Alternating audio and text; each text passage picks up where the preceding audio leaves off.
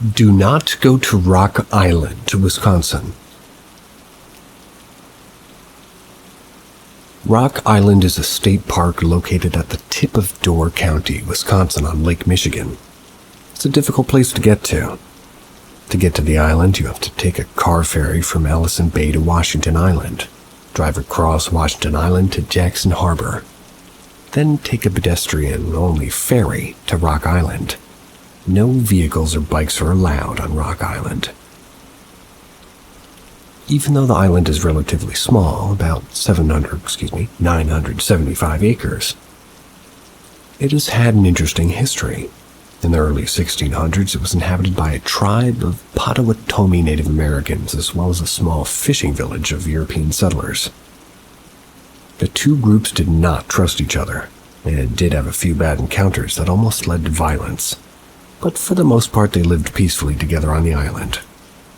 By the 1640s, the Potawatomi had migrated to another part of Wisconsin. Shortly after the Potawatomi had left the island, some settlers from the fishing village reported seeing a new group of people on the island. They seemed to be more white settlers, but they wore strange clothes and kept to themselves. No one from the fishing village was ever able to talk to one of these new settlers, or even find where they were living. It was around this time that strange things started to happen in the village. Several animals, it's not worth mentioning what they were, but maybe it was pigs or chickens. They were found slaughtered in the village and seemed to have been used to make markings in blood on some of the buildings in the village. On a different night, a building used for preserving meat burned down. The villagers felt that these things must have been done by these new people on the island. They intended to find them. After a thorough search of the island, including the wooded inland area, they never found a single person. These strange occurrences seemed to stop soon after the search, and none of the other settlers were ever seen again. In 1836, the Potawatomi Lighthouse was built on the northern part of the island. After construction was finished, the lighthouse was inspected, and it was reported back that the material of which the lighthouse and dwelling are made are of the best quality, and that the work is done in a substantive and workmanlike manner. David E. Corbin was appointed the first keeper of the light on December 19, 1837. Only 3 years later in 1840, despite the apparent quality of the construction of the lighthouse, David Corbin started to complain that plaster started falling off the building. Some sort of liquid would ooze through cracks, leaving the house constantly damp. Corbin was completely alone most of the time at the lighthouse, and some have said that when visiting him, you could stare at certain walls, and sometimes they would speak vaguely of other visitors. In 1845, after 8 years of relative solitude at the lighthouse, an inspector visited the lighthouse keeper and determined that while Corbin was fulfilling his duties, he was acting strange. The official report says that the inspector ordered Corbin to take 25-day leave of absence to find a wife to live with him at the lighthouse. However, some think that the inspector was startled by Corbin's mental state caused by years of solitude and thought it would be the best for him to spend some time away from the island. In 1852, Corbin reportedly fell ill and died that December in the lighthouse. He was buried in a small cemetery just south of it. The next lighthouse keeper also reported the surprisingly quick deterioration of the lighthouse. Some friends that had visited the new keeper say that he would talk of seeing strange things in the house at night, but he wouldn't elaborate on what he had seen. In 1858, after only 22 years of service, the original lighthouse was torn down, a new one was built. From that point on, the lighthouse keepers were required to have an assistant keeper or family with them at the lighthouse. No strange occurrences were further reported in the lighthouse logbook outside of strong storms and occasional shipwrecks, except on January 20th, 1876. The keeper at the time, named Betts, reported that he saw two men attempting to row to a mainland from Washington Island. He wrote a terrible storm was coming up shortly after the departure. they never made it to their destination. Over 3 months later, on May 3rd, 1876, Betts wrote, "The two men who were lost last January have been seen several times, once from Caney Lighthouse at Jacksonport." Once from Jacksonport, if you didn't hear that. The men were apparently frozen stiff and sitting upright in the boat among a mass of ice. At last, that account they were still adrift. There is not much hope that they will be found and buried. By 1900, most of the island's inhabitants left for better fishing areas on Lake Michigan. In 1910, a successful business owner and inventor, Chester Thordarson, purchased all of the island, except for the land that the lighthouse occupied in the north. He used the island as a private summer retreat from his business in Chicago. Thordarson was responsible for unique and mystifying buildings and structures that are still on the island today.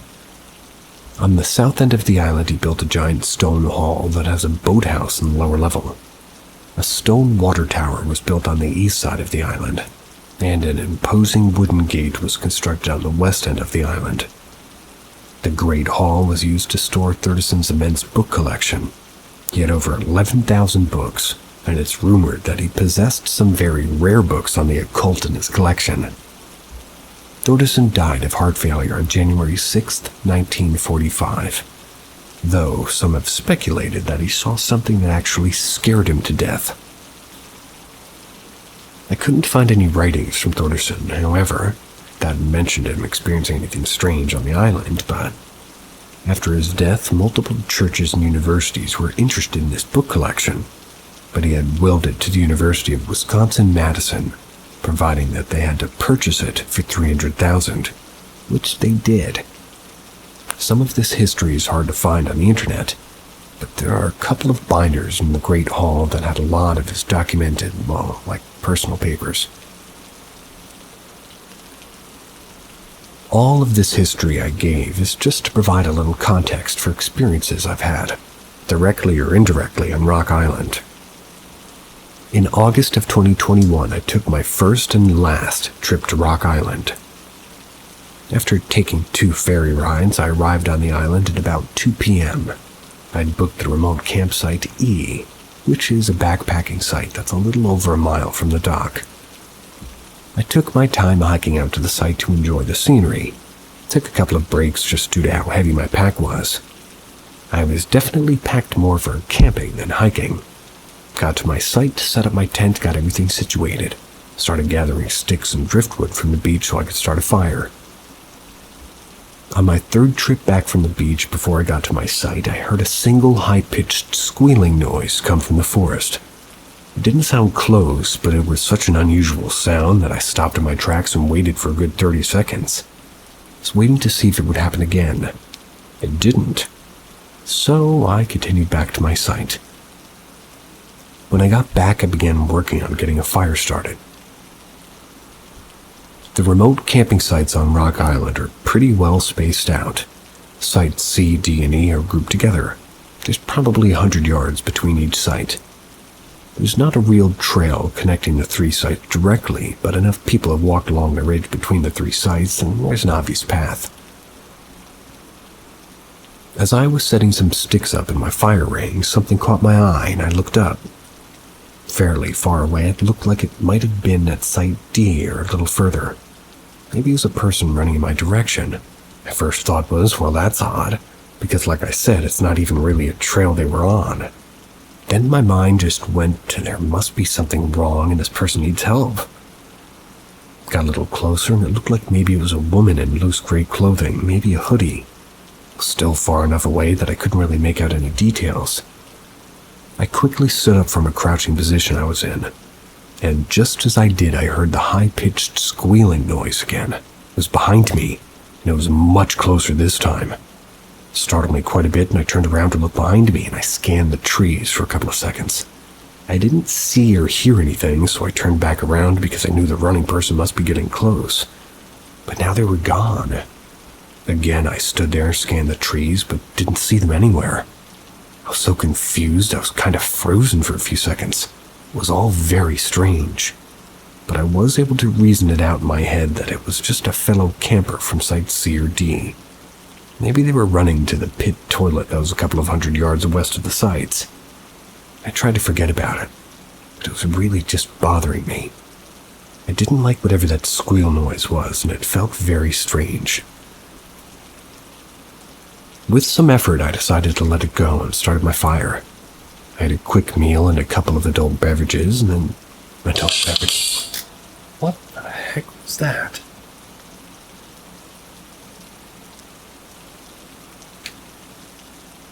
What in the world was that? I have to pause the audio to play back whatever the heck that was. Anyway, I was about to comment how I thought adult beverages was a funny way to put it, and then whatever that was happened. And I'm leaving it in. So, I had a quick meal and a couple of adult beverages, then decided to take a little walk. I hadn't seen Site C or D yet, so I thought I would check those out and see if maybe I had some neighbors camping nearby. Site D was empty. I did see the path that led from site to site to the main trail and the pit toilet that kind of made me feel a little less uneasy about the runner. I figured it was maybe somebody from Site C that took a strange way to get to the main trail by going through Site D. Didn't make a ton of sense, because I was probably, still shouldn't have been seeing them, or rather should be able to see them, but it made me feel better. I continued on to Site C and saw there was a tent set up. I really didn't want to bother anybody, but I just thought I would go over, with the excuse that I would introduce myself as a camping neighbor from Site E. See if anybody looked like they might have been the person running earlier. I came up on the site and there was a couple sitting at the picnic table. Neither of them looked like they would have been the person that I saw that was running. So I introduced myself. They introduced themselves. They were probably in their mid-30s. They were very nice and both seemed to be pretty drunk, but a quiet drunk. I didn't ask about the runner or the squealing noises because I thought it might be weird. I wished them a good night and walked back to my tent. When I got back, I had a cigar and a few more drinks. It got dark and it started as a perfectly good night.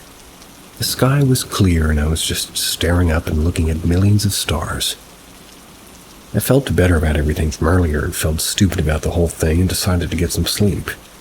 It was a long day, so I fell asleep almost immediately. At around 2:30, I woke up by a huge boom of thunder. It started downpouring. The wind picked up and the temperature dropped. I love camping in the rain, but I do not like camping in a lightning storm. A pretty big storm came through and I was starting to worry. The wind was whipping at my tent and the ground was shaking from the thunder and lightning. I did not feel good about being out there in a tent and felt very exposed. The storm lasted for about an hour before it became just a light, steady drizzle. I was just starting to fall back asleep when I heard the squealing noise again. I opened my eyes, and in the dark I just lay there silent. There was another loud squeal noise. It was pretty close. I knew there were no real dangerous animals on Rock Island. There's maybe deer and porcupines, but nothing like bear or wolves. Knowing that still didn't make me feel better, though. There was just something about that squeal that I didn't like. I say squeal because that's the best I can describe it. It sounded to me like a pig squeal. And honestly, I don't really know that much about pig noises, but that's what I thought of when I heard it. An injured or angry pig squeal.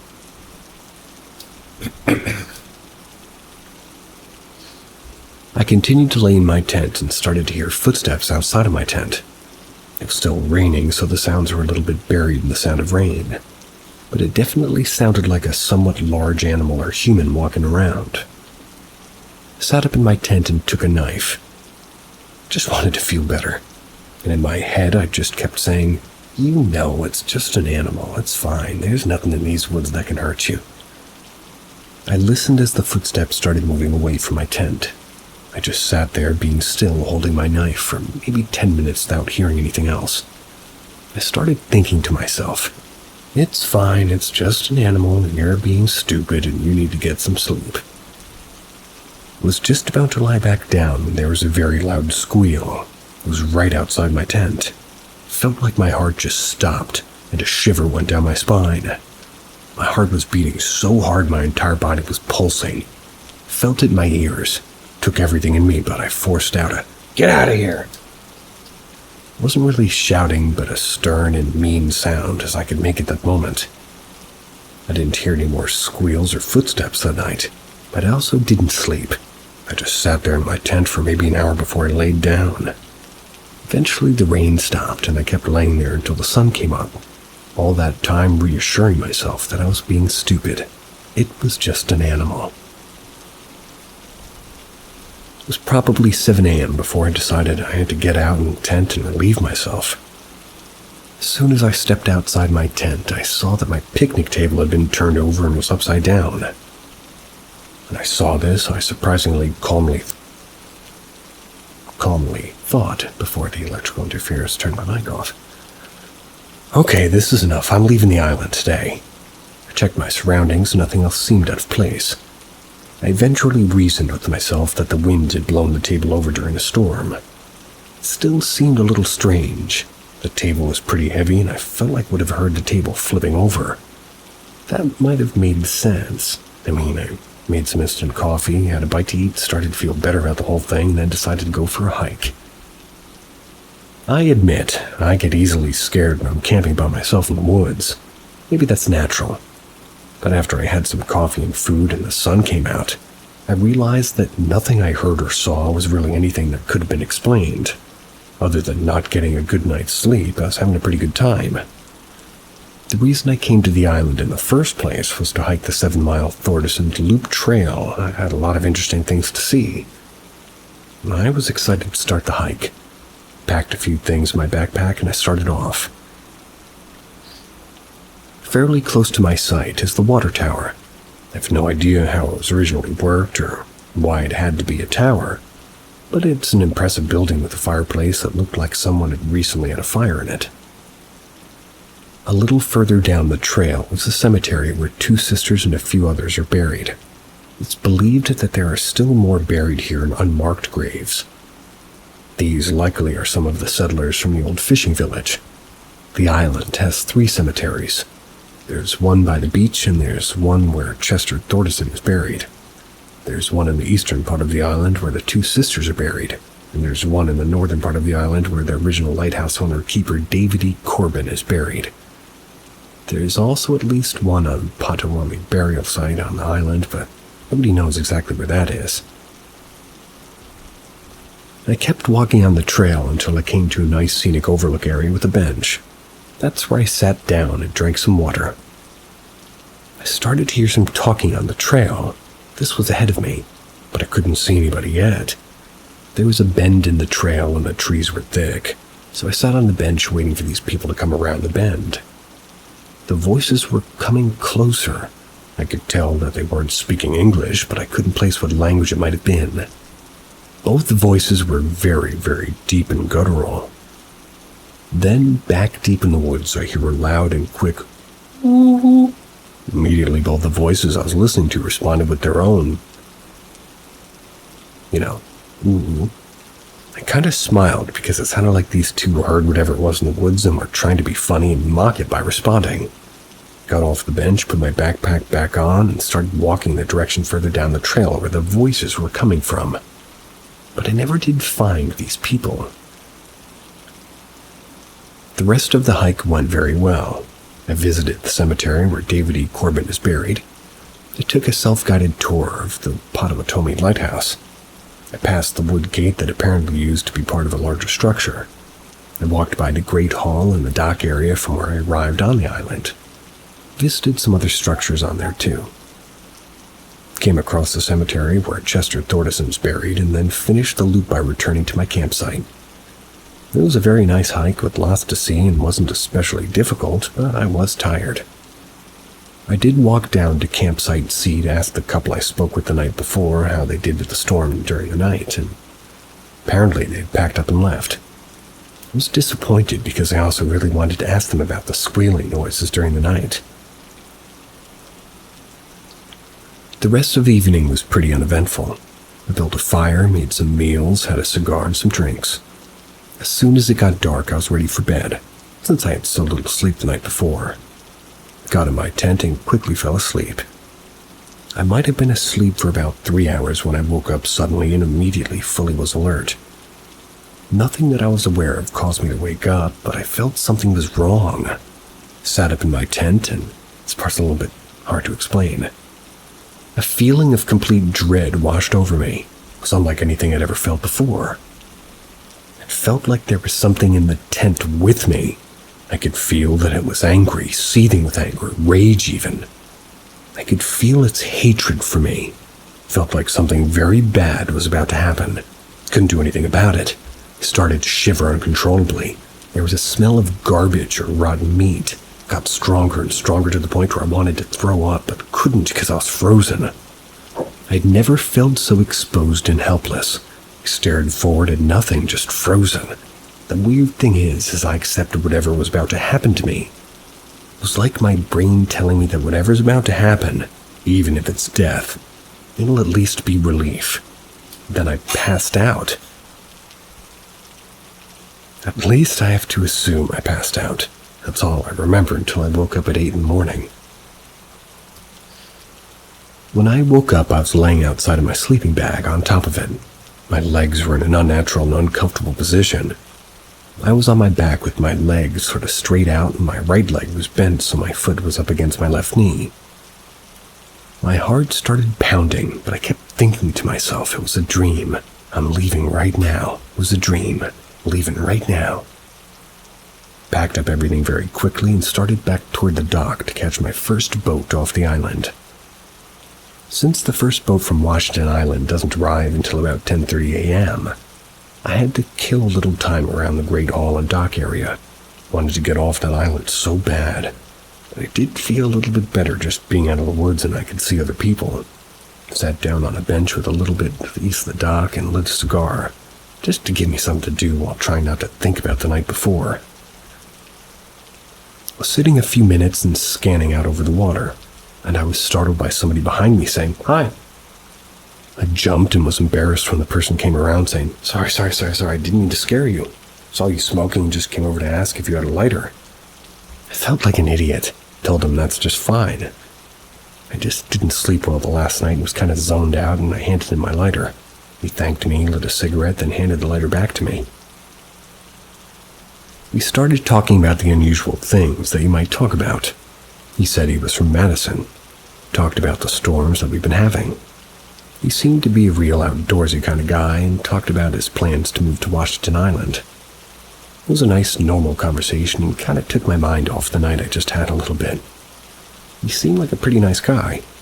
Then naturally asked me what site I'd been staying at. I told him I was staying at Site E the last 2 nights. He said he usually books that site, but I must have reserved it before him.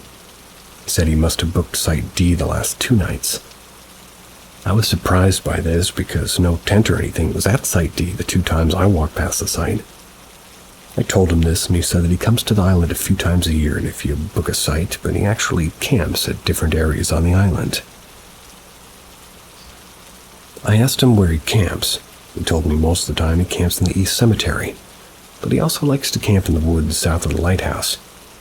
He told me that he hikes about halfway down the Fernwood Trail and just heads north into the woods where he finds a place to camp. He said that one time he found the ruins of a small log house in those woods. He's going to try and find it again and camp inside of it. At this point, I started to change my opinion about this guy.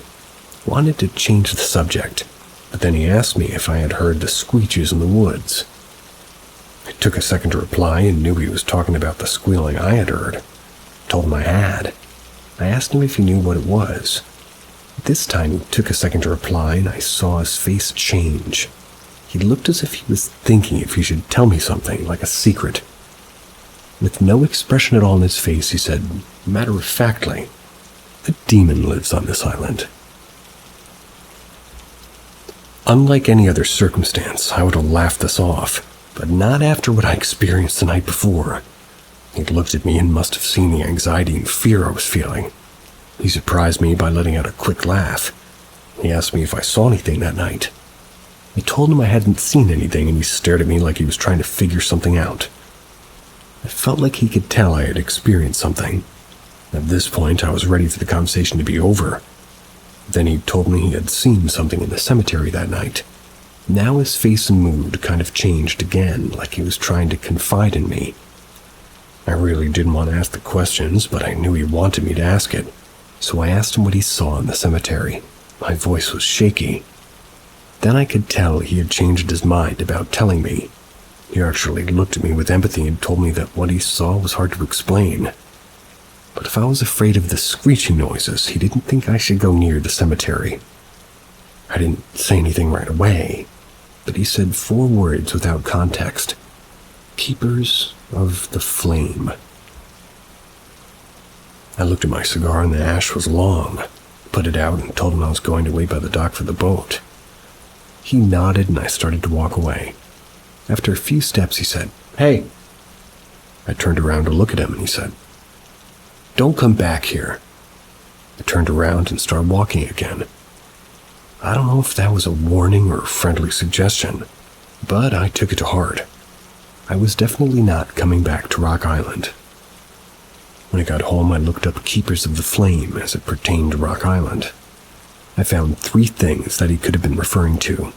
The name of the Native Americans that lived on the island, the Potawatomi, could have been translated to Keepers of the Flame. The lighthouse keepers on the island were sometimes referred to as the Keepers of the Flame. Then there was also a 19th century cult that was said to visit the island from time to time that called themselves the Keepers of the Flame. I know that hundreds of people visit Rock Island every year and have a great time camping, hiking the trails, and exploring Chester Thardison's buildings.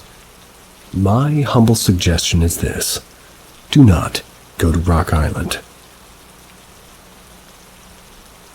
Anybody want to go to Rock Island with me? See ya.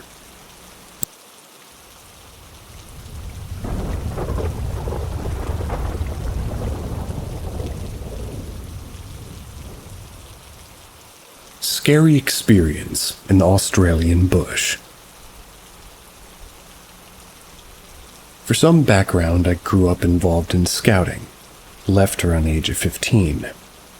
I've recently become involved again as a leader, and I'd forgotten about my experiences camping in rural Australia. That was until revisiting a campsite. I was reminiscing on some scary stories. I figured I would share it here and potentially get some insight on what this may have been. So, I was about 13 or 14 at the time. I'd gone on a camping trip with my troop. We went to a campsite we stayed at often. It was only about 30 minutes away from our city. It was large and open, and was to account for many scouts, as it acted as sort of a hub for my state's combined activities. All the groups would attend here, but this particular camp was only for our group, which consisted of 10 to 12 people. We set up camp in a back corner of the campsite, which was backed by a fence and thick trees. That led to a cliff overlooking a river if you walked far enough. We arrived around 6 p.m., set up camp, and basically went straight to bed. It's fairly consistent in my area that asking 11 or 15-year-olds to set up camp takes far longer than it should, and we were pretty tired. In the center of the campsite was a large toilet block surrounded by rocks and separated into 4 sections: male, female, adult, and youth. Our campsite was probably about 300 or so meters from this block. The first 2 nights went without incident, but it was our 3rd night that something occurred that left myself and 2 others with a sleepless night, and an apprehension to camping there again. It was 3 to a tent. We all kind of just hopped into our sleeping bags for the last night before heading home. The others were in the tent. We'll call them Olivia and Jess for privacy reasons. They dozed off fairly quickly, but it took me a bit longer. I've always struggled to fall asleep and stay asleep, so when I seemingly randomly woke not long after nodding off, it wasn't a huge shock. Nothing seemed to miss at first, so I closed my eyes, trying to fall asleep once again. It only took a few seconds for me to hear footsteps walking toward the toilet block. We were camped on an area of lush green grass that scrunched under your feet, and the sound of somebody walking was distinct in the quiet night. I thought it was strange I hadn't heard a tent zipper, but brushed it off. A few minutes later, I heard them approaching. Still a normal course of events. Until the footsteps stopped outside of our tent. I looked over and both Olivia and Jess were sound asleep, so I knew it wasn't one of them. Waited a few seconds and they continued moving, so again I figured it was strange, but I brushed it off. It then sounded as though the footsteps looped around the group of the tents and back to ours. The other side this time. The tents were set up in a line with a fair amount of distance between to account for the, guy ropes' wind had been forecast. Excuse me. But on this night, the wind was almost non-existent. The person or thing had seemed to walk around the whole line to stop back at ours again, which was second closest to the toilet block in a line of 4. I then heard them walk toward the tree line. I sat up, trying to listen as closely as I could, and at this point I wasn't sure if it wasn't one of us. The behavior of the footsteps was too strange. And why on earth would they have sounded like they were walking into the trees? I think it was close to 2 a.m. at this point. I had had enough of being alone experiencing this. Gently shook Olivia awake. Shushing her, she stirred. Olivia was my closest friend in the group. I whispered a quick explanation of what I had heard to her. We agreed to wait a while, see if anything else happened. Quite a few minutes passed. I don't remember how many, and the weirdness of the situation had started to wear off. I was about to suggest trying to fall back asleep when the footsteps seemed to return from where they had left and again stopped behind her tent. Olivia and I shared a look in the dim light of the moon. I could tell that she was as unsettled as I was. We heard them begin slowly circling around the tent, and she silently moved to huddle next to me. Bit by bit, the footsteps began to quicken. That was until they seemed to break into a run. Whoever, or whatever it was, had expertly dodged our guys' ropes to move at that speed without tripping. Every now and then, something would brush the sides of the tent. That was as Olivia and I were holding each other, doing our best not to make a noise.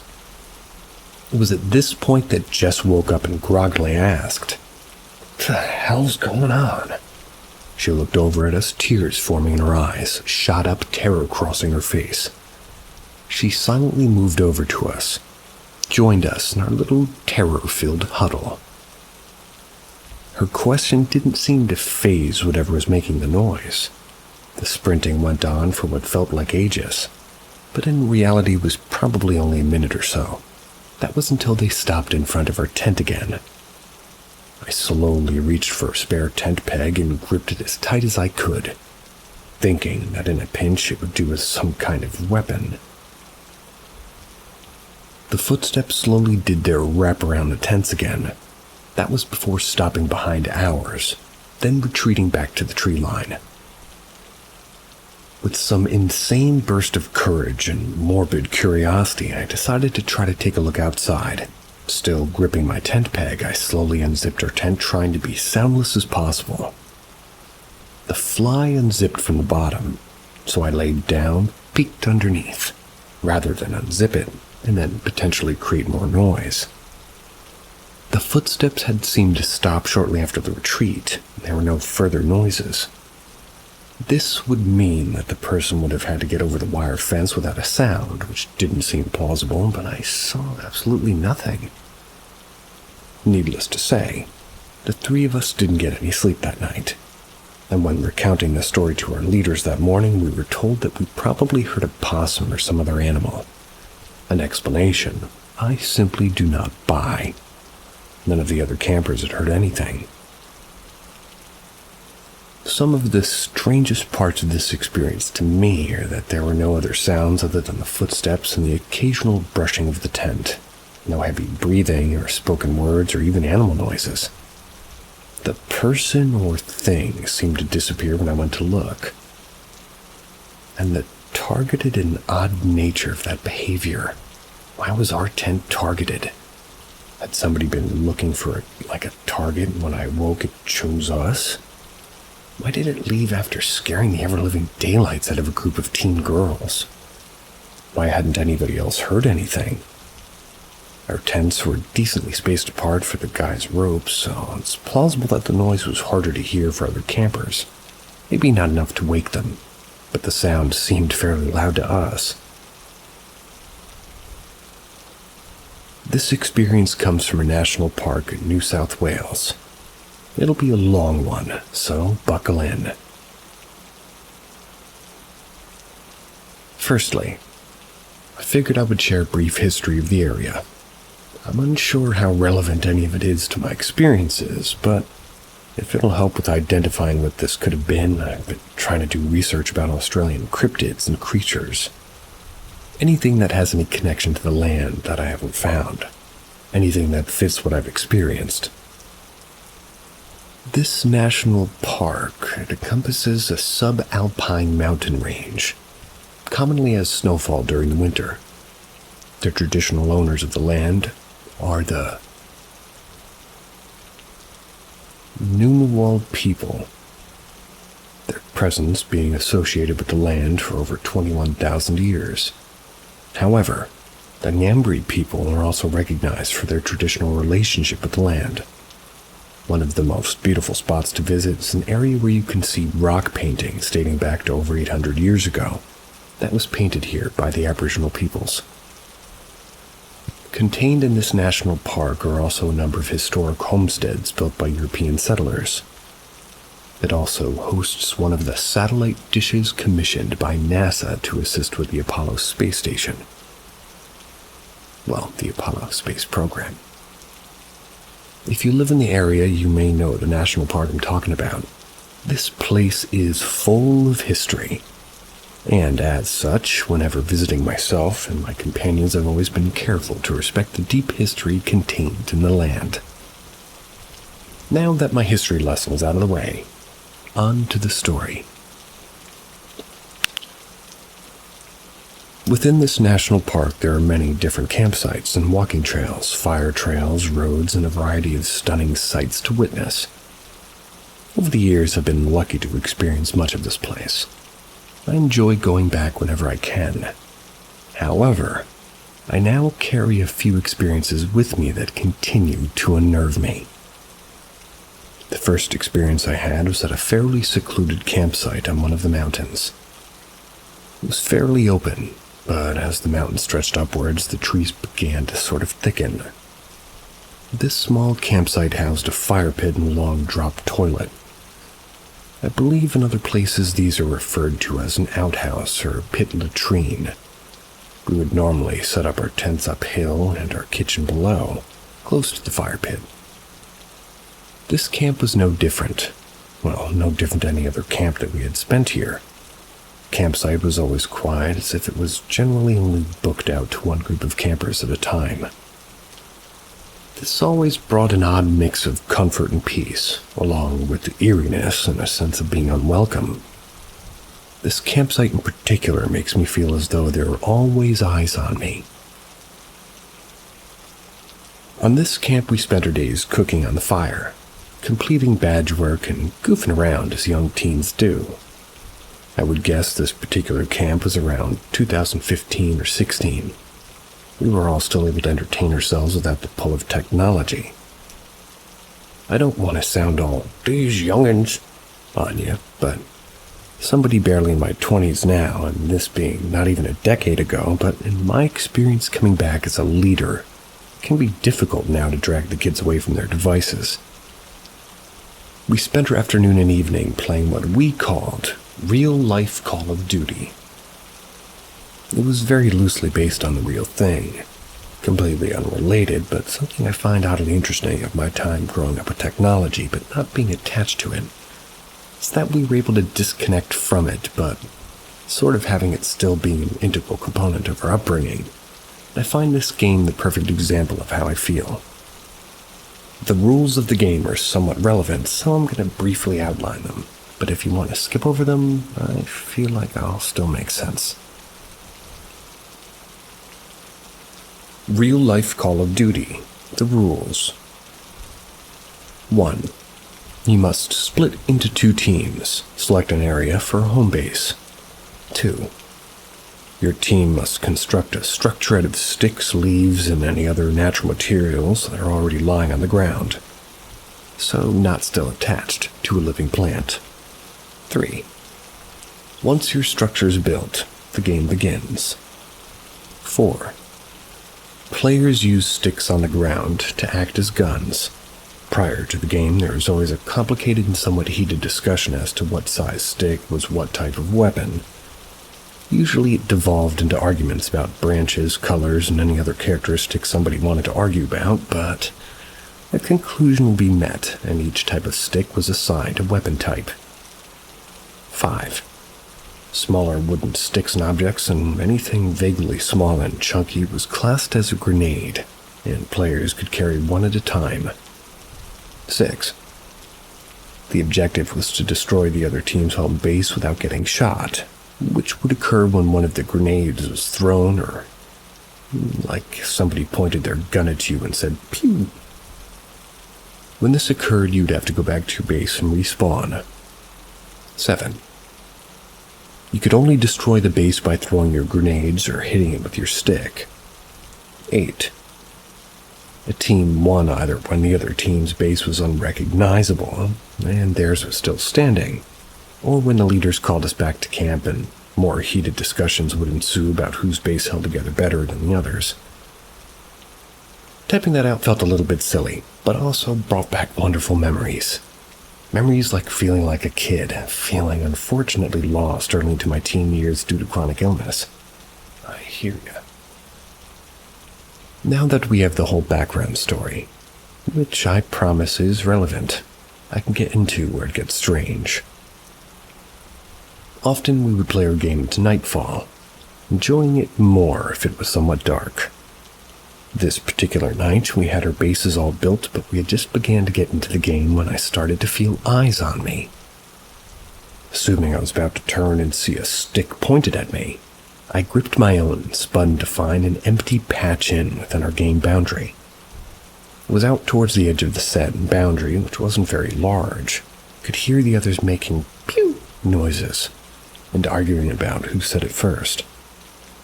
I continued moving, thinking my spidey senses were off, headed for the operation base.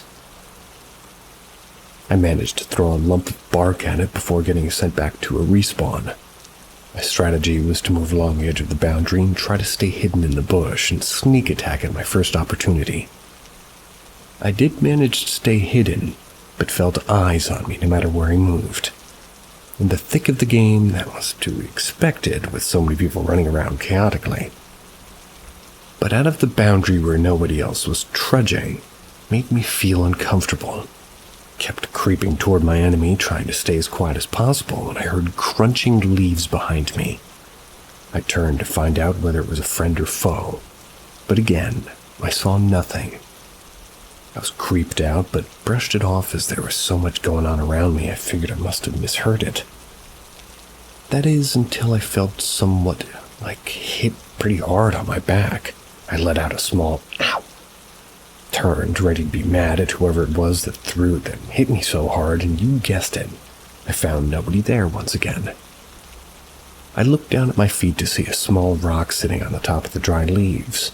Very clearly the object that had hit me moments ago.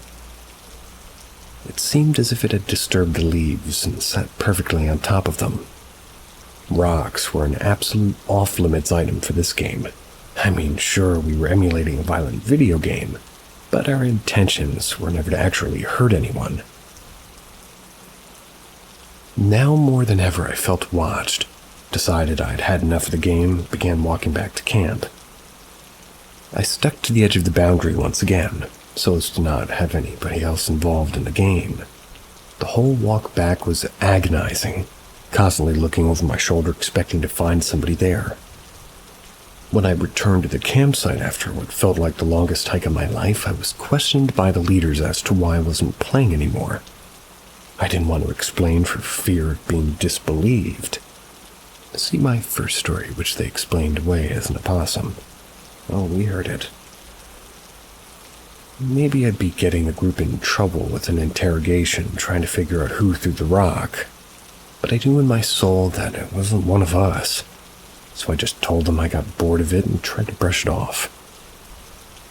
The others continued playing for another 20 or so minutes before returning. We all sat around the campfire winding down for the night. I could not shake off the feeling of being watched. My whole body was screaming danger, but I did everything in my power to calm it. At the campfire, we played little word games and told stories. Thankfully, none of the scary kind, at least that night.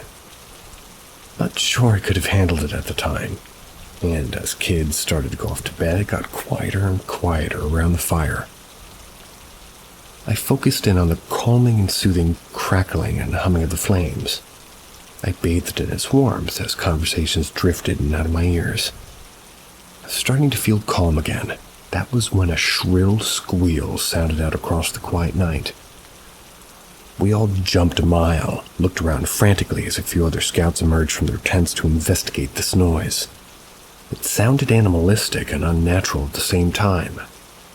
I saw confusion on most of the faces around me. Even the leaders for a split second before they seemed to snap back to reality where they had remained rational. They explained that there's wild pigs in the region, and that was probably the likely explanation for this sound. I didn't believe it for 1 second. Didn't sound like any kind of wild pig screams I'd heard before. This was not natural. It was the same cadence as something in pain, but something was just off about it, as if something was mimicking the sound. Kind of like those uncanny valley voice recordings, almost. Although, based on my already spooked nature, I'm willing to take on board that it may have just been unsettled already and had pushed me over the edge. That was enough to send us all to bed, but not before reassuring some of the more wild animal-fearing scouts that any wild pigs in the area wouldn't be visiting our campsite to wreak havoc. I struggled to sleep that night, plagued with odd dreams that I wouldn't exactly call nightmares, but they certainly weren't pleasant. I spent the rest of the camp looking over my shoulder and jumping at every small sound. I avoided being alone like the plague, and other than the feeling of being watched, even as we drove away after packing up, nothing else really significant happened. This area is kind of one that I've had many odd occurrences at, but it's also an area I feel a deep connection with. If you ask me about my favorite spots to go camping, this national park would definitely be in the top 3. Something about it is so damn peaceful. It's also pretty full of energy. Haven't been able to visit since it was affected by the Black Summer bushfires in 2020, where over 200,000 acres of land totaling over 80% of the park was destroyed. I look forward to going back soon, but hope I don't run into anything like this story.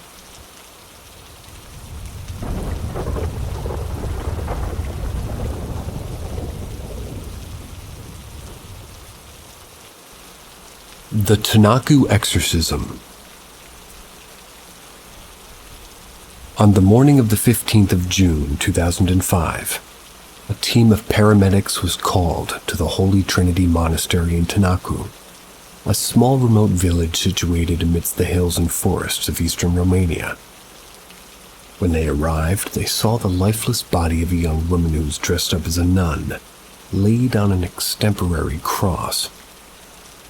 They were not aware of the fact that the 23-year-old woman had just been through a 3-day-long exorcism led by Father Daniel Petri Corgian, who, with the assistance of 4 nuns of the monastery, had attempted to drive out a demon that he claimed had possessed her. The name of this dead woman was Marisica Irina Kornitzi, and her exorcism turned out to become one of the most publicized and highly debated instances of the exorcism in the 21st century. The exorcism was indeed a terrifying battle for Irina, but having lived through a long string of battles with separation, abuse, and inner demons, it was only her last one. Irina moved into the monastery. Irina was born in 1981 to a poor unmarried couple from Vaslui County in eastern Romania. At only 3 years old, she witnessed her father, a troubled brawler, hang himself from a beam of the house, after which her mother was deemed financially unfit to take care of her and her 2 siblings.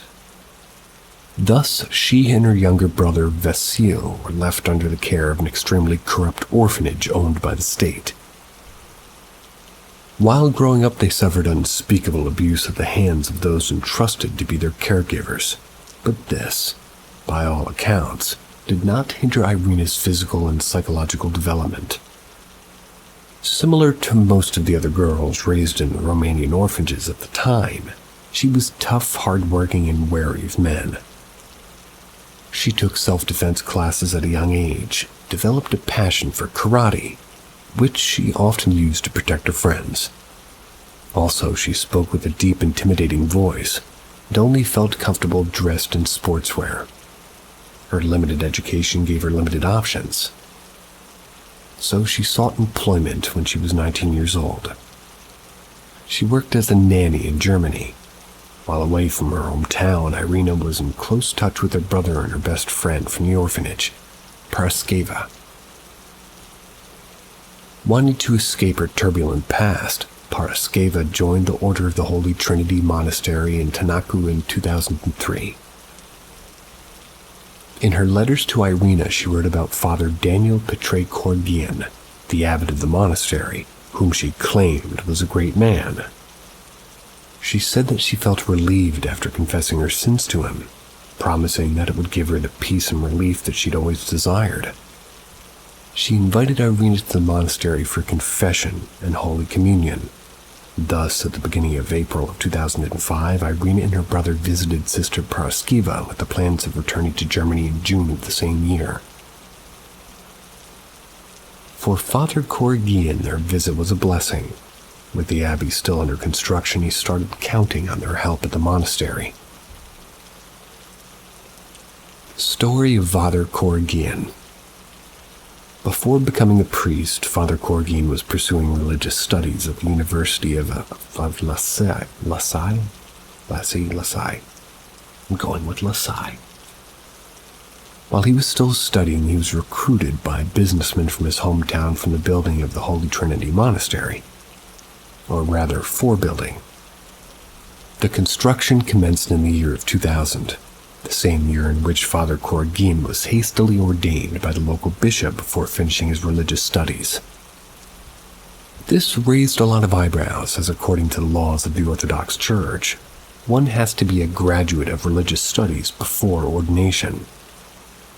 Unlike the Catholic Church, exorcisms in the Orthodox Church can be performed without seeking approval from the higher ranks. Thus, with the decision left to their own discretion, exorcisms were quite common in eastern Romania. They were performed by bishops and priests. Although the Orthodox Church frowned upon public exorcisms, they were habitually performed by priests during service. The priests who performed them were often regarded as religious celebrities. Inspired by these priests, Father Corrigian, who was given the right to exorcism along with his ordination, started performing his own devil-banishing services at the monastery. In 2003, Father Corrigian ran into a problem with the diocese because the county bishop constantly refused to bless the church and the monastery, and the conventional iconography was not pointed on its walls. Painted. Considering the blessing of the bishops only a formality, he continued to hold his service inside the church for his parishioners, the nuns who were devout to him, and now his new guests, Irina and her brother. Backstory. Irina was elated to be reunited with her best friend, spent the following days attending service, doing chores and reminiscing. Allured by the secure and peaceful life the monastery provided, Irina slowly started to consider staying there, but little did she know it was only the calm before the storm. Pressured by Sister Paraskeva, Irina decided to confess her sins on the 8th of April.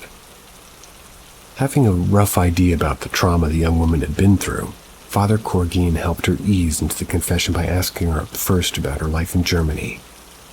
After exhausting this topic, Irina is said to have become distressed. She started retreating. Seeing her lost in her own thoughts, Father Korgin advised her to leave Germany and settle somewhere close to the monastery. After asking her a few more questions, he gave her his blessing and penance, which she promised to complete before her Holy Communion, which was scheduled for the next day. So, the next morning she joined the sisters at Mass to receive her Holy Communion. Dressed up in a skirt and blouse with a scarf covering her head, she felt extremely uncomfortable abandoning her usual clothes, but if the excitement of receiving her Holy Communion overshadowed it. After the communion, she felt that something had allegedly changed inside of her. She felt light as she walked gently around the monastery, humming a song to herself, which, according to her own account, filled her being. Later that evening, the nuns of the monastery started beating the I was startled by that. Started beating the cementron before the beginning of the evening prayers, and its rhythm pulled Irina toward the church. This seemed to be a mystifying experience for the young woman, but soon turned into an unsettling one as she suddenly started feeling a sense of dread within her.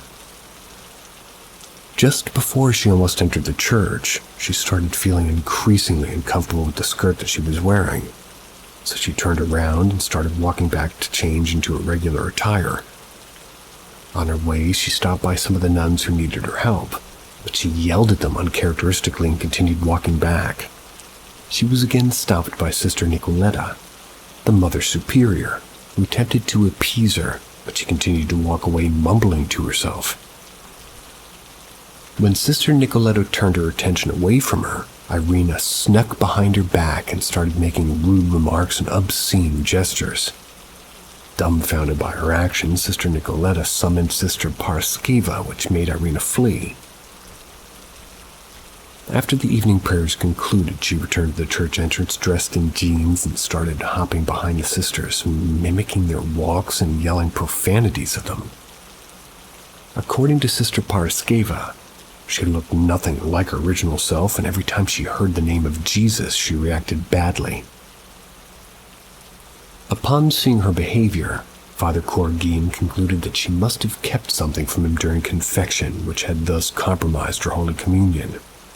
So, concerned for his penitent, he asked Sister Paraskeva to bring Irina with him for a second confession. What followed was a rather unconventional confession. That's where Sister Paraskeva confessed Irina's sins instead of her. As Paraskeva revealed the concealed and traumatic past of Irina's life, she started mimicking her and nodding dramatically. Father Korgin hoped that his penitence condition would improve after the second confession, but right after the confession, Irina dropped to the ground and began squirming, one moment yelling that she wanted to leave the abbey, while the very next moment pleading that the nuns to let her stay. She started growing extremely reckless and started hurting herself. Shocked by what they were seeing, Father Korgin and Sister Nicoletta called for an ambulance, but as they didn't get a proper response, they tied her up with a rope and drove her to the Vaslui County Hospital. Irina was diagnosed with delusional hallucinatory flush, exhibiting psychomotor agitation and onset of major psychosis. She was later transferred to the psychiatric ward where, due to her violent outbursts, she had to be restrained, kept under medicated sleep. There, Irina was diagnosed with disorganized schizophrenia. which, by all accounts, was a diagnosis meant only to facilitate the prescription of antipsychotic medication. Within 4 days on such medication, her health worsened, and she was once again transferred to the intensive care unit.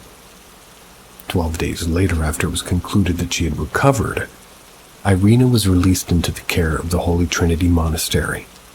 During her time at the psychiatric ward, Irina often complained of hearing demonic voices. She was never taken seriously, and these voices never stopped, despite the hospital claiming that she had recovered. While Sister Nicoletta was supervising her in the monastery, she is said to have witnessed her screaming, singing, and rocking back and forth at the edge of her bed while staring at the empty wall in front of her. According to her, Irina was demonically possessed, and she felt the shivers of hell in her presence. The exorcism. Soon, Irina made her third confession to Father Corrigan, and this time it appeared to have worked. She was back to original self, and Father Corrigan and the nuns in the monastery were happy about it. Inspired by her progress, Father Corrigan told Irina that they could continue taking care of her at the monastery, but that they would need more resources for her medication and accommodation for what she asked her for. So he asked her to yield her savings to the church. She ended up doing it, only to be filled with distress later. With a huge portion of her savings gone, her tantrums returned. She started cursing the nuns of the monastery, threatened to hurt them with her karate moves. With the situation worsening and her becoming more and more violent, Father Corrigan pinned her down, tied her up, gagged her mouth with a towel, confined her to a room.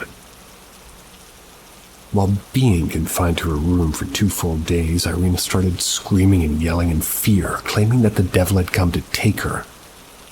It was at this point Father Corrigan decided to exorcise her. So, the nuns made an extemporary cross, chained Irina to it, taped her mouth, and took her into the church to begin exorcism. According to Sister Nicoletta, they hadn't chained her to the cross. They could have killed herself or somebody else. Also, one of the other sisters who were involved claimed that Irina knew that she was possessed, and she herself asked them to tie her up and help her. During the ritual, Father Corrigan tried to give her holy water and blessed bread. She refused to take them. This further enforced his belief that she was indeed possessed by the devil. After hours of relentless struggle not seeming to work, Irina was carried to the enclosed veranda of the church, placed on a quilt, but she was still tied to the cross. The entire event repeated for 2 more nights, and then 2 more days. That was before she was finally untied from the cross. On the morning of the 15th of June, after Father Corrigan claimed that she was cured, Irina was untied from the cross after 3 long days. She was too weak to even stand on her own feet. Her mouth was severely wounded and she appeared to be completely dehydrated. The nuns tried to feed her bread soaked in warm tea, but she soon became unresponsive. With her body barely breathing and her pulse fast dropping, the paramedics were called. Before they arrived, the nuns prepared Irina for the hospital as they washed her body and dressed her like a nun. The whole time, Irina was simply limp and quiet. When the paramedics finally arrived 30 minutes later and checked Irina, they concluded that she must have died a few hours prior to their arrival. But Father Corrigan and the nuns refused this. They claimed that they had been giving her tea and bread only an hour before. Overwhelmed by the situation, the paramedics drove Irina to the hospital, and on their way, they attempted resuscitation by injecting her with adrenaline every few minutes. When they reached the hospital, it was concluded that the girl had already died.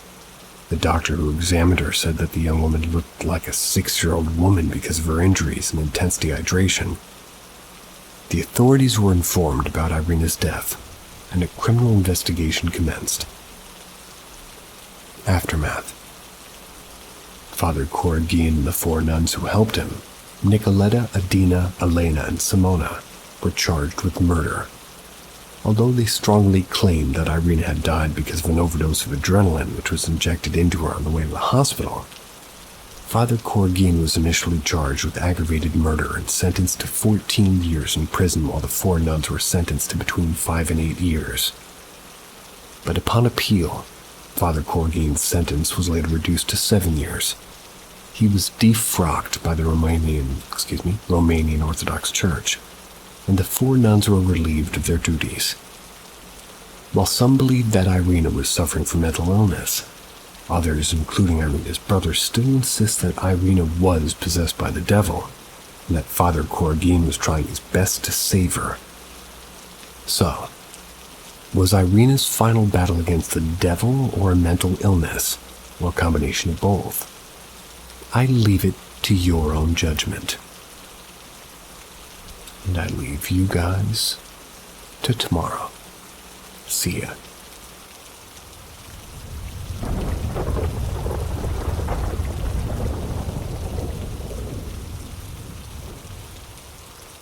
My life in a Truman Show reality.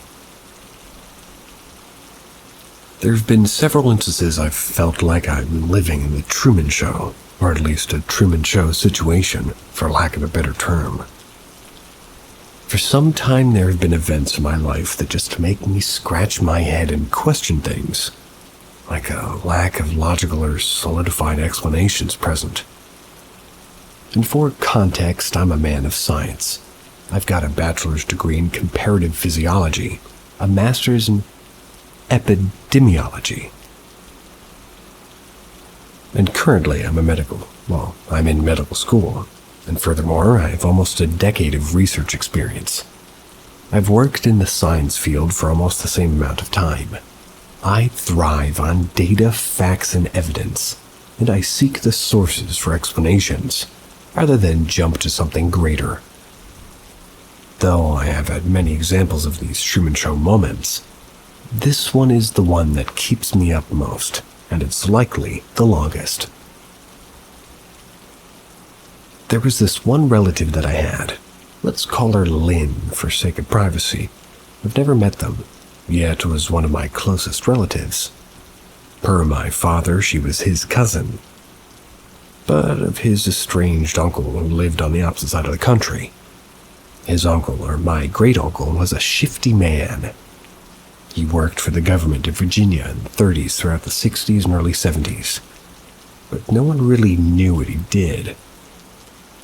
He somehow managed to avoid the World War II draft despite being selected, which many of our family members found strange, but didn't really question it further.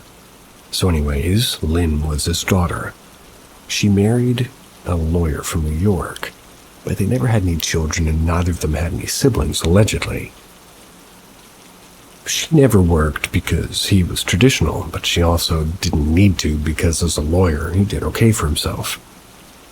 The more bizarre factor here is that nobody ever met Lynn, her husband, or either of their sets of parents. A lot of us think it was strange, but at the same time, it did make some sort of sense given her father was estranged from the family. The most that family had contact with her was through a very rare letter or phone call. Also, Lynn's husband passed away in the 80s, which has some importance. This will be brought up later. Fast forward to the 90s, when I was born. My parent brought me home after a couple of weeks in the NICU. There was a package from New York addressed to me, not my parents, and it was coming from New York. For my cousin Lynn, filled with clothes, toys, all sorts of things a new parent would have bought for their child. My parents tried to call to thank them, but couldn't get a hold of her, and was really unable to. At that point, my father and/or mother had not heard from her in a couple of years. How did she know that they were pregnant or I was even born? There were no announcements in newspapers and nobody had contact with her for at least a couple of years. That was the first odd instance that my parents will acknowledge was absolutely bizarre and puzzled them to this day. Once I was born, she sent me letters and cards with money throughout my years. It was never a significantly substantial amount, I think the biggest one I ever got was $500 for my 18th birthday. That's not super relevant. I would also get calls from her on birthdays and holidays to wish me holiday greetings. Then I would send her flowers for her birthday, which was March 11th. But nobody actually knew how old she was. We just simply knew that her birthday was March 11th and that she was allegedly older than my father. But this really wasn't ever confirmed. This is also another important piece, I promise. Throughout the years, I continued to get calls, cards, and letters with money. We always asked and talked about the same things: the weather, what I was doing, and then about her cat Kaylee, who always signed her card next to her, indicated by a little cat paw print. Kind of cute. We actually asked for pictures of her because we wanted to hang out in her house, or hang them in our house. But no matter how many times we asked, we only got drawings, which looked like children's drawings. We were perplexed as to why she never sent a photo, especially when we specifically asked for them. The last time we asked for a photo, we got a drawing that depicted her as an angel. At this point, I was a senior in college. I had taken some psych courses and had been deep into my studies. So I asked that if there were any developmental issues or mental illnesses that she had or that my parents or family were aware of, which nobody said they thought so. She lived on her own independently, except she did have a cleaning lady come once or twice a week to do her bedding, which apparently she hated washing and doing. Not to mention the fact that she was starting to get up there in age, since my father was, and he was kind of the marker for her age. Our second-to-last phone call, I expressed to her that my father and I wanted to visit. After all, over 2 decades of sending money for birthdays and holidays, I felt the need to visit her and thank her in person. I wanted to learn more about her. She was unsure about it, but seemed to come around to it. I said next time we talk, we can work out a time that's good for all of us, just to give her some space since she seemed apprehensive to us meeting. The following month was my birthday, which she sent me a check, and of course I called to thank her as I always did. She seemed fine and seemed like her normal self. We talked about coming up to New York again to meet her. We agreed on a date 3 months away. I'll never forget the last words that she said. "We're always on your side," which I felt was a little strange because she used to say, "I'm always on your side," never "we." There was no "we." She lived by herself, her cat had passed away at that point, but she still had her housekeeper come by, but she still never referred to them as "we." A week and a half later, my dad called me saying that my cousin had passed away. This was in the summer of 2017. It felt awful. I had never met her, and she was so interested and invested in my life. I was upset about this, but nobody seemed to be fazed about her passing. I spoke to my family member, her cousins, my aunts and uncles. They said that they hadn't heard from her in decades. Now, they also had kids, my generation, but she never ever took any interest in any of them, even some cousins who were older than me. Some of them didn't even know who she was, which just puzzled me even further. We don't even know what she passed from. When I asked my dad about a funeral, he said that there wasn't any word on it. When I asked him how he heard about her passing, since nobody but me and my parents talked to her, he said it was at the hospital called and they informed him. There was no funeral, which further made me scratch my already very puzzled head. I figured maybe because she didn't have any close family, there wasn't going to be a funeral or memorial service. After a period of grievance, I didn't really think of her that much. It's tough to think about somebody you've never met, but nonetheless, I know what she looked like. I've only had phone calls with her. Over a year passes by and it's now December 2018. I get a letter from a law office in New York addressed to me. In a thick manila envelope was a copy of her will. As I was reading the will line by line, I was nodding to myself. 10,000 to her church, that makes sense. 5,000 to her housekeeper, yeah, that makes sense. Then I get to the last line. She left me her remaining possessions, including her house, its contents, and there was a second address that I'd never seen before. I was so flabbergasted and puzzled. Flabbergasted from the fact that she left me everything, not my parents nor my father, the closest blood relative to me. Further puzzled, I wasn't only inheriting one house, but a second that I'd never heard of before. She had never mentioned them in her calls, letters, or cards. She really didn't leave much, just go to the church, get her hair done, and then doctor's appointments. She usually had her housekeeper just help her with other things and groceries and household products. I found the business card from the firm that sent her will. I called the firm and asked to speak with the lawyer that signed the letter attached to her will. He was very professional and cordial on the phone and explained that it was the old firm owner that had drafted the will with her, and that he never actually met her. I glanced at the date, and the will was actually written in 2003, which would have meant I was 7 or so. At that point, I don't really recall talking to her. That really didn't start until I was 10. But she still sends cards, and I usually wrote a horrible, legible thank you card with a drawing or a photo of me. Anyways, he reaffirmed the will contents and testament was true. I asked if he was aware of a caseworker or social worker or anything that could give me more insight, which he replied he wasn't aware. I asked that he give the housekeeper my information and told her to call me, and he said he'd pass things along. After I got off the phone with the lawyer, I told my dad about the will and asked about the other property. He had used Google Street View to see a residential property, the one in the envelope that the address was from. It was a nice, quaint 1920s bungalow in the suburbs. There is one house across from hers, but there wasn't much else around her other than woods. We looked up the second property, and it was in the middle of nowhere, but the house was massive, and according to the tax records was estimated to be like $1.2 million, given it was a lakefront property with 23 acres. Damn. Not even 48 hours later, I was called by a representative from the state of New York.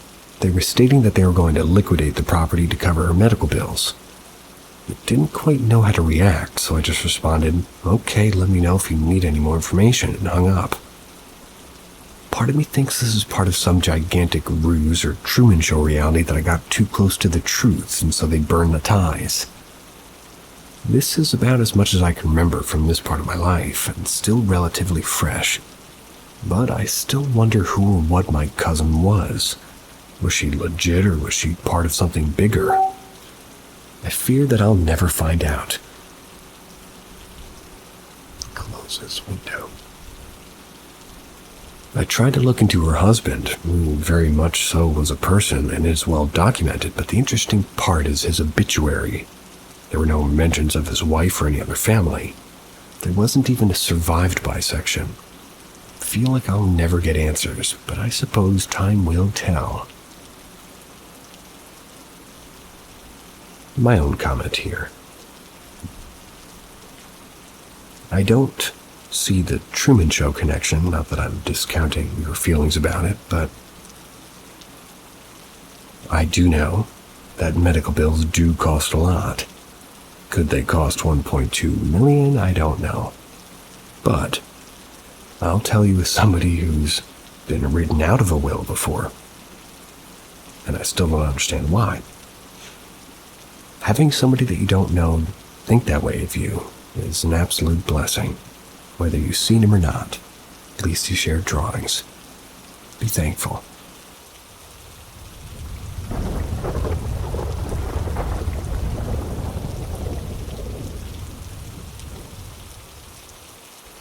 The mystery behind the disappearance of Johnny Gosch.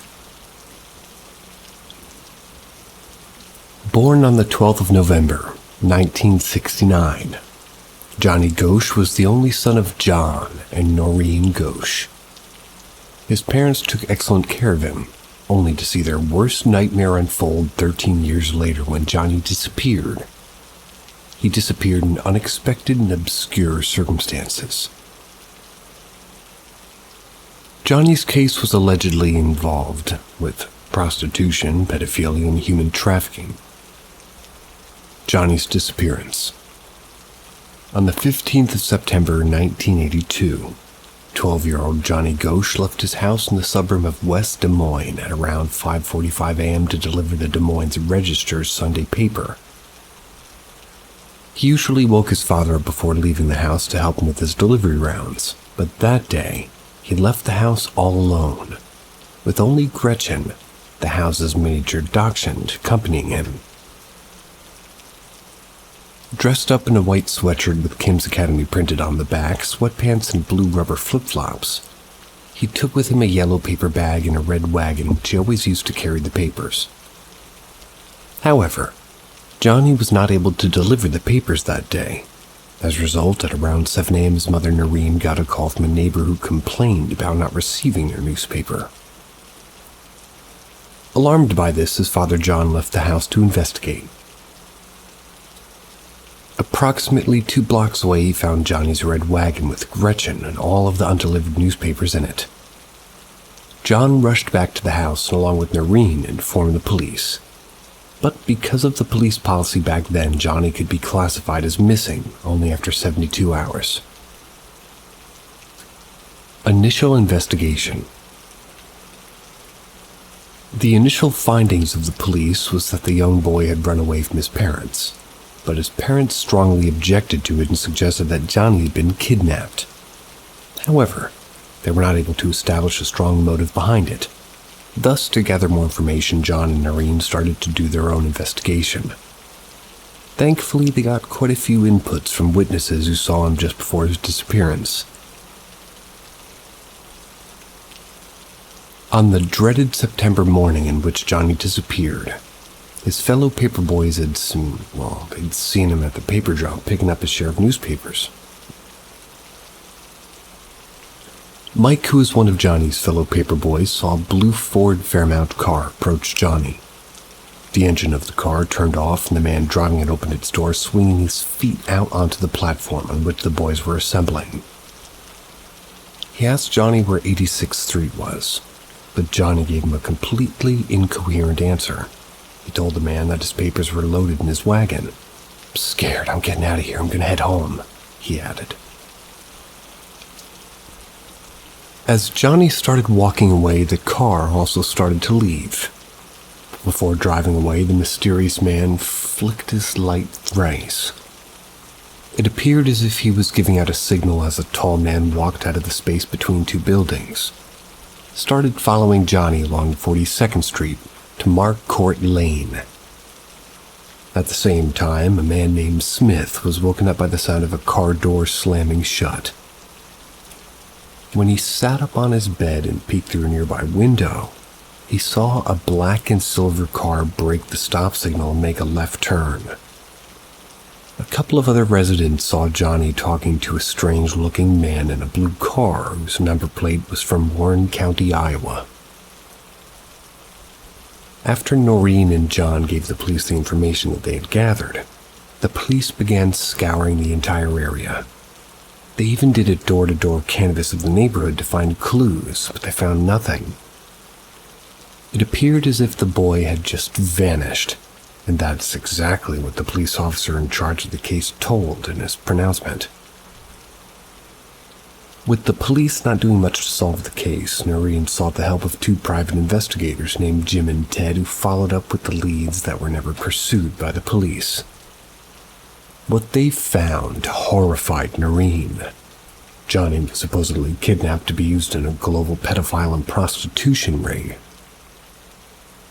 In March of 1983, roughly 6 months after Johnny's disappearance, a woman from Oklahoma claimed that she was approached by a young boy in a parking lot of a local store. He kept screaming, "I'm Johnny Gosch. I've been kidnapped." But before she could do anything, 2 men grabbed him and took him away. They were never seen again. Over the following few years, more evidence was found. The Gosch received a dollar bill with a handwritten note on it, and it read, "I am alive, Johnny Gosch." Noreen confirmed that it was indeed her son's handwriting.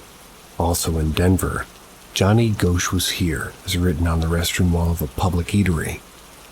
and whether it was real or not was hard to decide. Another boy goes missing. After the disappearance of another 13-year-old boy named Eugene on the 12th of August 1984, Noreen gained the support of a dairy company in Des Moines. Eugene went missing while he was delivering newspapers on the south side of Des Moines. With the police claiming that the cases had no connection, Noreen claimed that she knew about the abduction a few months before it happened. According to her, a private investigator who was searching for her son told her that the next kidnapping would take place on the second weekend of August, 1984. It would be a paperboy from the south side of Des Moines. After Eugene's disappearance, his relatives, who were working at Anderson and Erickson Dairy, they reached out to the company's president. To help find the boys, he agreed to put their photos and details on the sides of half-gallon milk cans and Dairy Maid. It was later followed by the Prairie Farms Dairy as well. Despite the massive reach it gave, no information about their disappearance was found. A new claim. In 1989, Noreen met a 21-year-old man named Paul, who would also be a victim of the prostitution ring that apparently captured Johnny. He told her that the underage prostitution ring was run by Lawrence E. King Jr., a prominent Republican Party activist and businessman. He also claimed that the other high-level U.S. politicians were involved in it. According to him, they were a cult of devil worshippers who were involved in the mutilation, sacrifice, and cannibalism of children. Ugh. Paul told Noreen that he had met Johnny while he was stuck in the prostitution den. He told her details about Johnny which were never publicized, and this included a scar on his tongue. However, the FBI and the police didn't consider him as a credible evidence, and they didn't even interview him. Also, separate state and federal grand juries ruled out the prostitution ring as a carefully crafted hoax. But according to Noreen, the claims were dismissed just because of the high-profile names that were involved. I believe that. Noreen claims to have seen Johnny again. In the early hours of March of 1997, two young men appeared on the doorstep of Noreen's Iowa apartment. After waking up from sleep because of their knock, she walked toward the main door and peeked through to see who it was. The faces weren't familiar. She asked who it was, and a voice answered. "It's me, Johnny. Can I come in?" She immediately opened the door and let the men in. After entering the house, the young man who claimed to be Johnny opened up his shirt and showed her a unique birthmark on his chest to confirm his identity. Noreen understood that her son had grown into a young man. After a brief conversation with his mother, the young man left. According to Noreen, her son told her that he was indeed kidnapped by the members of a pedophilic crime ring. He had recently escaped from them and was keeping a low profile to avoid getting abducted again.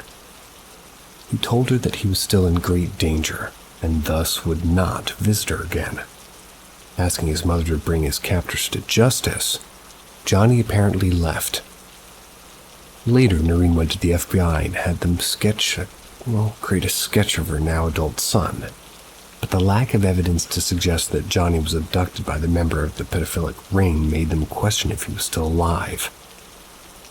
There is a possibility of Noreen hallucinating or someone playing a prank on a grieving woman, but it's hard to come up with a convincing conclusion. Disturbing photographs.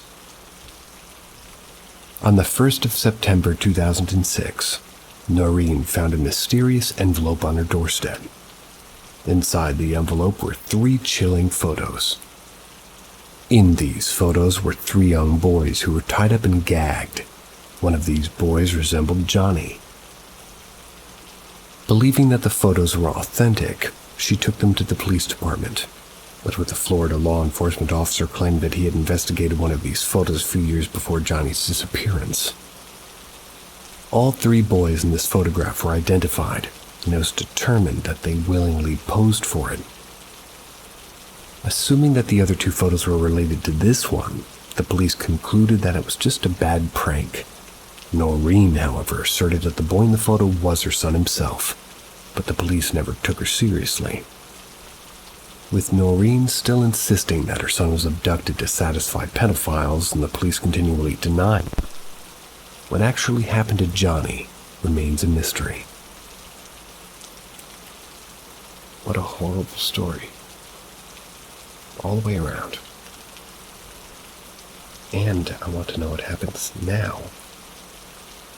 Or at least what happened to Noreen.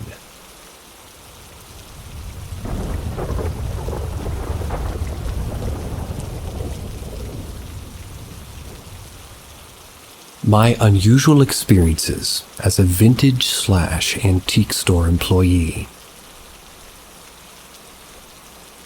For context, I work at a vintage store that specializes in old antique Western American artifacts.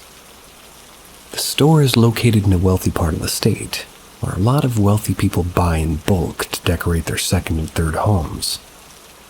This means we have a lot of sourced items being moved in and out of the store at all times. I'm not part of the sourcing, I simply sell items and help manage the store. Most, if not all, of the items obviously have energy attached to them. Not always good energy either. Within 3 months of working there, I knew it was haunted and that the resident spirits had taken a liking to me. With the coming and going of items, certain energies and events occur and stop too.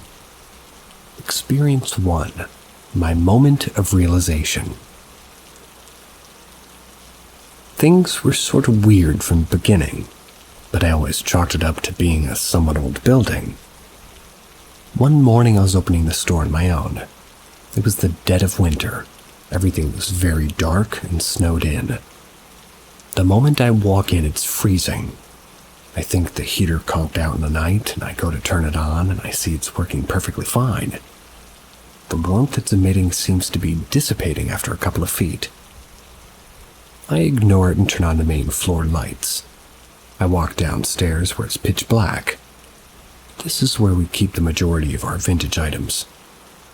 Before I can turn on the lights, our music turns on at full blast. Problem is, music isn't an automatic system. I control it myself from my phone, and I had yet to turn the system on. I was the only one in the building and around the general vicinity, so no one else could have turned it on from their phone. After calming down from that scare, turn on the lights to discover that all of the pillows had been thrown off of their massive vintage leather couch. I still think it's weird, but try to rationalize it by saying maintenance must have come in the night to fix something, and they did that. I clean them up and walk upstairs again to find all the lights I've turned on. They've gone out. The light switches are switched off again, not just the power. Again, I ignore it. I turn them on again and walk outside to open the front door and turn on the open side.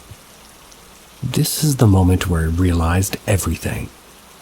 Our locally made chapstick display, a heavy thing, gets completely swept off the shelf. It's like somebody aggressively pushed it off in the front of me. It did not fall. The shelf didn't budge. It was pushed off. 50 to 100 chapsticks go flying everywhere and the acrylic case shatters into pieces. The music system suddenly starts playing the music very loudly again, and I'm just frozen in shock. Things suddenly get very quiet. It was as if it or they just wanted me to finally acknowledge it. The computer screen turned on seconds later, as if telling me to get to work now. I think I stood there for a solid 10 minutes, just frozen. Experience 2. The Wall of Mirrors. This took place around 4 months ago. Our main vintage collector had brought an old vintage mirror that he'd found in different places, constructed a wall of them on the side of the stairs going down. I came back from vacation slightly horrified. I feel like mirrors just hold really bad energy, especially ones owned by other people before. It was a normal day at work helping customers. logging inventory, etc. One of the employees was working with me, and we were just casually chatting about life. Anyway, she went downstairs to help a customer with finding the price on a vintage fur coat and some artwork. It's when the customer's daughter is walking upstairs, otherwise known as passing the mirror wall, and that's when she screams.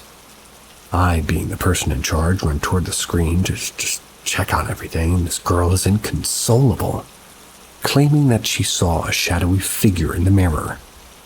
The mom is calming her daughter, saying it's just a shadow. I investigate. I don't see anything, just the normal bad feeling I experience passing these mirrors. We help this lady and she eventually leaves with her items. A couple hours later, a different woman wants to buy a wall coat rack. It's right by the mirrors. As I'm using the drill to remove the coat rack and my coworker's holding the other end of the coat rack, her face pales. She's staring at the mirrors and can't look away. I can see her do a double take and continue to stare at them. I'm concerned and finish helping this lady out, and immediately after she leaves, I return back to my coworker who's still just staring at these mirrors. It's as if she was in a trance. I try to shake her out of it and she can't speak. It's only when she said my name and I look back at the mirrors do I see that same figure, a morphing figure. It's subtly taking on different appearances, some feminine, others masculine, no face, just features. I'm used to these things around there by now. Drag her upstairs and sort of ignore it. The rest of the day I heard from multiple customers about how they thought they were seeing things in that same mirror. One girl even threw up in the bathroom because she said she suddenly felt so sick walking downstairs. When I came back from my shift the next week, it was gone. My other coworker had informed me that it didn't sell, but one of the other employees walked down one day to find it cracked. I don't know what happened to it or where it went, but the rest of the mirrors are still there. Occasionally they like to make messes and to play tricks, throwing pillows off couches, jelly cat stuffed animals being rearranged in the night, making sounds to scare people, switch the music playing and play with the volume. Generally they're harmless, not to mention they'd love to play with their security camera system. We've had the cameras and electrical looked at 1,000,000 times and they all work fine, but things will stop recording and cut out all the time. Here are some of the more prominent stories that have happened in the last year. Experience 1. Vintage train toy moving throughout the store. I was approaching the end of my shift, which means cleaning up and organizing the store for the next day employees. I clean up our vintage toy area and walk behind shelves to organize our vintage Levi jeans rack. I hear it clatter and go to investigate, thinking something had just fallen over. Kids place things back on shelves. In precarious situations, some things fall all the time. Not always because of activity. I walk over to the toy corner and see a knocked over toy train. It's standing up though, and this thing doesn't run on batteries or anything, it's super old. But I watch as it starts moving at a moderate pace out of the corner and into the next little aisle section.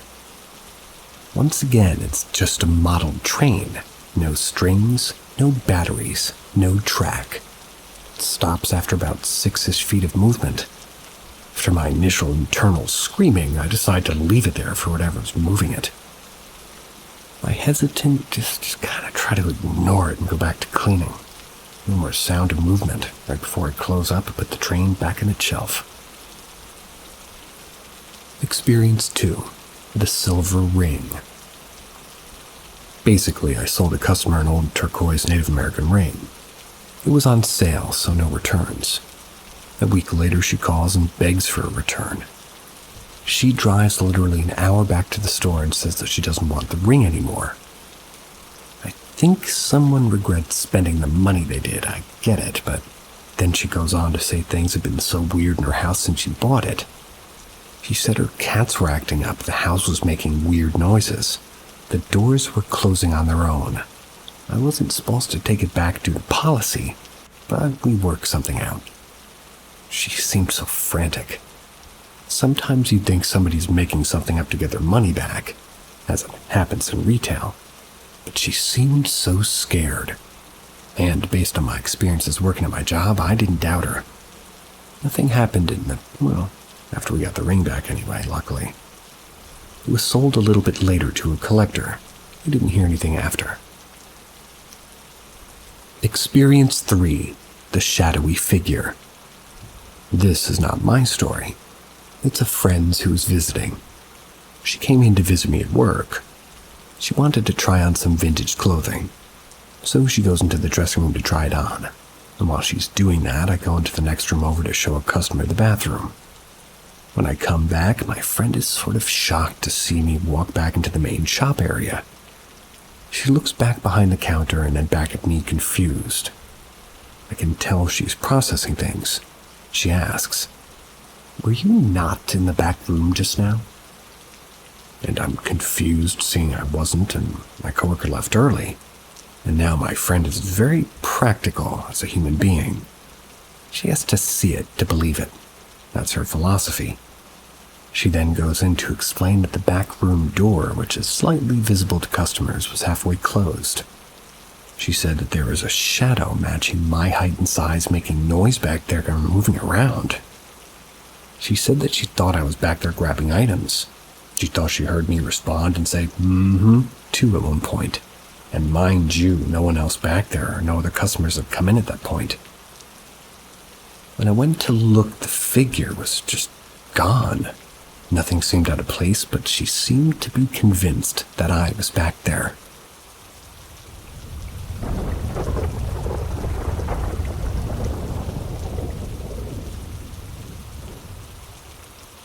Texas Demon House. Okay guys, I lived in this house for about 7 years, and I have a lot of stories from it, so sorry if this is long. I have ADHD, so I tend to ramble on, but I'm going to keep it chronological and as structured as I can. Let me know if you want part 2. Some background information. This is in a small town in central Texas.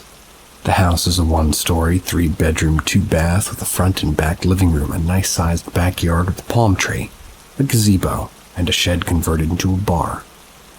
It was right across the street from a Catholic church, a cemetery, and after we moved out, we found out the property used to be an orphanage in the 60s.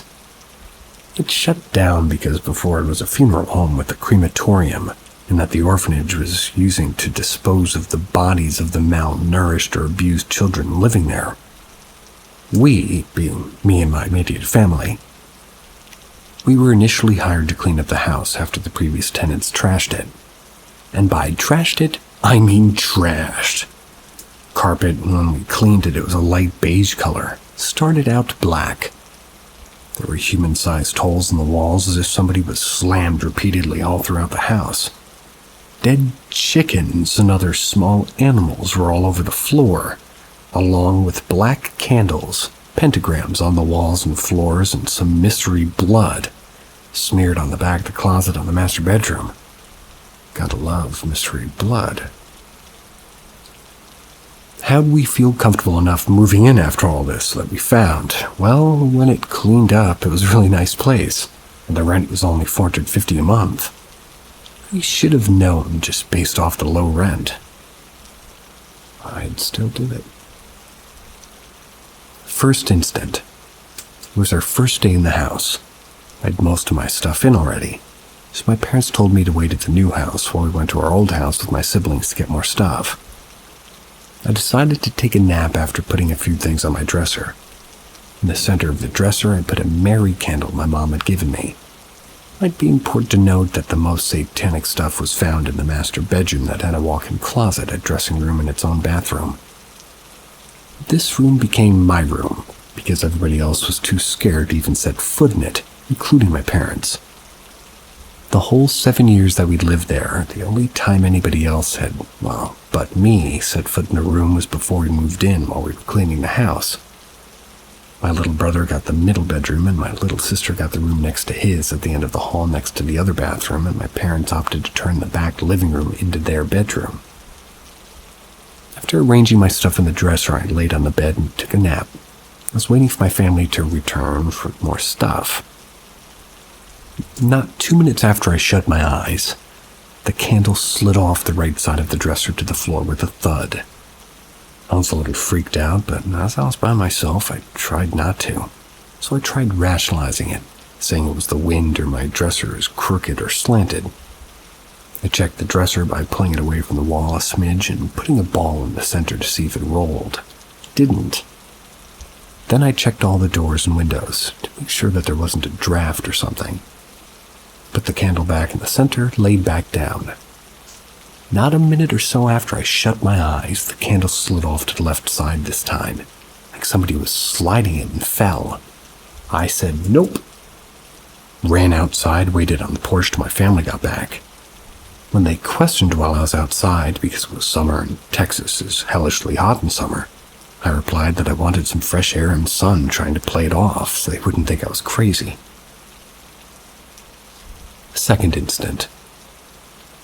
This was after we'd been living there for a few months. I was asleep in my room and the door was open because it made me feel better, and the rest of my immediate family were gathered in my sister's room down the hall telling each other ghost stories. It was close to Halloween. My mom said something along the lines of, "Y'all better stop telling that stuff before something happens." And right after she said that, my door slammed shut and I started screaming.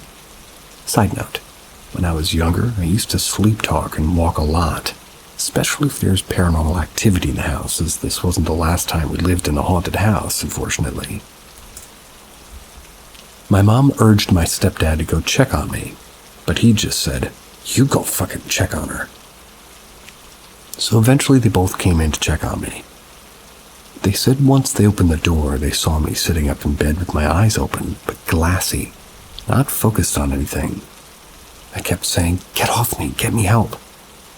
They were too scared to enter the room, so from the door they switched on a light and said, "Get out." At that moment, they said a black cloud lifted off of me. I fell back in bed with my eyes closed, fast asleep. They freaking left me there because they were too scared. Told me about it in the morning. I knew they weren't lying because the dream I had the night before matched up with what they were saying. They both looked kind of pale when they were telling me. Scaredy cat jerks, leaving me in there. Yeah. Incident 3. We have a family friend named Donnie Ray. And for some background on him, he's a family friend as long as I can remember. But some would say he was a bit of an odd character. He distrusted cars with a passion, so he rode his bike everywhere, even if it was 30 miles away. He also lived in an abandoned house and used a toilet seat over the bucket. Indeed, Gecko. Since there's no actual toilet, and set up his own irrigation up near a stream to the house so we could have water. He was a kind soul, and we loved him, and loved when he came to visit us. We mostly went to visit him, but sometimes he'd kind of bike the 25 miles himself as a surprise visit.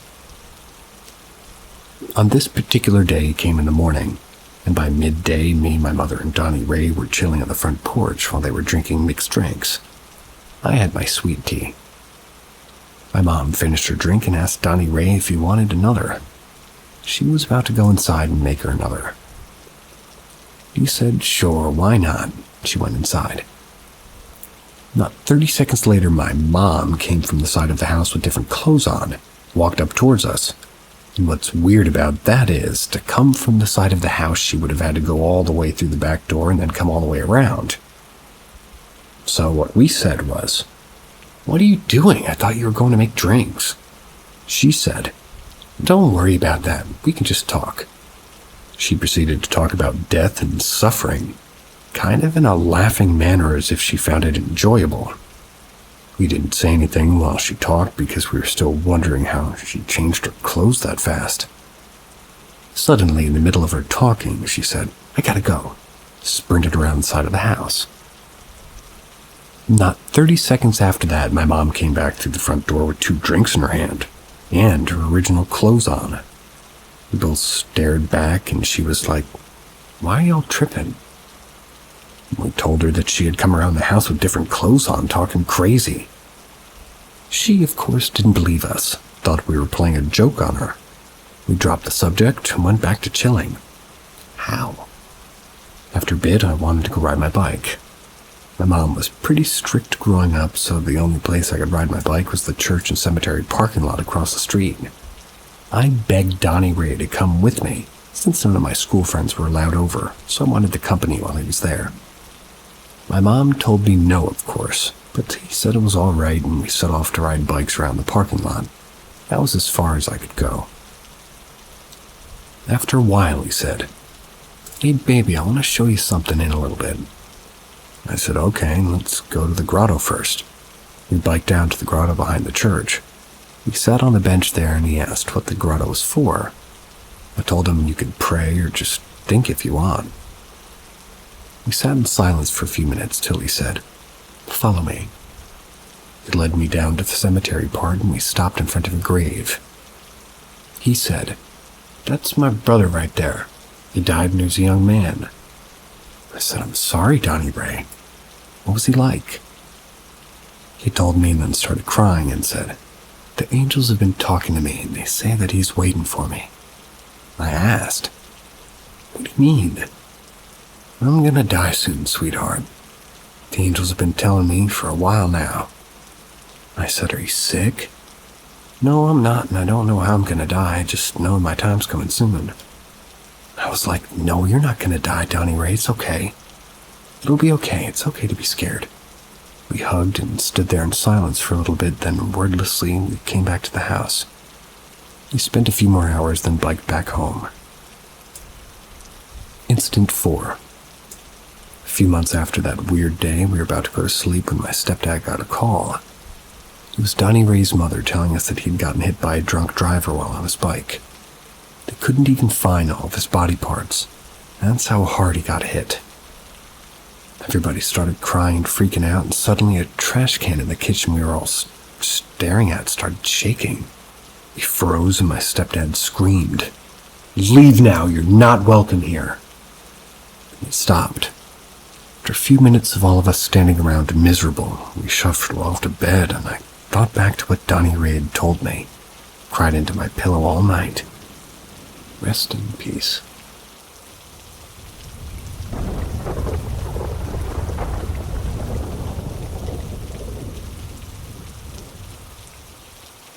The murder case of the Hammersmith Ghost.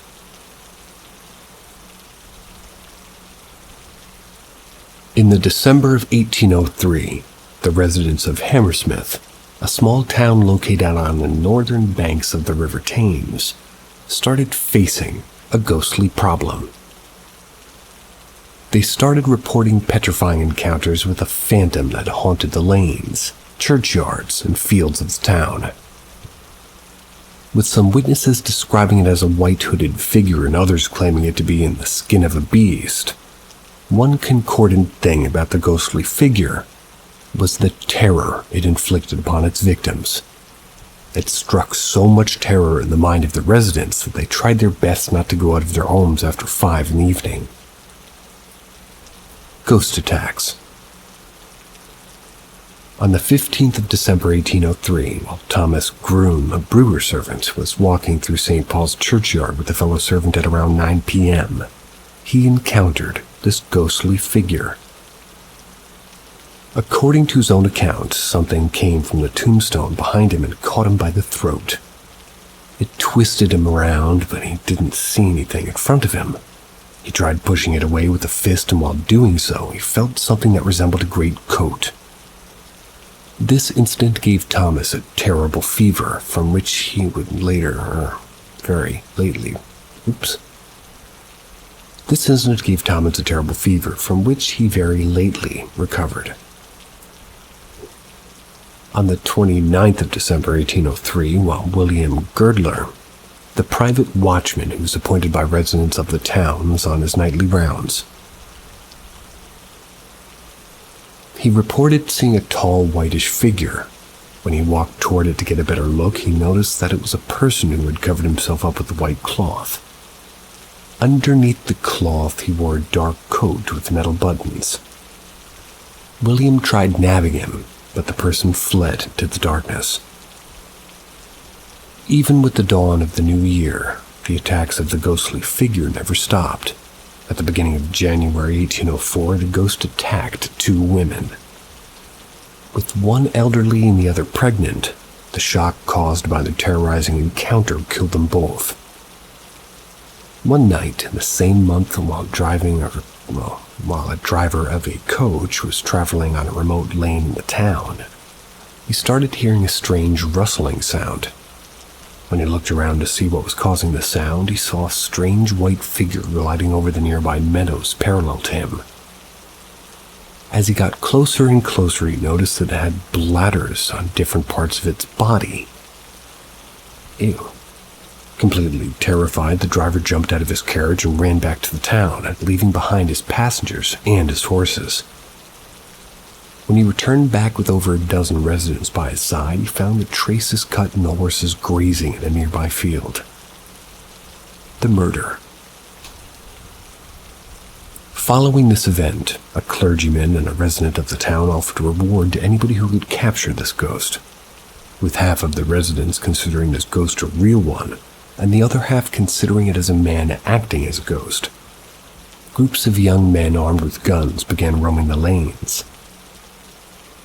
They were doing this by night to put an end to the troubling ghost. One of these men was a 29-year-old excise officer named Francis Smith. On the 3rd of January 1804, armed himself up and headed out to hunt for the ghost at around 10:30 p.m.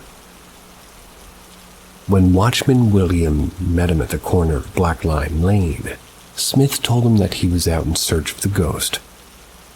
After the meetup, William continued on his rounds.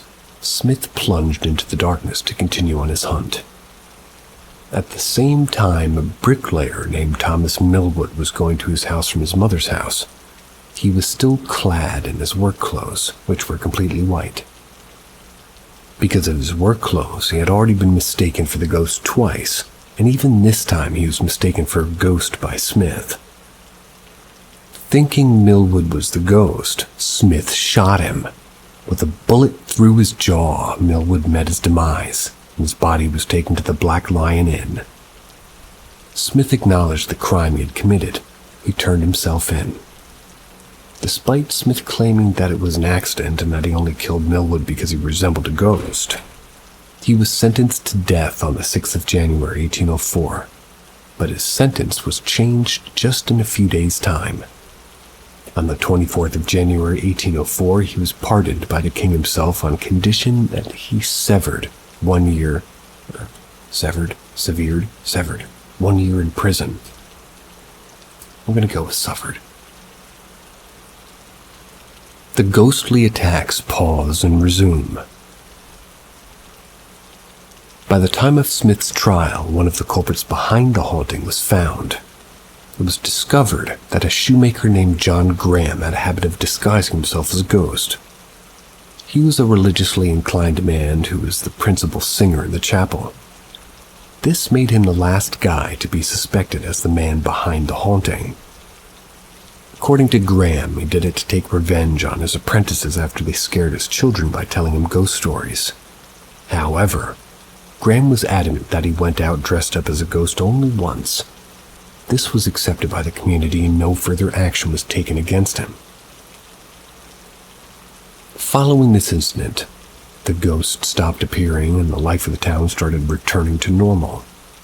With the fear slowly dissipating, more and more people started venturing to the dark, and the Hammersmith Ghost eventually became a distant memory, but the ghost would come back to haunt them 2 decades later. On the 3rd of December 1824, town residents were greeted by a headline, "A new Hammersmith Ghost," in their newspapers. In the lanes and roads of the town, a tall white figure started crossing paths with females only to magically disappear later. One night while a girl was returning home after her work in the Angel Public House, a tall white figure appeared in front of her, started chasing her. Poor girl was so scared by this time she was subject to dangerous fits. A few nights later, when a hard-working man was returned home from his work, the ghost jumped on his back, threw him to the ground, and then vanished. The man was left with a broken arm. The ghost attacked its third victim a few days later. This time it was a woman whose clothes were torn to pieces. The woman was found unconscious on the road with multiple deep scratches on her body. On the 15th of February, 1825, the true identity of the ghost was revealed. When the ghost tried attacking a man named Worsley, he got a hold of it. It was revealed that it was not a ghost, but a farmer named John Benjamin who was pulling up the ghostly antics. Scooby-Doo style. After he was caught, the sightings of the ghost stopped. So were all of the ghosts of Hammersmith merely dressed-up human beings. The headline of the newspaper published on the 29th of July, 1955, says no. Claims of a real ghost. The newspaper article told a story that was not publicized until then. In 1803, a man slit his throat open and died right next to the church. He was buried in the churchyard. Back then, it was believed by the locals that it was the ghost of this man that was haunting the town.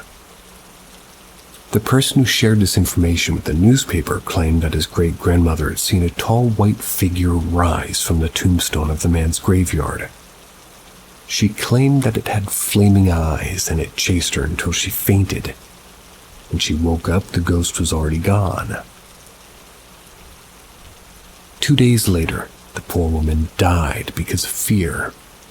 The woman's husband, otherwise known as the anonymous person's great-grandfather, apparently saw the ghost on first full moon night in August for the last time. According to the article, the ghost was rumored to appear every 50 years on the first full moon night of August. According to a paranormal investigator named Chris Farman, the claims became true. On the 5th of August, 1955, which was the first full moon night of August, Chris Farman and 17 other paranormal investigators witnessed a white figure rise out of the dead man's tomb in the middle of the night. The figure didn't seem to have legs, and it appeared as if it was hovering over the floor. After drifting around the churchyard for some time, it moved back to its tomb and disappeared. Conclusion. In 2005, the next time the ghost was supposed to appear, several newspapers tried to build up anticipation for the occasion, but it did not catch public attention as it did in 1955. Thus, not much information about the events in 2005 is known, and to confirm if the ghost is true or not, one has to wait until 2055. So, was the Hammersmith haunted by a real ghost or a man dressed up like a ghost? The answer remains a mystery. That's asking for the mystery machine.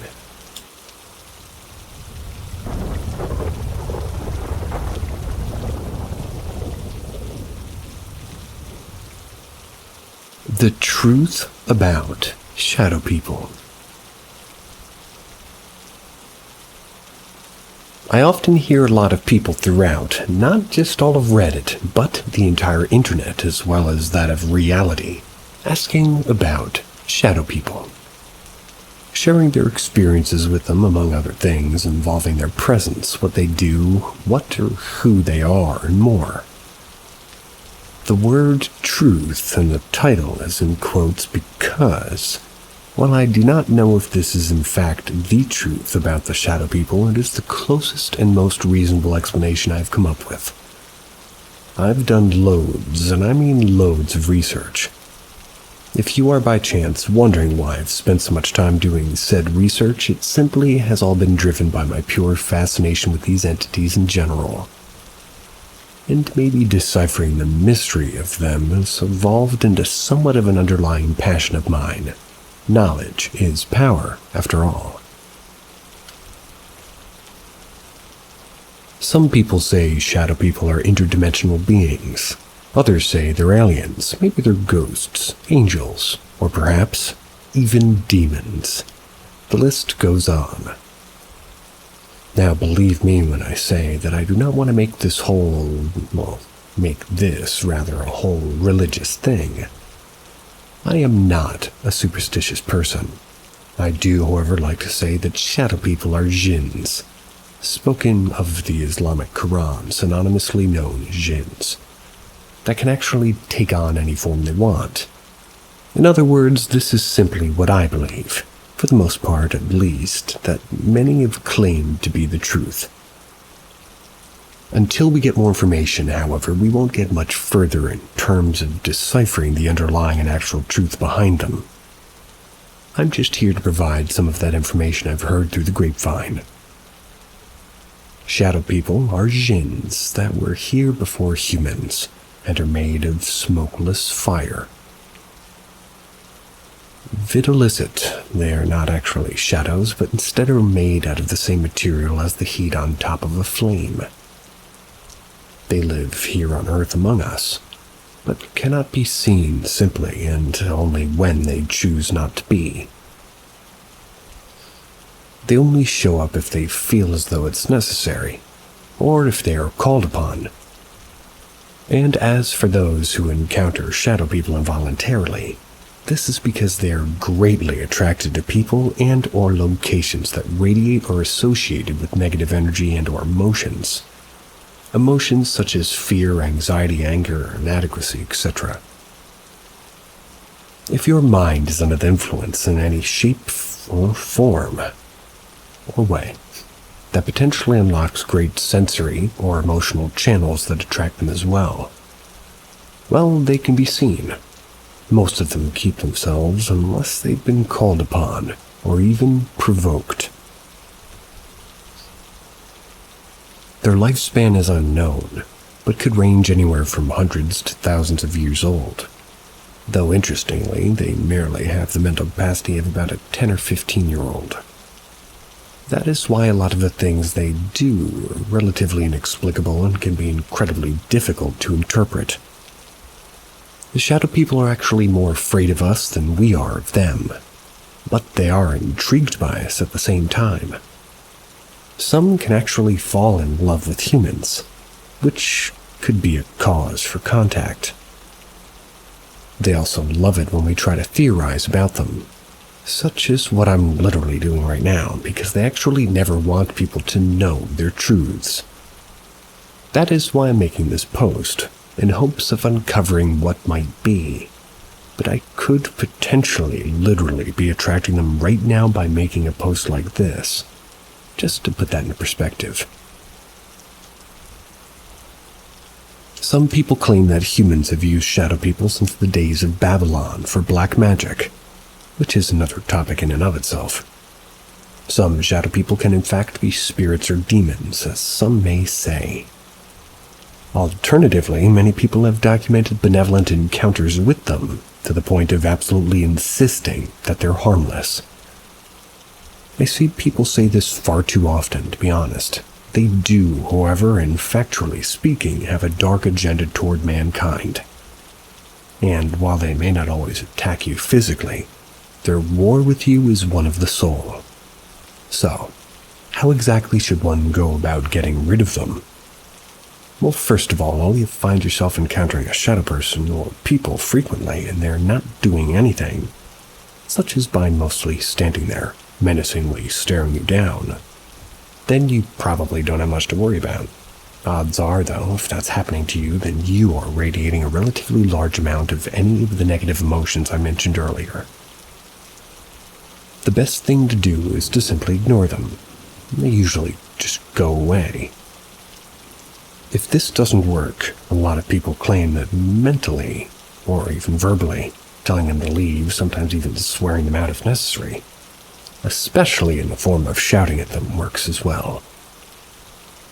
Another method, which includes that of spitting at them, which is usually more effective, for shadow people are repelled by human body fluids such as saliva, blood, urine, tears, etc.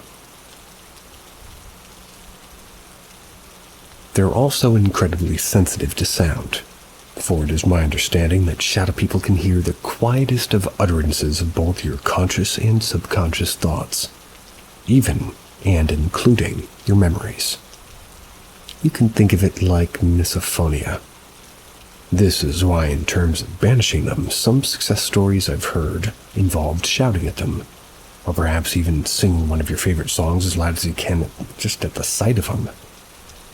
Not only does this work because of how astronomically sensitive their perceptions are, but it also radiates positive energy that they clearly wanted nothing to do with. Thus, should you encounter any, if you imagine something such as a loud, piercing scream, you just might cheese it out of there. If that doesn't work, you could try emitting a high-pitched frequency out of any speaker you have at your disposal. Unless, of course, you're dealing with a shadow person who means some serious business. They will always, well, almost always, not be able to handle it. It will send them packing. Some shadow people are stronger than others, so while some may be easy to get rid of, others may require more of an aggressive approach. With that, there's also the act of praying, which to my knowledge is one of, if not the most belligerent method of banishment. It might work because using this method in any way certainly means you are on the right track in terms of expelling them, but from what I've heard, although I personally never tried this myself, the most aggressive and effective way of ridding you and or your home of shadow people is that of reciting certain religious verses in their native language. That caused them to quite literally burn, in parentheses, in hell. A lot of people also talk about encountering one very hostile shadow person in particular, usually seen wearing a trench coat, a top hat sometimes, though rarely, a briefcase. Other times bearing red eyes, although any shadow person can have red eyes. They just aren't as common. They are, however, always malevolent. The entity in question and whom I'm referring to is known as the Hatman. I sincerely promise you that he is not friendly, not even a little bit. If you see or have ever seen the Hatman, then I feel very sorry for your misfortune. While he usually doesn't attack you physically, he normally comes around during very low, dark, sad, depressing points in our lives. He does this in order to do what many other shadow people do: feed off of our negative energy and emotions, which in turn makes him stronger. He also serves as a representation of an upcoming negative event, such as the death of a loved one or an accident of some kind. The short version is, he definitely is not good news.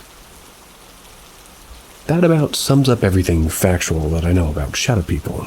Forgive me for making this post very long, but I can only make a post so short while summing up the majority of what I've gathered about shadow people. Hopefully this answers, or maybe explains, some things that you've been wondering about, as well as any concerns you may have had. Again, just to clarify, I am by no means a superstitious person. I do not know if there is a god or gods, a heaven, a hell, an afterlife, or any of that.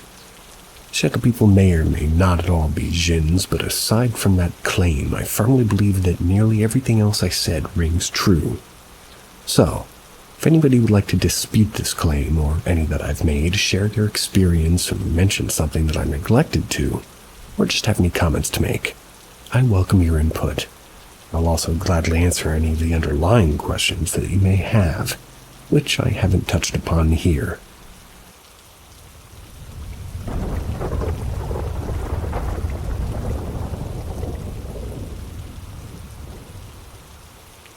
Does anybody know what creature this might be?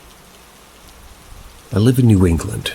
The area isn't super densely populated, and it's somewhat of a rural area, but not in a western way.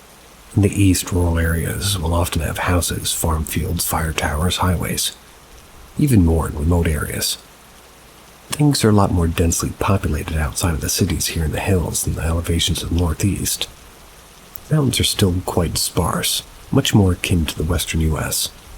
There's a local town forest with a large network of trails. Many of them are heavily trafficked by people mountain biking, walking dogs, etc.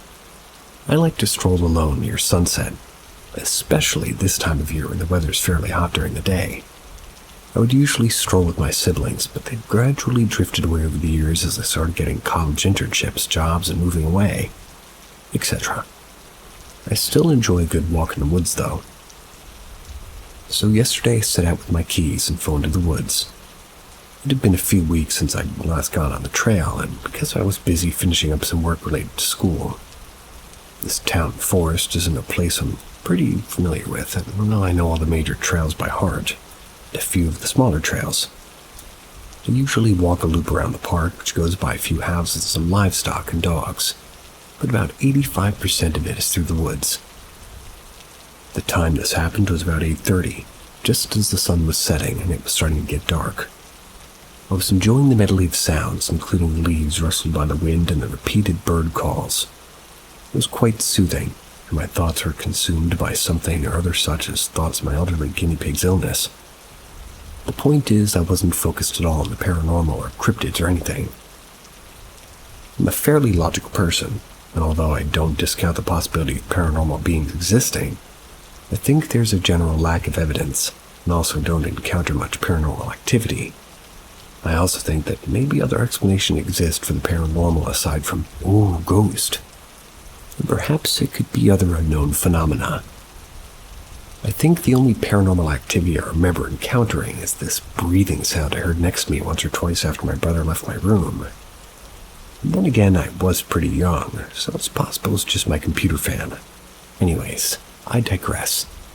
So, there I was in the forest, listening passively to the chorus of sounds that echoed through the forest when I was going to get the right trail to do the loop. And like I said, I know this loop path quite well, and the whole forest to a certain degree, but there are blind spots in knowledge for some paths I take very infrequently. I was kind of spacing out and I turned on the wrong trail. This trail is a more narrow and wooded trail, which might be a little dangerous in the evening because of the roots. But I thought to myself, oh well, I'm a little familiar with it, but it's probably been a year or two since I last took the trail. The trail gradually narrows to where just about one person can fit on it. I'm a tall guy, so I have to bend over a bit. This trail is maybe about 1.5 miles in length and takes maybe 30 minutes to do at my walking pace. It's about 10 minutes down the trail where I encounter something somewhat strange. Anybody who frequently walks in the woods of New England in summer knows there are oodles and oodles of gray squirrels. I had seen dozens of them along the way. I encountered one, though, that was a bit strange. It seemed unfazed by my presence with a certain confidence that was unbefitting of a prey animal. It somewhat reminded me of my guinea pig in its unfazed and uncaring aura. I whistled at it as I often do because I like to whistle. It still didn't move. I approached the animal and it still seemed unfazed and even somewhat curious. This was very strange. Then I came to my senses and realized that this wasn't a great sign. The squirrel could be rabid or have some squirrel version of chronic wasting disease. I decided that I should get away from the squirrel and continue down the path for about another 7 minutes. There is some data along here, so I was Googling the random questions that came to my mind, like, is there prion disease in squirrels? I was also keeping track of the time because I had a doctor's appointment the next day and I had to go to bed a bit early. When I was about 15 minutes from the end of the trail, that's when the exceptionally weird things began to happen. I don't know if the squirrel incident is in any way connected, but it's strange the two happened in the same evening. So there I was looking to the darkening woods. It was about 8:50 and I think at this point the sun was almost totally down. I had a maybe 20-minute part left to my loop before I left the forest. And that's about when I heard a rustling. I felt no dread because rustlings like these are really quite common. It's usually a squirrel just shifting behind a tree to avoid your gaze, but this sounded different, a bit larger. I felt a little bit uncomfortable, but I'm a big guy. I'm 6'4" and 210. So I continued on further. But I felt a little more concerned by the fact that the sound was following me. Turned on my phone's flashlight. I caught a glimpse of something shiny like metal, and then something that looked like frog skin. I don't know, but that's when I started to get very scared. Thought it was just a frog on some scrap metal that was hard to see because it was so dark, which the thick tree canopy in this part of the trail wasn't helping with. I started to walk faster with some fear, but certainly I get a little afraid sometimes on my walks. What was really unusual at this point was the fact that this thing was still following me after 4 minutes straight of walking. With my accelerated pace, I estimated there would be about 10 minutes left to my stroll, and about 5 minutes left on this secluded trail. Just as I reckoned that I was faced with something even more strange, so far my strategy had been to ignore the creature and not think about it as you would with wild animals, especially with reports of black bears in the area. I just wanted to get out of its territory of this thing as fast as possible without angering it or engaging it in any predatory instincts, especially because I couldn't see it. That proved to be somewhat useless when I heard the thing begin to sprint from behind as though it was trying to get in front of me. I sped up to a jog and began to yell at the thing and shine my flashlight behind me. I was trying to catch a glimpse of this thing and identify my enemy. Still not being scared to death, but rather a little shaken, thinking I was being chased off by a coyote or something. Maybe I was neglecting my earlier sight of this creature as sort of a misidentification. At this point, clouds had completely covered the moon, making the trail quite dark. It was because of that and the fact that I was looking behind me that I tripped. The end of the trail was almost in sight, as visible as these things can be in the dark. That's when suddenly I saw a non-humanoid blob in the tree line looking at me with what felt like contempt or hunger. I couldn't tell if I was just imagining it. When I scrambled to find something or anything to fend, I just found my phone and a rock. This thing was in front of me, and I was trying to buy some time to get past it by cutting around the trail into the bush briefly before getting out into the clearing, after which I could get to the well-lit area where my car was. I shined the flashlight of the creature while formulating the plan. I was shocked by what I saw. Previously, I was thinking that this thing was just a black bear, which I was misidentifying in the dark light of the forest. But it became clear that my previous identification was correct. This thing was slimy like a frog, about 5 feet tall, the same size of a chimp. Its eyes appeared like those of a fly, and it twitched away from the light as I shone it in its eyes. I used it as an opportunity to throw a rock at it, which connected, causing the thing to run off into the swamp bordering the trail, at which point I noticed that it had long and thick tail, which it was balanced and was moving like a snake. At that point, I was pretty shocked and most focused on just running, so I got up and bolted for the exit of the trail and quickly bolted home. I haven't told anybody of this experience because I feel or think I'm crazy, but I was even apprehensive to post this on my main Reddit account. I just want more people to take my experience seriously and help me figure out what the heck this thing was. The closest thing I could find in this article is the Silver Lake monsters and giant snakes. Could I have misidentified this creature? It was kind of a blur, but the one thing I remember clearly are the eyes of that creature, the slimy skin and the cobra-like movement. I just honestly have no idea what this could have been, and the only semi-scientific explanation I can think of is some escaped government experiment or alien. It's also possible that I was hallucinating for absolutely no reason, but I've never drank or taken drugs before, and I don't have any history of brain injuries or mental illness or hallucinations.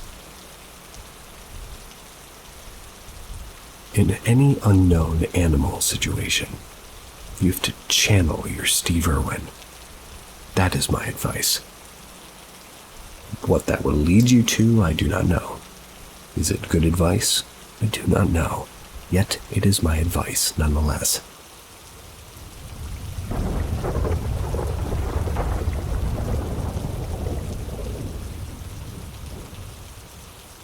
Am I being haunted, or is this something different? I feel like I'm going insane. I've lived in my house my entire life. It's a 2-story brick home with wooden floors and a 2-room extension on the back of it. That's looking out into a backyard. That's where I live. I have my bedroom and my lounge room that are connected. There's direct entry into the lounge room through the back door that comes from the yard. And it's important to note that my bedroom window is on the 2nd story. My 6'8" partner had to be on his tippy toes to touch the glass of my window. For quite a while, I've felt incredibly uneasy being home alone, whether it's during the day or at night. My partner and I chalked it up to poor mental health, considering nobody else in my family seemed to notice anything was off. And another point of note, all the women in my family, including me, have experienced something of the paranormal in their lives. Now, a couple of weeks ago, I woke up to what I believe to be the sound of my back door handle being played with. It's an old squeaky glass and wood door with metal handles. Very distinct sound. After being frozen in place for quite a while, I then turned into bed and faced my window, grabbed my phone. I have horrible eyesight, but what I believe I saw was a tall, white, skinny figure right at the back of my yard near my dad's shed. Rubbed it off as a trick of the mind. I went back to bed after shutting all the curtains. Another note. I used to always sleep with my curtains open until this instant. A few days ago, I was laying in bed watching TikToks. It was about 1 a.m. and I hadn't slept yet. I also really wasn't tired at all. My curtains were closed, but my window was open. My phone was on full brightness and my volume was loud too. When I eventually turned off my phone and rolled over, I heard a very clear, distinct knocking on my bedroom window. It was knuckles on glass. After being completely frozen for about 3 to 5 minutes, I rolled over and called my dad. Call went to voicemail. After the voicemail tone rang out, I heard shuffling and movement from underneath my window. Dad eventually came in with a floodlight torch. Nothing. My partner was worried about a stalker, so we set up a Ring camera. There's been nothing yet, not even a single animal. I'm house sitting currently, but I visited home at around maybe 2 p.m. yesterday. Home alone, front door was locked, back door was open, and I was repotting a plant in my yard. I have had really good mental health recently, so I know my feelings aren't really attributed to that. Sitting in the backyard, I thought I could hear walking around in the house behind me. I distinctly remember being too scared to look at the back of the house from the yard. I got cold all over, like my body froze up. I feel okay being in my room or my lounge room, but the rest of the house gives me a deep, uneasy feeling that nags at me constantly when I'm alone.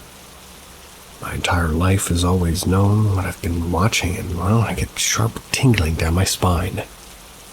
It can happen at random, but it is always followed by that incredibly intense, uneasy feeling.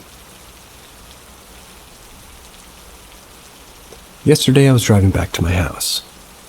I was about 10 minutes away when I got a notification from my Ring camera. It said, "Person was detected in my backyard." My partner gets the notification on his phone as well. He calls me straight away. His first words were, "Hey, I've just checked the footage. There's literally nothing there. Can you please FaceTime me when you get to your house? Something feels really off." And keep in mind, my Ring camera does have pretty poor quality because it's a fisheye lens, but it was also around 2 p.m. So a person would have been very easy to see. Next, I arrive at home. Instantly, I see that my side of the gate is half open. I call each member of my family. No one has left through the side gate this morning. Call my dad. He told me to call the police. He told me to wait in my car with the doors locked. Both him and my partner left work to come to my house after I phoned the police and told them I was worried about somebody in my house. Okay, so typically the police, didn't show up. My dad and my partner did, however. We all went through the backyard and did a sweep of the entire house. Nothing. My partner and I replayed the footage from when we got the person detection notification, but this time we turned the sound on. Clear as day, you can hear my back screen door being shook twice, or pulled at or something, which I found really weird because the screen door wasn't locked, meaning somebody would have to be able to open it instead of just shaking it. This was instance number 2. Instance number 2. My partner, my dad, and I were all sitting in the office, the furthest part of the house compared to my room in the back door. We were there for probably about 20 minutes. That was until my dad left to go buy more cameras to set up around the house. Then it was just my partner and I. So we sat together in the living room while he was setting up to do online work for like a meeting. He had fled work to come home to my house. He was reviewing some more footage from roughly the same time we're all in the office. We both heard scratching coming off my window security screen, followed by the same 4 knocks that I heard last week. Freaked me the hell out, considering nobody heard anything in the office, but it was clear as day on the recording. As the camera faces outside, you'd be able to see if anybody was doing it on the outside of my window, meaning that it had to be coming from inside my bedroom. I want you all to remember that all the footage I'm talking about, I've downloaded it onto my phone, so I have solid evidence of each of these events. I won't be sharing as it shows my entire backyard. The third instance, and also technically the fourth, I went back into my bedroom to scope it out, and also to check for hidden cameras. Yeah, I'm paranoid. My partner just left to go to the bathroom, which is also at the opposite end of the house. This was the only time I'd been left completely alone since being home. My curtains and windows were completely open as it was 2 p.m. during the day. Nothing happened to me while I was in there, but my boyfriend came sprinting out of the bathroom holding more footage from the Ring camera.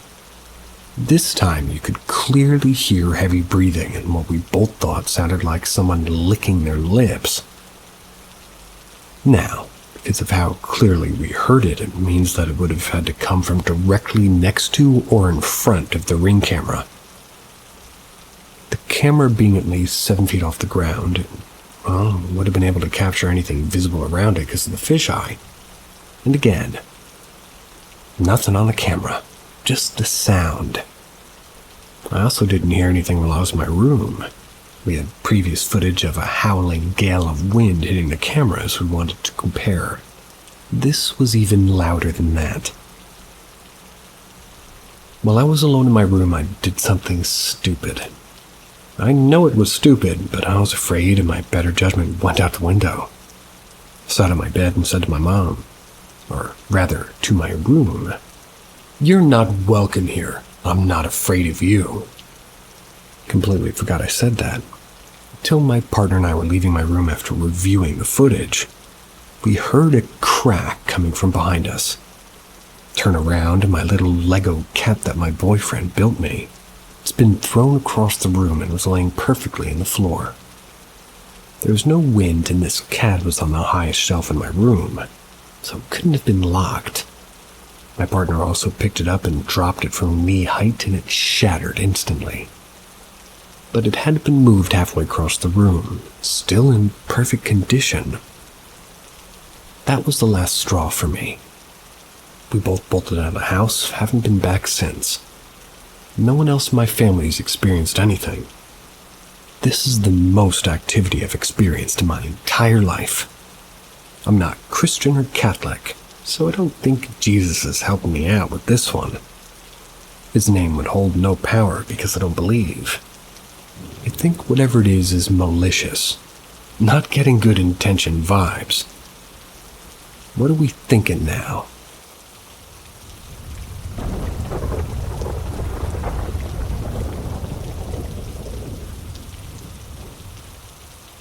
My personal ghost story from 2021. I moved in with an old roomie, Cassidy, and her 2 dogs back in August of 2021. We had an apartment for a year prior to moving to the duplex. The new place was on the south end of Columbus. Not the best area, but I can deal with addicts and persistent homeless people no problem. I couldn't deal with whatever was there. Move-in was normal chaos. Boxes, sleeping on a mattress with your bed frame next to you, painting, etc. Nothing out of the ordinary happening. After a few weeks, I was constantly misplacing things. This is far from unheard of for me, but it was out of control. Keys I put in the middle of an empty table wouldn't be there 10 minutes later. I'd start looking for them and then eventually they'd be back where I'd left them. This wasn't daily, but enough to mention. Duplex was 2 stories. Shitty, creaky floors, thin walls. I could hear my neighbors fart. For a bit, it sounded like somebody was walking on the 2nd floor, but no one was home or up there. Just assumed it was the neighbors. That assumption was disproven when my neighbors were out on our shared porch. I was inside, heard the footsteps and thought, oh, okay, we have a little ghost. Whatever, I can deal with it. Footsteps were light and always in a quick patter, like a little kid who doesn't know how to trying to skip. I'd get a tap on my shoulder here and there, all harmless stuff. Soon I started hearing my roommate ask for me and say my name when she wasn't home. I never said anything to her in fear of sounding bonkers. Fast forward to like November of 2021. Roommate comes to me in the morning. I've asked if I've had anything spooky happen, at least in the house, beyond footsteps and such. I told her about hearing her ask for me when she wasn't home. She paused and did one of those eyes slightly closed, God damn it, okay, soft nods. Told me she's been having the same thing happen. But me asking for her, obviously, never wanted to say anything for the same reason. But as she was falling asleep last night, her mirror fell. One of those cheap Walmart floor mirrors. Well, it didn't fall, technically. It started to tip over, paused for a second, cracked, then fell. She got freaked out, but didn't know if she was just lucid dreaming or something. As she mentioned this, and we both acknowledged hearing shit, stuff picked up a smidge. The footsteps became more frequent. I had a few taps on my back and would occasionally catch something just in the corner of my eye, but never full on. Blah, blah, blah, nothing crazy for a bit. Late January, Cassidy's out for the night. I'm passing out in my bed. I'm in that juicy spot. Park comfort, cozy levels reached.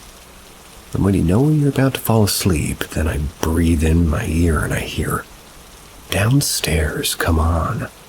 I get covered in goosebumps, just like I'm now retyping this insanity. My phone dings and there's a notification from my security camera. I immediately text my roommate and surround myself with their dogs. Chat about it the next day and agree upon, yeah, spooky for sure, but like, what can you do? Move on. Everything stays the same for a while until Cassidy moved out mid-April of 2022 and obviously took her dogs with her. Then shit got wild fast. Within the first week of solo house life, I'm in my room laying in bed. The foot of my bed faces the door. TV's to the right of it. I'm not sleeping, just chilling watching TV. From the top of the door frame is a smack, smack, smack. Like, undeniably so. Like an open palm was hitting it. Not like, oh, what's that noise? More like, oh, fuck that. I go sleep downstairs. I move out of my bedroom and into Cassidy's empty room the next day. No issues for a night or two. I'm on my bed, which is on the floor, not about to take my bed frame apart and reset it up. I think I was either doing nonsense on my phone or nonsense on my laptop. Either way, I was doing nothing important. The room to the hallway is across from me in the left corner of the room. From the hallway, an unfamiliar, wildly uncomfortable noise. The quick little footsteps I became accustomed to, they got heavier and slower. I was pacing down the hallway. Not constant, but enough for me to hate everything. I stand up and go to the door, poke my head into the hallway and have my chest, brushed. Not shoved or pushed, not caressed, just like, yeah, I can touch you, kind of a thing. Message received. Out loud I say something like, okay, bud, I'll fucking go, Jesus. Go to the bed and start packing a bag. My bag's at the corner of the room, like the fucking wall. I can feel something there with me, like right frickin' there. My feelings are confirmed when over my shoulders a growl. Not like a dog growling, but a distinguishable sound. Best way I can explain is if you asked a tired overweight guy to impersonate an empty stomach. I did so fast, stayed in my art studio. I go back during the day and try to push it in the back of my mind while I start packing my shit. I'm moving, or attempting to. Credit score and financial situation aren't ideal. I've seen horror movies, and I know kind of staying doesn't really help anything. After staying in my art studio a few nights and spending the days there packing with no activity, I decide to stay another night. After all, a studio's not the most comfortable place to sleep. First night back, nothing. Just the overwhelming fear that's going to happen again. Second night, nothing. Third night, the same. Okay, so maybe I had carbon monoxide poisoning or something the other night. I try to breathe easy, but that stuff was terrifying. So easier said than done.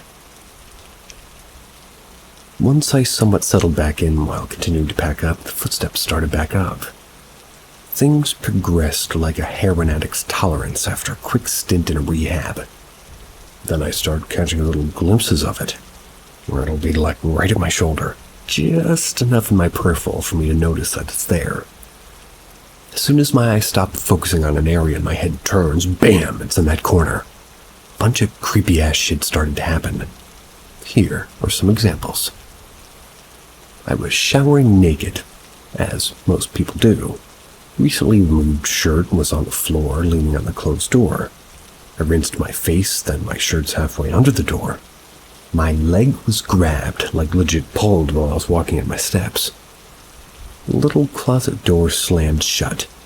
Getting more creative, Ghost. This is so overused. The house got unbearable, especially upstairs. The second I would go up there, it would be right on my back, not touching me, but like right there, just out of sight. You could feel it. Every step just took it with me. This wasn't just at night anymore. It was always. Keep in mind, I'm packing up to move, so I don't have a choice but to be there sometimes. I never go at night anymore, and if I have to go upstairs to pack, I'm supermarket sweep styling that shit. My final fuck. This was at the end of May. I was in my room finishing up packing. My room was hands down the most spot in the house. Rather, worst. It didn't want me there at all. His presence in there was so intense. This time I ended up sprinting out of the house and never went back. Looking out the window from my room while closing a box in the reflection, I see it. Like when you look down a well and it's just pitch black. It's like that. It's at my wall, like 7 feet tall, just looming. I turn around, gone. I'm a bit uneasy, to say the least. It was like a magician coming up with new tricks to wow the audience. Just replace wow with terrify, an audience with me. Throughout this nightmare, I would often set up my phone along with a security camera. I just wanted to get something to prove I wasn't bonkers. This was the last time I would have to do that. So, like I had done in the past, my trembling hands set up my shitty iPhone. Just slap that record button. Go downstairs, then I come back up to check if there was anything, and there it was. Just listen. Ignore footsteps and floor creaks. It told me to get out, so I did.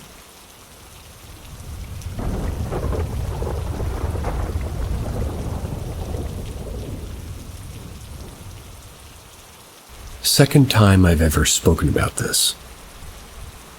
The only other person to hear about this directly was from my wife, and I told her the story when we first got together in 2021.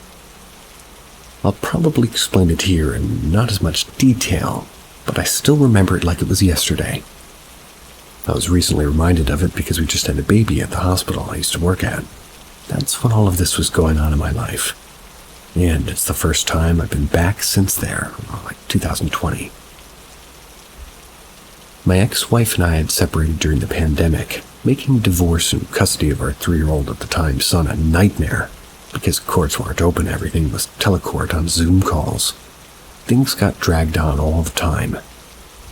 I had just received a job offer from a new hospital, but because of COVID, I had a start date that was 10 weeks out, so I gave my old hospital a 2 weeks notice, took 8 weeks off to myself.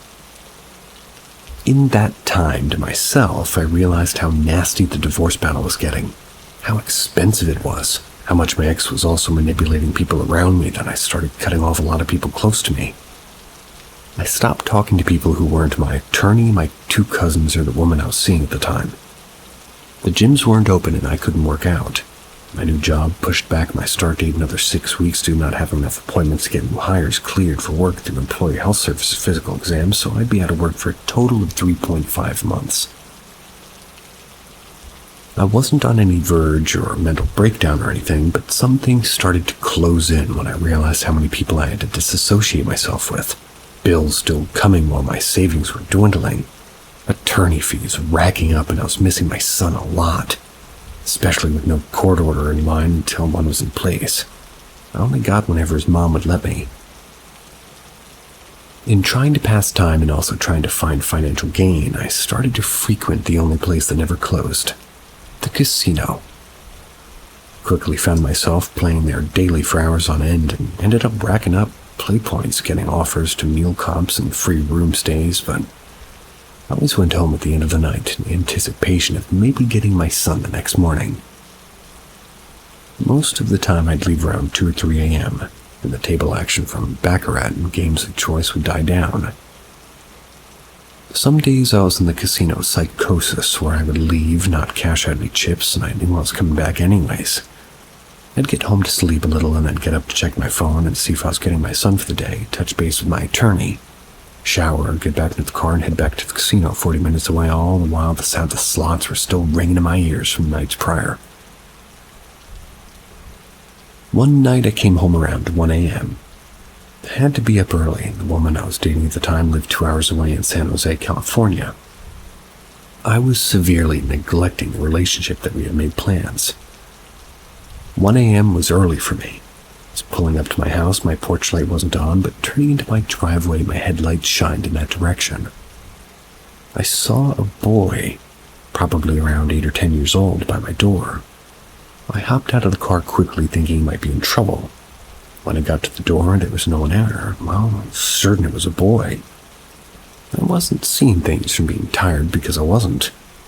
I experienced paranormal things when I was younger, but never in this house. So I automatically thought my house may be haunted. It's the first time this ghost is showing up now that everybody stayed there beside me. I checked around the house, inside, sat still waiting to hear anything. Any creaks or cabinet doors closing, and went to bed. Drove to San Jose the next day and stayed there. I learned that it wasn't my house that boy was staying in, because I saw him again while in a whole different city. My ex-girlfriend lived in the type of townhome that there's 3 stories with the master bedroom being on top, living room and kitchen in the middle level, and garage and front door entry was the first floor. We had ordered DoorDash at the end of the night, and that's when food arrived. I looked down outside the window to see the dasher leaving, so I ran downstairs to grab the food with my car keys in hand since my car was right out front. I bent down to grab the food and locked my car and held down the unlock button, accidentally rolling windows down. I saw someone sitting in my passenger seat, just gray skin, black eyes, black hair, hardly able to see over the window of a 2018 Camaro.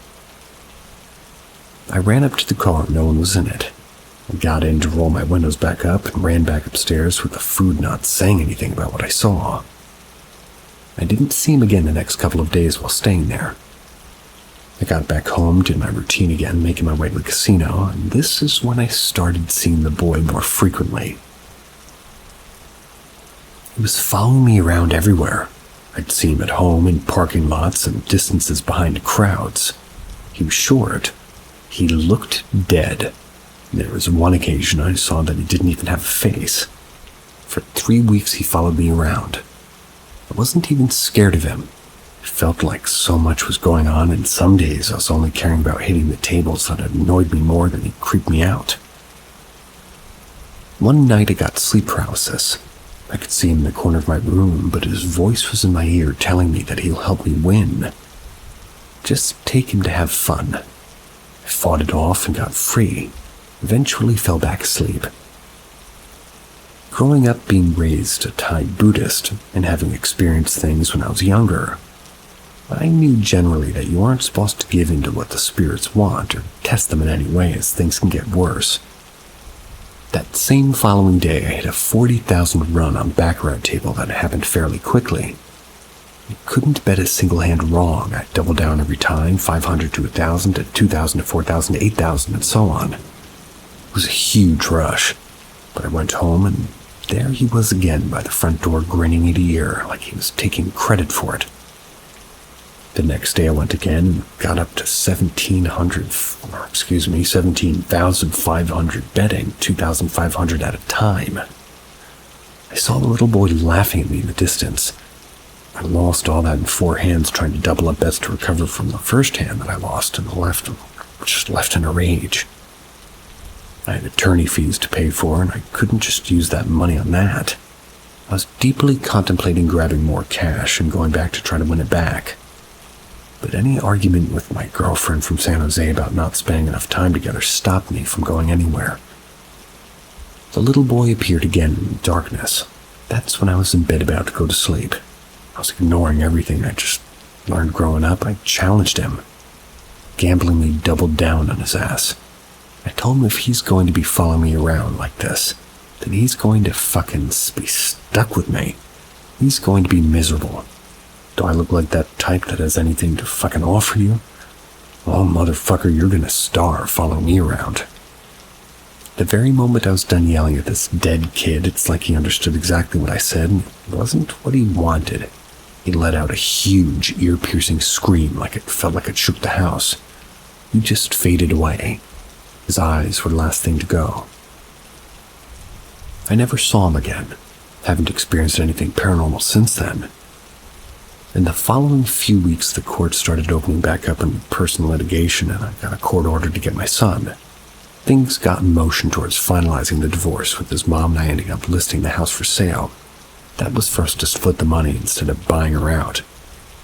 I moved, started working at a new hospital, and was finally able to focus back on working and spending time with my son.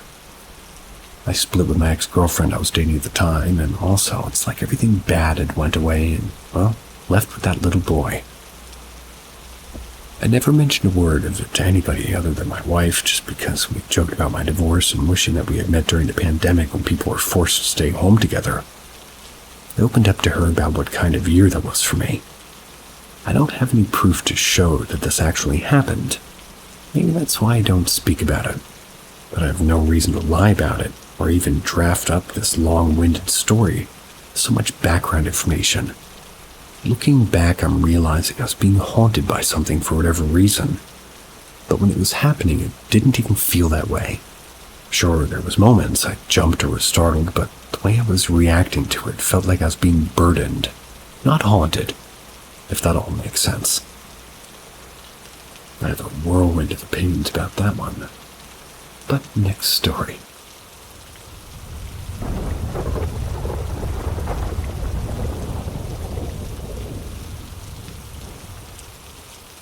The mystery behind the disappearance of the Jameson family.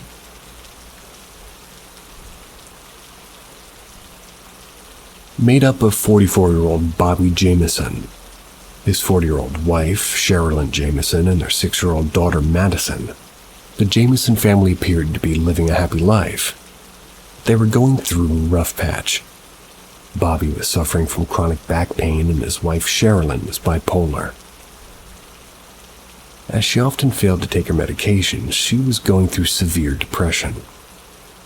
Bobby believed that their house was haunted by spirits that lived on their roof. As a result, Bobby called their pastor Gary on multiple occasions, asked him where he could get special bullets to shoot these spirits.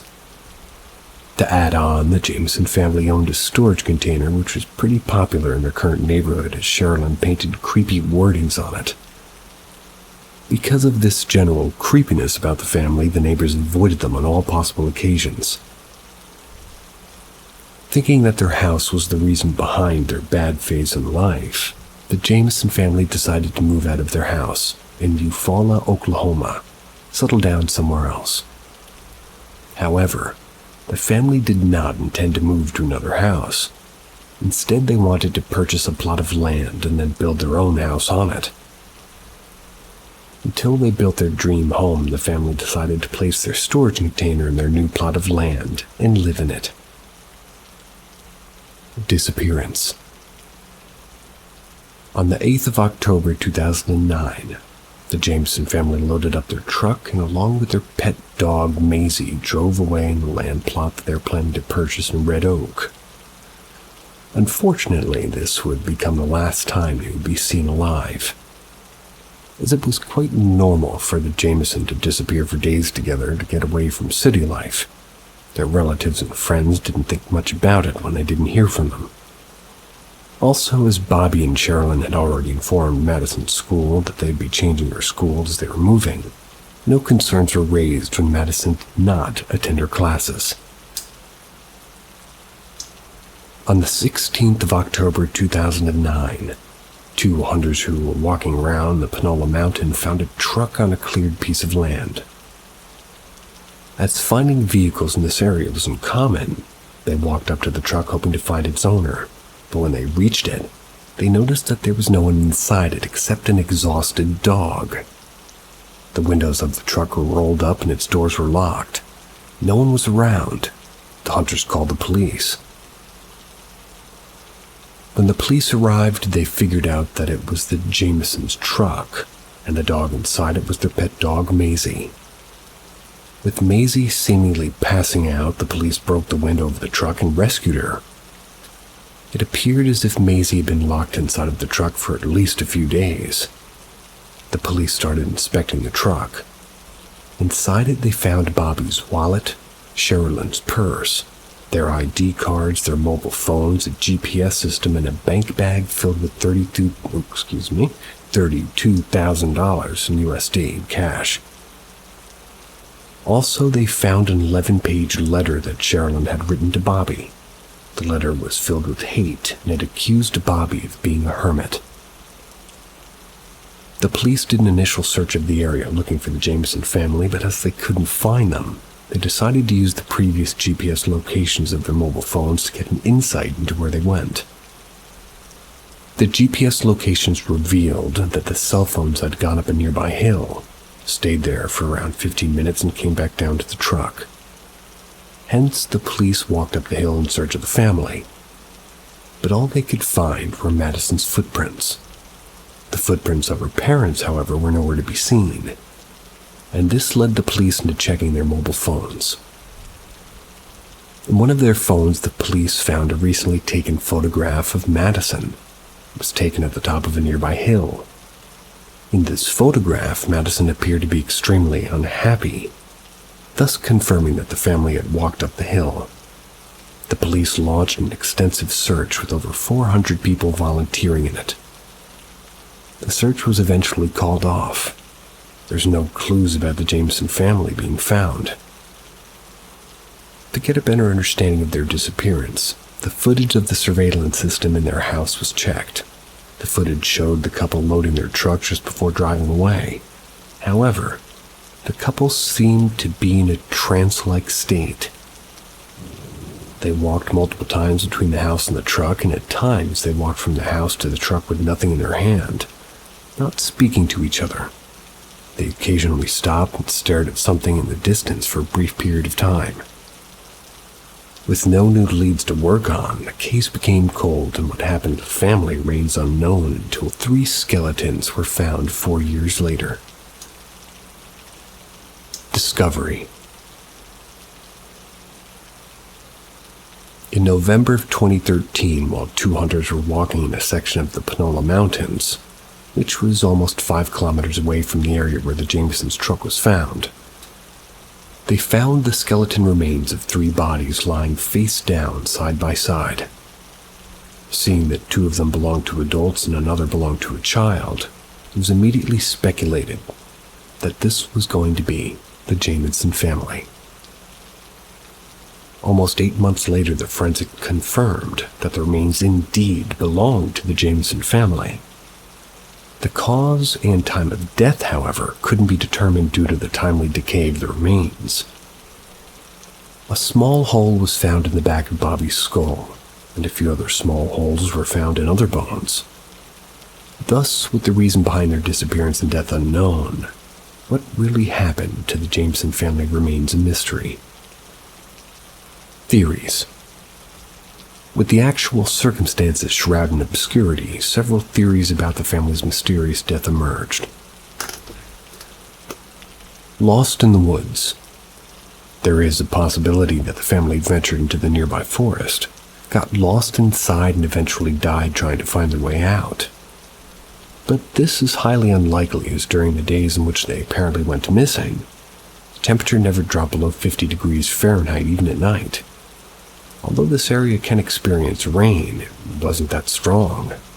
Hence the probability of the family dying because of getting lost in the woods being quite less, but it still could have been possible. Homicide and suicide. Considering the fact that Sherilyn was bipolar and the hate that her 11-page letter in the car carried, there is a possibility that she became euphoric and killed her family before killing herself. However, the friends and relatives claimed that she would never harm her child. Also, considering the fact that the family were planning to settle down in this new piece of land, this possibility is highly unlikely, but still possible. Murder. Bob's relationship with his father was not particularly great. Bobby had, in fact, petitioned a protective order against his father, who had threatened to kill him twice. But when the Jameson family went missing, Bobby's father was actually in the hospital. He died 2 months later. This made him physically and mentally incapable of killing his son and his family. After the bodies of the Jameson family were discovered, one of Sherilyn's friends named Nikki received an anonymous phone call from a woman. She claimed that she used to be part of a white supremacist cult and in their hit list. She remembered seeing the name of the Jameson family. Before she could ask any more questions, the call disconnected and the call couldn't be traced. Also, considering the fact that a satanic Bible was found in the Jamesons' house and the lump sum of money that was found in their truck, there is a possibility that they were lured into a cult and then murdered. Not saying that I'm particularly knowledgeable in these things, but holes in the bones, you say? I have my opinion.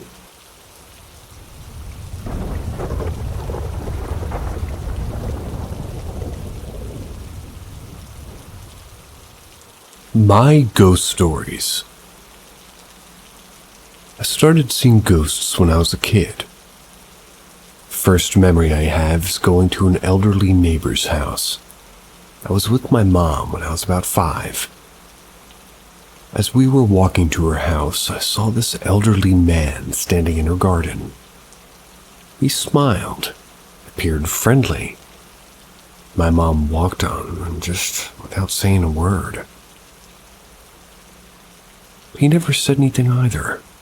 Thought it was strange, but didn't say anything. We got inside the house and was chatting with the neighbor when I saw him in the hallway to the living room. He was watching us and smiling and not saying anything.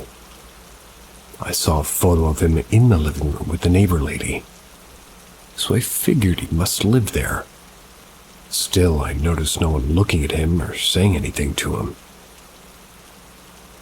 Finally, the curiosity got the best of me, and I said, "Who's that man in the hallway smiling and looking at us?" My mom and neighbor said no one was there and looked at me confused. I said, "The man in the picture is standing in the kitchen smiling at us. No one's saying anything to him." They told me that that was impossible because that was her husband, Bud. And Bud had died 2 weeks ago. That was why my mom came to visit her. Second time was when I was visiting my uncle's house. He and his wife had just gotten a waterbed, which was popular at that time. He was showing it to my mom and I. As we walked up the stairs to their bedroom, I saw this man who appeared to be in his late 20s, early 30s, sandy blonde hair, wearing only boxer shorts, pacing back and forth in the upstairs hallway. He walked right by him, and again, no one but me looked or said anything to him. I thought that was strange, so continued to walk back and forth on that strip of hallway, outside the door, and even looked in the room at us a few times. Again, I was curious about what was going on, so I asked my mom and uncle, "Who was the man walking around in the hallway?" They looked confused. My uncle said no one should be here. Let me go look. He comes back a few minutes later and said that he saw no one. I said, "He's still outside the door." My uncle got quiet for a minute, sighed, and said, "Well, he's harmless then. Don't worry about it." My mom, even more concerned, asked my uncle what he meant by that and what was going on. My uncle then said that my cousin, who's the same age as me, had also reported seeing a man in their house. My uncle said he would tell my mom more about it, and he went downstairs. They made me play outside while they talked. I found out years later from my mom that my cousin, who also saw the man, was not believed by his parents at first, that it was anything other than an imaginary friend. That was until my cousin started saying that the man lived in that house and wanted to know why they were there. My aunt took him to a psychologist and everything. She eventually did some research on the house and discovered that a man in his early 30s had committed suicide in that house in the early 80s. A few years before they bought it, well, apparently. Also, when my cousin's younger brother was old enough to talk, he also began reporting that he too saw the man, was absolutely terrified of him because he said that he would come into their room. He was so terrified he didn't want to sleep by himself. He refused to sleep in his bedroom. Another ghost sighting happened a few years later when I was about 8 or 9. My brother and I used to play near a creek in the backyard. Across the creek was an old house. This kind-looking old man would come outside the house and watch us play. He would never say a word to us. He seemed to really enjoy watching us play and didn't seem weird at all. He seemed to be a genuinely nice guy. He had white hair, was very fair-skinned, skinny, always wore the same dress clothes. Button-up beige dress shirt, dark brown dress pants, and dress shoes. The thing that made me begin to feel uneasy was the fact that my outgoing brother never acknowledged the old neighbor man, never looked in his direction, nor said a word. See, I didn't notice this the first few times we played back there, and never thought anything weird because the man seemed harmless. One day, I finally got the courage to ask my brother if he saw the man sitting there on the porch. We were very close to the house, so he could clearly see anything that was there. My brother looked up and just around and asked me if I was messing with him and trying to scare him. I couldn't believe it. There the man was, clear as day. And yet, I was the only one who saw him. I told my brother I was going back to the house and he should come with me. He didn't, so I went to the house and asked my mom who lived in that house. She said that nobody had lived in that house for years. I told her about the old man, and she said to get my brother not to go back there until her and my dad checked it out. I never saw him again. The story doesn't end there, though. It gets even more creepy. A few years later, a family moved into that house. We made friends with the 2 girls who lived there. One day, the oldest girl told us that their house was haunted. They said they heard their cabinet doors in the kitchen open and close at night sometimes. No one would ever be there, and the light switches would turn off and on. She said that her younger sister said that she saw the ghost and described him as an older gentleman. Said his name was Frank. Apparently, he lived in that house.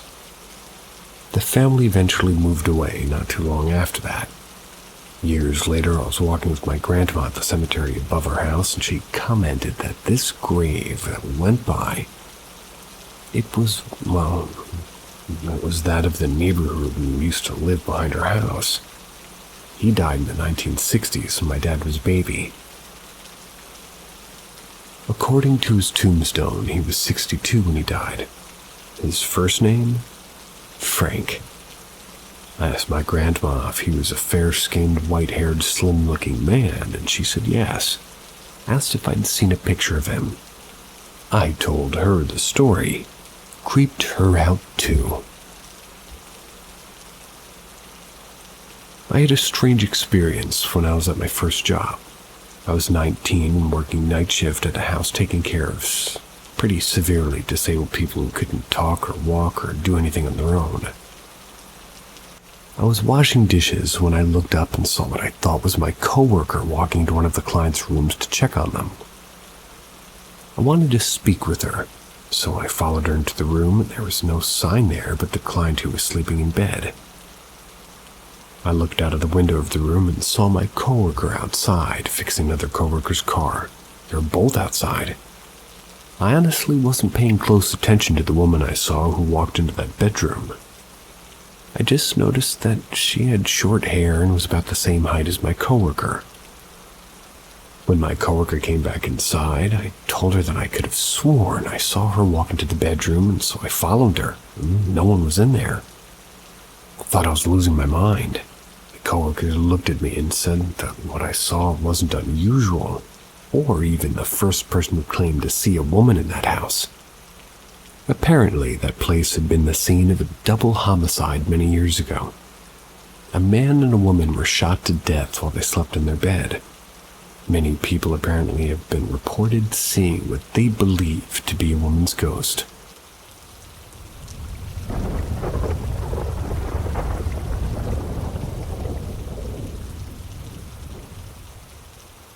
Ghost tried to kill my friend. This was one of the worst experiences I've ever had. I hope somebody can use this, and stay safe out there.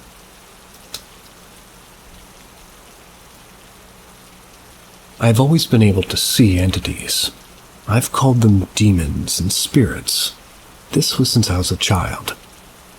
I see demons or evil spirits and entities as black shadow figures that, to me, look like slowiest. Never heard that one. They looked like slowiest. I've developed my skills over the years of how to see and understand these things. I was living in a homeless shelter at the time. It was religious, based on, had a drug rehabilitation program for convicts. Lots of bad people. I would constantly see demons following people. I hated it. Like a shadow figure's following you. It's a very bad thing. I was in a program for homeless men that would help us by providing a workplace, and they would fund the meals and housing as well as providing food and local resources to help us get things like health insurance. It was separated from the general population homeless that were housed across the hall in an open bay. One night I was woken up by an evil spirit. Sat up in my bunk and tried to focus. It was it inside the room, just staring at my buddy in the bunk across from me. Yes, Gecko. I knew it had very bad intentions, and I was on edge. The evil spirit wanted to hurt my friend. I could feel it. My stomach dropped, and I said to myself, "Please don't woke up. Just keep sleeping." I had to get that thing away from him, so I jumped up out of my bunk and I sat right in front of my friend's bunk. I closed my eyes and began to focus. I needed to get this thing away from us as soon as possible. I didn't want any one of us to get hurt either. I sat and began to pray. I told the spirit, You're not welcome here. I call now in the name of God and His Son, Jesus Christ. It screamed, sounded like a loud screeching that just cut right to the bone. I laughed, smiling. This was nothing new. I continued on. I command you to leave now in the name of God. Bless this room and cast out any evil here. My eyes shut and I focused deeply into my prayer. The spirit came up to the chair and stood in front of me. I opened my eyes and looked directly at its head. That's right, I said. You got no power here. I dare you. It shot over to my side. I looked over my shoulder. I said, go on, I said. I knew that demons in the Bible aren't allowed to have physical contact with humans, and possession is very taboo. It only ends with the demon's demise, so they rarely do it. It placed its hand directly above my shoulder like it was trying to grab me and possess me, but it stopped about 4 inches away from me. I knew it couldn't do it. I was protected, and I knew it. I focused again, closed my eyes, started praying again, more directly. I commanded the spirit to leave the room in the name, and it had worked. Now the spirit was in the hall, and it was pissed. It was pacing up and down the hallways, back and forth. I started smiling again and taunting it. You can't come in, I said. The spirit shit down the hallway. I could feel where it was going. It went down the hall to the men's restroom, stopped at the last stall and seemed to be waiting. That's weird, I thought. I thought you said it shit down the hallway. Anyway. Then out of nowhere, my friend shot up in bed. I've never seen anybody wake up like this. He went from dead asleep to sitting straight up in about 1 second. Scared the crap out of me. He woke up with his eyes as wide as the moon. I was shook. Why did he just wake up? He jumped off his bunk. I was shaking in fear. Alarm bells were blaring in my head. I have to tell him to stop. No way, how could I? This dude would think I'm insane. Oh, hey, there's an evil spirit in the restrooms. Don't go down there. Yeah, right. I guess I couldn't say that either. He left the room, walked down the hall. My heart was beating out of my chest. This thing is going to kill this guy. I didn't know what to do, so I jumped off my bunk and ran toward the hall. As I broke the threshold, think they mean threshold, I slammed into my buddy. Whoa. He just glanced at me and jumped back in his bunk. I was so relieved it came back. Thank God. The next day I talked to my buddy about what happened. When I got to the restroom part, he stopped me. Wait, which stall? He said. The end. Last night I woke up from a dead sleep. I didn't know why. I had to pee. Oh, I guess. Went to the restroom. He looked into my eyes when I went to the restroom. Went to the very last stall and sat on the toilet, dressed, just sitting. I stated hearing voices last night as I was sitting there. Probably started. I was going to slit my fist and kill myself last night. Wrist. The voices were convincing me, and I wanted to do it, but I don't know why I didn't. Thank you for telling me. I believe you. The whole morning I saw black shadows filling him. It wanted him dead. I told him, please, whatever you got planned for today, change it up. That thing for last night is trying to hurt you. Please be aware of your surroundings. And be careful. That night, one of the other guys came up to me. Hey, did you hear what happened to your friend? What? My buddy had gotten hit by a truck, broke his leg. Felt awful, like it was my fault. I warned him, I said. My eyes began to water. Then from behind, I hear, hey! It's my buddy. Dude, what the fuck happened? He told me that he had an appointment that day. He was on the way there riding a bike when he felt somebody was watching him, so he turned around. He said he saw what could only be described as a shadow of a person driving this truck. It was heading right for him. He went onto the sidewalk and began to run for his life. The truck cut straight for him, dashing through street signs and trees. My friend said that he wasn't fast enough. He got hit. The driver backed up and fled. My buddy got picked up and taken to the hospital.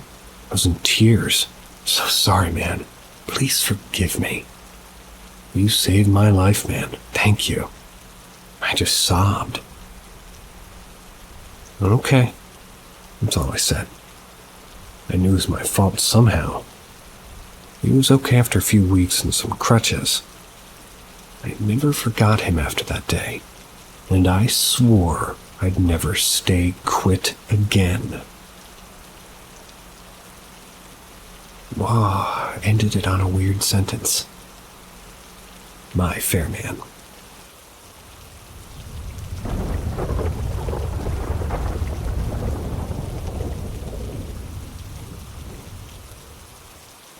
I believe I was a World War II U.S. Navy pilot in a past life.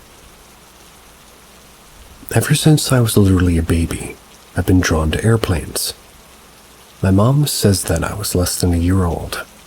I would reach for stuffed airplanes in the store, refuse to let go once she finally gave them to me. I also chose a baby swing shaped like an airplane, and it was in this that I said my second word, airplane. This soon began to intersect with an inextricable extraction to World War II. At 2 or 3 years old, my mom says that, as she was flipping through channels to get to Bob the Builder, I'd scream when she passed the History Channel, demand to watch, and sit just enraptured in front of World War II documentaries.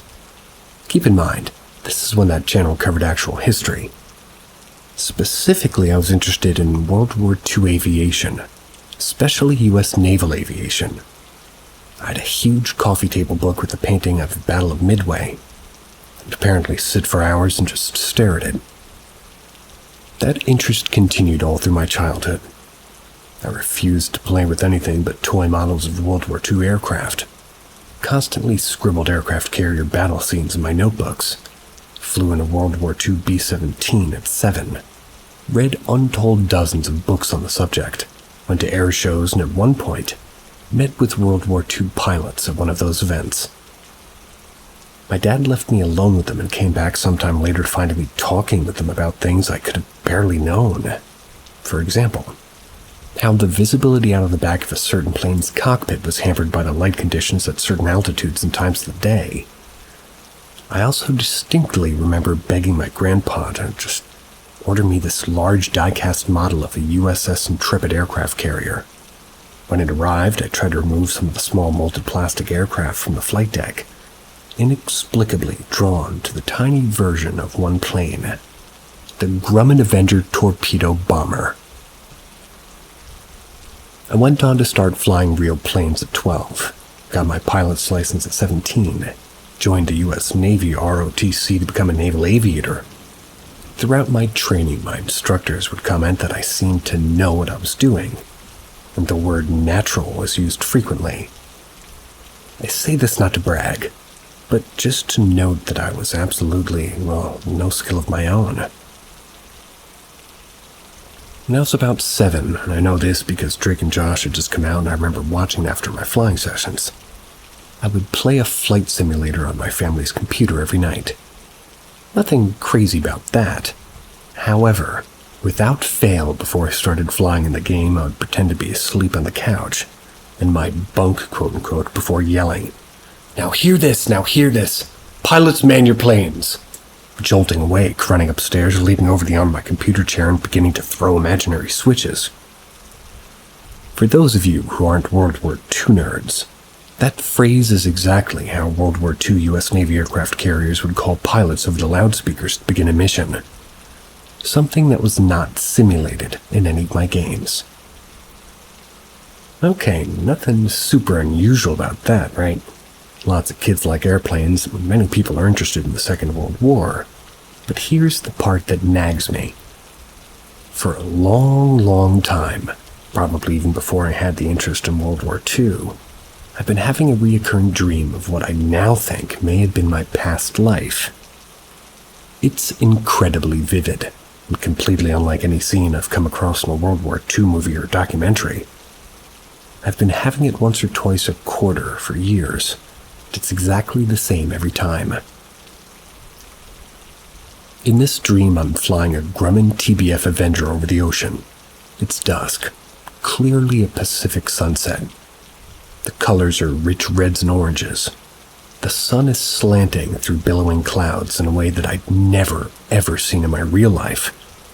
That was until I visited Hawaii at age 21. I clearly recognized the cockpit of the Avenger from its distinctive greenhouse window bracing and its unique trapezoidal instrument panel. I look out at the right wing. It's full of holes and streaming a white fuel leak. Meanwhile, I can clearly hear the radial engine running, though it's pretty much dying, backfiring, coughing, sputtering. I called to my crewman over the intercom. Avenger had 3-man crew, but there's no response. Either the intercom is dead or they are. I know that I won't be in the air much longer, and I have to ditch. My hands fly over the cockpit in well-trained fashion. I can distinctly feel the grip as I reach above and unlatch the canopy in preparation for ditching. I'm scared, but confident. I guide my plane down toward the water, flare and stall into a light swell. The plane skips once back into the air and then makes a loud shh sound as it settles into the water. Although I know that Avengers are known for floating well after ditching, thanks to their large wings and fuselage, mine are full of holes, and I know that I don't have much time. Even as I unstrap my safety harness, I feel the huge engine up front start to pull the plane forward. That's as the aircraft tilts up and begins to sink, nose first. I reach above me to pull back the canopy, which I had previously unlatched. However, the force of the impact must have jammed it shut. I reach up and try to wrench it back, but it doesn't budge. As the water begins to cover the cockpit windshield, I start to feel a raw animal panic. I scream and tear desperately at the canopy release, but with a sickening lurch, I feel the plane yield to gravity. It began its final descent. At that moment, I wake up, often bolt upright and covered in sweat. Now, I know this sounds a lot like a case of James Leininger, but I had truly never heard of the story until I woke up soaked one night in 2020 and Googled World War II pilot past life. The similarities are eerie. I'm a very skeptical person, but I'm beginning to think that a past version of me flew an Avenger and died in the Pacific, circa 1944. Curious to hear your thoughts. I'm also going to an air show next weekend, the first one I've been to since I was a child. It'll feature multiple restored Avengers. I'm planning to do whatever it takes to get the owners to let me sit in the cockpit. I'll report back here. Update. Well, it happened, you guys. Can't even describe the feeling as I walked up to the aircraft. As if it was the first one I'd ever seen in person. It felt like an electric shock was running through my whole body, and I almost felt like I was floating as I walked toward it. And I'm not gonna lie, I teared up. I told my story, and one of the Avenger crews let me sit inside. I can't describe the feeling I had. It all felt familiar. The switches fell to hand. Hell, I knew how to start the damn thing. Reaching back toward the canopy, well, I think you can guess how that felt. Well, you asked for the opinion of others, and I have to say, if you can reach out to me, that would be really cool, because believe it or not, I'm a musician and I'm writing a song about almost blaringly the exact situation you're talking about. Welcome, seekers of the unexplained, to Paranormal M, your gateway to the supernatural. Subscribe now and enable notifications to join us on our quest for the truth beyond the mysteries of the universe. Prepare to be amazed. Events leading up to my guitar getting struck in the middle of the night.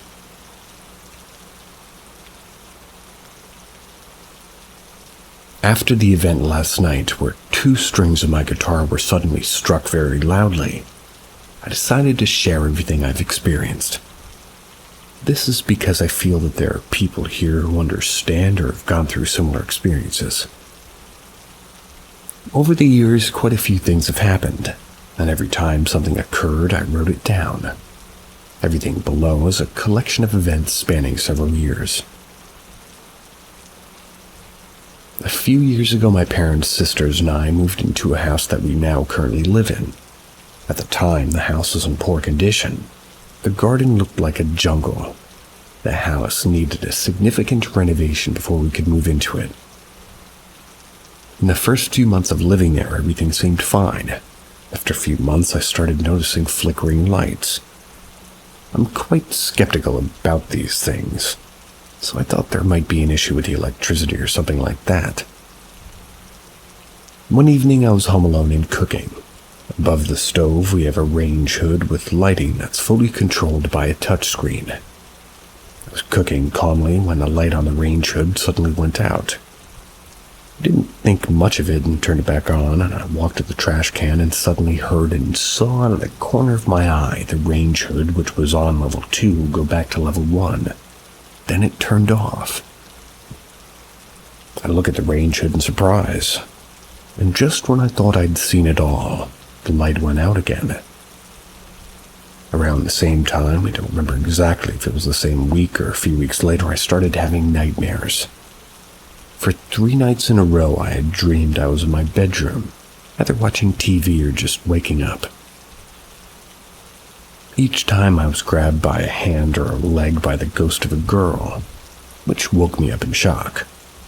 One of these dreams is the most vivid in my memory. It went as follows. It was the weekend, my parents had gone to bed. I have a TV in my room and I'd turned it towards my bed. I was watching a movie in bed in the dark, but must have fallen asleep. I dreamed that I was lying in bed, getting tired and wanting to sleep. I searched for my remote, turned off the TV, but couldn't find it. Thought the remote must have fallen off the bed. I reached next to my bed and felt the remote. I grabbed it and pulled my arm back, only to suddenly be grabbed hard by my wrist. I woke up with my heart pounding. Saw the TV was still on and the remote was just lying next to me in bed. Months passed without any incidents or anything to note, and my parents went on vacation. I was home alone for like a whole week. On the second evening alone, I was comfortably watching TV in the living room with the cat on the couch. It was about 1 a.m. when suddenly my cat, who was asleep, jumped up and looked around nervously with a bushy tail. After a minute, she laid down and slept. But 5 minutes after that, she showed the same behavior. Indeed. This time, she didn't go back to sleep, but stared for a long time. She was staring at this one spot in the living room. She jumped off the couch and walked through the room, but while walking, she kept staring at the same spot. She stopped, continued staring at that spot for a long time. I felt uneasy and decided to go upstairs. Once upstairs, I heard a loud bang downstairs as if something large and heavy had fallen.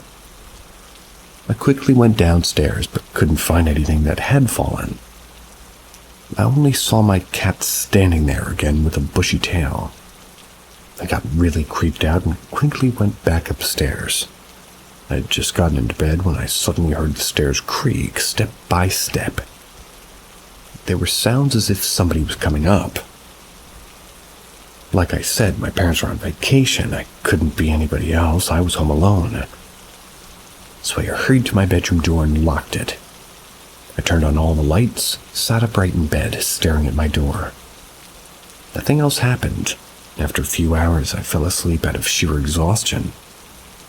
In the weeks that followed, I started hearing things falling.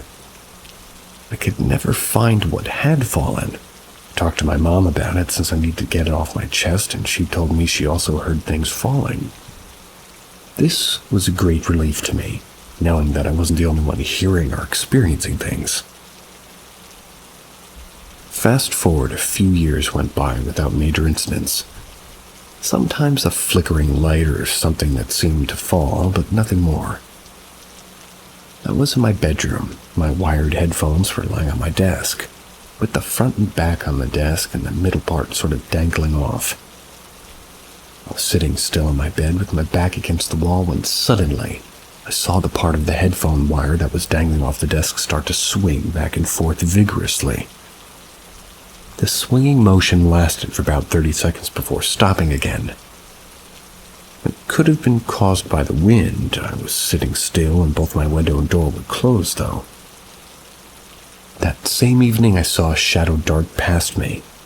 This marked the beginning of new incidents and the appearance of shadows, often in the same spots. One evening I was home alone with my mother. We decided to watch a movie together. In the hallway by the front door is a cabinet with snacks. I grabbed some treats for both of us for the movie. In the middle of the movie, we both needed to use the bathroom. The bathroom is also in the hallway by the front door, so after watching the movie, we decided to go to bed. We cleaned up, walked into the hallway together. To our surprise, the front door, which we had both walked past several times that evening, was suddenly now wide open. We were both startled and the hairs on our arms stood on end. My mother quickly closed the door and I started searching the entire house, but I found nothing. Incidents continued to happen. We once heard knocking on an interior door, but no one was in the room behind the door. The strangest and scariest incident happened last week. I was gaming and felt like having a snack. Went downstairs to the snack cabinet and took out a big bag of mixed nuts. I closed the door, turned toward the stairs, when suddenly I heard my nickname. Dan. Dan with 2 A's, is that how you do that? Oh, excuse me. Dan. Whispered into my right ear. It wasn't a whisper, but very, very loud and clear. The voice also sounded very much like my mother's voice.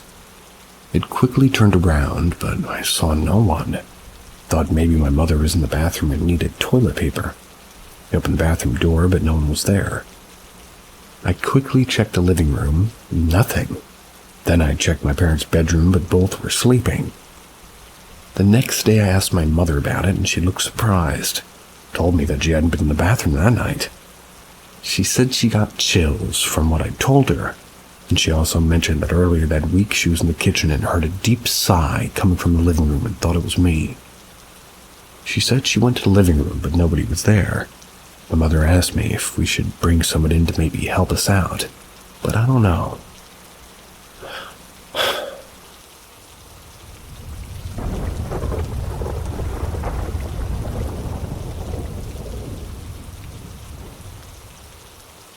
Utah hauntings. These stories take place in the time period of 2003 to 2014. I originally come from Utah, but haven't lived there in years. We've lived all over the United States since then. So, here's the first ones. Chronologically speaking, in 2003, my then stepdad, who was an abusive, controlling, and, treated my mother, my siblings, and I horribly. And it began escalating his behavior. I noticed a pattern that as he got worse, strange things would happen around the house. Family members and I would hear disembodied voices throughout the house.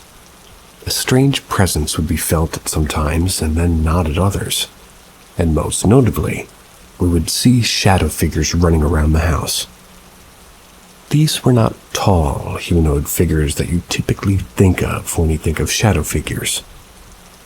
These were deformed, almost animal or alien in nature, moved extremely fast and had an almost impish quality to them. You'd occasionally hear a man's voice in the house calling our names. We left the house, moved to a different neighborhood north of Salt Lake City in Bountiful, Utah. 2004-2005. After settling to our new home in Bountiful, I guess that's a place. In August of 2004, other members of the family began noticing strange things. Footsteps would be heard in the hallways late at night. My mother would be working in her office at her computer and occasionally hear footsteps. And one night, she felt something touch her back. She turned around and there was no one there. Later, my mother saw an apparition of a young girl wearing white standing at the end of the hallway. Thinking it may have been one of my sisters, she went to go check to see if everything was all right. The girl disappeared, and my mom saw that both of my sisters were both still sound asleep in their bedrooms. After doing some research into the history of the house, we learned that a young girl had passed away from leukemia in the same house a number of years prior. Her bedroom had been the same room that was my mom's office. The old photo of the girl who passed away matched the appearance of the apparition that my mother saw at the end of the hallway. 2006. As the behavior of my then stepdad began to become even more abusive, so too did the occurrences in the home. Our family dog would frequently panic and bark and howl at nothing in the air, especially when in the basement. Paranormal events culminated in a few members of the family, not me though, seeing about a dozen entities, semi-translucent in appearance and of ghastly appearance, surrounded by former stepdad, and he was sitting in his chair one evening.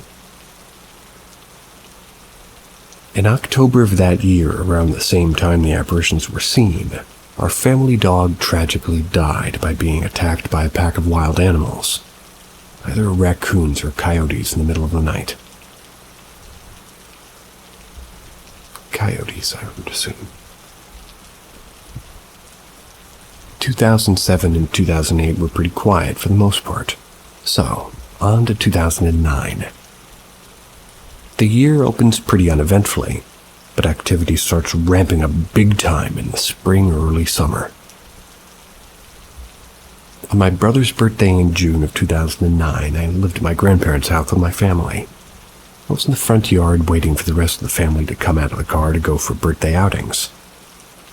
About 300 yards away, I see a young woman wearing what looked like a 1980s punk clothing and blonde hair and some kind of a side ponytail walking casually down the street and screaming for help.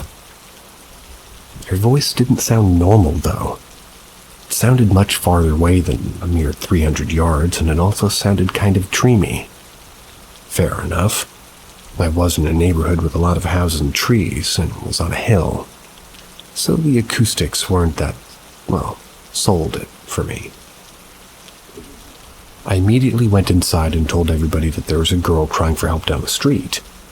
We got in the car, drove up and down the streets looking for her. And keep in mind, it was midday, everybody else was still at work or school. This was literally a few days before summer vacation. So, unless she was a resident, she wasn't. It was a small neighborhood where everybody knew everybody and didn't look familiar at all. It would be rather unlikely that she could have disappeared or gone somewhere before we reached her. Later learned a young lady matching her description died of a drug overdose in the 1980s in that very neighborhood. That same month, in 2009, my family and I went to a cinema to see Monsters vs. Aliens. It had come out in March of that year, was still playing in theaters in June. While my brother and I are watching the movie in our seats, my mom leaves with my sisters to go to the restroom. They come back shaken and terrified. "What happened?" I asked after the movie. My mom and sisters then tell me that my mom had been picked up and thrown out of her shoes by an unseen force while walking down the hall. When she got up off the ground, she was 5 feet from where her shoes were. They were still standing upright in the spot where she was standing when she fell. For the years 2010 and 2011, I didn't live in Utah, but I had experiences elsewhere. 2012 was relatively tame and had little in the way of notable supernatural experiences. In 2013, I didn't live in Utah, but I had multiple experiences while living in Tennessee. On to the next Utah stories. 2014 in April. I was staying for a few weeks with grandparents. My family and grandparents had gone out one day to have a fun day outing, do some shopping. This is in the same neighborhood as the story from 2009, and knowing in our family history that Grandma's house had some strange activity, the previous owner of the house had been murdered. We all knew there was something off about this house. Well, on one particular day, the vibe was particularly off. I was home alone, chilling out, just no mood for ghosts. Felt like there was a very unwelcome and wrong presence in the house. I had a short temper that day and told them to fuck off. Leave me the hell alone. Called them a series of horrible insults. Sat down to play guitar and unwind a bit. And then from 30-ish feet down the hallway, I heard a woman moaning coming from my grandma's room. I was home alone after hearing this noise, and my blood went cold and I froze. "Hello?" I managed to say. And sort of as stoic and friendly of a voice as I could muster, I didn't get a response. To keep myself from shitting my pants and running out of the house, I scoffed and told myself, it's probably just the cat. My grandma had a tabby cat named Lottie at the time. It was one of my best friends. She later passed away in August of that year due to old age, but I'd never before or since heard her cat or any cat make a noise like that. It was a human noise.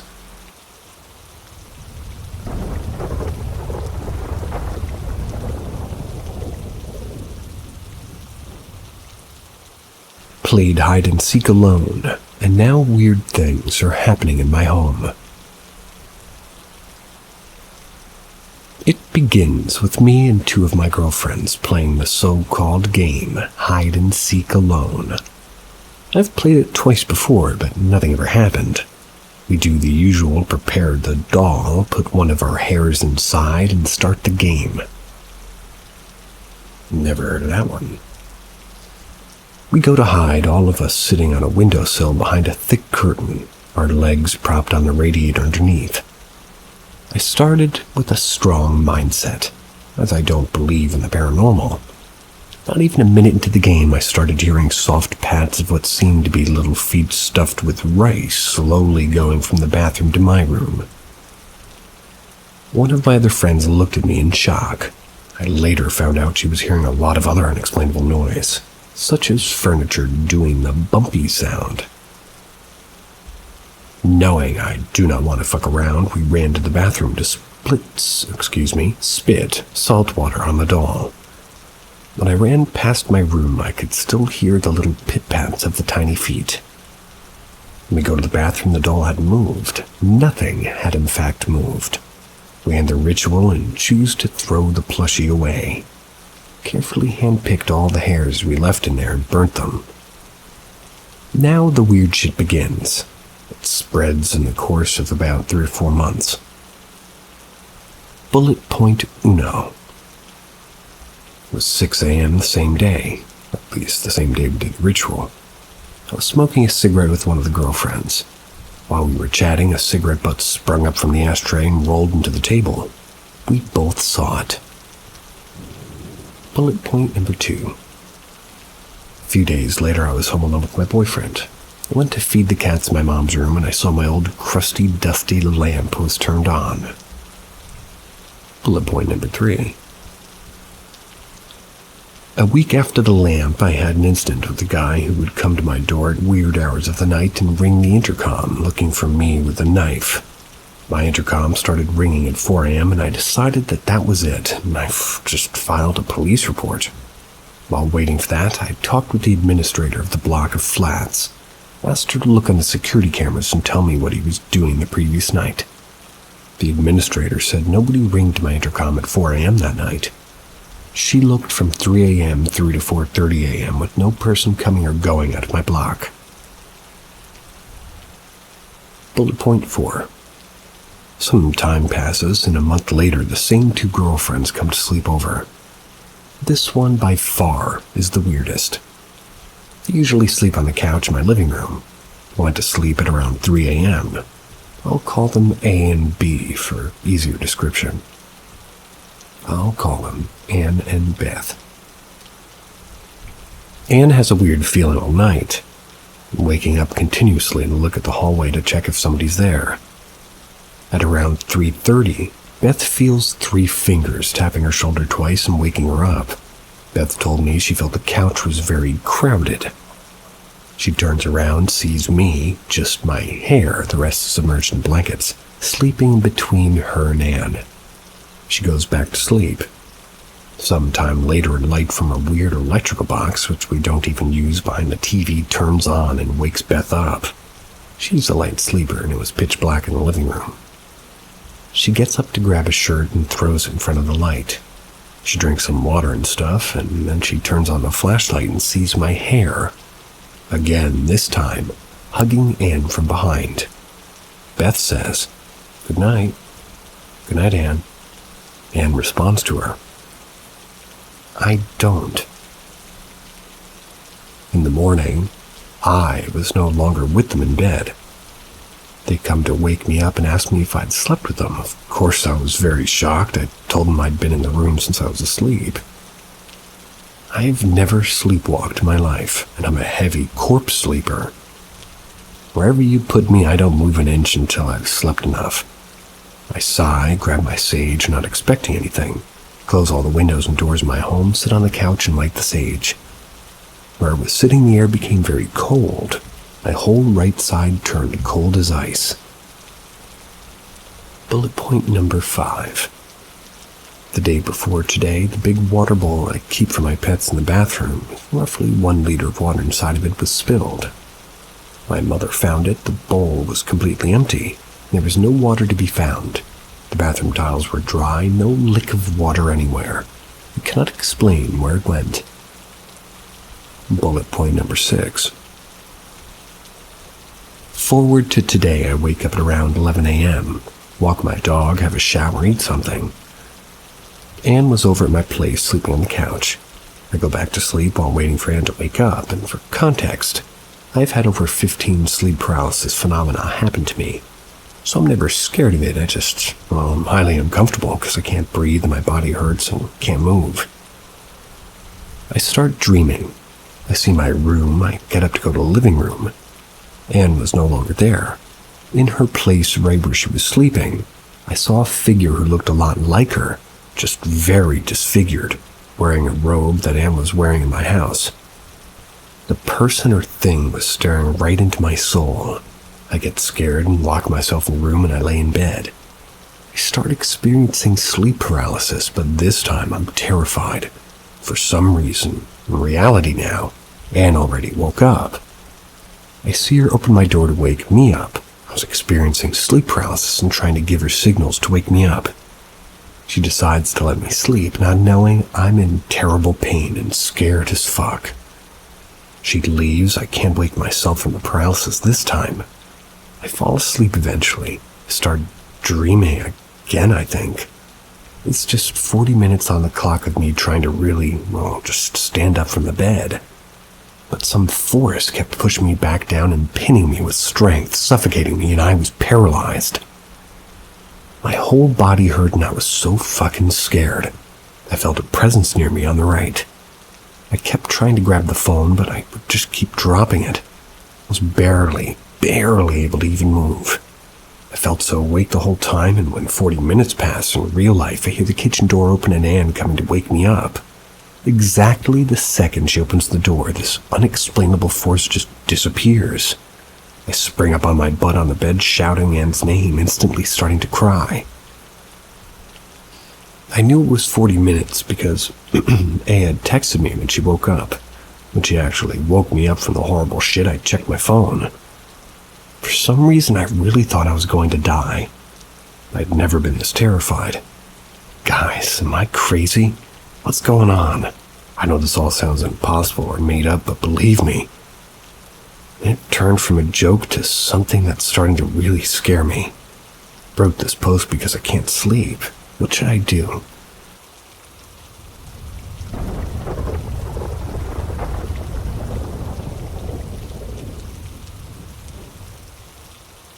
The Haunting of Dow Hill. A terrifying encounter. Intrigued by the tales of eerie occurrences and restless spirits that pervaded the sinister landscape of Dow Hill, I embarked on a journey to Kurseong, West Bengal. The place had an eerie aura, with mist-draped trees that whispered unsettling secrets in a ghastly incoherent language. Dow Hill's beauty was marred by the underlying dread that had earned it a reputation as one of the most haunted places in India. As I entered Dow Hill, the mist thickened into a suffocating shroud, and an invisible presence seemed to slither around me, chilling me to the bone. The Dow Hill Girls' School stood like a looming specter, its grand architecture shrouded in shadow even in broad daylight. The legend spoke of a dark history, a history of suffering and tragedy that had woven a tapestry of despair into the very fabric of the school. Warning. I just read the word tapestry and specter. So this is probably a story that was translated from a different language into AI to make it readable by English people. So we're going to keep going anyway. Decades ago, the school had been a place of strict discipline and harsh punishment. The head mistress, a stern and merciless woman, ruled with an iron fist, inflicting physical and emotional torment upon the young girls under her care. The tales told of girls who had mysteriously disappeared, their anguished cries echoing through the walls at night. It was rumored that one particularly ill-fated girl had been locked in the basement as punishment for a minor transgression. She was left there for days, forgotten by the cruel head mistress. When they finally opened the door, they found her lifeless body, her eyes filled with the haunting terror that had frozen on her face. As I ventured closer to the school, the air grew colder. The heavy silence was punctuated by the unmistakable sounds of footsteps echoing through the empty halls. My heart raced as I turned to find no one there.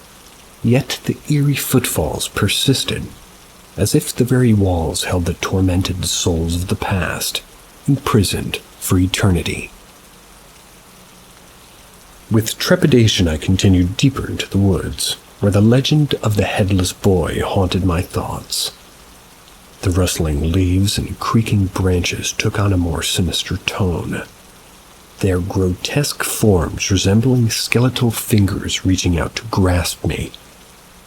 A chilling, maniacal laughter filled the air, echoing through the trees like a maddening cry of lost souls. As the sun began to fade, casting long, foreboding shadows, the forest grew darker. A thick, impenetrable fog descended, cloaking everything in an oppressive, soul-suffocating darkness. However, the sense of foreboding only intensified as I reached the Victoria Boys' School. That was where a teacher had tragically ended her life. An icy gust of wind swept through the decrepit building, extinguishing my feeble flashlight, and the faint sobbing seemed to emanate from all directions, as if the very walls wept with sorrow. Only an AI would say a feeble flashlight. What do you think, guys? Is this AI or is this a person? Guess I should ask them. It was as if the tormented spirits of the past were reaching out to me, their anguish palpable. Retreating swiftly, I couldn't escape the feeling that I'd ventured into a nightmarish world where the boundaries between the living and dead blurred beyond recognition. The legends of Dow Hill were not mere tales, but chilling and horrifying in their reality I'd experienced firsthand. As I hurriedly retraced my steps through the eerie forest, the fog thickened, swallowing every landmark. Each rustling leaf and sinister tree branch seemed to morph into grotesque lurking figures whispering malevolently. The forest's darkness deepened, becoming a suffocating presence, and I could feel unseen eyes watching my every move. A sense of overwhelming dread clawed at my chest as if unseen hands were tightening around my throat. I could no longer discern the path I had taken. Panic welled up within me as I realized I was hopelessly lost. The echoes of the mournful sobbing from the Victoria Boys' School still was reverberating my ears. It grew louder, and it grew more tormented. In this oppressive darkness, I stumbled upon an ancient overgrown cemetery. It was hidden deep within the forest. Crooked tombstones loomed like jagged teeth, and a blood-curdling scream pierced the night. It was echoing through this graveyard. I turned, heart pounding, but there was nothing to see. Just an unsettling silence that followed the scream. Suddenly, from the shadows, a spectral figure emerged, a woman in a tattered white saree. Her hollow eyes fixed upon me with a malevolent glare. She beckoned with a skeletal hand, and her voice filled with despair and rage. She whispered, "Join us." Terrified, I turned and ran blindly, crashing through underbrush and thorns, driven by sheer terror. My breath came in ragged gasps, and my heart threatened to burst from my chest as I desperately sought an escape from the relentless horror of Dow Hill. Hours later, I stumbled out of the forest, shaken to my core and forever haunted by the nightmarish experiences in Dow Hill. It was a place where the veil between the living and the dead was thin, a place where the tormented spirits of the past would forever yearn for release from their eternal suffering. In Dow Hill, Curacao, the mysteries of unexplained phenomena persisted. An unending nightmare where the natural and supernatural converged in a nightmarish tapestry of unspeakable horror. Definitely.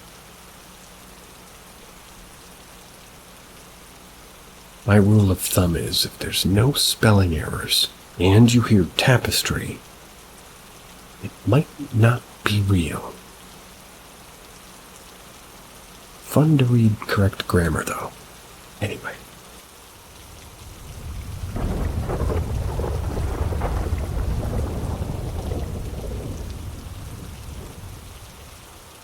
A message from her uncle.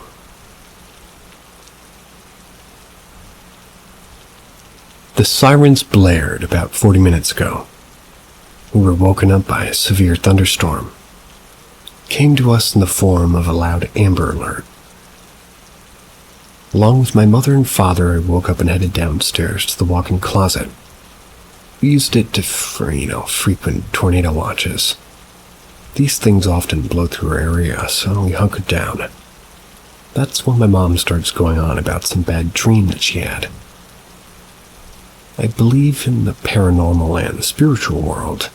Hell, my religion allows me one-on-one contact with the spirits. My mom, however, she's just kind of neutral. She does believe in it, but it's not something that she'll tell all about, you know? But anyways, as I'm listening in on a live news broadcast about the weather, my mom starts to tell the story of how she encountered this thing in my dream.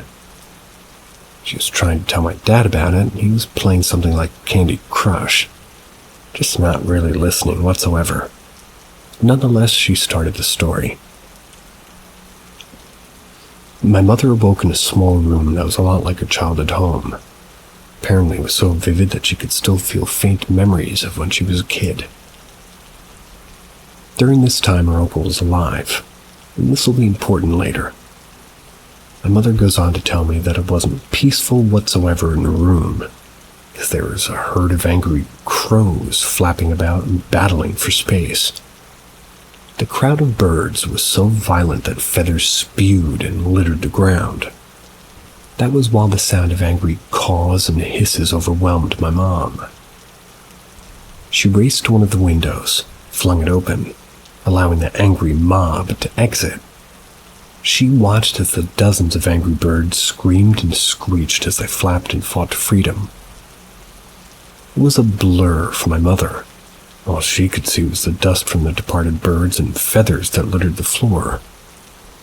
Looking out the window, my mom noticed, unlike her childhood home, the room was in a very, very high place, like a few stories high, in fact. Her focus was taken off of the window, straightened into something else in the room. One single crow that hadn't fled. The crow stared at her. Then it began to grow. My mother watched as the bird crackled and snapped into a tall humanoid figure. Feathers fluttered around, settling on the floor and clearing a view of the figure. My mom claims that the face she saw reminded her a lot of the parent of one of the kids that attended the daycare that she worked at once. I asked her what the significance of him was, to which my dad replied he was very depressed. My mom didn't exactly know what to say, but she made it very clear that the figure was almost identical to him. My mom questioned him, and he answered. He said nothing but, "Your uncle wants a word with you." It was at this point that my mom mentioned the uncle. They'd been dead for quite a while. She voiced her thoughts in the dream as well. My uncle? Is he not dead? The figure pointed to the window, then gestured to the very bottom floor. "Go speak to him," he said once more. Being overly stubborn, my mom just continued to question the figure. "Who are you? You here to take me to my death? Or is it time to go?" It was strange that she thought of that as her first question, but nonetheless he answered. "Do you see those figures? The ones besides your uncle?" My mother followed his gaze and took notice of the several beings on the ground. There's no proper explanation for them, I forgot to ask. He continued to speak. "Those are the beings that escort souls from the living to the dead. Angels of some sort maybe, but they're not here for you." He continued. "You live long." After those words, my mother felt inclined to ask another set of questions. How's my life going to be? Am I going to be happy? What joy will there be for me? What conflicts? The being stopped her. She ranted and said, "That is a question so entailing that I cannot even begin to answer." With that, he returned to his original point.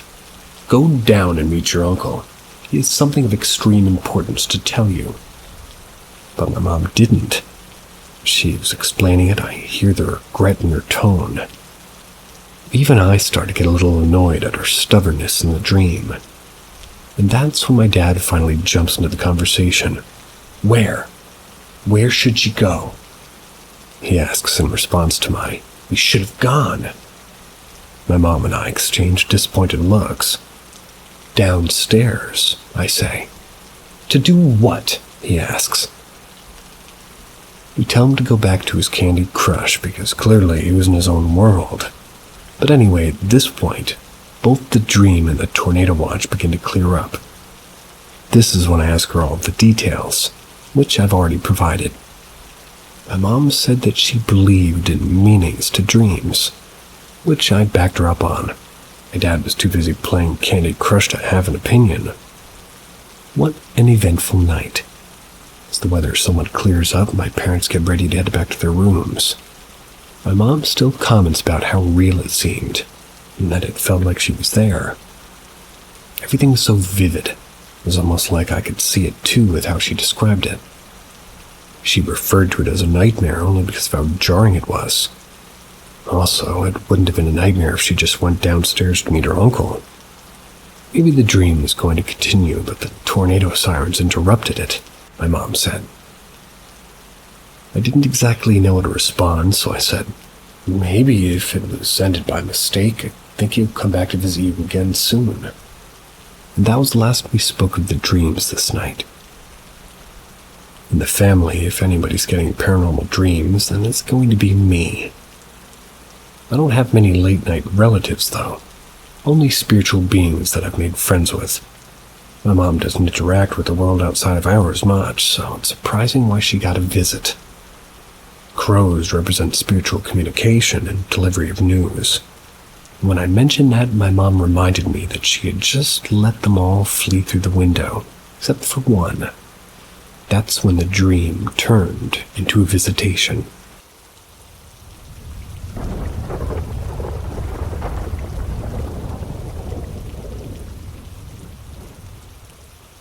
More Australian bush stories. This story didn't happen to me, but I was a witness to it, and I think it's one of the most fascinating things I've seen occur out in the bush. We were camping in a more populated campsite, which had designated sites to book. This is called the Honeysuckle Creek Campsite, and it's gorgeous. It's the perfect spot to camp to walk to the satellite to use to assist in the Apollo space mission. We set up on a Friday night, and as we usually did, and everything went pretty smoothly. On the Saturday morning, a group of 20-something guys arrived and set up at a campsite across from us. Their site housed a sheltered area with a fire pit. More so like an open oven-style fire than a fire pit, but I'm not sure what you'd call it exactly. We weren't exactly quiet, or rather they weren't. They were somewhat rowdy, but not to the point where it was bothering us. As the sun started to set, they began to amp up, playing loud music from their speaker, drinking beer and throwing the empty bottles into the trees. Still, they weren't loud enough to really bother us, so we left them to it. As they got their fire going, they took a large log, more like a big chunk of a tree, and sat it by the fire. It was so big that more than half of it was hanging out of the fire pit and resting on the ground. This is very much against the law in Australia.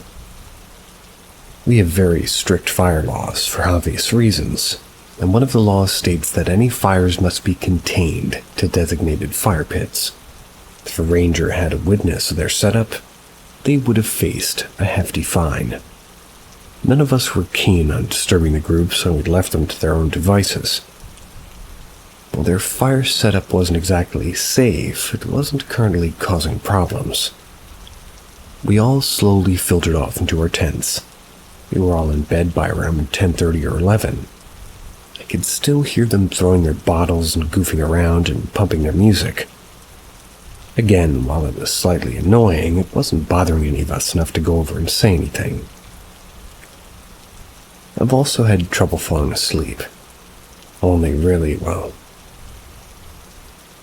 I've always had trouble falling asleep and only do so now with the help of strong medication. So as usual, I was still struggling to fall asleep. I'd say it was around 12 when things started to get weird. All of a sudden, the whole group went silent. I heard one of them say, "Did you guys hear that?" I heard mumblings from the others, but it seemed like they were brushing it off. They continued on as normal, maybe even a little bit quieter than before. Not long after, I heard another, "Shh, guys, what is that?" More mumbling from the group followed, and then a loud crack came from somewhere around the campsite. It was louder than a normal twig snap, but still sounded like some kind of a branch breaking. The next thing I heard was, "Fuck this, I'm gonna go and take a look." And then heavy footsteps and dry leaves. Soon I heard faster, more hurried footsteps returning, crunching leaves and branches, and the same voice say, "Guys, what the fuck was that? I saw something standing in the trees." The person began to describe what they saw, but I only heard bits and pieces as the wind started to pick up. Tall, dark, creepy were the words that I caught. They were hurriedly discussing what was going on. That's when I heard a faint laugh. Going to assume it wasn't one of any of them because one of them said, "Fuck this, I'm not staying here." And then were arguing. The last thing I heard before the wind was far too heavy to hear anything over it was, "Fine, if we're staying then I'm sleeping in my car." Car door opened, slammed shut. I think the others continued talking for a while, but at this point the wind was so loud you could have sworn you were camping right on a beach listening to the waves crashing. And I did eventually drift off. I felt odd after hearing all of that go down, but I felt safe. Nothing felt negative towards me and my campsite. The next morning I was leading duty patrol, the patrol responsible for cooking of that meal. And I got up around 6, and I promised my patrol members that they could sleep until 6:30, so I figured I would start warming the barbecue and prepare little things until then. When I emerged from my tent and looked over to the other campsite, I was met with a sight I'd never forget. Everything that they had left out was strewn about, rubbish all around, belongings scattered. Even their solar panel was lying face down in the grass. Assuming it was the heavy wind, I looked around my campsite trying to find anything amiss. I didn't see anything. Cups were left on our tables where they were the night before. Bits and pieces from the kitchen were all in their places. Thinking that was strange, I glanced over at their campsite again. The fire pit was full of soft dirt, and a log was still hanging out of it. Something that was kind of odd, but potentially could have been them. It's kind of an uncommon way to put out a fire, but not so uncommon that this is 100% part of the paranormal aspects.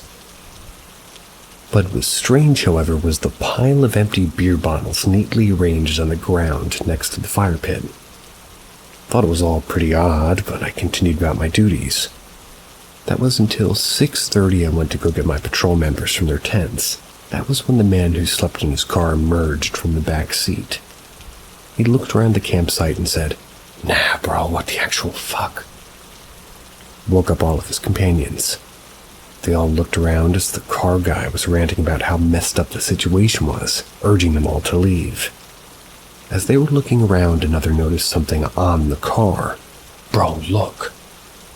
He was pointing at the iced-up windshield. "Are those handprints? I'm leaving."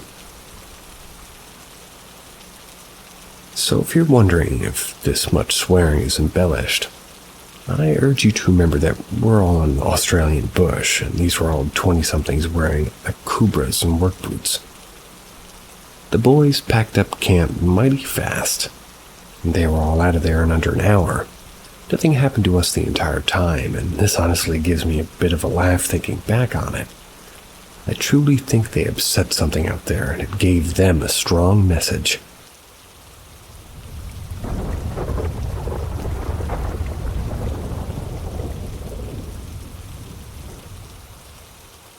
Did I experience almost a decade-long haunting in order to send a message to their living relatives? This has quite a bit of backstory, so strap in. It started back in 2011.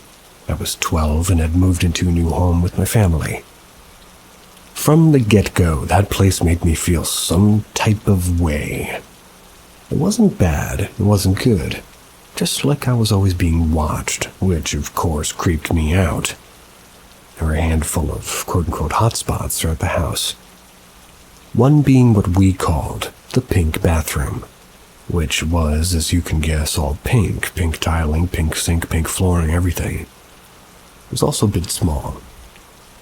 I also felt like it was a bit hard to breathe in there, and overall just hated the energy. Figured maybe I was just claustrophobic. Another was this part of the hall that led directly into my bedroom and branched off kind of directly into the living room as well. Kind of like a T in a road. Anyways, you almost always felt eyes on you coming from that corner, whether you were in the living room or my room. And it just felt like a creepy thing, well, regardless, morning or night. The final spot was, of course, the basement. The basement was half finished. The finished half was like a bar area. It had the stools and everything still there, and the unfinished half was the laundry and storage room and workshop. Actually, when we first moved in there, my dad, sister, and I were looking through the workshop. There's a bunch of old yearbooks from the school that I went to. There's also some other memorabilia. We took a break, headed upstairs for lunch, and then came back to find that the door would no longer open. It seemed the door handle had fallen off while we were away. The door was stuck in place. Not super sure how that could have happened, especially considering it locked from the inside and none of us had locked it. On top of that, my mom made my sister and I wash her dog down in the basement. We had a laundry area and a big, sort of a tub sink thing. Well, we hated doing it. I always felt when I was down there that something was watching me. I even had an idea of what he looked like. I imagined a very tall man in a button-up and slacks standing in the corner right by the entrance to the back of the bar area that resided mainly on the furnished side. My hair would stand on end. Always, I would sprint up those stairs whenever I was done down there. The rest of the house felt off, but those were the big spots that just radiated energy. But anywho, let's actually fast forward a few years. We moved out around 2014, and by that point I had a handful of bad dreams about that house. I had dreams of it when I lived there, which made sense, but even after leaving they persisted. They actually persisted up until about 2020. By that point I was 21. I had been having dreams of that place for nearly a decade, and by this point the dreams escalated to night terrors. I would wake up screaming in the middle of the night. The dreams always occurred every 3 to 6 months. But by April of 2020, I had 3 intense night terrors about that house within 3 months. The last dream being my sister telling me somebody had died in the pink bathroom. I started realizing that maybe something else was going on. I started researching the house and found the first owners. The ones who had built that house back in, I believe, the 1950s. This seemed like a good place to start, so I quickly discovered that it was family that lived there, and that the father had died in the house in the 1980s. Upon further investigation, I learned that he had died of a massive heart attack in the house. This house was located almost directly across the street from a hospital, like the driveway and the hospital lot entrance lined up. Definitely clued me in on this being a traumatic death, so I continued. I found his wife's obituary. She had stayed in the house after he had passed, and since she had passed more recently, the information regarding their children was more up to date. I immediately felt drawn to one particular child, their daughter. They only had one.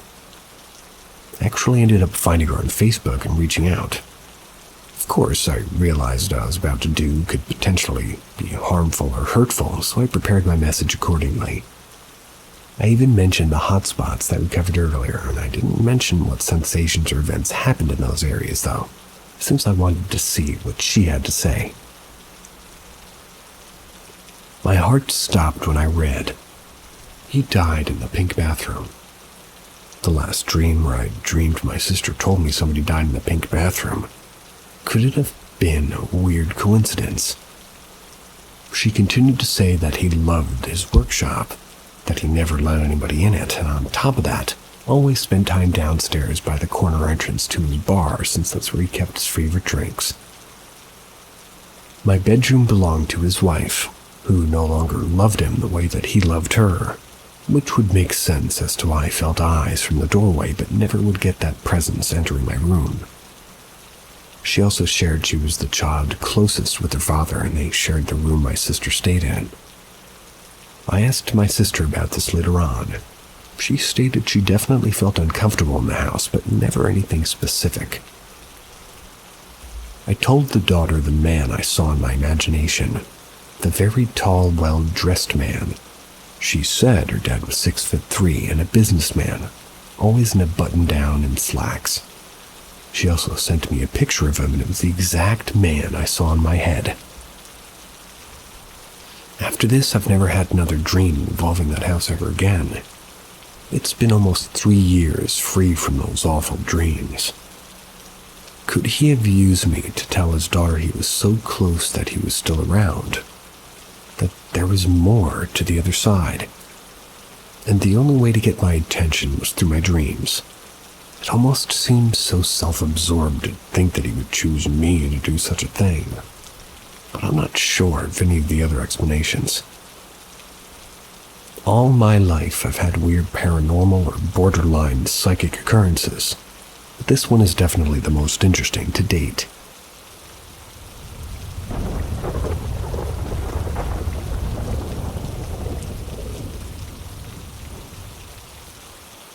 Something sinister lived in my house.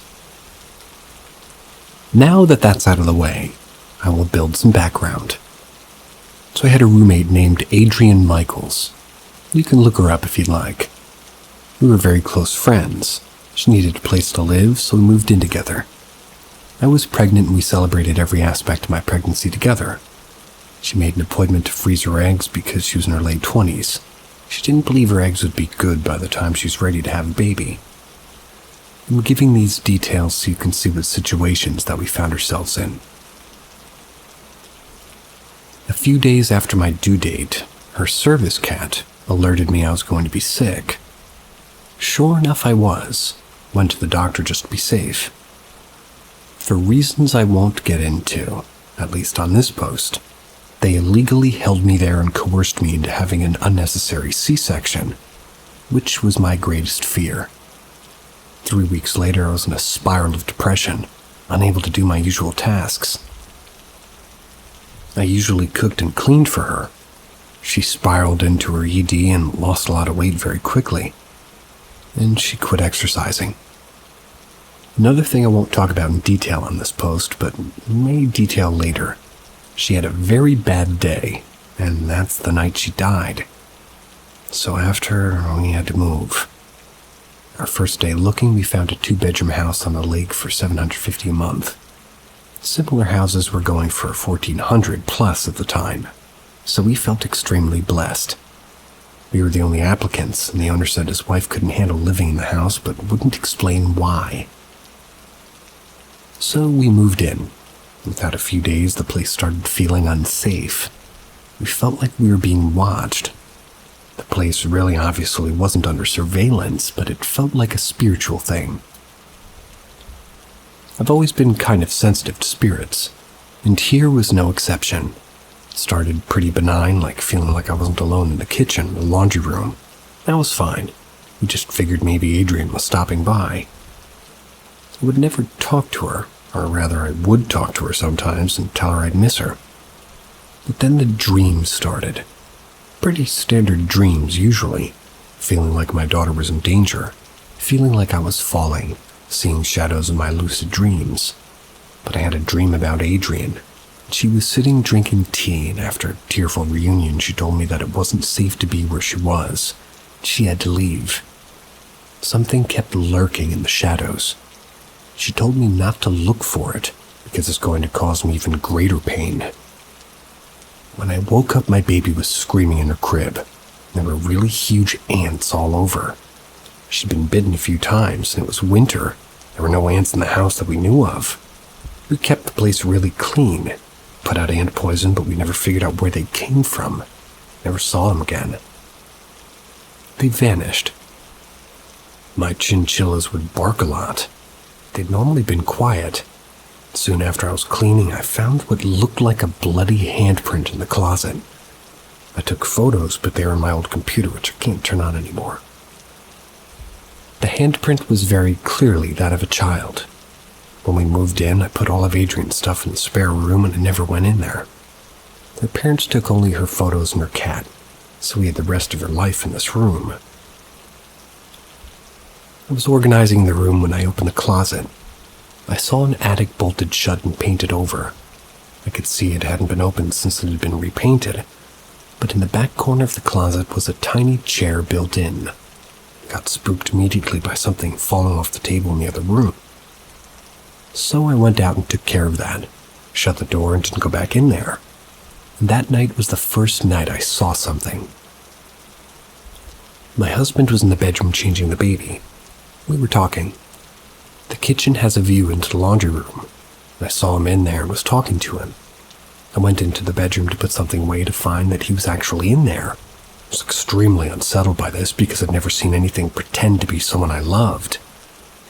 But after this experience, I had my very religious mother go through with some church friends and bless the place. It still felt like I was being watched, but I was able to ignore it now. By the time my baby started walking, I spiraled again into depression. I always kept the blinds closed and lived in the dark. Seldom did I even have the TV on. My husband worked 12-hour shifts 5 days a week to keep up with the bills and things. My mom was over a lot, but I quit cleaning and can't remember a lot of it, honestly.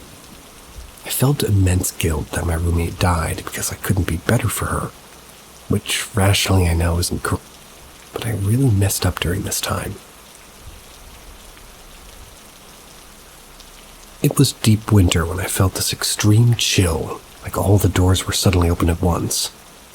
My scented candle flickered and almost went out, but I couldn't move. I was holding my sleeping baby, and out of the corner of my eye I saw something crawling on the floor. It was large like a man, but the proportions were off and his arms were way too long. It was walking towards us, and everything in me was screaming not to look at it. I could see it coming toward me, but the entryway door opened and my husband came home early to surprise me with dinner. I told him about it later, and I could think about it. I saw the figure several more times. There's nothing we could do, or at least didn't end for a few more months. So we sucked it up and dealt with the fear. I looked into the history of the house, and one of the people who lived there was a police chief. They were jailed for abusing his daughter. It was a trap house at one point, too. Somebody had been killed nearby. There's probably a lot of experiences I had in that house that I shut out of my mind. But this is everything that really stands out to me now. The house felt suffocating at times, and like I was being pushed out. The landlord had a second house available for only $450 a month, so we moved out the day after we found out about the other rental place. No one stays living there long. Most people have stayed about 4 months before they leave. Since the events of this story, my life has improved incredibly. I haven't had a single bout of depression since living there, and I have 3 children who are all very happy and healthy. My oldest sees ghosts and has a past life memory. She tells me about it often, but I'll save that for a future post. I've been meaning to write this for over 6 years now. If you read it all, thank you. You're welcome.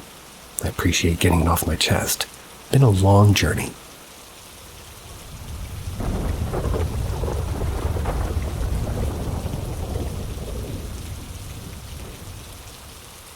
My mom was not my mom. I attached some screenshots of The Sims. It was the only way I could truly think to explain the weird-ass layout of the house I used to live in. We lived in a community of sorts with houses that were kind of connecting every 2 houses. That is why one side of the house has no windows.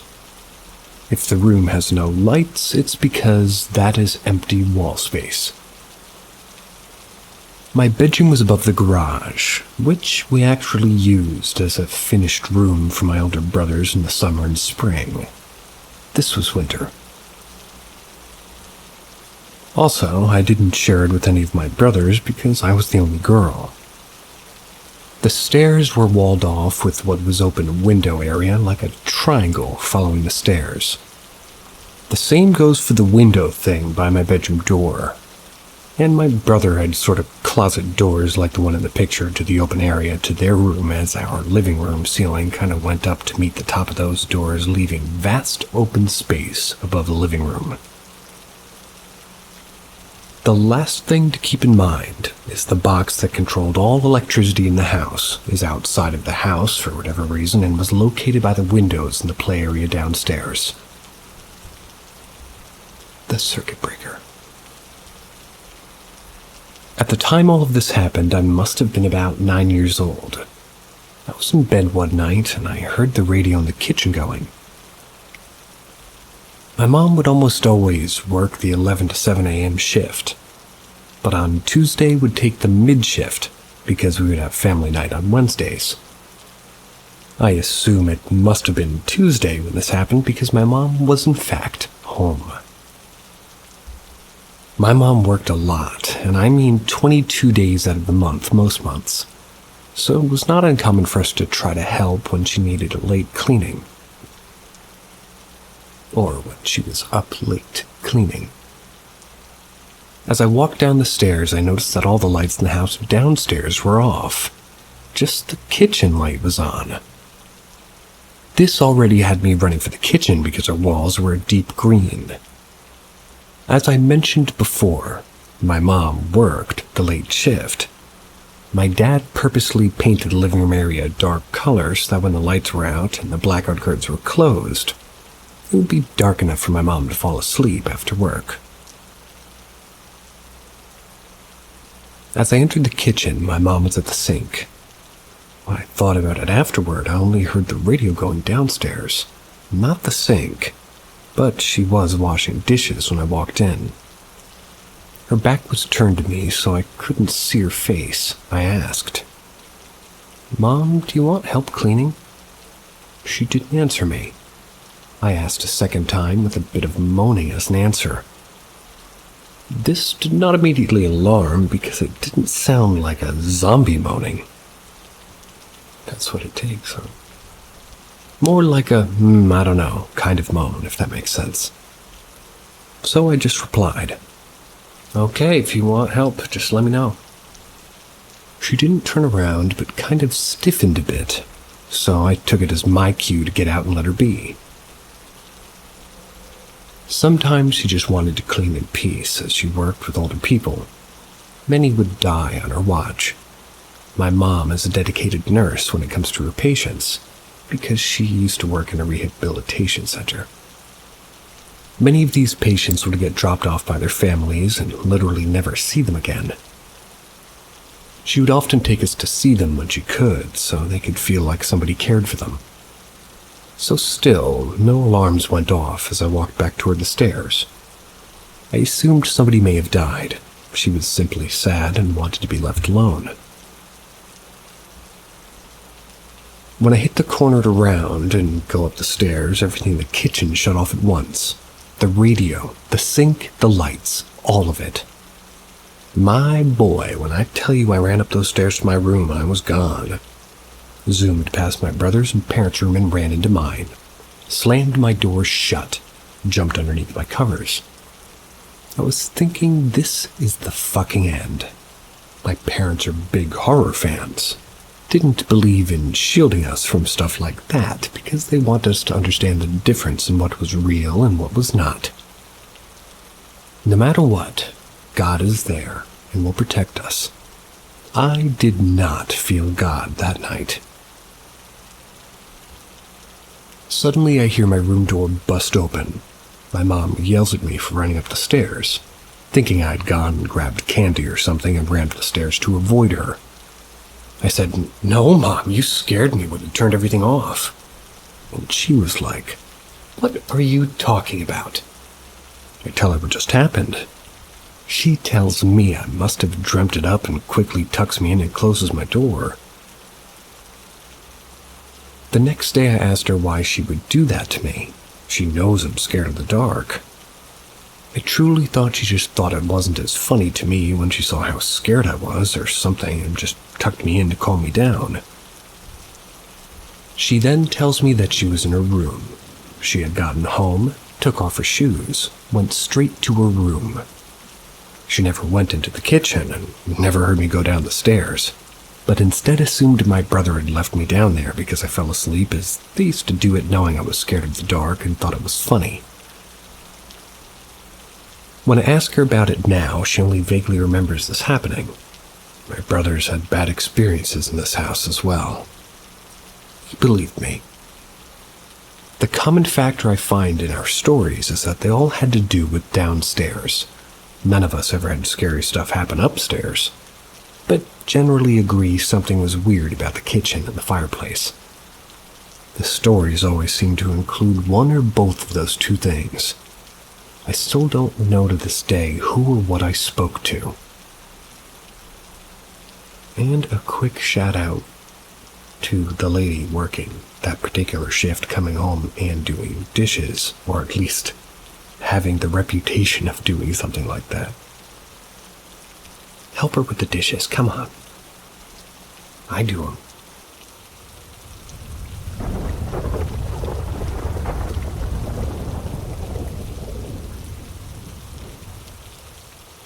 Paranormal experiences in my family home. I grew up in an old house in the UK. My family home is a 4-story terrace, just over 250 years old. It's situated on a busy street. It was originally a manor house with lots of land, but it was later split into 3 terraced homes, with more built alongside it in the late 1890s/early 1900s. There were 2 cellars, otherwise known as basement rooms, 2 living rooms on the ground floor and the kitchen. The first floor had the bathroom, my parents' bedroom, and my brother's bedroom, and the second floor was my bedroom/living space. I have experiences from being very young that I may share in the future, but for now I'll focus on some experiences that happened in my family home from me being around 15 or 16 to my early 20s. I'm not afraid of anything paranormal or unexplained. When I was around 15 or 16, I was up in my bedroom reading. It was a Saturday afternoon. I lived with my parents, my younger brother, 2 years younger, and our dog. I had no music on or the TV this day, but I could hear general muted traffic noise outside. I heard someone come downstairs, the door opening and closing and keys rattling. My mom shouted, "Hello," up to me, told me to come downstairs because they, being my mom and dad, needed to talk to me. This is weird, as usually she'd just tell me whatever it was that I needed to know as she was shouting up to me. I asked why, and she shouted, "Just come downstairs," sort of in a frustrated tone, so I did, thinking it must have been important. I got downstairs and quickly became confused. Couldn't find them. I shouted "hello" in case they'd gone into the cellar. And this wouldn't be normal either, but nobody responded, and I was confused trying to work out where they might have gone. I thought I must have been imagining it, started to walk back upstairs, and my brother shouted down from his room asking me what Mom wanted. Guess it was weird. She called me down, really. I replied to him saying, "Did you hear her?" Obviously, I assumed he must have. I was just a bit weirded out because, well, this meant that he'd heard her too. But nobody was there, and I was second-guessing myself. He didn't respond, so I walked up to his room to talk to him about it. I opened his door, and he wasn't there either. I got this weird chill sensation and goosebumps. Started to feel spooked. So I left his room and went back downstairs, trying to make sense of what just happened. But as I got back downstairs, my mom walked in with the dog. She'd taken him on a walk. I asked her what happened and where she had gone. She was confused and assured me that she'd been out for around an hour, hadn't been back at any point. She said that my dad was at work. He'd been out since 8 a.m. and was due back in a few hours' time. My brother was at his friend's house. When I was 20, I was working in, like, an off-licensed convenience store. The store closed at 10 p.m. Once we closed and cashed up and cleaned, I'd get out about 10:30 p.m., home around 11, still living at home. My mom called me at 10:10 p.m. asking me where I'd gone. I was confused and told her I was at work locking up. She said that I came home 15 minutes ago. Her and my dad were in the front living room and they heard me come in. Here's some context. We used the back door to come in and out. It had 2 living rooms, one at the back, one at the front. My mom and dad would be in the front room, which was closed off from the other, and the stairs were in between. Mom said that they heard me come in and shout hello, which we normally did when any of us came home. Mom and Dad both said hello back and asked me why I was home early. They said I shouted, "So you're ignoring me then?" In sort of a joking way. They heard me walk upstairs chatting on the phone with someone. My dad then came upstairs on the first floor and shouted up to me to see why I was home early. Make sure and check if everything was okay. That's when he noticed my light wasn't on, and it was silent. He came back down and they called me, found out I hadn't been there at all. Oops. When I was around 20, that's when this next story takes place. My mom and dad were sitting in the living room quite late, 2 a.m.-ish. Heard my brother practicing his guitar in his room. This wasn't unusual, as he would often practice for hours. They were enjoying listening to him play faintly when they both remembered at the same time that he was in university, living in student accommodation 200 miles away, and he had taken his guitars with him. This next one is when I was around 22. My best friend was visiting. It was a Friday night. I had been quite unwell, so she was coming around to chill, listen to music and chat. My parents were out at a function. It was mid-January-ish. My friend went upstairs to use the bathroom next to my brother's bedroom, and when she came downstairs, she said, "Oh, he's just shouted you for something. He must have thought that I was you when I went upstairs." My brother was back at uni, and we were alone in the house. I asked her if she was certain that she heard him. She was adamant that she had, to the point that she really thought I was trying to spook her for a laugh. She knew of the above occurrences, and they freaked her out. Told her he wasn't here and that he was at uni. She didn't even believe me and demanded we go upstairs to see what he wanted. She was 100% convinced that she had just heard him, so I shouted. Obviously got no response. She said that he must have heard you, so I invited her up with me to prove he wasn't home.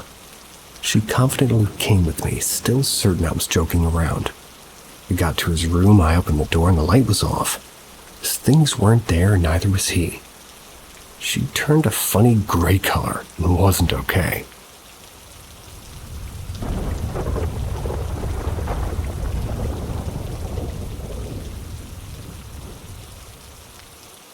My experience while in the Marine Corps.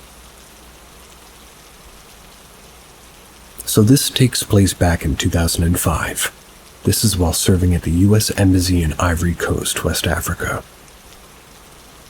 One morning after working my night shift at the embassy, I returned home to the Marine house. The U.S. Marines lived in a local residence bought and paid for by the U.S. Embassy. It was a 3-story home in what locals would consider an upscale neighborhood, by Ivorian standards. The home was fairly large and had a pool, a gym, a laundry room, and a driver's room on the first floor. Housed 5 U.S. Marines that were tasked with protecting the U.S. Embassy and its personnel. On this morning I was pretty tired.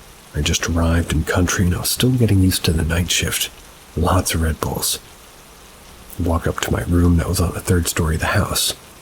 It was a relatively medium-sized room with a bathroom attached and one large window in the bedroom that was filled with heavy curtains to keep the daylight out during the day so we could sleep. I was crashing hard from all the Red Bulls. I managed to take my uniform off and get straight into bed. It wasn't long before I reached that state of mind where you're half asleep and half awake. And I do believe it was at this point where I started dreaming, where a sort of sixth sense told me, you have to wake up. I remember opening my eyes, staring at the opposite wall at the foot of my bed. The room was dark and I was still half asleep as I scanned from the left side of the room to the right. I recall my eyes concentrating on the daylight that was shooting down the side of the wall toward the corner of my room. As my eyes reached the light, or rather the right far corner, I stopped and focused on a dark spot in the corner of the room. I couldn't make out what it was, but the light abruptly stopped before hitting the corner of the room. As I stared at this dark spot, I realized it was a silhouette of a person. It was tall, and I could make out the outline of shoulders and head. My first instinct was that I was dreaming. But after a few seconds, my vision cleared up, and the silhouette was still standing there. As I focused harder on it, I realized it wasn't disappearing, and the realization that something was standing there hit me. And a quick flash thought of, what the fuck is that? That's when all of a sudden the shadow figure with red eyes that I can see clearly had now rushed forward and started choking me. Still to this day, I remember the grip it had and the flash of heat I felt run down the back of my neck all the way down to my feet. I closed my eyes tightly. I was paralyzed. I couldn't move. The level of fear that struck me was immense. After about 10 seconds, I felt this grip letting go. And as soon as I could move, my first reaction was to reach for my K-bar knife. I kept that on the top of my nightstand. I quickly stood up ready to stab whatever the fuck was in my room. The next couple of seconds was just me tearing my curtains open and clearing the room and restrooms and repeating, what the fuck, Jesus Christ, what the fuck? My room was completely empty. I went from attack mode to quickly trying to convince myself it was just a side effect of this medication I was on. One of the cons of working in an African post was that we were ordered to take mefloquine, an anti-malaria medication, by our command. One of the side effects clearly stated was the possibility of night terrors. But regardless, I couldn't stay in that room. I ended up falling asleep in the common area with the TV turned on. Fast forward 5 months, and we, the Marines, moved out of that home and moved into a new embassy compound. Apparently, it had just been constructed. Me and another Marine decided to have a movie night and watch The Exorcism of Emily Rose. Creepy movie. When it was done, I walked into the kitchen, ran into Sammy, our butler. Sammy was in charge of doing our laundry and prepping our meals throughout the week. It was amazing. When he wasn't working for us, he spent his time at a Catholic priest at a local Catholic church. He was having the movie fresh in my mind, and I asked him, Sammy, if we got possessed by the devil, could you perform an exorcism? Of course, sir, I do them quite often. Many bad spirits here at Cote de l'Ivoire. Seriously, Sammy? Yes, sir, many evils here. When we moved in, did you bless our new house? Yes, of course, sir. This is a very good home. Not like the old house. That was a very bad house. Instantly I went cold and asked him to explain. The old house was possessed by 3 demonic spirits. He then goes on to tell me that one morning while he was doing our laundry in the basement, he looked into the Marine gym and saw 3 shadow figures with red eyes standing side by side in the corner of the room. He grabbed his crucifix and began to pray before they vanished. He then instructed me to go speak with Joey and one of the Ivorian Marine drivers. I hauled ass to find Joey. Joey was a 49-year-old father of 8. He had worked for 15 years as the embassy Marine driver. Joey tells me one night after dropping off one of the Marines, he returned to the driver's room. That's where he tried to get some sleep. He was woke up by something whispering his name. When he opened his eyes, something grabbed him and started choking him.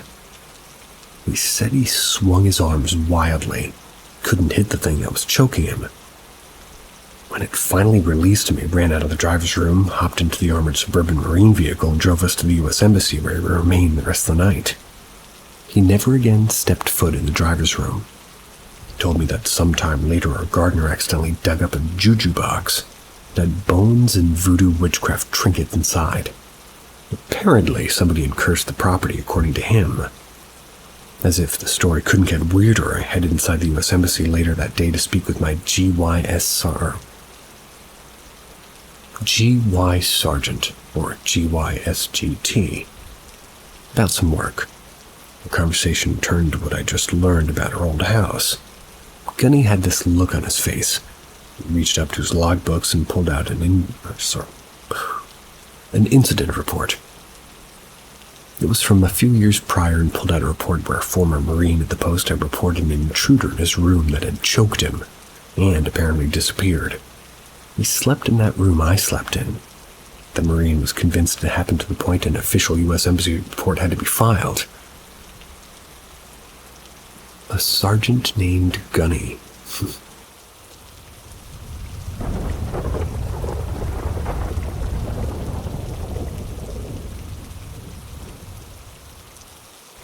Many experiences as a child, and now an adult. The Hatman. My 23-year-old female paranormal experiences started when I was young. I don't even remember the age. The first thing I remember is that my sister, who shared the same room as me, would constantly sit up in her bed and call my name. I've always been a silent sleeper, so I'd sit up and ask her what she needed, to which she would reply nothing and go back to sleep and not even remember it the next morning. Could have been nothing, but I later learned that the times when she would wake up, my parents were fighting. They eventually divorced because my sister woke me up with this sleep talking. I heard them getting violent with each other. We both walked into their room to see it. Before they divorced, I woke up one day to find all of the lights in our bedroom on. We usually sleep with a nightlight. I've always told them that I could see things in the dark. Because when I was younger, I saw a tall figure standing over me that I convinced myself were random things that my mind was playing tricks on me about. It would usually be a couple of shadow figures, and I remember them standing over my bed like they were watching me. Which is why I insisted on having a nightlight well beyond the years that most kids did. I asked everyone in the house if they would turn the lights on. They said no. My kid brain told me it must have been aliens or something, because who would have gone into a room and turned the main closet door light on? The worst of it started after they divorced. I was 7 or 8. My mom hated my grandparents, but when they divorced, my dad could take us states away to Colorado to see them on holidays. I loved it because it felt peaceful to me, till I would go into the basement, which is where my grandparents' bedroom was. They always left that door open. At first, they put my sister and I in an air mattress, but I would stay awake for most of the night because I could see a man standing on the stairs with a long coat and a fedora watching us. I would tell them every day, and it didn't change till my grandparents decided a couple of years later to just give us their bed and let us shut the door. The first time I came back to school in 5th grade, I told my friends that I kept seeing something. One of my friends said that she could too, and perfectly described this figure. Still don't know if she was lying, but from what she described, it was the exact same thing. By the time I was 11 or 12, I was obsessed with the paranormal. I was watching Ghost Adventures, Paranormal Stayed Dead files, basically anything you could tell why one was terrorizing me. I had asked my parents long ago what they believed. My dad said nothing, which I later learned was a lie. My mom said that she believed things were around us, but couldn't really explain them. My dad's very religious. I don't speak to him anymore, but I feel that what happened to me or us changed his perspective, although he did invalidate it a lot. Then when I was in middle school, I convinced my dad to take us to a hotel, like Ghost Adventures had been in our state or something. It was previously a hospital. My dad had gone there before. I guess he assumed nothing would happen. We went through the entire hotel with a video camera that his girlfriend owned at the time, and I remember us walking past a room that we later learned was the nursery. We were hearing a baby crying.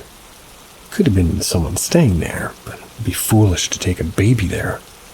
It's known as being extremely haunted in the middle of nowhere. My dad then told us that they were staying in the most haunted floor in one of the most haunted rooms. In one, my dad's girlfriend and her 2 youngest children stayed in the connected room. Me and my sister and his girlfriend daughter stayed.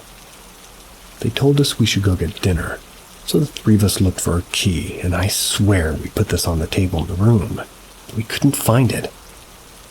My dad said that we must have forgot, but there's an experience book at the front desk, and according to that, it's happened many times in that room. Something knocked on her door. All 3 of us and my dad opened the door. Nobody was there, but the keys were hanging in the door. In the middle of the night, my stepsister got up and started screaming. I remember that the Winter Olympics were on the TV because she ran out of room and couldn't stay in that one anymore. In my freshman year of high school, I fell asleep on the phone with my boyfriend at the time. In the night, he swore he heard something talking to me.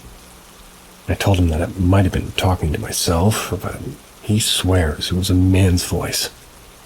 I kept my bedroom door shut and locked at the time, so no one could have gotten in.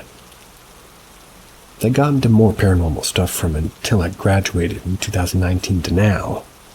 I saw the Hatman, and I knew that it was something or something equivalent to it. That's whatever it is that I saw. And then, a couple of months ago, 2023-2024, I lived in my own apartment. I saw something. My apartment was set up in a way that my bedroom door faced the bathroom. I was sleeping, then woke up because something completely dark and fucked up was standing in the door. I sat up and stared at it. It was the same dark cloaked and fedora hat figure I'd seen before. This thing hovered from my bedroom door to the side of my bed. I freaked out. I fought. I turned in the bed and started kicking at it. I was wearing my Apple Watch at the time, and I have pictures proving that my heart rate was going through the roof and I was awake. Something came at me. You can believe me or not, I don't care, but this happened. Something has decided that it wants me.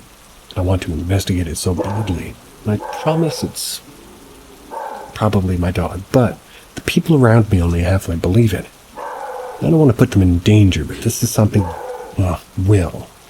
I need to know why it wants me. It's put me in danger and continue to.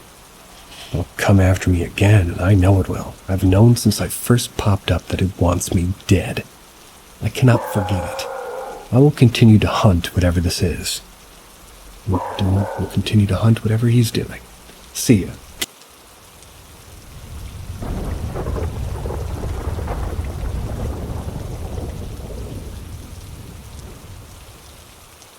I can't unsee what I saw. Around the age of 19, I was disqualified from the military due to a medical disqualification. I wasn't too sure what to do with my life since this was a lifelong dream and I felt very lost. I did a lot of soul searching during this time, studied many religions and philosophies.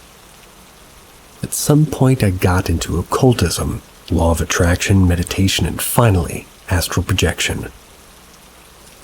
To keep it short, I started meditating to attract into my life the things that I wanted. I also started to practice astral projection. After a few weeks, my aunt started to come into my room scared, began to question what I was doing. I told her I was meditating quite frequently, sometimes up to 3 hours a day. Why was she asking? Well, she told me that something very weird had just happened in the house. In fact, for a few days in a row. Several weird things had been happening. She told me while they were watching TV, the front of the house unlocked itself. The door had just been slammed open.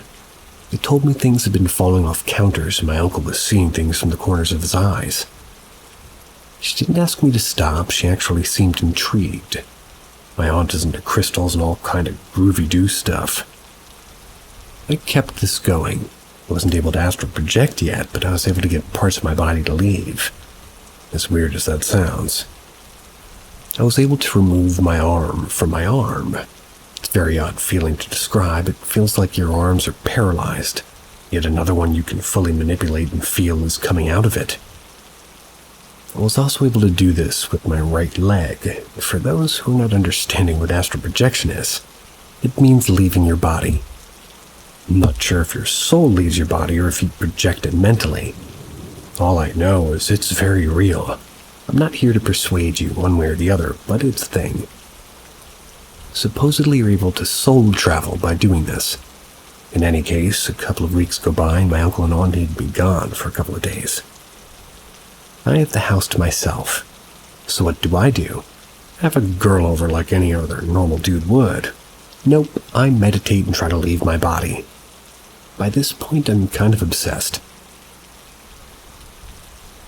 For the first time, I fall asleep while meditating, and what proceeds to happen is one of the most traumatic and terrifying things to ever have happened to me. Who am I kidding?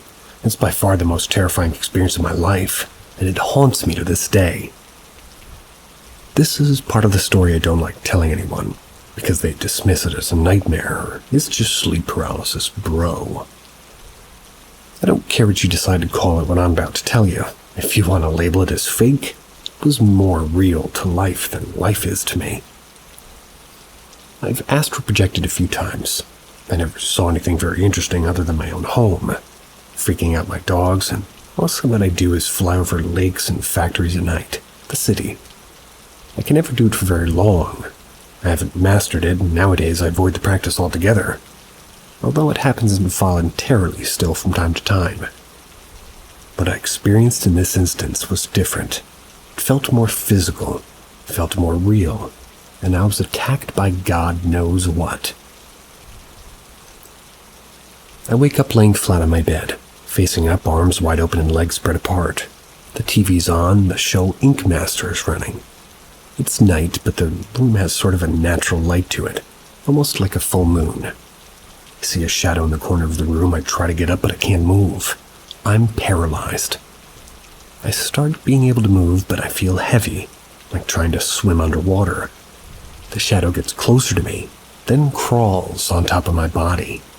And this is embarrassing to say, and I normally leave this part out of the story, but this thing proceeds to put its hand between my legs and press and squeeze, you know. I feel immense physical pain. There's actually something gripping my body and really hurting me. I try to scream, but I can't. I start saying the power of Christ compels you over and over. It does nothing. My back starts to bend in an arc. I'm slightly levitating over my bed. Everything's happening very silently, which allows me to hear loud footsteps coming from the kitchen. While this is all happening, a man walks from the kitchen into my room. I can barely see or look, but he's a middle-aged man wearing a suit. Looks very old-fashioned. After several attempts of asking, my words finally come out. "Who are you?" The man standing in the corner of the room states, "My name is Lucifer," and then ask, "Lucifer?" He states again, "No, Lucifer." The painful back-arching and floating continues for a while. That's when suddenly it stops. I fall on my bed and it suddenly is daylight. Ink Master's still on and I can hear birds chirping. Never woke up like this. Like waking up from a dream, it simply stopped and I was still awake. I spent the entire day looking things up online, trying to make sense of what happened. When it came night again, just same thing happened again. This entity, or whatever it is, grips me the same way and it hurts. You gotta understand, this pain is very physical and excruciating. I can feel its hands and fingers. And this time, I'm very pissed off. For one reason or another, this time I'm not afraid. I start trying to strangle it. I start just asking it to get out of my body so I can murder it. And suddenly it all stops, just like that. After the second episode, it never happened again. From time to time, I'm still attacked by an entity that looks like me. I'm forced to fight it. But these are more like vivid nightmares. Nothing like the situation I just described. I quit meditating, I quit trying to astral project, and the situation never happened again. I still involuntarily astral project in my sleep sometimes, but it's very uneventful. I don't see other entities or have bad or good things happen. I just float over a lake near my house and enjoy the view for the most part. That was a doozy.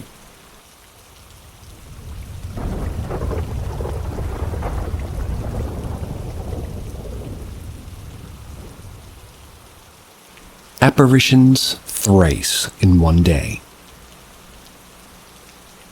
I'll just get right into it. Technically yesterday and very early this morning, I suppose, I saw some hard-to-explain things, accompanied by the eerie feeling that I've had before when I'm sure there's a spirit or other entity afoot. First-time poster, long-time believer. So, the first occurrence was around 3 p.m. I was sitting in a recliner listening to an audiobook in my headphones while my son did his schoolwork on a Chromebook across the small living room in another chair. I'm next to a window. He's like 10-ish feet away next to the bar, what divides the living room from the kitchen in the house. It's a pretty gray day, and the only light's on the bar light right above the boy. I watched the birds for a pretty good while. I'm doing this as I'm listening, and I slowly turn to lay my head back, maybe even shut my eyes for a moment. Then I see a shadow moving as if a person was getting up and putting the chair my son was in. The bar light backlights the chair area from my point of view, so it makes sense initially, except that the size and movement of the shadow looks very adult. In fact, I first thought it was my mom, but she was at an appointment. It moves strangely, too, kinda lumbering and slow. Imagine an old man pushing himself out of his favorite easy chair. That's a good image. You know, like that. Then walked away in an almost gliding fashion out of sight. going towards the kitchen and dining room.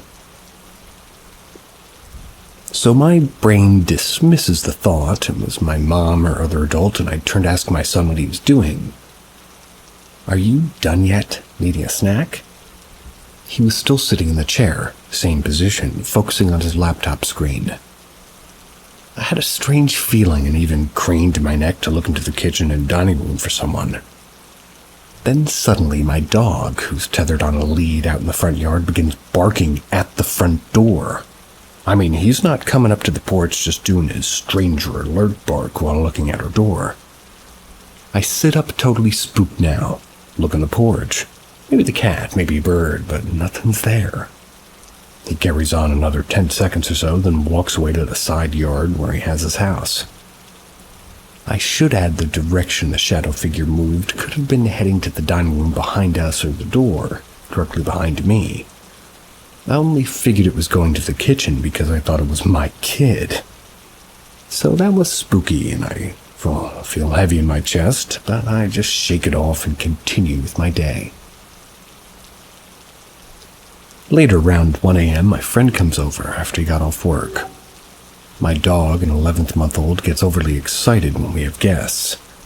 I didn't want him waking anybody up, so we sit in his car and we visit.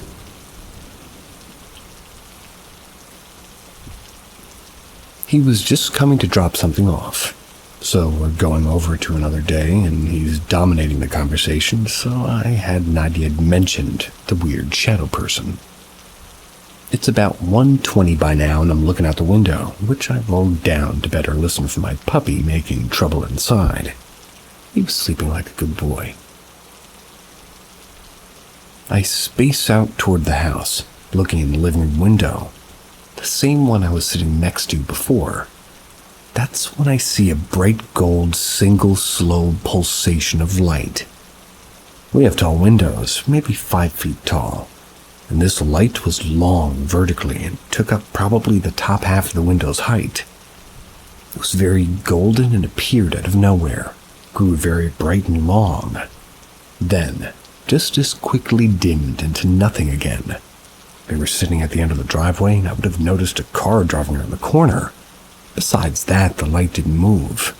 In fact, it was unnaturally stationary. It strobed in and out without appearing to deviate from its original position. I should also add that where it was positioned would have been hovering right above the chair. Thought I saw the shadow standing there from earlier. So I began turning my head and moving my phone around to try recreating it. Although I had only turned my head before, I laughed, not knowing what else to do. I asked my friend if he saw that. Apparently he didn't. I described what I saw and then told him about what I saw earlier. He was a bit spooked and joked about being glad he wasn't staying over, and we laughed nervously. I turned back to the house and almost immediately see another apparition, this time in my bedroom window. It's the far end of the house. I just accidentally scrolled down way too far.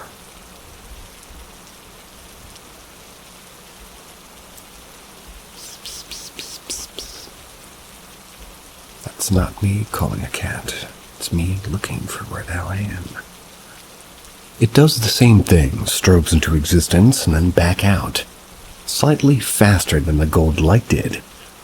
And this light was very bright. It was like the other, but it was bright blue and long horizontally. The other light had been pretty well centered in one of the panes above that chair, but this one looked like it was right at the edge of the window. So as the light strobes out horizontally, part of it was not visible. It was disappearing beyond the wall, while the other side stretched almost halfway across the window. Oddly, the sides of the window in question has another chair, which is my writing nook, right next to it. It is not next to the window, but just to the left of it, where the light seemed to have been focused. I tell my friend I saw another light. I describe it, and again try turning my head to recreate it with no luck. I could find no explanation or source for the lights. Poked around a bit in the yard and the living room and my room, just trying to explain it. I could not.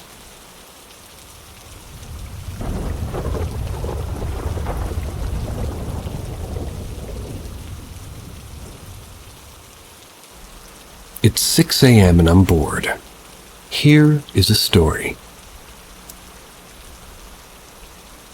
This story's been in my head for a while, so it's also been over 5 years since this has happened. I'll try my best to type this out. It was 2015.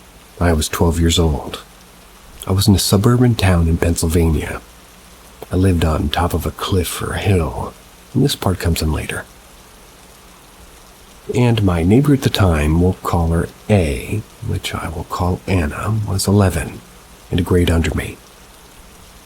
Now, I was never close to my family, so I never really knew the pain of losing a daily member at this point, but my neighbor had lost her grandmother at this point in time. She spent a couple of days with her family, and once she came home, she was still a mess.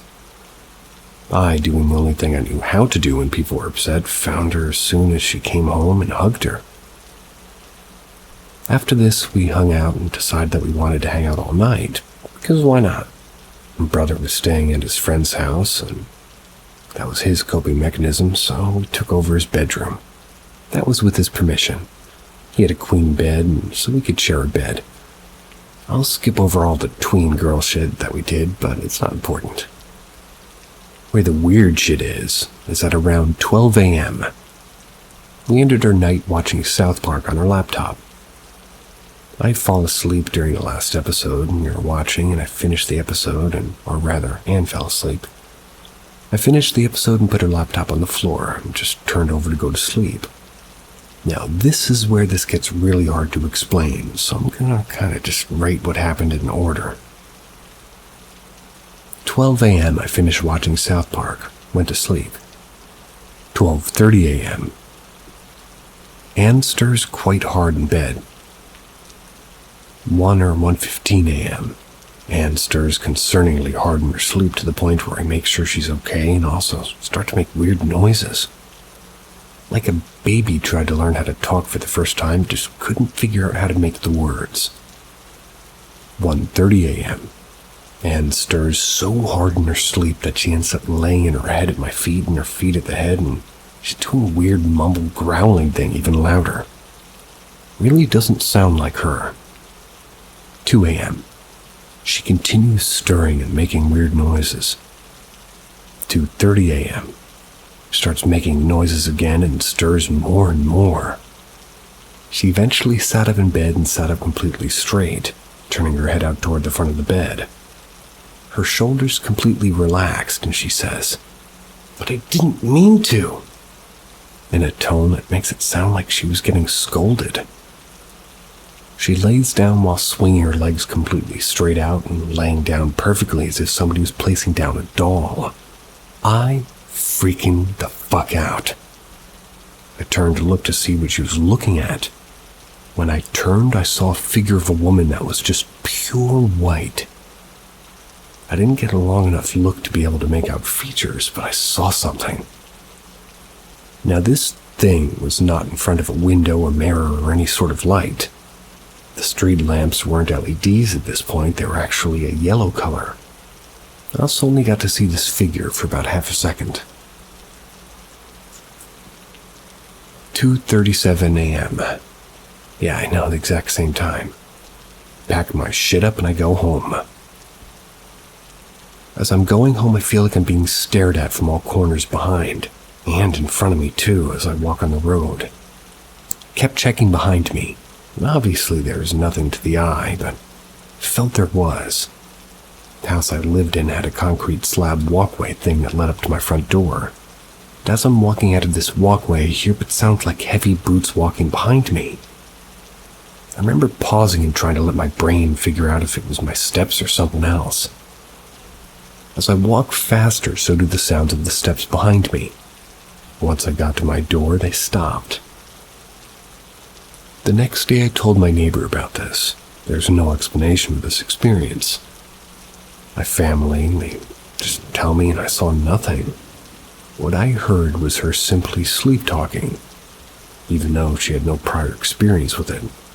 And also that has her stirring, it was just normal. About weeks after this happened, I spoke about it to Anne again, and her exact sentence bringing it up again was, Oh yeah, it was my grandma. She visits me in my sleep now. Now that that's kind of explained, let's get back to the feeling of being watched while crossing the road. This is also where the cliff I lived on comes in. Now, if there are people who don't know Pennsylvania is a state of coal, well, there's a lot of coal mining, obviously. After the whole seeing my friend's dead grandma ordeal, we're sitting around the fire talking about why our parents decided to live where we lived. So we simply asked them. The one thing that really sticks out in the conversation is the risk factor of living where we lived. Underneath all our houses and old mining tunnels that could collapse at any minute. There's not a lot of information on the story, but I'm pretty sure something happens, and there's an accident or people got sick, but something happened, and it was not good. So that could be the feeling of being watched while walking. Maybe they was just making sure that I got home safe. I've never had an experience like that ever since that moment. I'm now 18 and still can't make sense of the situation, and also no longer talk to Anne. It's like a weird unclosed chapter of my life. We all got one of those.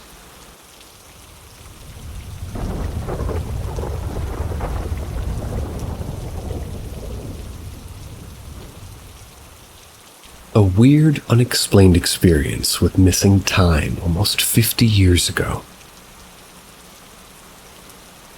When I was 8 years old back in the mid-1970s, I was in the Scouts. Me and my sister and my parents lived in a house in a quite safe suburban neighborhood just south of Stockholm, Sweden. It was only about a 20-minute walk from my house to the Scouts group facilities, so I usually walked there or rode my bike. The evening this event took place, I had walked. About an hour and a half later at 8:30 p.m., I was on my way home. It was mid-October and dark outside at that time of year. I had to pass a large parking lot and closed gas station. Both were poorly lit. In the area, I was always finding it creepy. I hurried past it every time I came, just to this junction. This evening was no different. When I crossed the street, I was finally in my own neighborhood where I knew every tree, bush, stone, nook, and cranny, as kids do. I was walking on the sidewalk along the road leading up to a roundabout. Cars were passing by as usual, even though it wasn't really much traffic at that hour. And that's when it happened. As I took another normal step forward, it was like the entire world suddenly slowed down. Came to a complete stop in just a second. There was a sound that I would much later come to associate with a deep subwoofer THX sort of test sound at the cinema. You know, the one before the movie starts, if you know what I mean. I experienced tunnel vision, and it was completely silent. No cars, no people, no movement, no nothing. The entire situation couldn't have lasted more than 15 or 20 seconds tops. And then it was over just as sudden as it had begun. My left foot that had been frozen in midair for the entire time hit the ground. It was quite frightening yet extremely fascinating. First, I was just standing there stunned, and then very cautiously I took a step forward, but nothing happened except my sneakers got wet by stepping into a puddle of water. I suddenly realized that the rain was drizzling down and my clothes and hair were absolutely soaking wet. Only a few seconds before it had been like a clear and calm night, no visible stars. I did find the entire situation quite bizarre and I hurried home. I couldn't wait to tell all my parents what had happened. But as soon as I opened the door, I was met with both my parents in a sheer state of panic. They both asked in an angry tone where I'd been. I became perplexed and defensive, so I stuttered that I might have been to the Scouts. Then I went straight home. My mother pointed at the clock on the wall, told me to stop lying. The clock said 21:55. More than an hour had passed since I left the Scouts. I insisted over and over again that I'd walked straight home, and my mother got even more angry. She was, of course, extremely worried, but it came out as anger. But since I knew I hadn't done anything wrong, and yet was unjustly accused of lying, I got really angry too. I think that caught my parents completely off guard because it was not the reaction they had expected at all. That's when my father turned to my mother and said, "I think he's telling the truth." I'll never forget that because I was so relieved. My mom looked completely bewildered, but stopped yelling and asked again, "But where have you been?"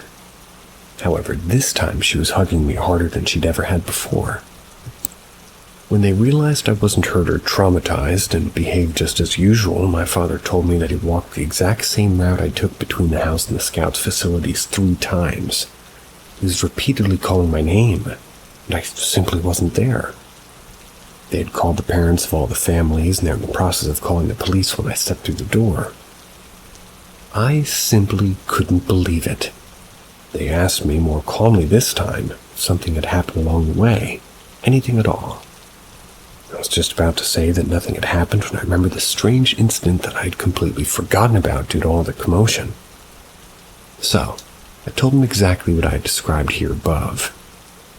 They looked at me in a mixture of disbelief and fascination. As far as I can remember, they didn't push it any further. Fact is, the whole situation wasn't really discussed until years later when me and my father talked about it again. I again insisted that things happened exactly like I had told him years ago, and he replied that he wanted to believe me, but the story was simply too fantastic to take in, even after all these years had passed. He said, "You were gone, son, as if you had simply vanished from the face of the earth. You were missing for more than an hour. Where did that time go? Where did you go?" Needless to say, I couldn't answer him. And even later when my father had died, I talked to my mother about it, and to my surprise, she laughed. She said she always thought I'd been abducted by aliens, as a matter of fact.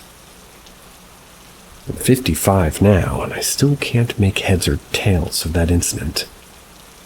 I never saw any strange lights or disc-shaped objects, but believe me, I really wish I had. That would at least have made some kind of sense. However, I truly haven't got a clue what happened in that lost hour. All I know is that it happened exactly the way I told you now. I told my wife about it, but I never told anyone else. However, I did write the entire thing down the same night it happened, and so did my mom, I much later found out. So when I wrote this, I based it on both of these accounts.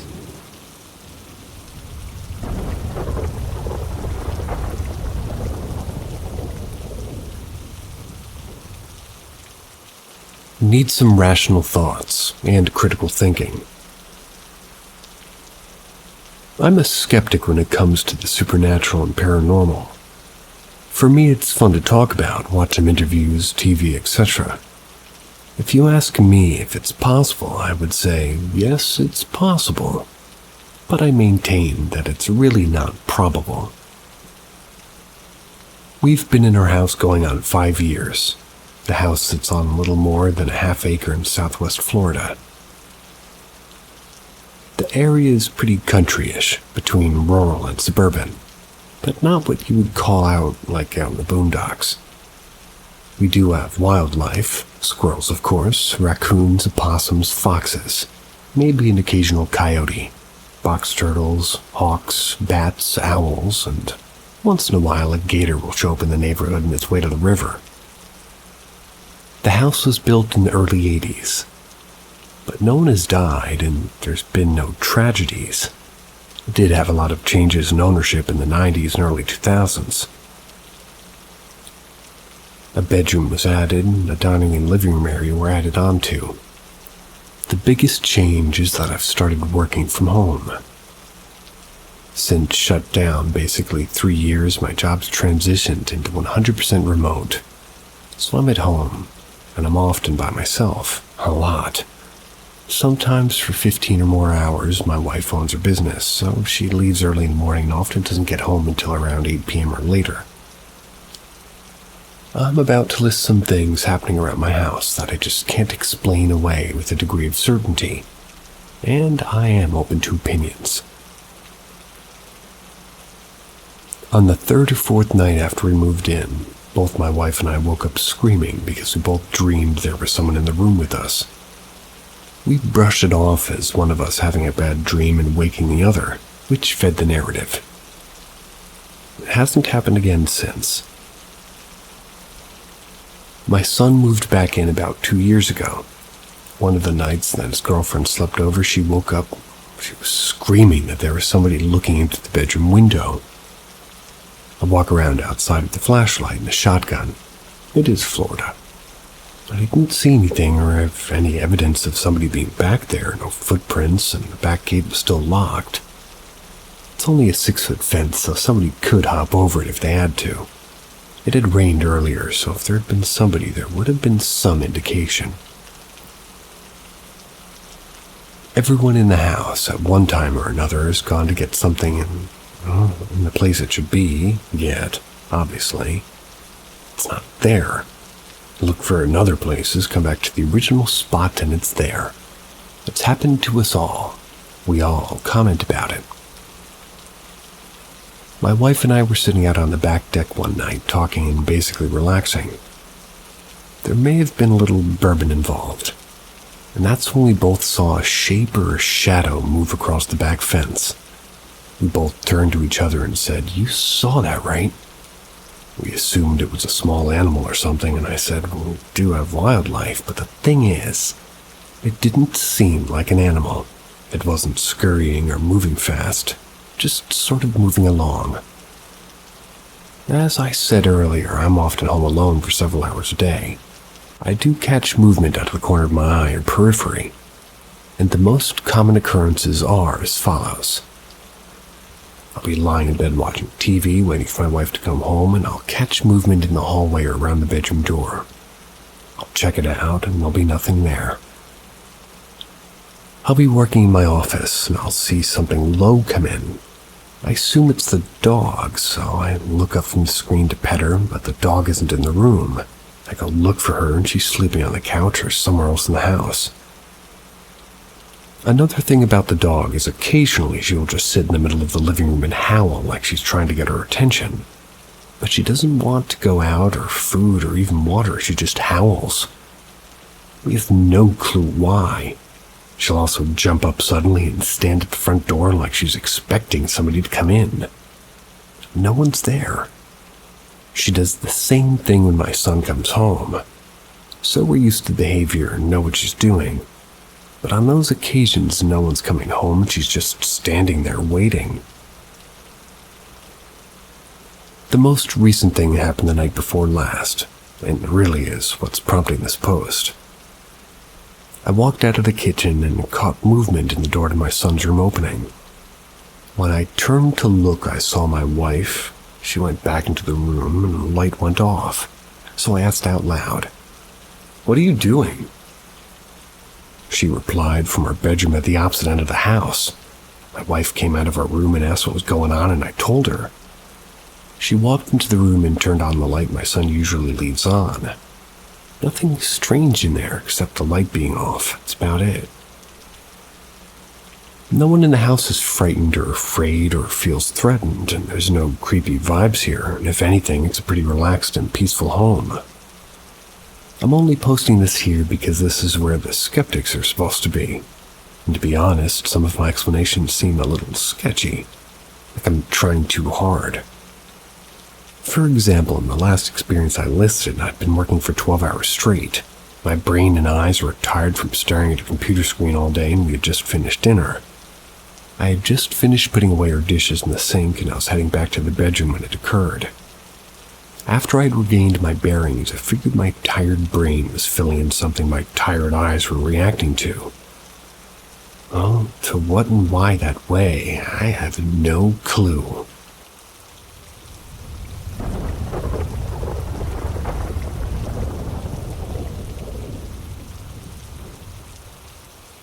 Levitation.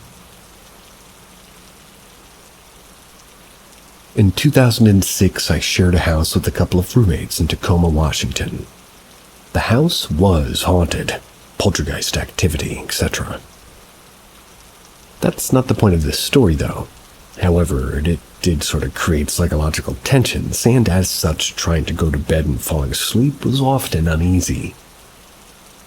One night I'm laying in bed on my back when suddenly a tingling sensation spread across my body.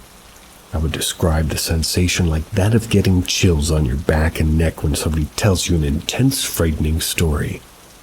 However, this was all over my entire body with more intensity. Needless to say, it freaked me out. Living in a haunted house, my assumption was that something paranormal was trying to haunt me. Although scared, I wanted to actively resist this. As I laid there with my body tingling, I spoke back very assertively.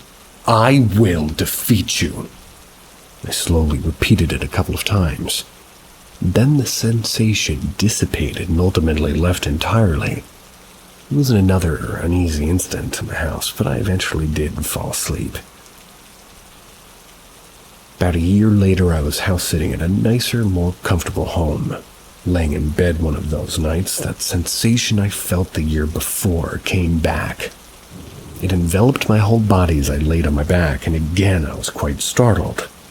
What could this possibly be? Is it paranormal? Is it psychological or physiological? Either way, I didn't like it. And like before, I tried to resist it. However, that can happen against an invincible force, mind you. "I will defeat you." After about 20 seconds or so, the tingling dissipated and went away. Complete mystery as to what this was that I experienced twice up till now. Several years pass. Now it's 2011. And I, at least at that time, was living in Portland, Oregon for grad school. I loved this house I was living in. It was comfortable and felt like home. One night I went to bed totally normal. I wasn't overly tired, I wasn't intoxicated, and I was happy and I was healthy. I shut off the light, got into bed. I was comfortably on my back. I hadn't been laying there in the dark more than maybe a minute. That's when that tingling sensation came back. It started at my feet and legs, then spread up my body.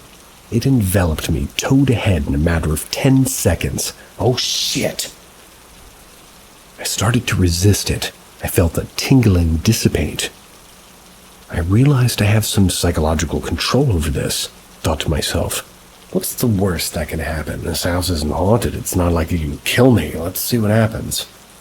I relaxed and surrendered to the sensation. It came back on in a wave from my feet and legs up to my torso and then up over my head. The more I feared or resisted, it would dissipate. The more I relaxed and surrendered, it would intensify.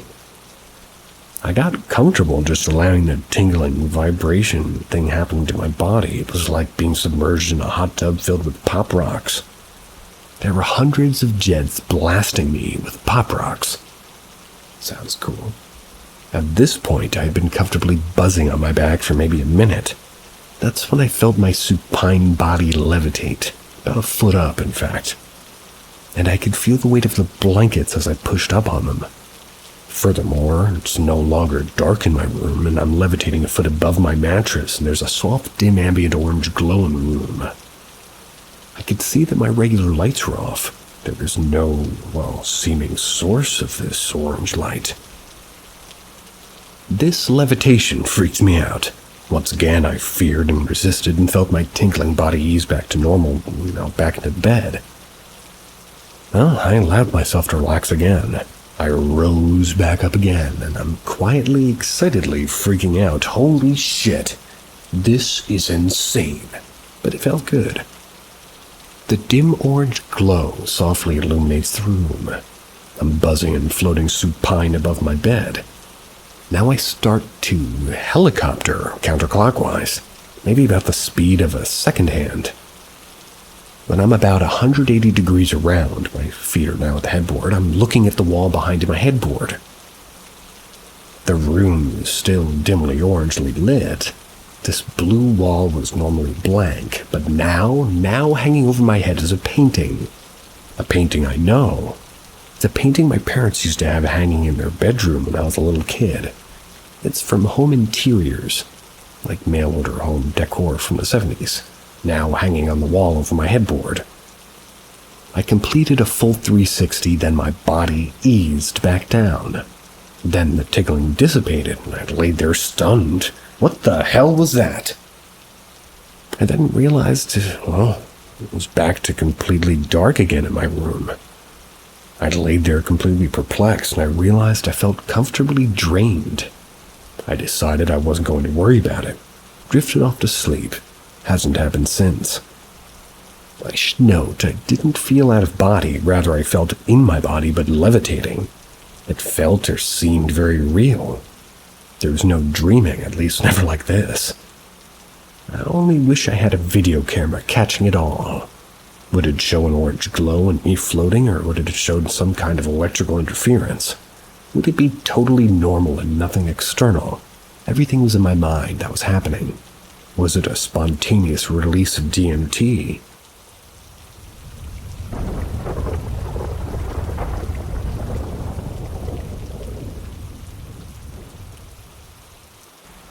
Weird experience where the whole house was shaking.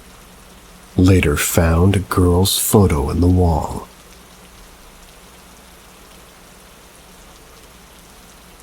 I have a history of sleep paralysis, but it always happens when I'm on my back. It's usually pretty quiet and serene. I sometimes would see an abstract human-like figure who was ghost white with long black hair and appeared to be female. It used to creep me out, but I've learned to just keep my eyes closed and fall back asleep. It was a huge comfort once I got a little older and realized that there was actually nothing threatening about these episodes, that it was basically just a harmless hallucination. I learned to recognize my sleep paralysis and to cope with it, so it was no longer a stressor for me. Now, fast forward, I was in college and at this point living at home with my parents and two of my brothers. I'd fallen asleep in the family room, which was an extra open space that we used as a playroom growing up. My parents' house was built in the 70s, and at one point, an addition to the house was added by previous owners. That's where our family room is, along with an additional bedroom in the back corner and a laundry room. I had fallen asleep on the couch back there, and it had faced the entrance of the family room. And from here you can see the kitchen and part of the living room. I was having a perfectly normal dream when suddenly the dream was abruptly changed. Metaphorically, it felt like I had been casually watching cartoons when a broadcast alert interrupted the program to bring the viewers terrible news. I don't remember much about the dream, just a few details. 1. It was Christmas. The lights were off, but the Christmas tree illuminated things enough to see. It was a different house, yet the view from my sleeping position could overlay the view of the dream perfectly, if that makes sense. Like the layout of the dream was built upon what my sleeping eyes were looking at in real life. 3. There was a very unhappy or angry little boy. He was very small for his age and skinny. His head was too large for his body and he was wearing a helmet. I got the impression that maybe he was sickly and was wearing the helmet for medical reasons. Then in real life, I was awakened by the entire house shaking. I don't live in a place that has earthquakes, so this immediately freaked me out. It was insanely loud. I could hear the windows rattling and I could feel everything rumbling around me. I was unable to move. The room was dark, but I think there was a weird green glow. Kept hoping somebody would come and get me and save me. Now this part might sound a little insane and dumb, but please bear with me. The fear I felt was very real at seeing something like this I couldn't explain. There was some kind of monster right in front of me. It looked like a tangle of limbs and had no face. I felt like it wanted to hurt me, and I was extremely threatened by it. I remember thinking is this actually happening? How am I going to explain this to anybody? I was completely panicked. Well, it's the worst fear I've ever felt in my life. Still couldn't move. I don't remember what happened after that, just that at some point I was able to break free, ran to the bedroom that was back here with me, and, well, My dad was sleeping in there, and he is the closest person in the house, and I woke him up bawling like a baby.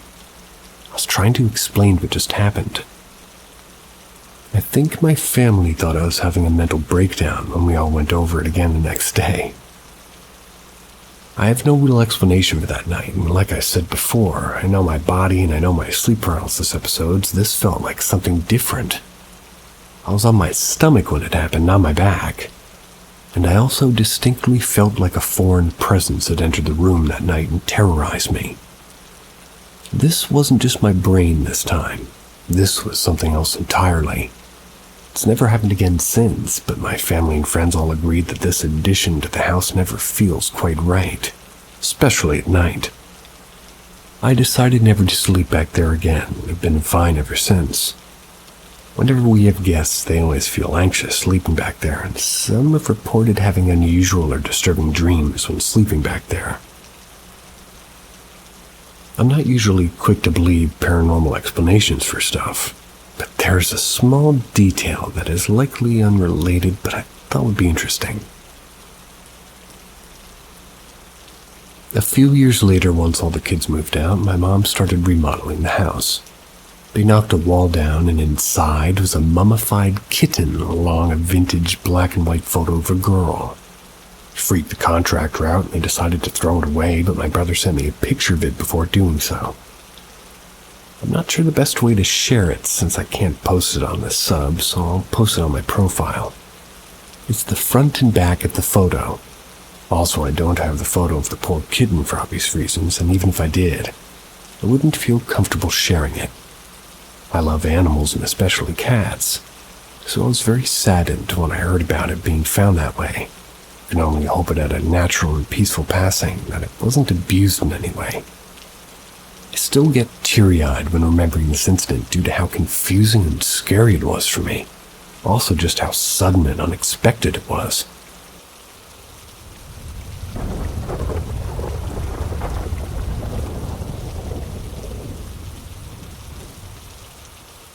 I was a police officer, and I think I witnessed an actual curse. I used to be a police officer in a city in Virginia. There's one upscale neighborhood in our city with very nice homes. I was always told stories when I was a new officer that there was a doctor who lived in one of these homes. The story goes the doctor attempted to perform some type of operation on himself. He numbed his stomach area to make an incision on himself, but since he couldn't feel it, he accidentally cut far too deep and large and accidentally disemboweled himself. When officers and paramedics arrived, he was found barely alive, holding his own intestine, and ultimately died. Fast forward, I was assigned a call about a young female who was found dead by her older sister. When I arrive on scene, it's in the aforementioned nice neighborhood.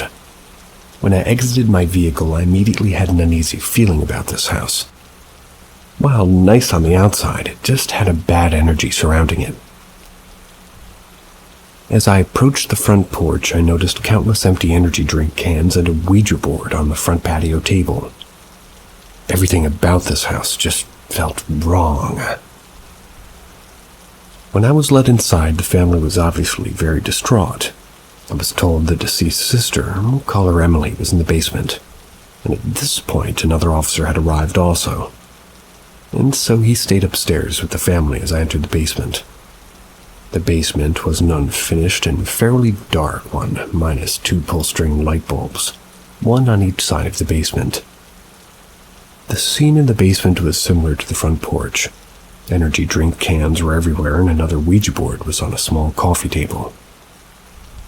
Emily, who was 19, if I remember correctly, was hanging by her neck in the basement rafter. She had hung herself with an exercise band. She was swinging back and forth slightly. Her face was blue and bloated and contorted into a horrible expression. Another officer helped me lift her to bring her down. Emily's family consisted of her mother and father, and her older sister.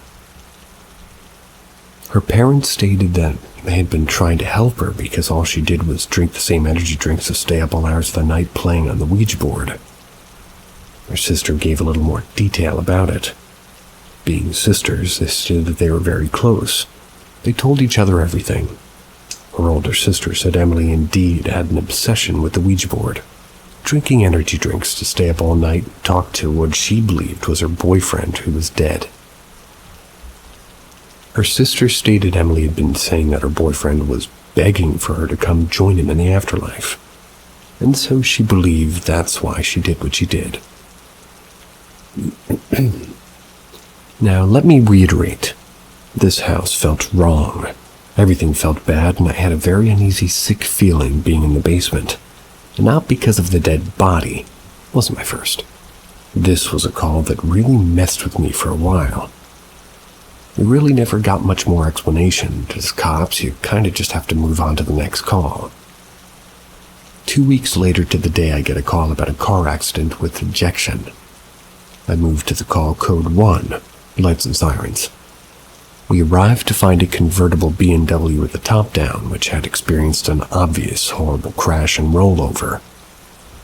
It was sitting on its wheels, and in the driver's seat was a woman who clearly had a broken neck, as her head was almost all the way turned around. Next to the vehicle, about 25 feet away, was a man. He had been ejected, and keep in mind, this was a convertible, so he was ejected from the top of the car.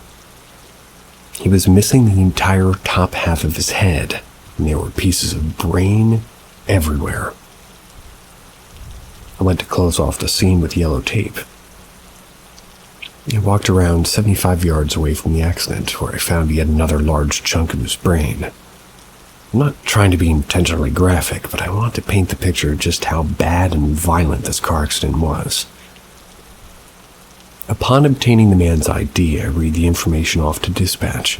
Then another officer and I both realized the same thing at the same time. This two people were Emily's parents, who, 2 weeks to the day, just died in a horrible way. Breaking the news to the older sister was heartbreaking.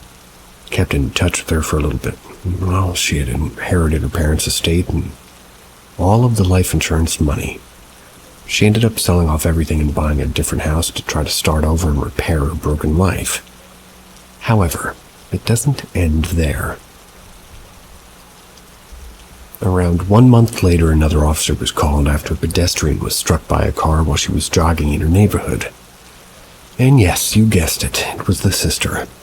She managed to survive several weeks in a coma, but ultimately didn't make it. If you're wondering why the story about the doctor's relevant, the house that Emily killed herself in was the same house the doctor lived in. I don't know what you guys think, but to me it definitely seems like either that house is cursed or Emily opened up something bad. It was a few years ago now, and I'm no longer a police officer. Moved a couple states away now. Twice now, I found 2 different Ouija board planchettes on the sidewalk when going to check my mail.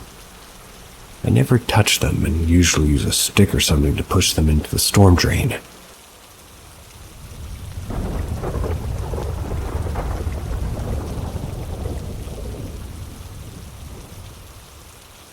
A cool investigation. I was called by a lady who swore that her cat was possessed. I was incredibly skeptical but very curious. According to the lady, her cat would suddenly start screaming at the top of its lungs. It would do this crazy-looking, slow-motion walk while tilting its head at weird angles. If she tried to approach it when it did these things, it would lash out at her with its claws. After having one of these spells, it would hide but not relax. Its tail would swing wildly and it would growl to itself for upwards of an hour. As strange as all of this sounded, I spoke to one of my team members who's very sensitive. After hearing the story, she insisted that we investigate. We arrived at the residence at around 4:30 p.m. The lady gave us a tour of the house and introduced us to the cat. It was a standard 3x2 ranch-style home, and we found nothing creepy about it. The cat was cool, very affectionate, and really took to my fellow investigator. She spent a couple of hours alone with the cat while I got to the paperwork and formalities done with the lady. She invited us to investigate the home that night, as she had a date, then worked on the 11 p.m. to 7 a.m. shift at the local hospital.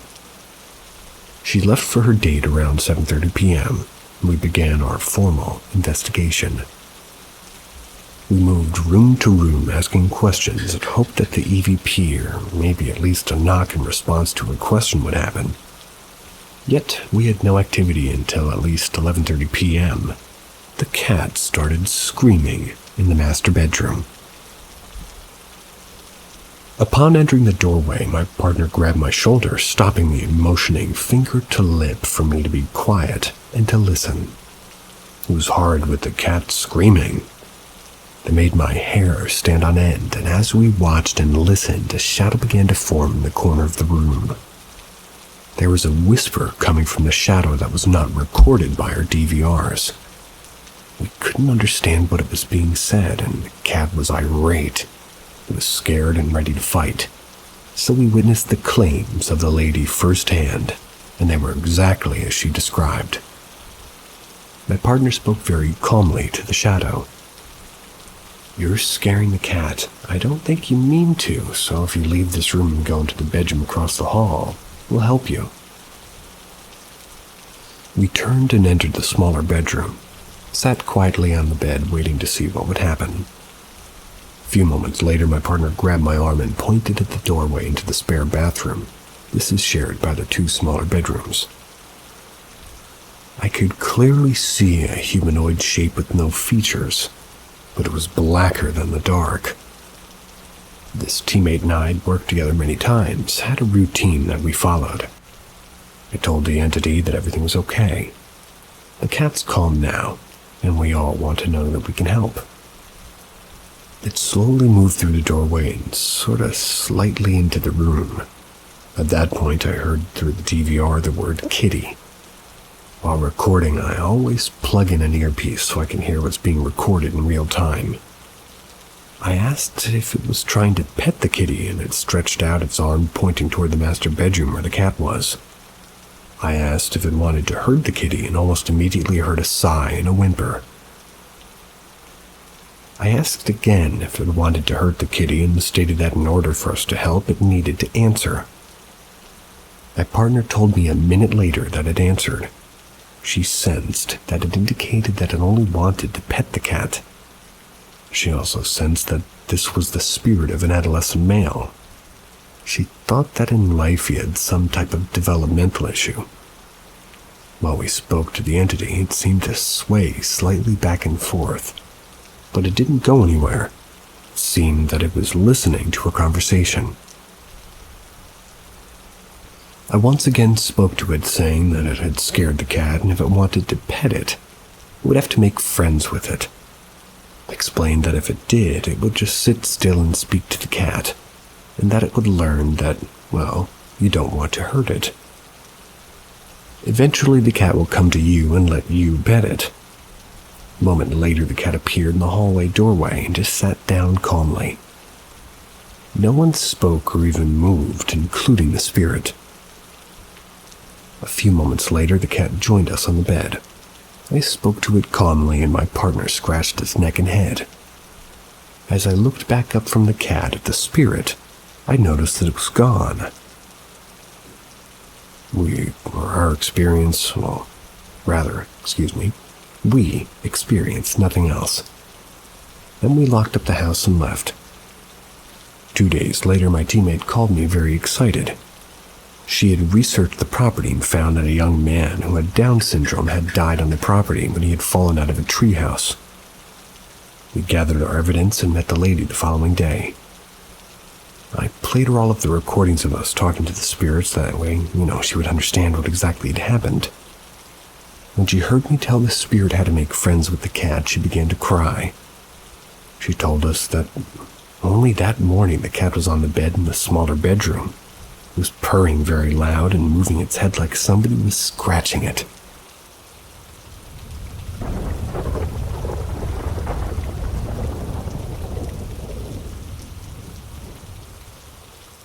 Goats in the kitchen.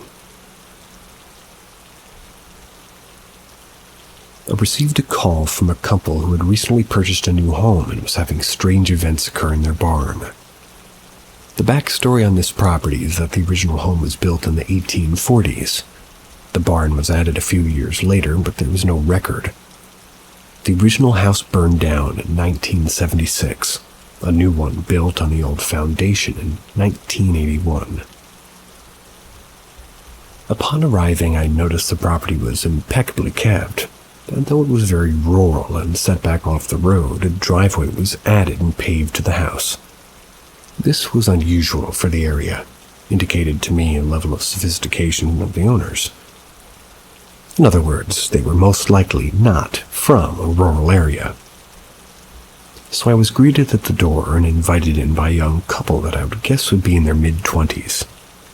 The home was as well kept and clean on the inside as it had been on the way out, so we chatted for a few moments. They insisted that I see this barn. I noted that there was absolutely no feelings or atmosphere to the house, then followed them to the kitchen and the back door. There was a kiddie fence blocking the entrance to the kitchen, preventing 4 miniature goats from exiting the kitchen. This was a shock, since I had judged these people by what I'd witnessed up until this point, and when I asked about the goats in the house, I was told that they had no choice because whoever was in that barn tried to kill them. They had lost 2 goats already, and the vet told them that they were likely frightened to death. Approaching the barn, you could see that, well, they'd been at work putting their decorative style here also. So from the outside, there was a new fence surrounding the front and creating a small yard of about 1/4 acre. It was clean and recently raked. The barn was in the style of an old tobacco barn that had been repurposed and painted. As we entered, I noticed the hair on my arms immediately standing. I definitely sensed something there. I asked if there was a specific area where there seemed to be more activity. I was shown the milking room that they had set up.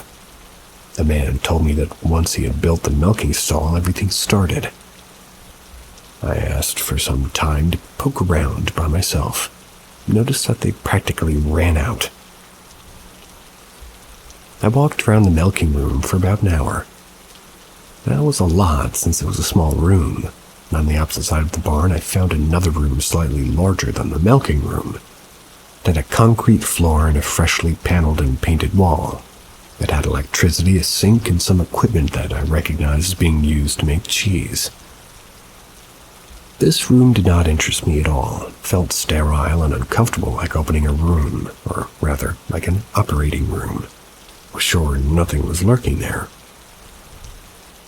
It wasn't until I was walking around in the stable area that I really felt something. This part of the barn had only a dirt floor, and although it was raked clean, it did not feel that way. I'm not a psychic, but I've learned to pay attention to my body and my impressions. To be honest with you, all that I wanted to do in that area was kind of rake it clean myself. Perplexed, I summoned the man, asked him if he had found anything in that area. He seemed slightly embarrassed as he explained that along the wall there had been a deep trench with something that looked like a pile of old leather that had been folded and stacked at one end of it. He asked me not to tell his wife, that he had just covered it over instead of removing it as he just felt like it was too dirty to touch. I asked for a shovel and assured him that I would not tell his wife, covered back up when I was finished. So he agreed, provided a shovel before hurrying back to the house. 5 minutes later, I'd located this leather. As the man had claimed, it was all dried and hard and did look as if it was nothing that anybody would ever want to touch. As I fought to unwrap it, I was struck with the feeling that it may cause me to get sick. I felt nauseated as I was handling it, and finally, getting it unfolded, I found a very old memo-type book in it. The writing was still perfectly legible. It was a journal written by a Civil War soldier. As I scanned through it about halfway through, I found the last page of writing. It had blood on it and said, "When you find me and read this, please tell Ma and Pa that I'm sorry. Tried to make it back home, but they caught me. I was shot and I know I'll die quick. Please get my body home and bury me by the stream. I live in Savannah. Signed, Jonas." I refilled the hole and took the journal and leather to the front of the house. I asked the couple to come sit on the porch so we could talk. I showed them the journal and suggested that we hold a small memorial service in the barn. They invited the only neighbors they knew, and we just did that. We did it by the barn where I dug up the journal. I asked to take the journal with me, and the couple agreed, and I took the journal to the Savannah Historical Society and asked if they would keep it on display as a remembrance to a lost son. They agreed, and I gave it to them. 3 weeks later, when I checked back with the couple, I was informed that the ghosts were back in the barn, and there were no issues.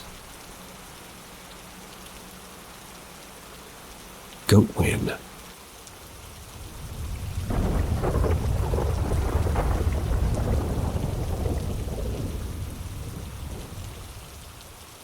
My ex-boyfriend's house.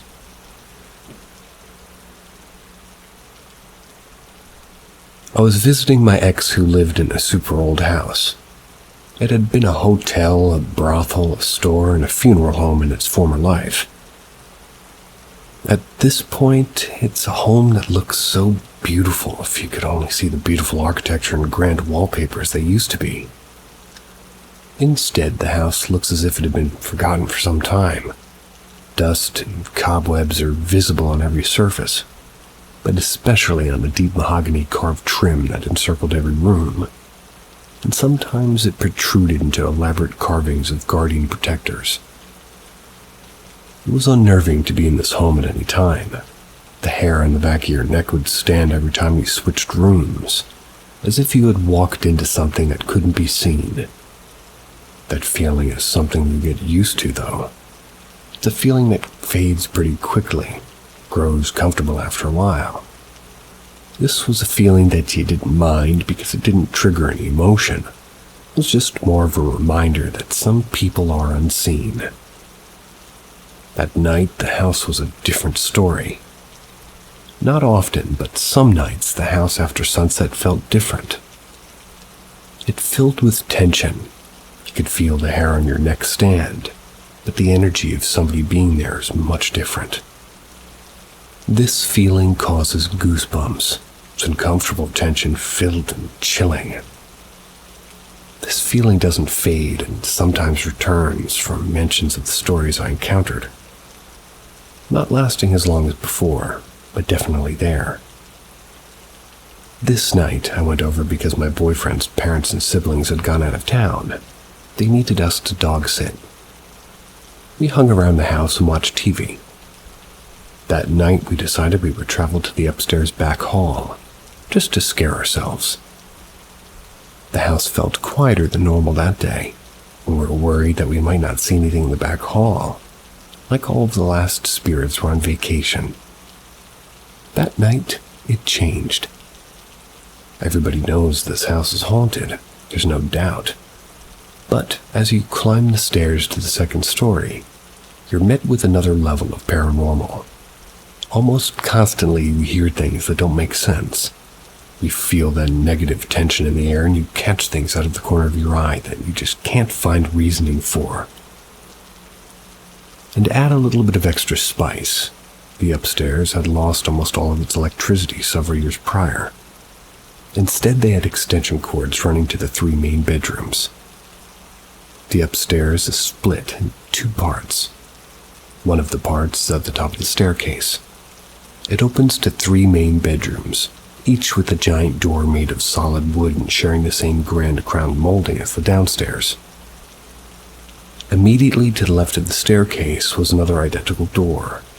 This door leads to the hallway. The hallway has a few rooms and a bathroom. Room numbers still grace the front of each door to let hotel guests know which room will be accommodating them from the evening. As the sun went down, we got excited to go exploring, maybe dig up some trouble. Live for the adrenaline of it, maybe get a little spook in. As we went up the stairs, things felt different. Even in the dark, nothing was happening. Just like earlier in the day, the house was quiet. It just felt like there was something in this old house. No goosebumps, no presence of another, and no noise. As we turned the knob and opened the door to go back to the hallway, it changed immediately. Suddenly all around us was a presence of darkness and a feeling of terror. We immediately had the same thought. No. Closed the door, and almost immediately the air cleared of the terrible feeling that it had presented just moments earlier. Since the house felt so calm, we decided to spend some time in my boyfriend's bedroom upstairs. As we lay there watching a movie, the lights flickered. Not uncommon because of the extension cord fire hazard that ran from the living room and the upstairs. The flicker brought with it that horrible presence that we had felt opening the back hallway door, rushing back at us. As we glanced at each other in terror, the lights flickered one more, and a loud crash came from outside the door, and repetitive beats like a toddler running pounded lightly in the hallway. Only 5 or 6 steps, but incredibly loud. As soon as the pounding footfalls stopped, the air changed to normal again. We sat catching our breath together for what seemed like forever, neither of us saying a word. When we did speak, we decided we should leave for the night. The dog would be fine until morning. Upon opening the door to his bedroom and get out of the house, we heard a crunch. Lifting his shoe, we noticed that my ex had just stepped in broken glass. Upon further inspection, we realized it wasn't just broken glass. It was broken Christmas bulbs. These are special ornaments his mom puts up every year and keeps in special ornament totes with locking lids to prevent breakage. Those totes are behind a closed door, down a hallway and inside a room that also had a closed door away from where they now laid our feet. We left.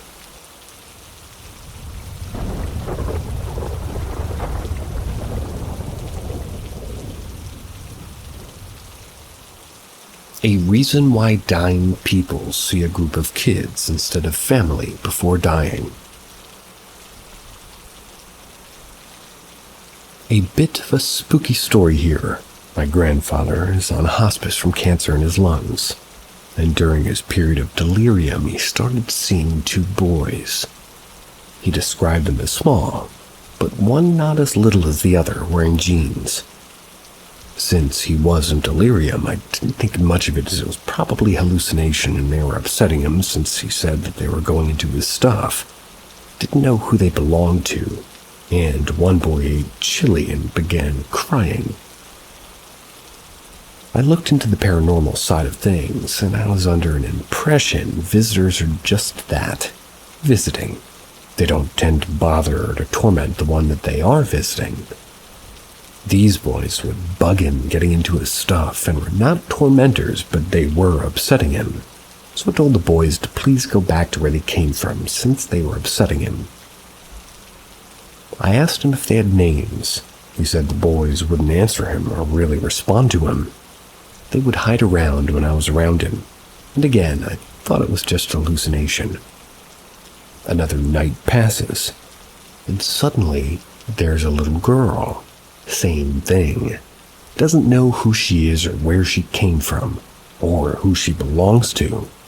It bothers him because it's some strange child visiting him that he doesn't recognize, and he wants to know who the parents are. The little girl, he would make faces at her, playful, trying to entertain her, but he never gave an age range of the little girl. I do know he and his late wife, who died 17 years prior, had 2 babies. Male and female. They died shortly after birth back in the 50s. Part of him thought this little girl could be his late daughter visiting. Some nights pass, and suddenly there are children, about 4 boys and 3 girls. He recognizes none of them and wonders who let all these kids in. They continue to, for lack of a better term, hang around him until he slips out of consciousness. Then, when he regains consciousness, they're all still around looking at this dresser. He's upset because he doesn't know who these children belong to. I brush it off as his delirium, and a week passes. His condition is in the state of kind of starting his death rattle. And so his younger sister and niece come to visit him. It's emotional. They came in the late afternoon, and the hospice nurse was going to come by and check on the health. His sister and niece went to visit his younger brother, who's in a nursing home, not dying, but he had his legs removed. They visit him, and hours pass. They then return back to see him again before they head back to their homes.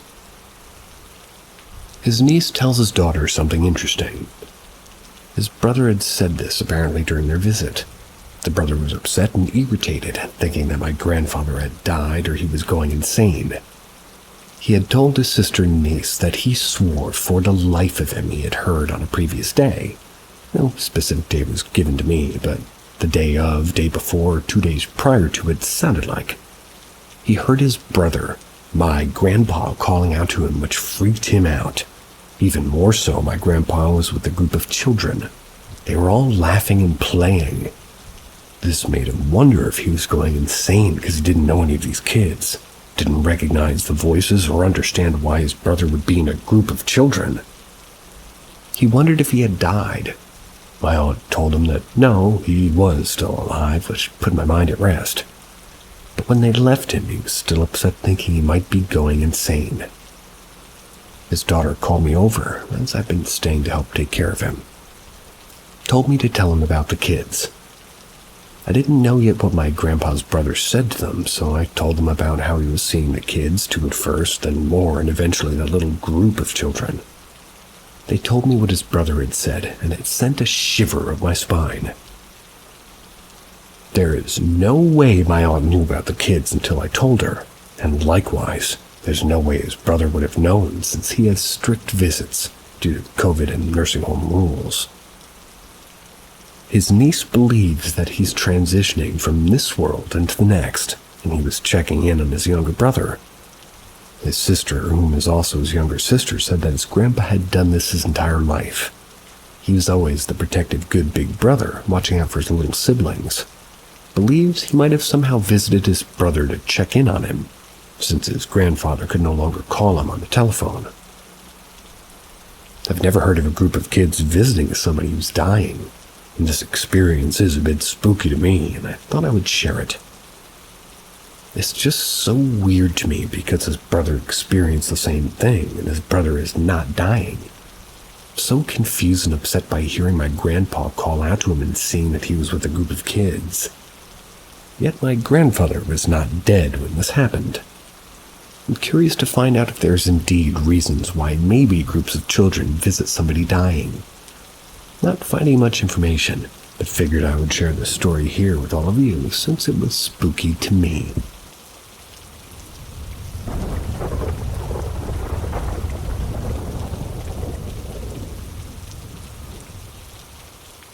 My only ghost experience. Bear with me, this may not be the most entertaining story, but I can assure you it is my real experience. And if anybody else has experienced anything similar, please tell me. Now that that's out of the way, on with the story. When I was in high school, I decided to take a college course over the summer at a college in New York State. It was for early college credits. I'm an art student, so I wanted to get some of my early art credits out of the way. Our dorm buildings were these old-looking houses with 3 floors. I was placed on the 2nd floor with 2 other students, and our RA was sharing a room. And for context, I'm a trans person, so they put all the trans people in one dorm. I'd noticed something was off when I opened the closet at the end of the hallway. There was a line of salt along it. My room was right next to that closet and had a mirror in it. I never liked mirrors. I've always believed in ghosts, but never thought I'd experience one. Later that day, we asked our RA about the salt line. He told us that the building was haunted. He said that he had been here a week before we arrived to repair, had heard the closet door opening and somebody walking down the hallway every night. So, his solution was to put a salt line down in the closet. He also took it a step further and wrote protection symbols on the back of our name tags that were stuck to the door. I believe these symbols were pagan, but don't quote me on that. It pretty much roughly translated to telling the ghosts to get out and, well, basically that it doesn't belong there. We thought he was just messing with us because we were kids. It was our first college experience, so we shrugged it off. That night I was lying in bed. I had the bottom bunk. I stared out into the dark. That's when I saw 2 red glowing circles that seemed to be in between the mirror and the window outside. It scared me a little bit, but I decided to just go to sleep trying to rationalize that it had possibly been a light from outside. The next morning I went to check out the window. There were only trees. There wasn't a close enough house nearby to the neighbors, and though there was a road where you could hear the cars, it wasn't close enough to shine a light in. That same day, my other roommate mentioned the blinds moving. Despite it being 90 degrees in the middle of the summer, no wind and our fans were off, the blinds moved on their own. Fast forward to Wednesday. The whole class took a trip down to a haunted theater for a tour. I thought this was so cool. I recorded every room and everything the guide said on the tour. I've always been interested in this sort of thing and was hoping I'd catch a ghost on camera. I didn't. That night I was uploading all the videos into a Windows Movie Maker file. I planned on uploading the whole thing unwatched and unedited to see if anybody would see anything. This took me hours. I was still doing it once 2:30 a.m. rolled around. While I was uploading the videos into the file, I heard what sounded like a bus stopping outside and leaving. It was that sort of hiss that a bus makes when it stops. Air brakes. I thought nothing of it, as you often heard cars all night, but the sound returned. The sound got louder and louder to a point where I felt like something was wrong. Wasn't really sure what else could make this loud hiss sound. I thought since the house was old, maybe it was like a gas leak or something. Maybe I should alert my RA. My glasses were just out of reach, so I had to get off my bed to get them. The second my feet hit the floor, the hissing stopped, and I felt this pressure and numb feeling, kind of like when your foot falls asleep but without the pain. Again, the back of my legs. This scared the crap out of me. Hopped back in bed until I had the courage to wake up my roommate. I crawled in bed with her and began feeling the same pressure and numbness on my lower back. I'd laid there terrified until about 4 a.m. when the pressure stopped. I was finally able to crawl back into my bed and go to sleep. And from that point on, I was absolutely terrified of being alone. Got to the point where my RA pulled me aside and told me to get over it because one day I'll be alone. Thanks for fucking with my abandonment issues, prick. On the 3rd week, it seemed like I would end up by myself, so I convinced the RAs to allow me to room with one of the girls upstairs. They fought me on this because they insisted that if I roomed with the girl, they wouldn't be keeping boys and girls separate, and they wanted to respect her gender but keep us separate from the cis boys. It was weird. From that point on, I had 0 issues because, though we knew the house was haunted, the girl I roomed with had been raised to respect spirits. Would often ask before entering the room and thank the spirits for allowing them into the space. This is a behavior that I adopted as well, and it was much more peaceful in our room.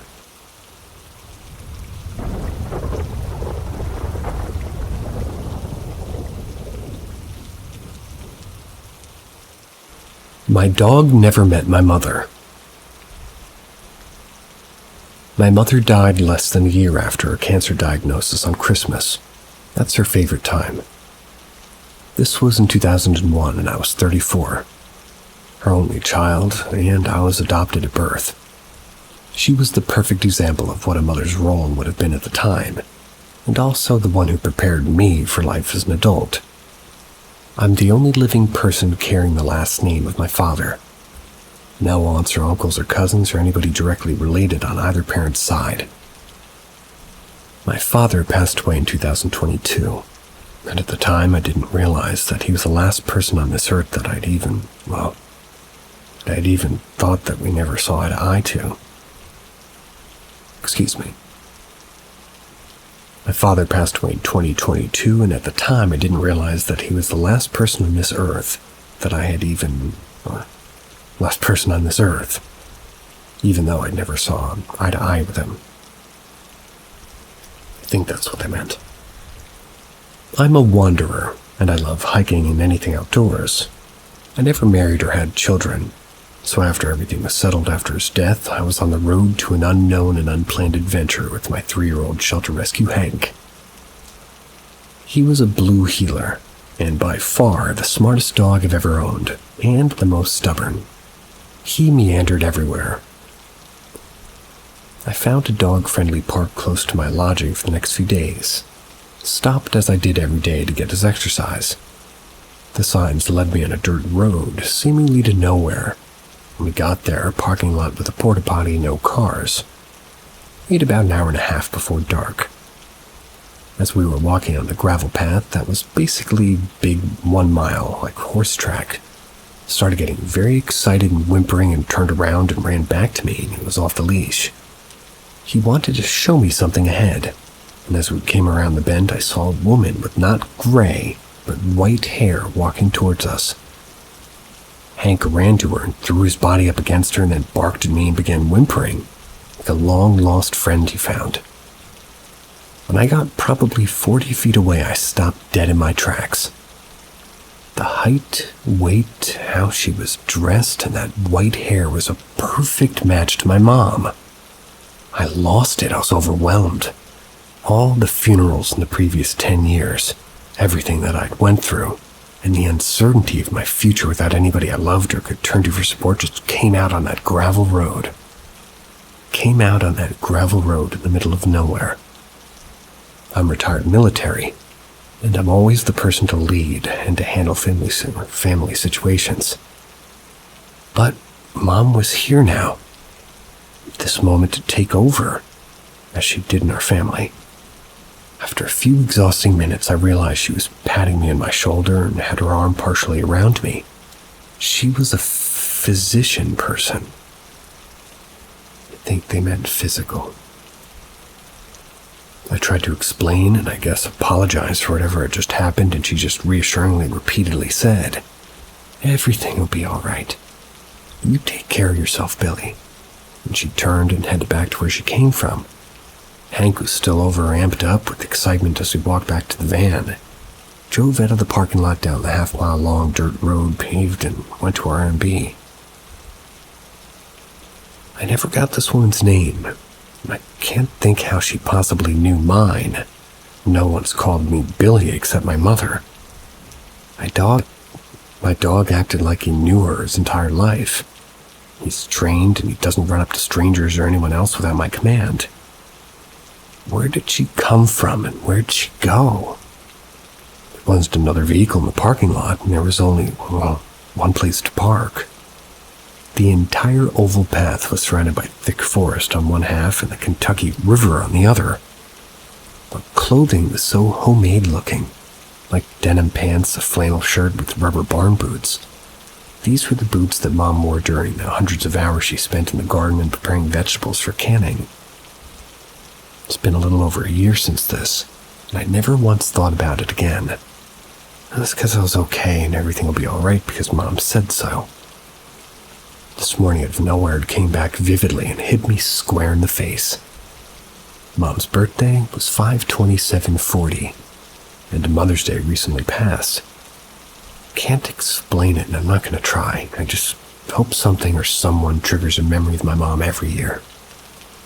We get caught up with our lives, and time relentlessly moves quickly and quiet.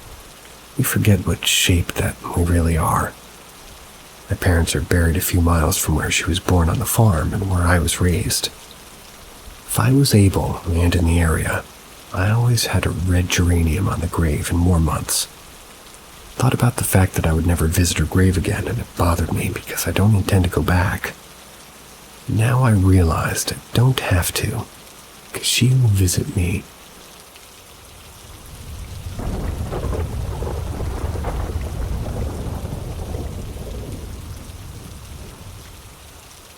Woke up to massive hooded figures staring at me from my bathroom. In 2007, my parents and I decided to take a trip to Italy.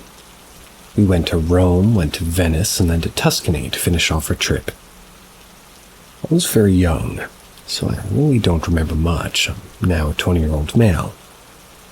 Although I do remember it being really fun, as I love to travel even at a young age. So fast forward to arriving to Tuscany. My father decided that instead of going to another hotel, we would rent a home for us to stay in for the week. I guess the plan was to go to like a few vineyards, explore the Tuscan countryside. Maybe kick back, since we'd been touring Italy for over 2 weeks already. My dad ended up renting a beautiful home that was roughly 45 minutes from the closest city nearby. It was a rustic home, originally built in the 1630s. It was made entirely of stone. It had been somewhat renovated, of course, but the entire interior of the home remained the same and was considerably dark during the afternoon. I think that was since not much light really entered the home. It had a very large old kitchen, and the owner had tons of cats that lived in and around the house, which I loved because I really liked cats. The home was very isolated since it was basically a ranch-style home and had a wonderful property filled with olive trees. I would say that the entire property was roughly 2 acres. The house was maybe 1,500 square feet in total, so not necessarily big. When we arrived, the owner greeted us. We unloaded our luggage from the car that we had rented. I remember her giving us a little tour of the home and the property, and that was that. My room was directly adjacent to my parents' room. It didn't have a door. It was just a short hallway between the two of them. Once we were settled in, my parents went on their own little tour of the property. Decided I should take a nap since we were going to the restaurant later that night. This is where it gets scary. I remember my dad laying me down on the small bed in my room, telling me that they wouldn't be too long. The room was very small. It was roughly 20 by 20 feet. I had a small window to the left of my bed close to the ceiling. The bathroom was directly in front of my bed. I am and have always been an easy sleeper, so I dozed off easily. I'm not sure how long I was out for, but I woke up when I heard the faint sound of the main door opening, and that meant that my parents were back. I remember opening my eyes and seeing late afternoon light. It was barely pouring into the room. It was cloudy that day, so it was pretty dark. And this is the part I vividly remember. Then I turned my head to the bathroom door in front of me, which was almost fully open, and directly in front of me there's a suddenly like a massive cloaked thing staring at me. The figure must have been at least 6'5". It was draped in a long black cloth from head to toe. There was an opening for the face, but I could see nothing but black. I remember feeling the intensity of its gaze on me, like it was analyzing me, if that makes sense. My dad then steps into the room. I turn my head and I see him. I look back, and it's gone. I guess I was so young that I thought nothing of it and never mentioned it to my parents. That same night, my mom starts to feel really uncomfortable. My mother has always been very sensitive to the supernatural, and has always easily picked up on bad vibes. The following night, my mom pulls me out of my room so I can sleep in their bed. It's mostly because she's scared to death of whatever this entity is. Years later, she told me that she will never forget the intensity of hatred and heaviness that she felt this thing putting on her. She said it felt like an intruder in that home, that whatever that thing was wanted my mom the fuck out of there. By the third night, my mom's having back-to-back nightmares. Ends up breaking down in tears, telling my dad that she's been experiencing all this. He's in awe. He's not really sensitive to all the paranormal stuff and had no idea. During the day, all was well. We had a great time together as a family, but at night, it was an immediate energy shift according to her. Like if at night it was the same room, but in a parallel universe, she said. For some reason, when I saw the entity myself, I felt off limits, like it couldn't do anything to me and I was protected. But it had no problem letting my mom know how it felt about us being there. The next day, I guess my dad gave an excuse to the owner as to why we had to end our trip early. We sped out of there.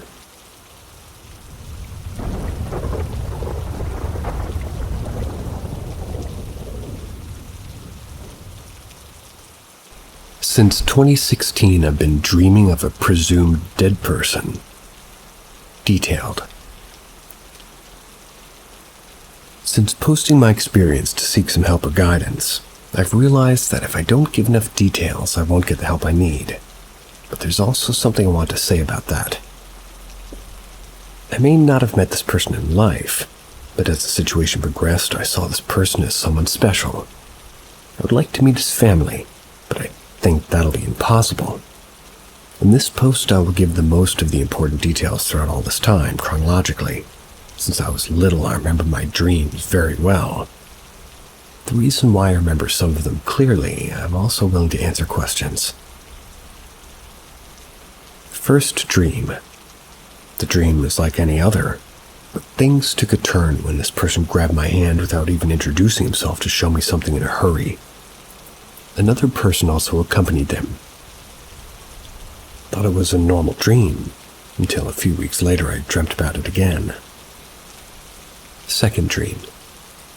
I remember this one most clearly. I remember being in a house that I didn't know where this person finally introduced himself.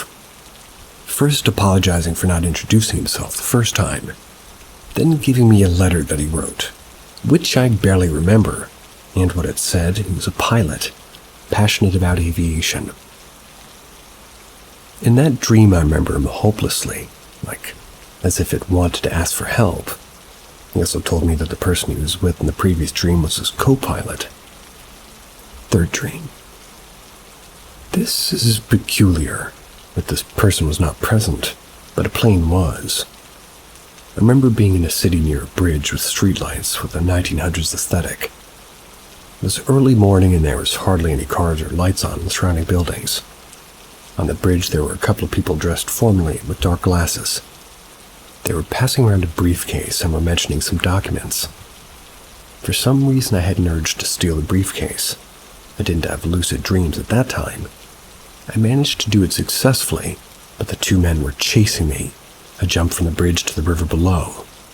That's when I saw the plane underwater moving as if it were a whale. I come to the surface and saw the same plane fly over the river at a very low altitude. It was brushing against the buildings without crashing. Although I've not seen this person in this dream, I think it's related to him, and it wouldn't be the last time I would see that plane. Fourth dream. I remember seeing the plane from the other time. The whole place looked like a wetland, but full of white leafless trees. I saw this person. It was strange, but at the same time nice reunion. Today I don't remember what he said exactly, but I remember that he expressed to me that he felt helpless because of how the investigation into the plane crash in which he died was being handled. I admit that I could feel his hopelessness, and that's why I decided to help him. I also saw the co-pilot, but he didn't say a single word. He didn't even come close to us.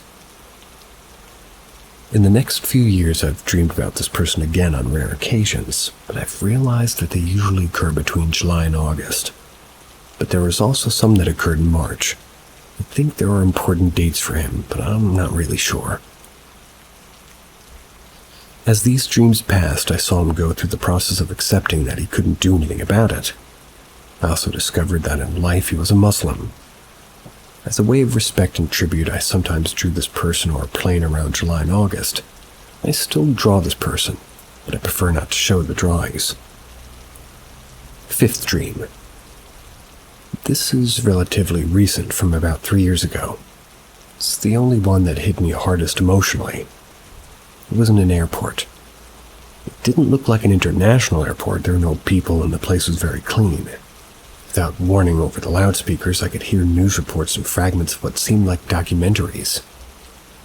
In the distance at the end of the place, near the departure area, I saw that person on his uniformed pilot. Like, probably in his uniformed pilot. With a movement that expressed denial.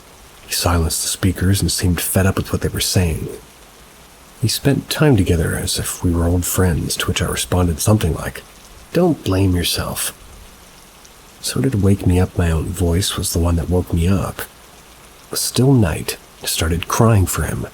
After that dream when we saw each other, they were usually friendly meetings, because we shared the hobby of aviation, and he shared some aviation knowledge with me. I still have the same doubt as before, like why it came to me. The user suggested that I practice my dream skills with another group of people to reach a better conclusion, but I've not received a response from the same user about it. I'll give updates if anything else happens. Excuse my onset laryngitis. I've been recording an audiobook before this recording for 8 hours straight. Bear with me.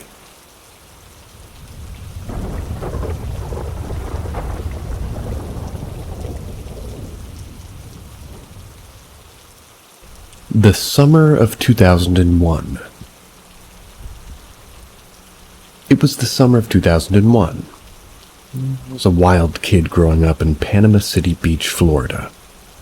I would have been 14 years old and, like most kids, raised in broken homes in the wild place PCB once was. I was already smoking and kind of being a shithead. At the time, I was a runaway, staying at my quote-unquote girlfriend's older brother's house in an attempt to grow up too fast and do what I wanted. It was because I didn't like my mom's rules. It was a typical evening for us. We were smoking cigarettes, skateboarding, hanging out, and just kind of causing trouble in the apartment complex. An apartment complex that backed up to a set of woods, with my friend's 18-year-old brother kind of place being at the end of the building, kind of closest to the woods. A sidewalk extended out from the front door, connecting to the primary sidewalk, which then wrapped around the building. That's between the woods and the building. It brought you to a parking lot. When the sun was starting to set, we smoked cigarettes outside on the sidewalk. And when they were ready to go in, I flicked the one I was smoking, a half of the cigarette, because I started to get a headache and didn't care to finish it. We went inside, played video games, and eventually passed out. The next day I woke up at around 11. Everyone else was still asleep, so I thought this would be a great opportunity to smoke a cigarette by myself. Because I knew that we didn't have many left, I went to go out and get one pack, and it was empty.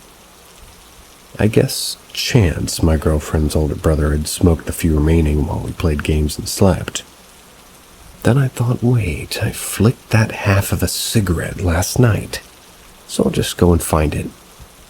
I walked down the stairs, got to the sidewalk, and started skimming the ground, looking for it. I walked around the sidewalk skimming and skimming for it, and I just couldn't find it. When I looked up, I was roughly 4 feet from the perimeter of the woods, right at the edge of the woods, kneeling behind a palmetto. I saw it. A large monster. It was covered in mangy brown hair as tall as I was, but I couldn't see legs. It looked like it was crouching. I saw teeth, large solid black eyes. I was frozen in fear. I had no idea what to do, and it was quite literally right in front of me, a mere 4 or 5 feet away. Finally got the courage to run, bolted up the stairs yelling, "Chance, Chance, Chance!" I was tripping over every step on the way up, and he was my girlfriend's brother, so we were staying with him at the apartment, and I told him what happened. Of course, he laughed it off and told me I must have hallucinated it. After convincing him to go look, we went right back down the stairs together, and of course, it was nowhere to be found. My friends now laughing and me panicking, adrenaline still pumping and the brain just trying to process like the whole encounter. And like I mentioned, it was 2001. I was 14. I'd never heard the word cryptid. I don't think I knew what Bigfoot was yet, and I was completely shocked. I spent the next 2 weeks totally obsessed. Got every chance to scour the woods with me and found, I got a chance to scour the woods with me. We found absolutely nothing. It was 11 in the morning. I knew exactly what I saw, and now 23 years later I can still picture it exactly. As time passed, I thought I'd just seen a demon. The teeth and all the black eyes just kind of stuck with me. But when I was roughly 22 or 23, I was telling what happened to a friend of a friend, and she said, "Oh, hell, you saw the Florida skunk ape." I'd never heard of the Florida skunk ape. But eventually when the picture surfaced, or when I first saw the photo, can't really remember, it was exactly what I saw. Shit. The picture itself was almost identical to my account with only one exception. It was daytime and I could clearly see its top half. I was stunned. I finally knew what I saw years prior. And that one incident, which lasted for probably just a minute, changed my life and the perception of the world entirely. But looking back now, over 20 years later, what I believe happened is we both weren't expecting to run into each other. I think it was just as shocked as I was. And we both didn't even know what to do, so again I realized that I didn't do anything aggressive, never made a sound, and it just crouched or knelt there, frozen. Kinda just like how I was. Maybe he got that half of the smoke.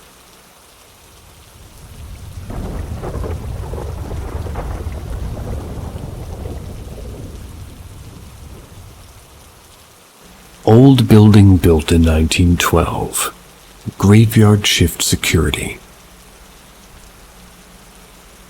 I'm the security officer. I just recently got a job in emergency shelter doing the graveyard shift. I'm convinced that this building is haunted. I researched that it was built during 1912 and it was taken over by my company in 2015. That's about 7 years since they've had it. When I first started, I didn't feel any way about it until I got this unnerving feeling 2 months in. In my gut, there was a feeling of being watched by someone or something unseen. I felt uneasy, feeling like I couldn't relax or even go to sleep on my break time, which I took at around maybe 5:30, 6:30 a.m. It's a weird vibe in the unit day or night. And they use this thing for a break room and also a case manager office during the day. Haven't encountered anything supernatural, but I believe spirits, or these things that I witnessed. And there's these 3 things I saw from the corner of my eye. One day at my desk, garbage would shake, as if somebody placed something in it. I saw the bathroom door in the unit move. Window was barely open and there was a wind. The window was between the buildings. Brace yourselves, everybody. This man talks in riddles. Also, on the CCTV camera one morning, 12:02:22, 6:18 a.m., I witnessed the attendance sheets and residence sign to go in and out sheet on the platform attached to the door flip up in the air and stayed that way on the clipboard for about 2 minutes until I put them back in their original position. Yes, I was spooked, and I knew the other papers that were on the wall nearby didn't move that swiftly. If there was a wind, they would have all reacted that way. I spent 2 months in this break room before anybody told me anything. All alone, 5:30 a.m. to 6:30 a.m. And let's include on my patrols I used to go in the unit and vape in the bathroom. That's why I liked it, had privacy. Well, I thought. They all said the same thing when I told them the feeling of fear. I don't want to take breaks in there anymore, and they said, yep, upstairs is creepy. Please note, they're always complaining about being cold in the hot building that has old radiator poles and portable heaters that they turn on. But I know the cold and hot feeling of a strange presence when I feel it. As of 12:06:22, I'm still working here. Still feel uneasy every day and do everything to avoid the break room in the basement and the empty unit by myself. This one staff member told me she was one day in the break-eerie room and heard somebody call her name and no one was in the small unit, and now she don't go there. There's also a spooky alarm clock in the case manager's office in the eerie break room that goes off exactly at 11:04 p.m. Case manager doesn't even work at night, so what's the alarm for? Every night I go in and go to the locker room as if it was waiting for me. Something, goes off every night in the unit nonstop with noises of mouse running around. I also had a rat infestation in the next door building. There's lots of rats running around the yard, everything just creepy. I noticed a sweet smell, like an air freshener. There's one plugged in and another staff, and I was wondering what the smell was, and I, for a second, possibly thought it could be the entity because the smell comes and go. There's also this other familiar, distinctive smell of a vape flavor, which it smells like, but not the same flavor I'm currently using on the floor of the break room. Haven't even gone there, been a week now. Like, is this thing sending smells to get attention as well?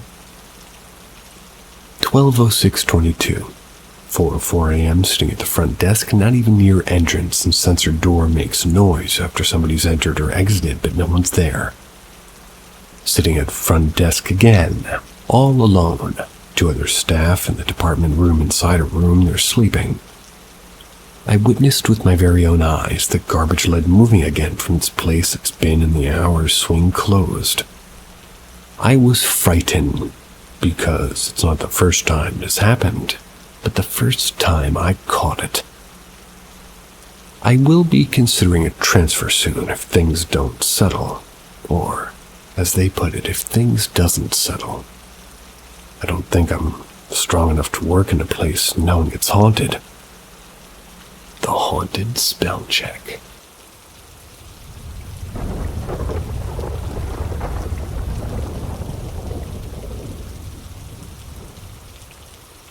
Haunted tattoo parlor. So this happened around 6 or 7 years ago in a village in North Lincolnshire, UK. My friend, we'll call her Amy, who worked as a tattooist and piercer, often ran the shop while the owner ran errands. I often went to sit with her and normally spent all day there. The shop was part of a very old row of buildings. I think there were about 6 altogether, which I got told used to be a bakery in the early 1900s. You walked into the door and to the left was stairs up to the piercing room. Directly in front of the entrance was the till and chairs for us to sit, and behind the stairway there was a little hallway to go into another room which had paranormal/occult items, like electrical ornaments, and this is going to be important later. So this day, me and Amy decided to open a pack of angel cards, use a crystal to ask questions. We had no clue how to read the cards, but was asking questions while dangling the crystal on a chain. It swung around, and for yes, the backwards and forwards for no. Could be the other way around, can't remember. We was asking if there was somebody with us, and it swung. We asked if it was male or female, and it again swung, but at this point we started to feel too uneasy. We asked if they were a good spirit. It spun around so quick Amy dropped it. At this point there was a very loud bang upstairs. It was in the piercing room, so we went to go see. The toilet door was shut, the door was very heavy, so we propped it open by a heavy box. And this box was on the other side of the room. This freaked us out, so we ran downstairs to get some fresh air. As we were coming down the stairs, the electric demon ghost ornament in the other room started playing. We checked. They weren't even plugged in. We ran out of the shop, sat on the bench opposite the front door, and were very shaken up. Amy had a client, so she had to go upstairs and ask me to watch the till area. So I was sat there waiting for her to come down, and I felt so sick, and I had to go out of the entrance to get some air. As soon as I stepped out of that door, I felt something lift, and the sickness went away. Amy was finished with her client and came outside. Said she felt unwell without me saying that, I didn't feel well either. couple of hours passed. Amy had no bookings, so we stayed on that bench and didn't go back into the shop. When it comes to closing the shop, we went inside together. Went upstairs to the sterilizer and made sure all the instruments were in the machine to clean.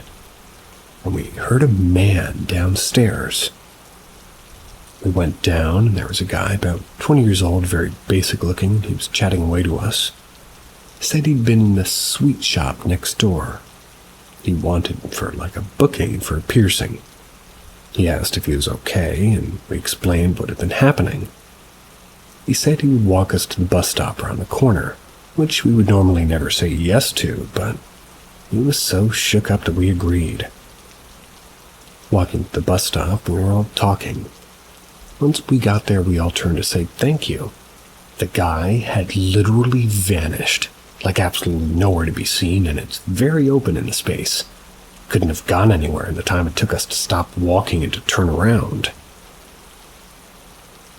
During the bus ride home, Amy and I felt so sad. We ended up crying and couldn't shift the sadness that we felt. Amy spoke to her boss, as he's pretty into the occult. He asked where the crystal and the angel cards were. They had been left at the shop, so he took them and put them in the cupboard with a Ouija board, which was pretty much wrapped up in a holy cloth. And at this point, we thought that was it. That night, I had the worst nightmares I've ever had. All I can remember of them now is blackness. I had red dots spinning round as if they were circling me. For days after, me and Amy went from talking all day every day to the odd message until she rang me, said her boss had looked at the outside CCTV. There was never a man at the shop. He could see us talking and looking at something, but nothing else. The sweet shop also closed that day, so we hadn't been there, and in our frantic states, we didn't even know it was shut. Since then, we found out that the bakery from the 1900s burned down, and a mom and daughter died in the fire. But we can't figure out why there was such a dark feeling, and what stayed with us for a while.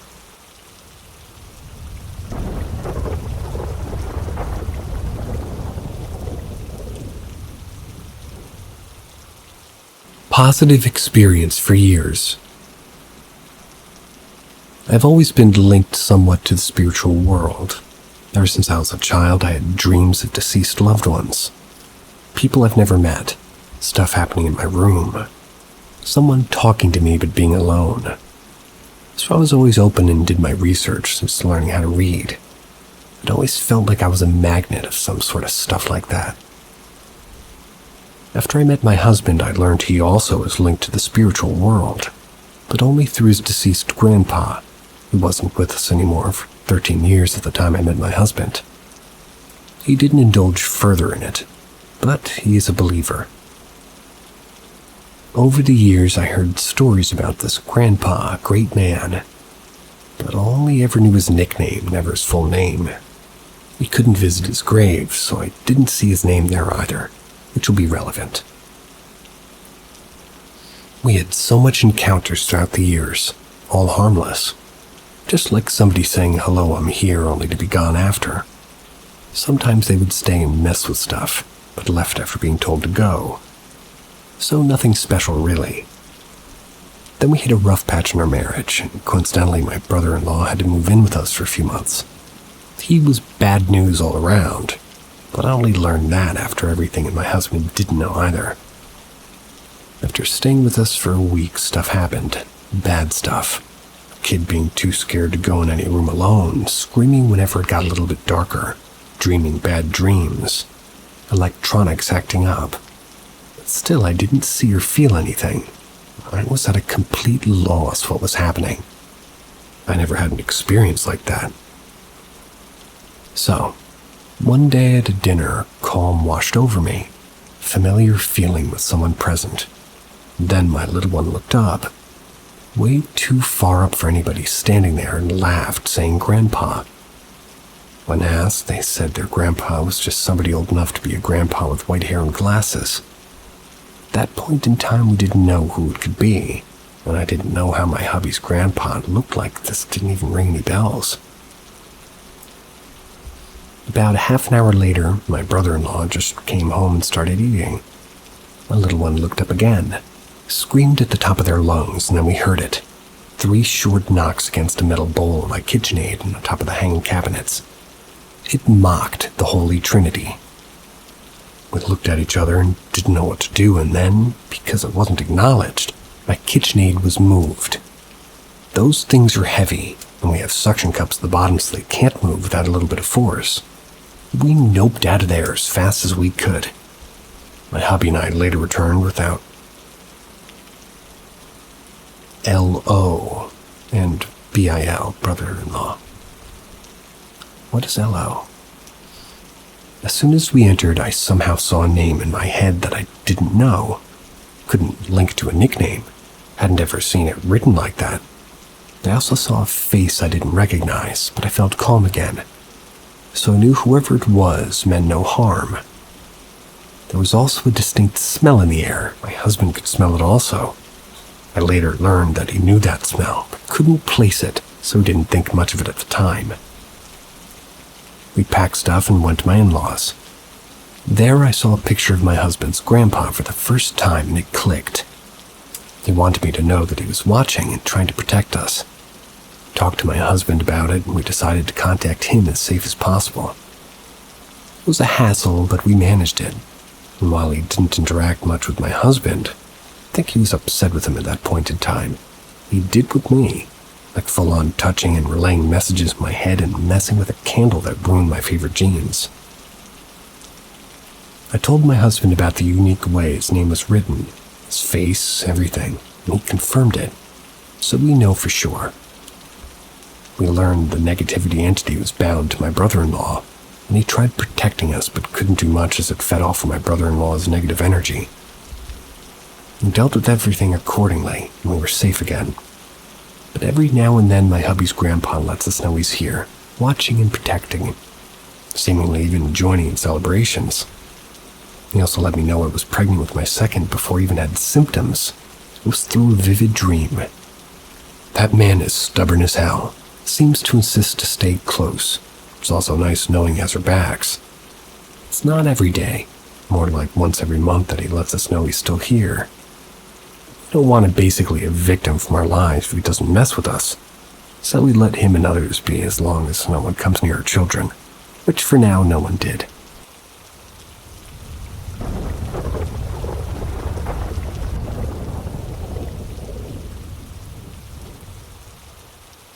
My mom's house might have a haunted object inside.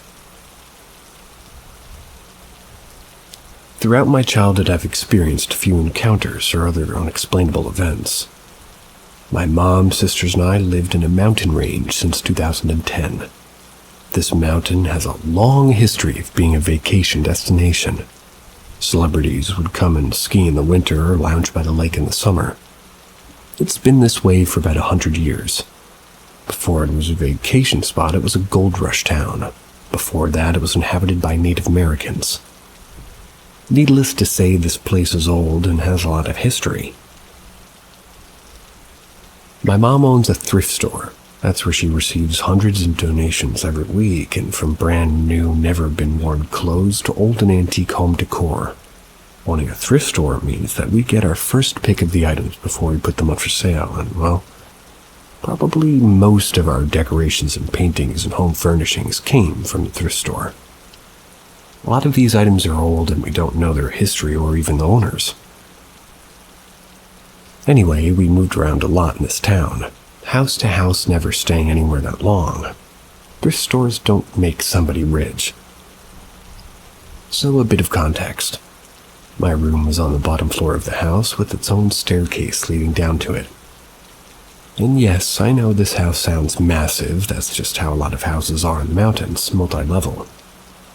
My first encounter was one morning I was getting ready for school, and at the bottom of the staircase there was a person standing there, in broad daylight. I couldn't see any features or even tell you what they were wearing. It was just a dark figure standing there. I was fully awake looking at it. Just as quickly as it appeared, it vanished. No explanation. Later that night, I told my older sister about what I had seen. She said we can cleanse the house in my room. We did a cleansing spell, and she's a white witch. And as soon as the spell was done, I got a bloody nose. I'm not saying that was related to anything, it was just one hell of a scary coincidence for a 14-year-old boy. Throughout the next few months, my family and I would experience other things in the house. Things like incoherent whispering or sounds like somebody was in the house when no one was out of bed or in the middle of the night. We would often smell cigar smoke, even though none of us smoked. Our closest neighbor was far away on his backwoods mountain road, all things that we can't explain. We moved to the next house, and we lived there for about 5 years. In that house, I've witnessed glass cups randomly exploding into a bunch of small shards all over the place, door opening and closing randomly, cups of water jumping into the air and falling to the ground. This is when I started to believe that the house weren't haunted, but in fact, items that we brought from the last house to the new one.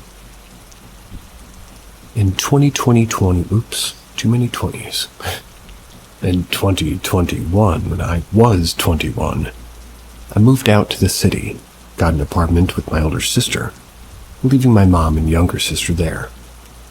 Experienced nothing until 2022 when I helped my mom move into a new house. In late 2023, I was visiting them. Lights flicker and strange sounds, which is usual for old houses because that's what most of these homes in the area were, old. But it wasn't until my mom and I were talking in the kitchen that we watched items from the open pantry shelf fly across the room. If my mom didn't witness it with her own eyes, I doubt she would even believe me. The next day, when I was home alone, my mom was at work and my sister was at a sort of a cheer practice. And someone called my name. I heard it loud and clear coming from the inside of the house, and I have no explanation. In early 2024, I went back and visited again. I was in her guest room at 3 a.m. on my phone before sleeping, when the door just swung open. Watched for a minute or two before I heard knocking on said door. The knocking was sporadic. Every time I tried to record it, it would stop. Went on for 15 or 20 minutes. I was ready to go to bed now, so I politely asked it to stop so I could sleep, and it did. I think my mom brought home a haunted item from her thrift store. Whatever is attached has just come for us. House to house, too. I wish I knew what it was connected to, but we have so many old chests and lamps and paintings and who knows what else. All I know is that it's never directly tried to hurt us. I'm okay with that.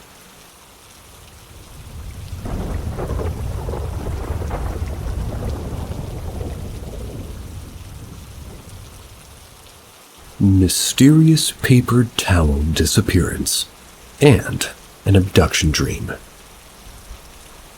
It's a good dichotomy. I, a 37-year-old female, keep a roll of toilet towels and the handlebars on my elliptical bike because it's in my office where I do crafts. If my hands get dirty, it's very easy to quickly reach for a paper towel. Earlier, my hands were covered in powder and clay. I immediately turned around to reach for the paper towel roll, but it wasn't there, which is very uncommon. I cannot have dirty hands. It's no CD thing. I keep paper towels with me at all times. It's a running joke in my family. I looked all around the room but didn't see it anywhere. I got on the ground and looked underneath my craft table, but it wasn't there either. When I stood back up, the paper towels were right back on the handlebar of my elliptical. It was so startling I jumped back because I was literally looking right at it and wasn't there less than 30 seconds prior. It scared me, but since it was such an inexplicable thing, I just shook it off. I'm a fan of Dolores Cannon, and I assume maybe a version of me in a parallel universe was using my paper towels. She says sometimes parallels are very flimsy, and they crisscross all the time. So I just thought, okay, other me, scary, but let's push forward. I cleaned my hands and wrapped up. I was sleepy, and it's Saturday, so I hopped into bed to take a nap. which is something I frequently do. As soon as I fell asleep, I started dreaming of people being abducted by aliens. It wasn't a chaotic screaming and brimstone type of panic dream. I was just in my regular calm suburban neighborhood. I could tell people were being abducted because they were on their backs floating up into the sky. But they were being shocked. They couldn't see the actual physical vibration, but in my dream there was a cartoonish set of blue lightning bolts buzzing around the person's body every time they were being shocked. Once I recognized what was happening in my dream, I immediately saw myself lying in bed, exactly where I was. Except I could see the blue sky clearly. It was almost as if the ceiling of my home was behind me. I was somewhat aware that my bedroom had a ceiling in my peripheral, but the most prominent thing in my eyesight was the blue sky and the UFO. I could see this UFO floating above my backyard. As soon as I saw the UFO, I knew that although I was aware that I was about to be part of whatever was about to happen, it felt like a whisper in the back of my mind saying, "Prepare yourself for the shocks and those other people were getting." And well, these weren't actual words, just a sense in my mind and a whisper saying, "Here we go." The first shock was the most painful thing I'd ever experienced. The pain was focused on the left side of my abdomen. Each shock lasted about 2 seconds, followed by a 1-second reprieve. They came in sets of 3.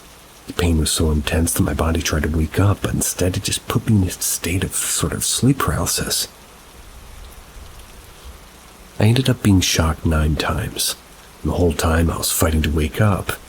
Realized I was going to be abducted and be part of something I wasn't ready for. I struggled like hell. I was desperate to wake up. Tears were streaming from the corners of my eyes in the pain, but I was paralyzed. The shocks were so severe that during my dream I coached myself before the next round of shocks. Like, okay, you can do this, you can handle this.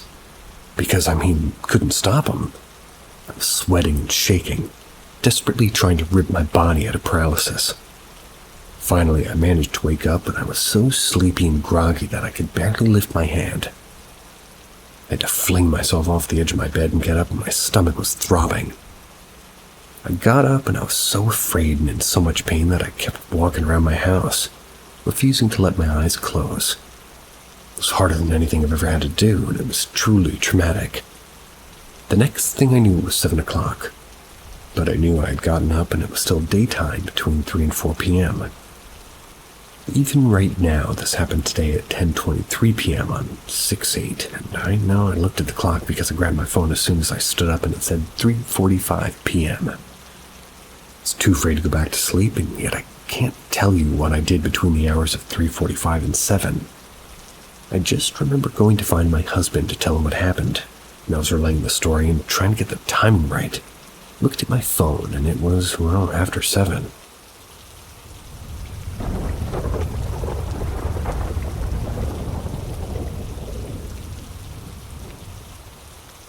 Step into the shadows with Paranormal M, where we unravel the secrets of the otherworldly. Hit that subscribe button, drop a comment, turn on notifications, and join us on our quest for the unknown. Prepare to be captivated. Shadow figures. I've had numerous encounters. The first time I ever saw one was in my childhood home. I'm assuming the neighborhood was built on an Indian burial ground. That's because the whole neighborhood was haunted. Not just inside, but outside as well. Nothing special about this encounter. They would stand in doorways and just watch. Everyone in the family would see them, so I know I'm not crazy. Second time was in the same house when I was a teenager. There's one called the Hatman. Corny-ass name with even cornier stories behind him, but just bear with me. I woke up in the middle of the night. I had really bad sleep paralysis.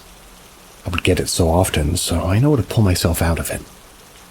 I looked over to my closet and I saw the Hatman standing there watching.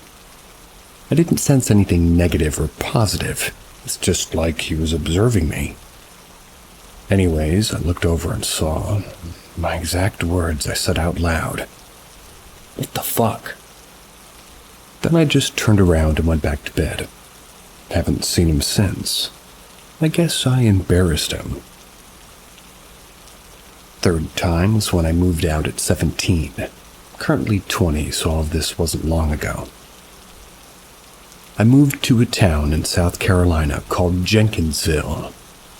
Literally only has 38 residents, and I was the only white boy there. There was more cows than people, so you would see them all over the property. The ones that stick out to me when I was just sitting in my car with my ex-girlfriend and we were just talking. Got a feeling that something was watching me, and I just figured it was a mountain lion, but I looked over to my porch and I saw through the window of my '68 Chevy truck a shadow figure that was darting away when I was looking at it. I would see them in my bathroom doorway as well. They were tall, they were skinny, with long arms. Sometimes their eyes glowed faintly in a dark red. Sometimes they didn't even have eyes. This one sticks out to me the most. Well, the following one. This one. My ex and I were in my room and we heard something walking beside the house into the front yard. It was a cinder block house with no insulation, so it was easy to hear outside. Thought it was just coyotes or mountain lions, so I grabbed my 40mm. Went outside to go check. When I looked over to the side of the house, I saw a shadow figure sort of run back beside the house.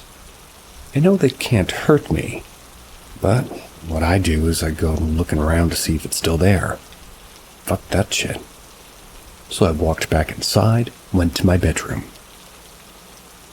I was going to tell my girlfriend that it was nothing because I didn't want to scare her, but she told me she hears fast footsteps run from the front of the house past the side and into the woods.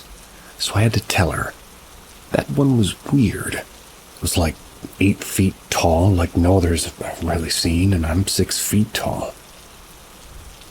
It didn't have long arms, but it was still skinny.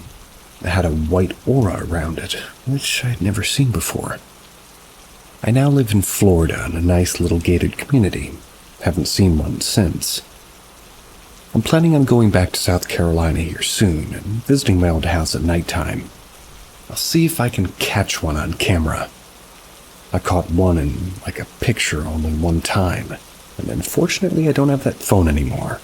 But if I ever get it back from my ex, I will be glad to post it in this thread.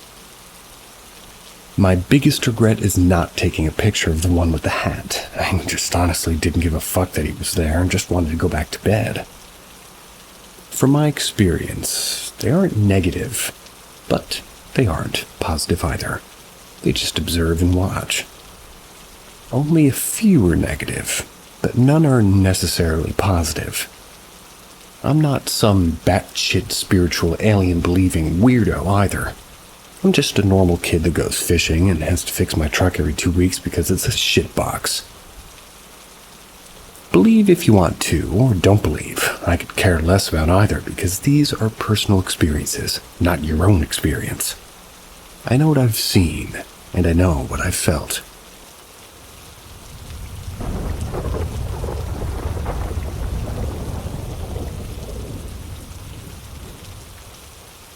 An Army experience 15 years ago. I have to preface this by saying I've had prior incidents before the one I had my Army days, and I attributed those to my imagination or my lack of sleep, simply because I was the only person experiencing them. After the incidents I had in my Army bunk, everything seems more real. The Army haunting happened more than 15 years ago, but I remembered it vividly like it was yesterday. I was a curious kid, always had been, fascinated by horror movies and games alike. There was a period where I would speak to them in my inner voice, tell them to show themselves to prove to me that they were real. 15 years ago, I was posted to Sergeant Training Camp. That's where the camp was supposedly built on top of a cemetery amidst a hill. I had no prior knowledge of the camp being haunted at this point. I was scheduled to be out of course, and put on the top level of the accommodation on the 6th floor. On the first day there, I explored the 6th level of my accommodation. I noticed that there were a few bunks being sealed off with chains and locks and a big Chinese talisman placed in a cross placement. It was placed sort of like an X across the door. I didn't give it much thought, but immediately knew that there must be something going on here. And to note, army hauntings are not uncommon in my country. I've heard stories about them. A few days later, I was put back in the training program. I moved down to the 4th floor to join trainees. I shared a bunk with probably 12 to 14 army mates. Nothing really happened in the first few weeks. We all have a cupboard next to each one of our beds, and one night the cupboard of one of the guys started banging loudly. It was as though someone was punching it. It was like happening repeatedly for almost an hour. It always starts banging at around 22:30, and usually lasts until before midnight. When it first started banging, everyone in the bunk was afraid. We switched on the corridor lights, and our room would be lit up slightly by that because of our bunks on the wall. They're sort of partitioned. The top is just windows for ventilation. We noticed that the banging stopped. However, the bunk opposite ours was complaining about the corridor lights that we switched on. They complained to the course commander, and we had to switch him off. We told him about the encounters that we had in our bunk, and he said that they would send a sergeant to check. The sergeant was a new guy posted to the camp. He came over to our bunk one night, and we gathered in front of the cupboard to show him what had been really going on. We waited for a few minutes and nothing happened. Then we noticed the corridor lights were on. We proceeded to switch it off. In less than 10 seconds, the cupboard started banging right in front of our eyes. The young sergeant was pretty much in shock. Went to kick the cupboard and curse at it, thinking that that would help, and it didn't, and he left. The banging went on past midnight, and it was the loudest that we had heard so far. Through the training, we endured the banging sound, switched on the lights on some nights if we decided that it was not something we wanted to deal with. On the last week of training, I don't remember the specifics on the day, but that night I remembered we were settling down for the rest of the day. The mate who had the haunting cupboard shouted to switch on the light because he felt the cupboard was falling on him. I woke up and stared in the direction as my mates went to switch on the lights. I saw the cupboard moving and tilting by itself. It stopped a split second as the lights came on. We were past disbelief at this point. We moved the cupboard outside to the corridor locked. About 30 minutes later, we opened the door to go down for smoke. The cupboard was open wide, and the lock was on the floor. No one had been outside since we moved the cupboard outside, and only my mate has the combination to the cupboard lock. We were shocked. We were shocked about what it's able to do, and that's it's in parentheses. 1 week later, we all passed and graduated to sergeants. My biggest takeaway was this incident changed my beliefs. I do not actively seek out their presence, nor do I need affirmation at this point. My argument has always been that if the whole bunk was there to experience it, I cannot dismiss it as my imagination.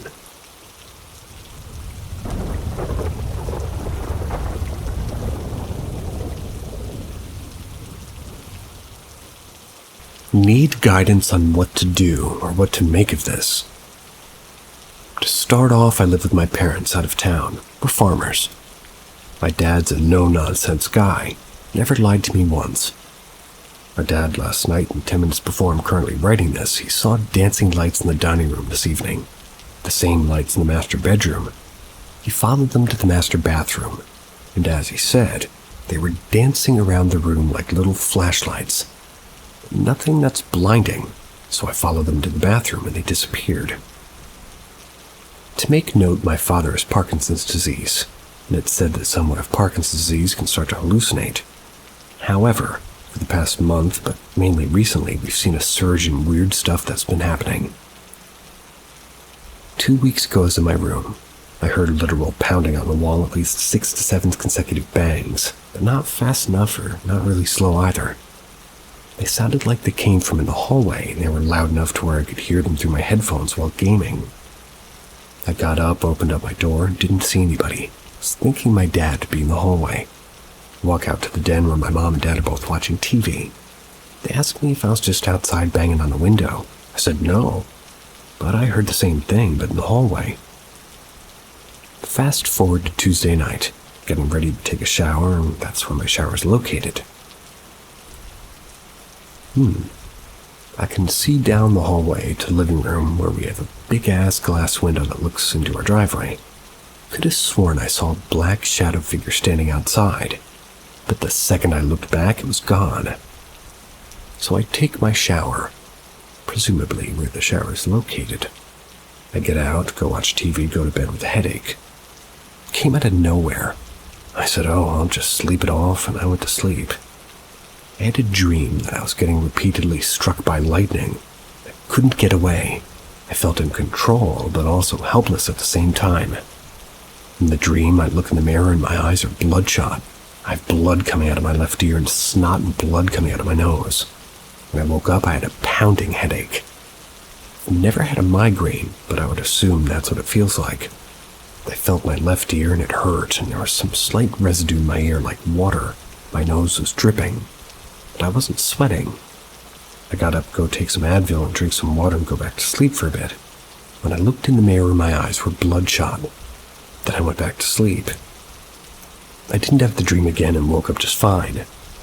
Now, these are not my first paranormal experiences. My mom heavily believes in folklore and sort of a religious, spiritual person. But I'm an up-and-down Orthodox Christian.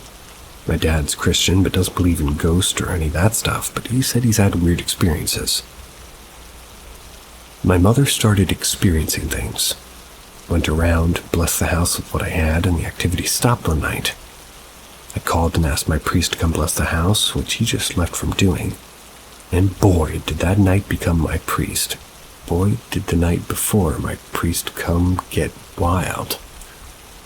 That doesn't sound good. The night before my priest came, my mom had some hip and back issues. We usually sleep in a separate bedroom for my father on a special bed. She said that she was shaken awake by somebody with hands that felt like fire on her skin. She said when she was woken up she said while she was awake, she thought she'd go and get some water. When she went into the kitchen to get some water, she heard the dryer turn on. She freaked her out, in which she came and got me, and I turned it off. However, with this activity, there was no spiritual pressure like there was the night prior when I did prayers amongst the house. But today, when the priest came, when he walked into the house, I could tell in his face that he could feel something was here, but he didn't want to say anything. He did a full blessing around the house, and me and him could both feel that we cornered whatever it was in the master bedroom. Said an exorcism prayer. You can feel in an immediate sense of relief in the room and in the house.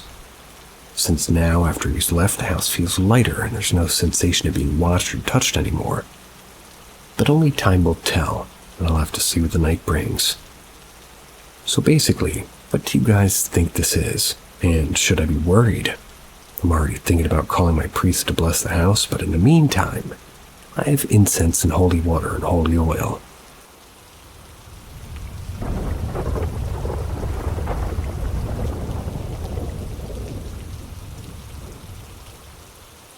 My experience with shadow people.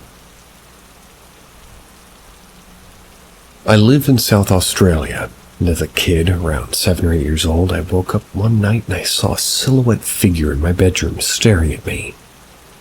I was wide awake, thought this was my sister's friend at the time, because she was coming over more frequently on the weekend for sleepovers. But as I was waiting for a response from it, I realized it was still school week. Nobody had come over. The shadow looked solid short, had 2 pinpricks of light coming from where its eyes should have been. I was full of dread. It hadn't moved or faded away after my realization. Thought something bad might happen to me if I continued to look at it. Actually, I had to turn away from it to make it disappear. I had a lot of relief to see it gone, but ended up putting this off as my imagination afterwards. I Cut forward a few years later. I'm 11 and living in a new house. This was my second encounter. At 12 p.m. I went downstairs to drink water, completely stopped when I reached the bottom. There was a shadow figure sitting up against the bottom of our white couch, I guess on the floor. And at the time, I knew that both my brother and his friend were at this sort of lounge because they were playing video games last time I went down. I think I knew something was off. I heard others say that there are many different types of shadow people, but I'm pretty sure this was the same one. Same body size, shape, and look in the eyes while staring back. I didn't feel anything this time, just confusion. Probably because I wasn't cornered in my room and this was sort of out in the open. Anyway, I walk off to get my drink, and when I come back, I was shocked to see that the figure was gone and that both brother and friend were fast asleep. I don't remember much after, just going up the stairs and probably went to sleep myself. My mom used to say that she could hear footsteps on the ceiling every night. She's terrified of ghosts or spirits. Even mentioned that she used to see a misty shadow leave me in my siblings' shared bedroom. It would open up the childproof gate and go downstairs. We used to get sent off to our dad's house on the weekend, but her fear was that bad that she used to leave one of us back home as a sacrifice, maybe. A lot of this stuff has been put off by myself, and I guess I thought something bad would happen if I acknowledged it fully. But this is what really did it for me. It's either 2020 or 2021, and I'm in a class with a friend for some reason. I brought some photos of me when I was young, showed them to her, and we started joking about how creepy they look. Out of nowhere, she mentions the house that I lived in when I was 11 and how haunted it was. At that point, I just let her explain herself to see what she had meant. She explains everything my mom was experiencing, but worse. She was apparently sleeping in her room when she woke up and saw a shadow mist everywhere. Something circling her, loud banging on the walls or the entire room. Said that she felt anger coming from the shadow, basically being harassed by it. No one else woke her up but her, despite the noise. This whole conversation just left me speechless because I never would have expected her to experience this. The fact I don't remember her ever being in her house or even visiting it really creeped me out. This made me reconsider stuff as I was 17 at the time, wondering if this is the same shadow entity, and if so, why does it appear differently to others? Now I'm 21. Family and I have been living in this new house for about a year now, and recently, my mom said she saw something walk into the bathroom into her bedroom and shut the door. She mistook it for one of us. She was waiting outside of it and got impatient enough to open it up and saw no one inside. I had a chat with her boyfriend about it. He does believe in spirits. He woke up one time and saw one of these shadows all up in his face, freaked the hell out, told me he was living alone on a farm. It just seems this isn't as rare of an occurrence as I thought. I used to hear other kids in high school have their fair share of weird experiences, but either way, I'm not assuming anything.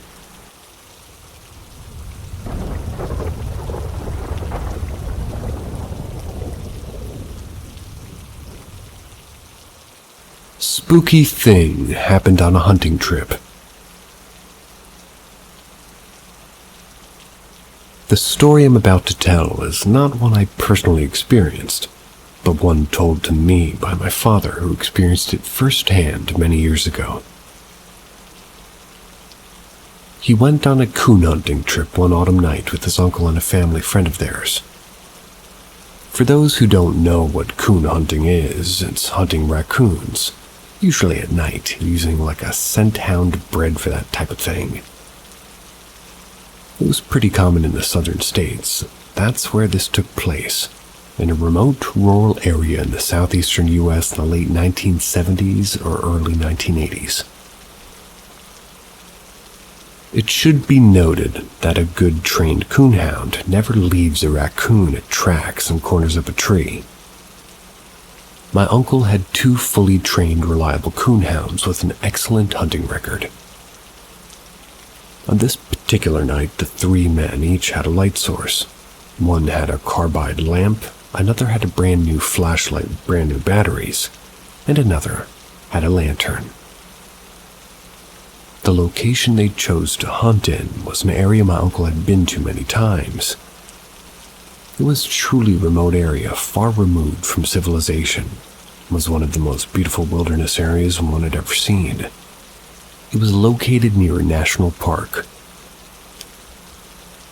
That night they drove a little farther out than they usually did, let the dogs out. It didn't take long for the dogs to track down a coon. The men followed the dogs and had to walk quite a bit off the regular path this time. They ended up well outside of the usual area. It was an area my uncle wasn't familiar with. They found the dogs at the very large tree situated on a cliff. There were no other trees around it, and they could hear the sound of water flowing in a creek beneath the cliff. The strange thing about the tree was the stone that was sitting beneath it. My dad said the stone resembled a gravestone. The way it was positioned upright just below the tree, and the way it looked almost as if it had been placed there.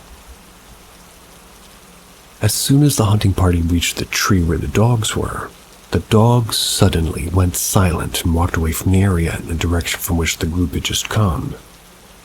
My uncle noted that the dogs' behavior was uncharacteristic of them because they had never just walked off like that when there was a coon in a tree. My dad thought it was odd as well, and he said he had never seen them act that way. It was as if something had spooked them. Baffled by the dog's behavior, still they decided to look to see if there was a coon there. My dad leaned against the stone and shone his light up into the tree. There was no coon to be found, which again was highly unusual. If there wasn't a coon, what were they chasing?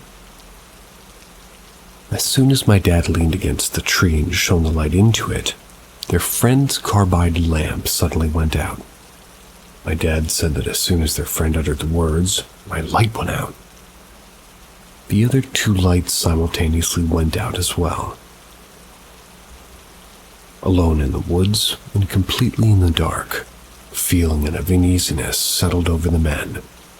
My uncle, who was a logical-minded man, calmly stated, "There's probably a reasonable explanation for what has just happened. We need to all remain calm. Let's just step away from here and make our way back to the Jeep." So, they headed back the way they came. About a half mile to a mile on their way back, their lights all came back on as if nothing had happened.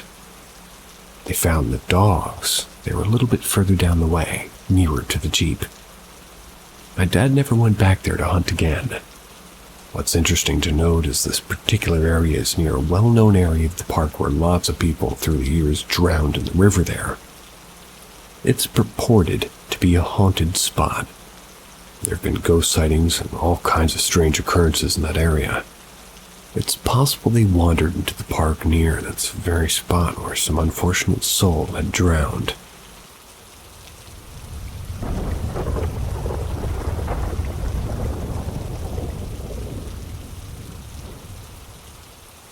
Haunted House, India, Guwahati. We were 3 friends searching for a house in Guwahati. We finally found a house. We were desperate, so we booked the house as soon as we talked with the owner. So we shifted the very next day. Presumably moved. Maybe. Things were smooth. It was a split-level house with 3 rooms on 3 different floors. Let's call the person on the ground floor A, or Adam, and the one on the second floor B, or Ben, and me, C, on the 3rd floor, Carl. Slowly but gradually we all started feeling things, but we never talked about it because we were preparing for the APSC and the exams were coming. Started getting disturbed while sleeping. I felt like somebody was staring at me through my door. It was getting very dark and strong, becoming very difficult to sleep. Well, it was getting very dark and strong, It was becoming very difficult to sleep. I could only sleep around 4 or 5 a.m. when the sunlight hits. After a while, I talked to Adam about it, and he started telling me about the same weird things I was facing. Then we talked to Ben. He didn't experience anything like this at that point of time. He started hearing sounds. The sound of kitchen utensils, running tap water, walking on the stairs, and closing and opening of windows. Up to this point, we were ignoring it and focusing on the exam. One evening, Adam and I were studying together on the ground floor. Ben was studying in his room on the second floor. After some time, Ben came down the stairs and entered the kitchen. Adam and I were aware that Ben had come down and went inside the kitchen, but he wasn't coming out, so I asked, "Hey Ben, what are you doing in the kitchen?" No reply. So I asked Adam, "Didn't Ben just come down and enter the kitchen?" He replied, "Yeah, he opened the kitchen door." I said, "Wait, let me see what he's doing." I went to the kitchen to see what he was doing and why he wasn't replying to us, and I was shocked. The kitchen door was never opened, and there was no one there. I ran upstairs and saw Ben at his study table taking an online test. I asked him, "Did you not just go downstairs and into the kitchen?" He had no idea about it. He never went downstairs, and it was something else. We three sat together, lit up cigarettes, and said, "Fuck." Eloquent. After a few weeks, Ben went to his home. That's in Nagowan for some work. Adam and I were studying in his room. Adam said Ben also went home, and I can't even say when he returns back, and believe me, Ben replied from his room saying, "Hey, wait, I'm coming downstairs." We looked at each other, eyes wide open, and we both ran upstairs, but there was no one.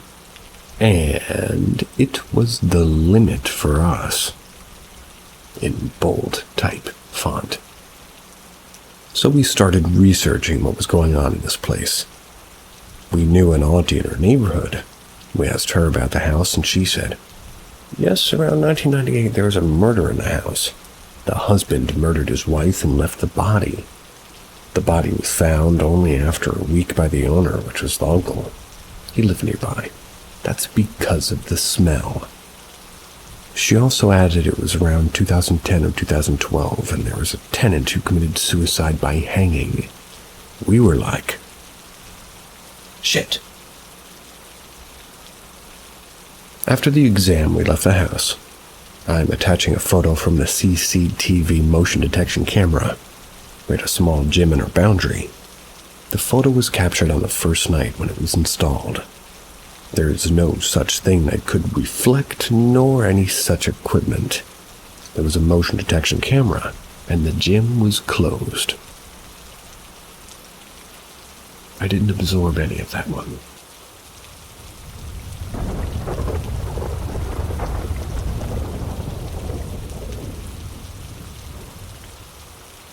Working in a haunted house. I always believed that paranormal experiences are just science people haven't figured out yet. When I was about 8, I had an experience where I saw a hooded figure float across my bedroom, disappeared through my closet. I ran to a friend's home while saying over and over, "This was real. I don't think this wasn't real." For a long time, that was my only story about weird occurrences. I'm 29 now, and I don't know what to believe about that memory. But my own words are what make me believe it was real. About 3 years ago, I began working in a specialized care home, a group home for high-risk children and youth. While I finished out my master's of social work, that's what I was doing. I worked overnights, 10-hour shifts, 4 on, 4 off. One of the houses I worked in, we'll call it K2. K2 is a big old house that was built around 100 years ago. Well, about 6 years ago, an overnight worker died of a heart attack. He was found in one of the hallways curled up into a ball. Ever since then, the night workers have followed each other, and they do kind of these check-ins every 2 hours throughout the night for my safety. My first night in the house was bizarre. There were 2 kids living there, one in the basement suite and one upstairs. The kiddo upstairs had autism and nonverbal and occasionally violent. But bonus, they sleep all night and don't require much overnight care. The other one was pretty much going AWOL at night, off to their friends' homes or to their dealer's place. I don't remember if they were home that night, but they often weren't. It was around 2 a.m. when I started hearing this weird sound, like distant seagulls and whispers overlapping. First, I thought it was the kiddo's sound machine, which played thunder noises every time I got up to check the machine. The noises would stop and the sounds were just rolling thunder again. This continued on and off for at least an hour until it didn't stop when I got up. I walked toward the kiddo's room, but the whispers sounded like they were behind me as I entered the hallway. I turned around, walked down the hall to the front door, and listened. I was positive that the sound was coming from people talking in the street or the driveway. So I opened the door. Instantly, the noises stopped and the floor beneath me creaked. I was freaked out. I was probably just imagining it, right? I know what I heard, but I don't know what it meant, and I still had hours to go on my night shift. The whispers didn't come back, and I went on my way. I still took shifts, and occasionally joked that if there were ghosts, then I'd tell them about my life on shift, and they'd be the ones getting the short end of the stick. It was only last year when something occurred that had me thinking. The most reasonable explanation for this is paranormal. This night, I was alone in the house. One kiddo had just moved out to a foster placement, and the other was spending their weekly night at the parents' place. On these nights, I prepare meals and deep clean. I had unlocked the pantry door by not opening it yet. I'd forgotten my meal list in the kitchen, walked down the hall to get it. Suddenly, there was a huge bang. I froze and stood there for a moment before walking back down the hall. The pantry door was wide open. Thought it was maybe the wind, except there's no windows open in this hallway, had no immediate access to outside. Maybe the house shifted, except that I couldn't see the house shifting enough to swing the door open. I grabbed the door and found that it was stuck. It was completely wedged into the floor. It took me pulling my entire body weight to get it to dislodge, and I landed hard on my ass. Stood up and brushed myself off and went back to look at the door. This time, when I swung it out, it barely touched the ground, enough to make a slight scraping noise, but not enough for it to become wedged. I still take shifts there, and small things still happen a lot, like the radio turning on and static and lights flickering.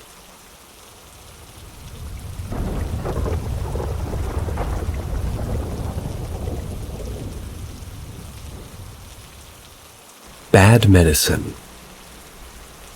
I'm a Native American Indian. I have strong beliefs in the Creator and our medicine, which can also be used for ill intentions. When I was young, my Nokum, my grandmother, had told me a story. A story of how our family had bad medicine thrown on us. Someone cursed the males in our family. I didn't think back on this until more recent events, and looking back in retrospect, or retrospective, as they say. The males in my bloodline have either taken their lives, gotten murdered, or have extreme health problems. For example, my dad was killed when I was 11, my uncle when I was 23, and my Malsam, my grandpa, when I was about 20. This could be coincidence, but read further. Or in this case, listen. I have one uncle left out of our family. He has kidney failure. My grandma was helping him move. She found a bag of black stuff on the top of the fridge hidden in the back. She immediately disposed of it. My uncle had been taunted quite a bit. So back to my experience. I've had a lot, but I'd like to share these particular incidents. I live on the top suite of an apartment, so this was unusual. But my partner and I were in bed when we heard our screen door slam shut. I was so sure someone was in our apartment that I went in the kitchen and grabbed a knife, but no one was there. Shortly after that, I woke up from a dream and I had this big long scratch down the side of my body. It was deep and a bit bloody. I have a picture. It was strange, but I smudged with my medicine, which is sage, cedar, and sweetgrass. I felt better. Now fast forward a month or so. My partner and I are in the living room and I heard this loud grunt by the screen door. She literally jumped up and we were like, what was that? And about 2 nights after we heard that she had got a pounding headache, called the emergency line and the ambulance came.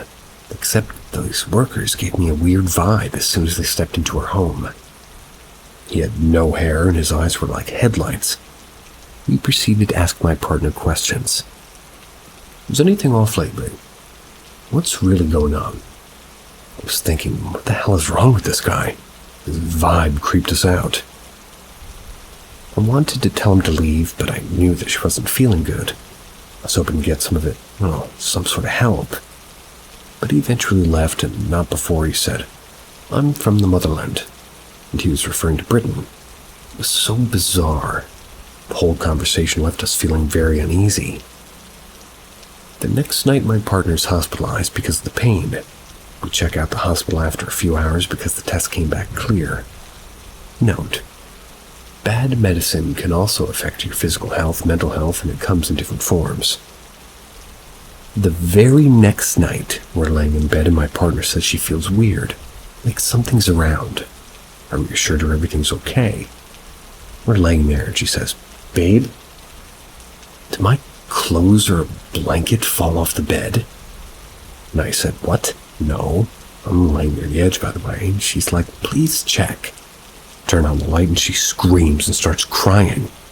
She said that she's seen something black slide off our bed. Holy, I got shivers up my spine. I ran to our medicine shelf to get her medicine and I started smudging and praying.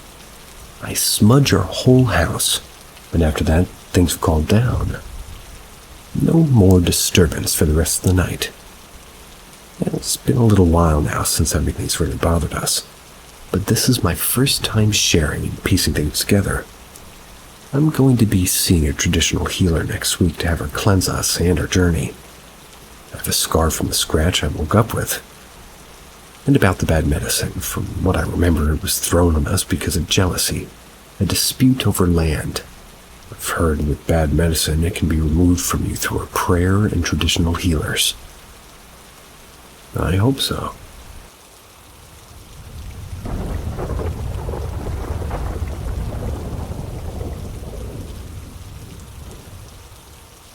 Me and my sister saw a potential demon, like a man with its face melting off. So, when I was 16 and my sister was 14, we used to go to our grandma's house every day after school to take care of her barn cats. Before we went, we always stopped at this one tiny little grocery store in our town that we would get soda and little Debbie cakes and dispose of the evidence in the barn. This way our parents would get mad at us. So one day we were in the store and my sister and I were at the opposite end of the aisle and I went to walk around the next and was looking at the floor like I always do. I have social anxiety. I avoid eye contact at all costs. So I saw a pair of worn brown boots first. Work boots like all the men in town wore. Nothing crazy. Then I saw jeans worn too. Felt like slow motion. Then I saw the hands. Swollen, bulbous, and wet. Pale white, like a dead body. I immediately felt chills run down my spine. I continued looking up and it felt like slow motion. I saw his button-down red flannel shirt. And then I saw his face. It was like it was melting. His mouth was just a black hole and I believe his eyes were too. I didn't look for more than half of a second before my flight instinct forced me to turn around and walk back down the aisle.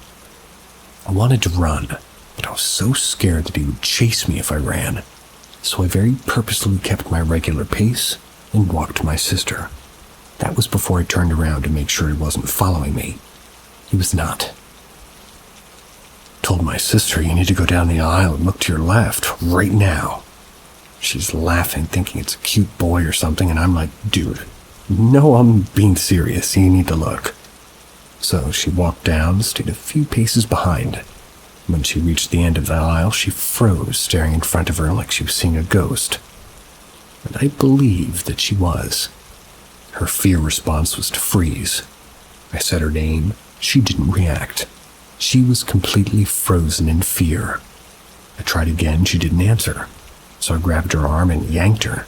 We both ran as fast as we could back down the aisle and to the other side of the store. We were both shaking. I asked her what she saw. She described exactly what I had seen. It was not human. There's no way that anybody could ever convince me that it was. And the energy around it was so foul and rotten. We had both had experiences with the paranormal before, but nothing like this. We looked around to see if anybody else was scared, but everybody was just being normal like they hadn't seen it. I told her we should ask them to check the cameras, but she said no way they'd let us. They'd probably just call us crazy. I knew she was right, so we left. Then that night she woke up and saw it standing in her doorway, so she squeezed her eyes shut and didn't open them until morning. I never saw it again. I'm honestly convinced that the second time she saw it, it was sleep paralysis or a nightmare hallucination from the fear that she felt earlier. We went to a Catholic school, and so my sister was so affected by this that she went to speak to the parish priest. He was no help at all. He said people in our state, and we went to school in the next state over, people in our state are crazy. It was probably just a guy in a mask. If I've ever been sure about something in my life, I know that it was not a mask. I know. I don't know what it was, but it was not human. To this day, my sister can't speak of it. It affected her a lot. She's scared to talk about it because she's worried that she might draw it back toward her. I don't really know why I'm writing this. I guess because I need to talk to somebody about it, and the only person who'll believe me because, well, she saw it too, she won't talk about it. Please let me know your thoughts on this. For context, that was about 6 years ago now.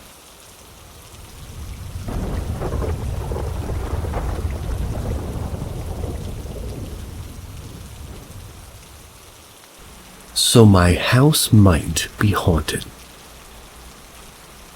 I've been thinking for a while if I should post the weird happenings in my house. I usually decided against, but today I decided otherwise after some things my girlfriend saw. So before I start to explain the things that happened, I'm going to start with the history of my house. My house was built in the end of the 1930s. The building was finished in 1940. Since I live in Germany, the owner of the house was drafted into war. The house was immediately turned into a prison of war by the Nazis. The owner died in World War II in 1944, so the house was used as a prison of war from 41 to 45, when the Nazi regime fell.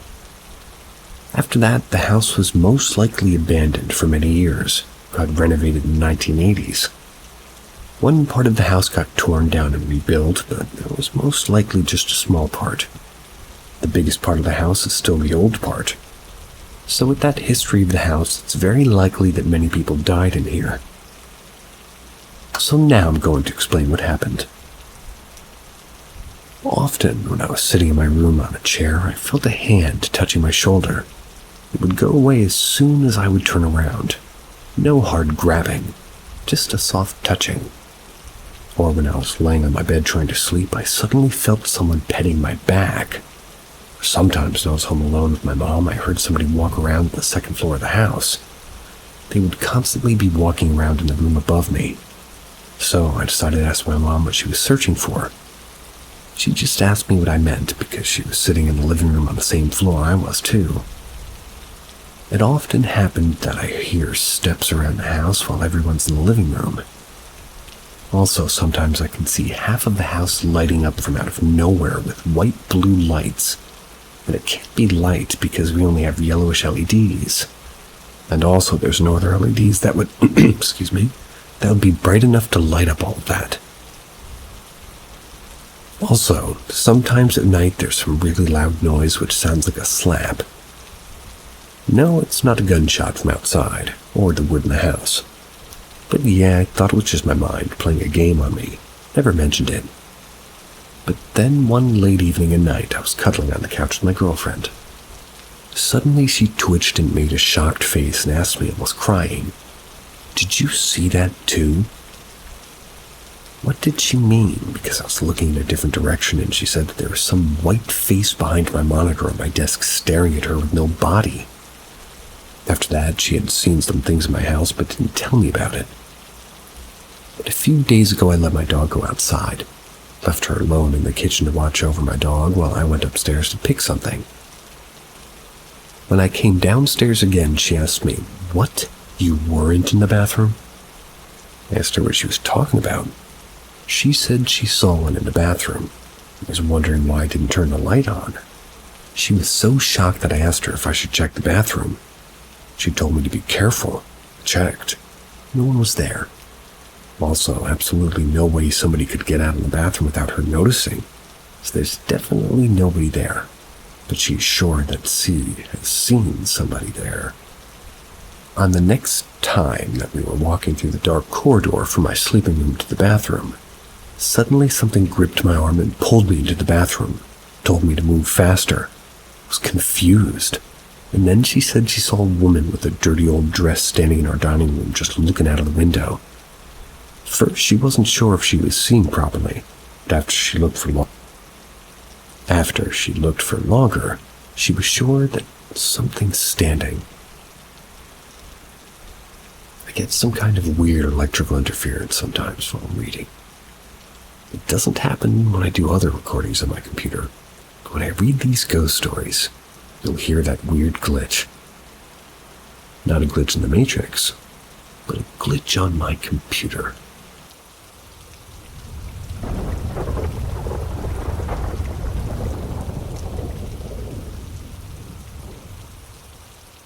My experiences.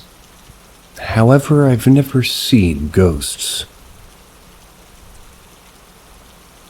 My first strange one was hearing my name being called in a direction I figured it came from the closet, but I didn't really think twice about it. I was small at the time, and, well, second experience, I was sitting playing on my computer, and I guess I felt a strange presence. I immediately felt the need to turn my computer screen off, and as I turned around, I felt, and also visually, my reality was quite literally melting. I was looking in the direction of the door. It opened about an inch with quickness. No longer felt the melting sensation. Not having processed what was going on, I sat there for a second, and then my fight or flight response kicked in. Ran straight to the front door. I paused with my hand on the doorknob.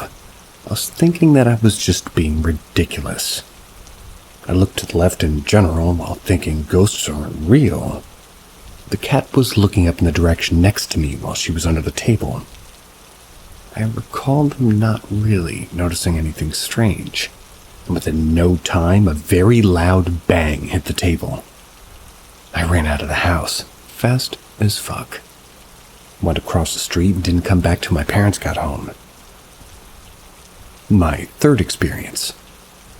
Again, I felt a presence and said, "All right, I'm turning it off." Turned the monitor off again this time, and I think I may have turned the computer off. Slid my chair back away from the computer. Within the top corners of the room, I heard a crack, as if there was pressure, I guess. A crack sound or creak was happening within each wall, but not at the same time. Don't recall my thoughts, but I know I felt fear. So, as my brother was asleep in his bed, I crawled up onto the floor next to the bed closest to him in the fetal position. I'm guessing I went up to sleep. Dream or not, I somehow woke up in my bed. What I recall being a dream, I guess. I remember being carried to the door of my room. As I was standing before the door, which was closed, I heard whispers, a lot of whispers. I hesitated as I feared the unknown, but I felt very tired. So I went in, leapt into the bed face first, went to sleep. Another experience, me and my friend were hanging out in my room and heard my mother's voice yelling my name from the kitchen. So I'm thinking she just got home. Me and my friend walked quickly to see what she wanted. When we got in there was no one. Asked my friend, so you heard that too? Dude was freaked the fuck out, left in a hurry. I just continued my day, felt good about experiencing the unknown. And another experience. As I was laying on my bed, as soon as I touched my genital,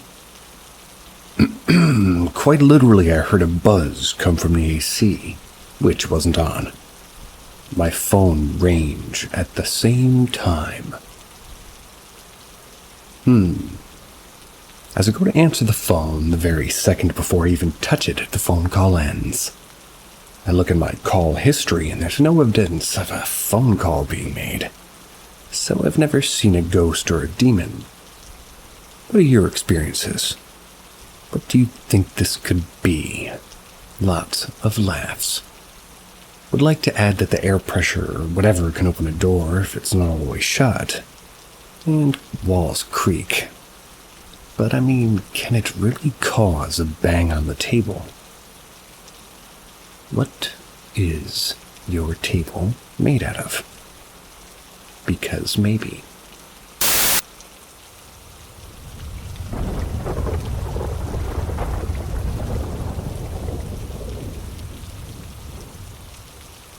Seeing ghosts.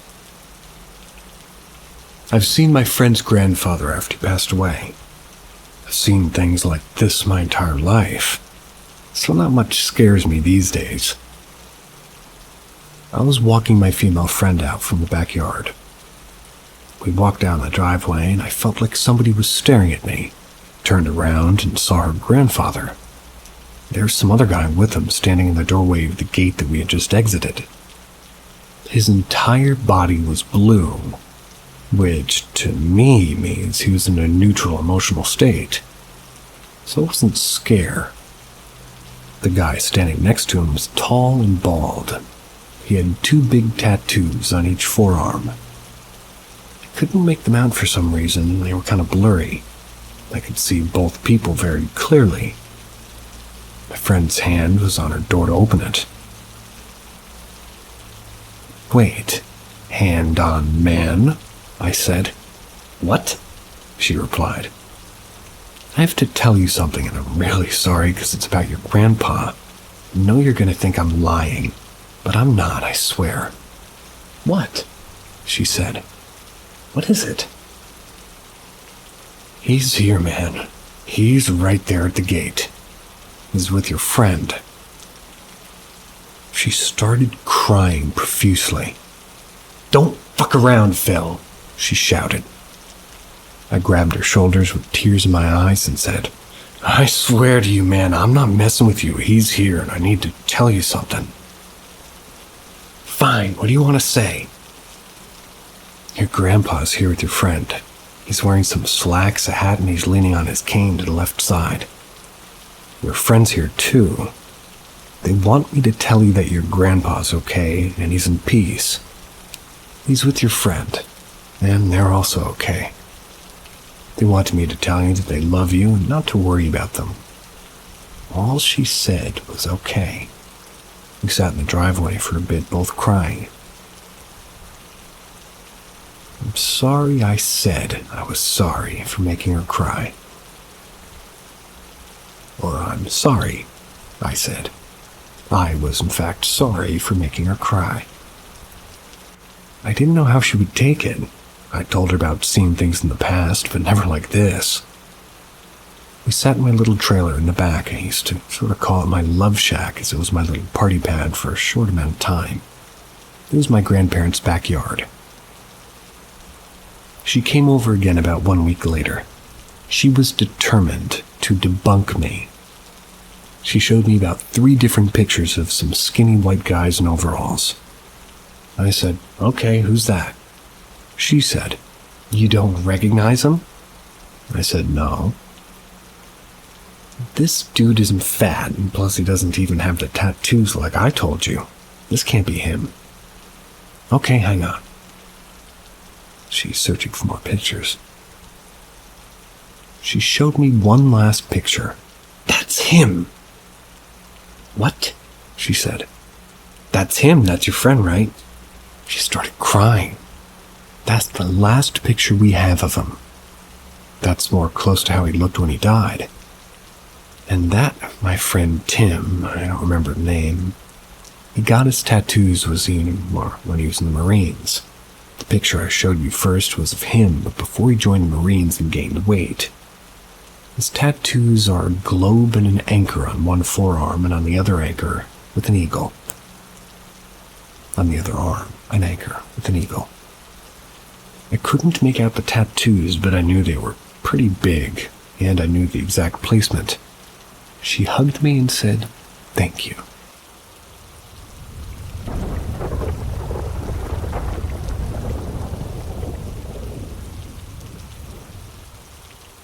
Interesting, disturbing, and reoccurring dreams and nightmares about World War II.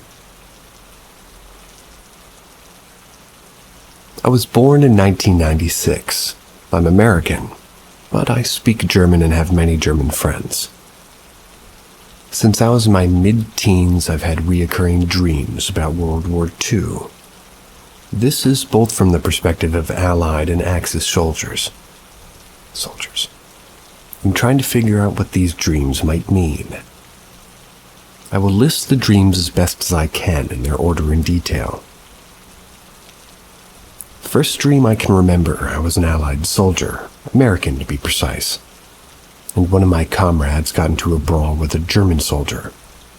I came up behind the German and stabbed him to death quite graphically. I was simultaneously horrified but also relieved and satisfied at the lifeless, bloody mess I had made of this formerly living human being. Second dream, point of view switch. I was a German soldier fighting in a battle of Stalingrad. I was leading a platoon of other German here, regular army. Not necessarily Nazis, but fighting for Hitler nonetheless. We were clearing a house at night. I was the point man, armed with a submachine gun. As we broke into this house, I had this gut feeling that there were Russians just hiding behind a wall in a closet facing the front door we came in. I sprayed the wall with my machine gun and heard several Soviets scream in pain and fall dead behind the wall. Third dream. I was an American soldier in France during the Normandy campaign in the summer of 1944. I somehow had gotten separated from my unit. I saw a fat middle-aged German soldier riding up to me on a motorcycle. He stopped the motorcycle and looked at me. For some reason, maybe I was out of ammo, I began to swing my rifle at him like a club. I had the aim and goal of bludgeoning him to death. He grabbed my rifle mid-swing and smiled at me, told me he was a French conscript forced to fight for the Germans against his will. He told me he had friendly feelings towards me and didn't want to fight. In a fit of rage, I screamed at him in German, "Warum denn kämpfst du an der Seite dieser unmenschlichen Tieren?" Why then are you fighting on the side of these subhuman animals? Referring to the Germans. I then beat him to death with my rifle, committing a war crime and a grievous sin against another living soul who had shown me kindness and friendship. Final World War II dream. I was an American soldier again and came across a young wounded German soldier hitting him in his foxhole. And I, knowing German, told him I would take him back to his unit and make sure his wounds were treated. I didn't capture him. I returned him to his unit. Odd. As I walked with this wounded German up to his unit, I addressed a lot of them in German, saying, "Diese Kill braucht einen Sanitator." I'm trying. This guy needs a medic. And then calmly turned around and walked away. I remember in my dream expecting to be shot in the back of the head, but the Germans not only didn't shoot me, they let me walk away peacefully. The Germans were sitting under a large tent, somewhat like a pavilion, and looked at me aghast and in shock that I so brazenly and unarmed walked up to them, returned their wounded comrade, and walked away calmly without surrendering. It was a much more positive dream than all my previous ones.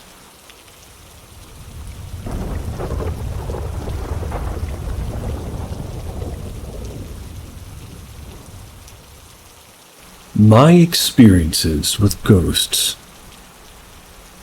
My name is Louis. I'm 19 years old and I live in the south of Brazil. I was raised in a Christian family. I was baptized and attended church when I was little. No matter how much my family tried, I never managed to get closer to the church. And since I was little, I always had a very rational and critical look at things. I couldn't accept the idea of a god or a supernatural world. At the age of 15, after a lot of consideration, I decided to become an atheist. But all that would change in my 17th year. At that age, I had 3 experiences, all in different weeks and in the exact same place. A room in the back of my grandparents' house, which was where I slept into pretty much a bunk bed alone, at least when I went to visit them. Also, the room was abandoned for months, as well as at the time being the only place in the house without a religious figure. You know, without a cross or without a painting of Christ, without anything. One day I came back from a party, laid down to sleep. That was until I woke up quickly in the middle of the night. All I remember is opening my eyes and seeing a figure of a woman staring me from the side, next to my bed, as if it were a shadow, like a figure, and, well, as soon as I saw it, I immediately fell asleep again. It didn't bother me the next day. After all, I thought it was just a nightmare. I continued my life normally. But after a week it happened again. The door of this room is made of glass covered by a blind, in addition to being opened by sliding. So when I woke up in the middle of the night, I remember looking at the door, as if it was there, like a strong light shining behind it. When I look at the door, I see 2 people were spying on me behind the blinds. Again, as they were shadows, and soon after realizing that, I was awake and they both hid.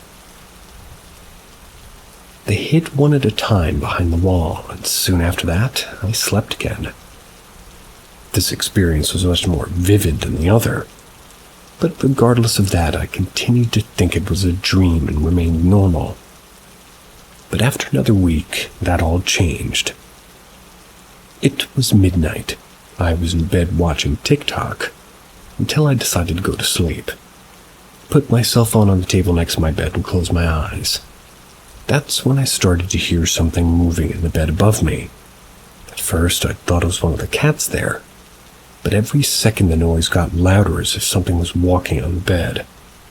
That's when out of nowhere the sound stopped. In a matter of seconds, I hear loud breathing right in front of my eyes, like if something was on top of me. I immediately jumped out of bed, grabbed a pocket knife that I'd left on the table next to me, and ran out to turn on the light in the room. My heart was beating rapidly. My hands were shaking. I was alone there. I looked above the bed, below, in the closets, at the clothes, and nothing. No sign of life there other than me. After that, I took my pillow and went to sleep in the living room. In the morning when I woke up, I told the story to my family, and then put a little figure of Mary, the mother of Jesus. And since then, nothing like that's happened again. After this event, I started to reflect about past experiences with the shadows, and about my atheist position. I was no longer sure of anything. Today, I still don't go to church, but I always use a scapular that my grandmother gave it to me as a gift. Scapular. Sculpture? Question mark?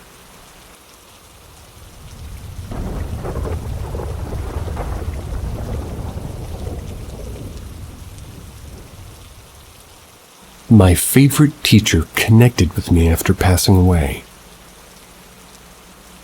So almost a week ago, one of my favorite teachers from high school, I literally only had two that I absolutely adored, they tragically passed away after a long and painful battle with cancer. It came as a shock to most of us, at least to me, because even though I knew he was sick, I really had strong hope and faith in my heart that he'd manage to recover. Unfortunately, that was not the case. So most of my former classmates and I kind of got back together because of this tragedy. We paid our respects to the best of our ability to his family, and I was very involved in the whole thing, as like I mentioned. I truly loved him as a teacher. He had a big impact on my life in a positive way growing up. Despite this, I decided I would not attend the funeral or anything. Well, I wanted to remember him the way I knew and loved him. It felt like going would only make it harder and more depressing for me. Now, the funeral was on a Wednesday, and last night, Thursday night, I had the following dream. Everything was mostly normal. I was in my former high school as we had what seemed like a small reunion with some of my former classmates. We even met with another one of our teachers. We discussed our teacher's passing a little bit too. There was just a heaviness over all of us because of it. Then as I was leaving the school walking through the hallways, I passed by a classroom which had the door mostly open, and as I looked, I froze. In there at the front desk, I saw the teacher who had passed away, except he was very old. I forgot to mention, he was in his 40s when he passed away, so it was an early passing, which made it all the more tragic. The strange thing about it was that it seemed very realistic, like it wasn't just the way I knew he looked but older. He also gained a lot of weight and his hair was white and different. Hope that makes sense. Well, what I'm trying to say is, when you think of somebody you're familiar with, it's hard to imagine what they would look like older, and the best of our minds can usually come up with is the person as we know them, just with a few more wrinkles, maybe gray hair. But most details stay the same. So it was very specific, and I would say he looked close to retirement. I entered the classroom, and the kids are also there at their desks. Basically, it was like in the middle of a lesson. I walked toward my teacher and simply started bawling uncontrollably. I couldn't even get a word out. My teacher, as kind as I knew him, put his hands on my shoulders and was smiling at me warmly. He was telling the kids that I must be very emotional because he hadn't seen each other in a long time. But when I looked at him, I, for some reason, could tell that he knew exactly why I was crying, like he knew he was dead in reality. He had this very reassuring look about him and was giving me very positive vibes just by looking at me. Then I woke up and immediately started bawling my eyes out just like I was in the dream, and to me, this was very special, as I'm sure it was his spirit trying to connect with me to give me some sort of confirmation. Some sort of confirmation that his soul lives on and that he knew I cared very much about him. I'm not religious, but I do believe in a sort of afterlife which involves reincarnation. I also am a strong believer in parallel universes. So I also think about walking into that classroom as a peek into another version of reality where he hadn't passed away, where he went on to live a full life doing whatever he was so clearly passionate about, which was teaching. Very comforting experience, really helped me come to terms with his passing and getting some closure.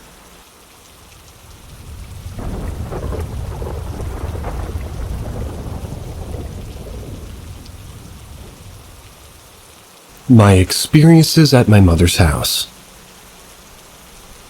To start, I remembered things when I was 15 and 16. We had this attic, and around 1 to 2 a.m. every night it sounded like walking above my room. I had a girlfriend over to stay the night once, and she even heard it. So I knew something was up, and during this phase of my life, I was a drug addict. I had some bad stuff going on, and the more bad things that happened, it seemed the activity would increase and react more. I remember that same age, at like 16, I was home alone one night. My mother's room was across mine at the end of the hall upstairs. There's 3 rooms over there and a bathroom. I heard scratching at my door and opened up thinking it was my dog, but instead I was met with pure blackness across from me in my mother's doorframe. I couldn't do anything but freeze and stare at it. It was maybe 2 minutes, 5 to even 10. I just couldn't move. I then snapped out of it and ran outside to my car, called my friend and left. Age 17 and 18 is when shit got real. I switched my room to my brother's old room. It was smallish, 2 closets, winter and summer, 2 windows, ceiling fan, and my dad left the home. My mom found a new boyfriend and was always gone. My brother left for the girlfriend, and I was always alone at night. What started in this room, I usually would lay my controller and TV remote and all my shit on the foot of my bed. At night I noticed something clicking the buttons and moving my keys. This turned into my coverage being pulled off and a woman's voice coming from the hall mimicking my mom's voice saying my name. The big thing that set shit off was me and some friends going to a notoriously haunted hospital for children with an illness. We had a horrible experience there. And when us 5 left, we all had experiences at home that night. Mine was the worst. I woke up at 3 a.m. on the dot. I had 5 to 6 posters up. My TV was on, and then all of a sudden my posters started simultaneously sliding down my walls to the floor. My closet flung open. The TV shut off and my candle fell to the floor. I screamed and my family rushed in to see the mess. I started to sleep with rosary after that. Kinda helped some, but random shit, I don't know. Like weights would roll across the floor. I had silverware swirl. Stuff would come up missing. My dog would go into fits when I was alone, and he'd growl and cry for me to come downstairs. My lights in the house would turn off and on, and one day, I was playing piano. My back was turned. I heard my door creak, and I felt the hand of a child grab my shoulder. Turned around slowly, absolutely shocked, and said, "Don't touch me. You are never to touch me." My door then closed, and I was fucking losing it. Moved out after these 2 things. 1, I had a dream of a girl with pure black hair crying. I was in bed with her, and she was at the window. I was getting up. She turned to me and had pure white eyes and said, "It'll be okay." I also had a dream of my grandfather that same week, and he told me, "Winter is the shortest season, my son." I also had pure white eyes. 2, I saw her in my hallway, her apparition, black short hair, white gown, pale as ever. My dad woke up and said he saw her as well, pulling his sheets off of him when he was trying to sleep. We both moved out of this, and well, a few years back, was this an evil spirit? Was it harmless? Should I never go back? LOL, I think about a lot.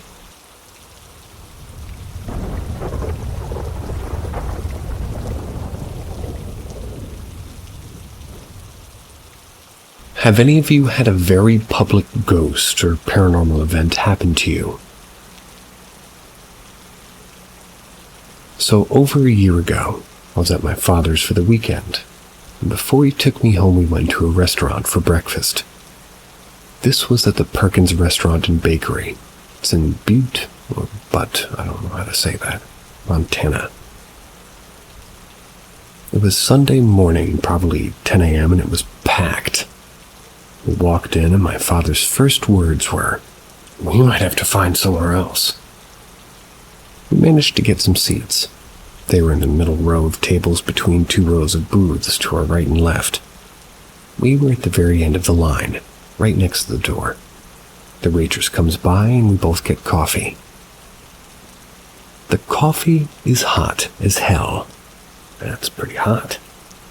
Too much to even touch, which I learned by burning myself in the ceramic. Anyways, we're looking through our menus when something happens in the corner of my eye over the menus I'm holding. I look up, but I don't quite catch it. I just look back at the menu. The second I look back at the menu, something shifts again. So I look up. I watch as my full-to-the-brim coffee cup slides a solid 14 inches across the table.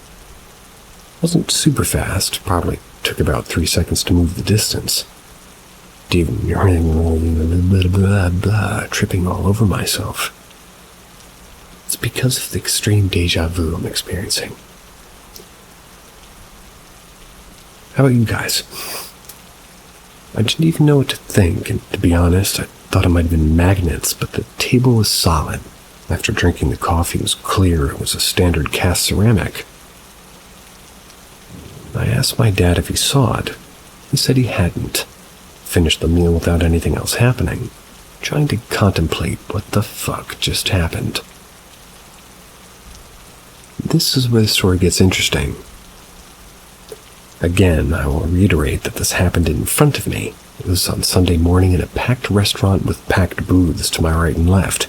Clear as day, bright as sunshine, because the window's to my right. Anyway, I went home and I lived with my grandmother at the time. She greeted me crying, saying that my Uncle Mike died that morning due to heart failure. Side note, I don't know if this is everywhere, but in Montana, the friend of your parent or grandparent is your uncle, even if they're not related to you. Mike was such a case. My grandmother and him had been friends for 40-plus years. I barely knew him. We spent some time together in my childhood, and I did some work on his property when I was 15, but other than that, he was just my grandmother's friend to me. I told her the story of what happened earlier that morning. Since she's a firm believer, she was rather comforted by it, but it left me with some questions. 1. If it was my uncle, why me? We didn't really know each other that well. Why would he seek to do something for me and not my grandmother or sister? 2. If it wasn't him, why would some random ghost be moving my stuff around in the middle of the day in a packed restaurant? Again, this wasn't some dot on a camera or some shadow in the corner of my eye. I watched the cup move. Eyes were on it for a solid 2 seconds. I've seen a lot of paranormal stuff, but none so blunt. But perhaps not as blunt as how I will end this. See ya.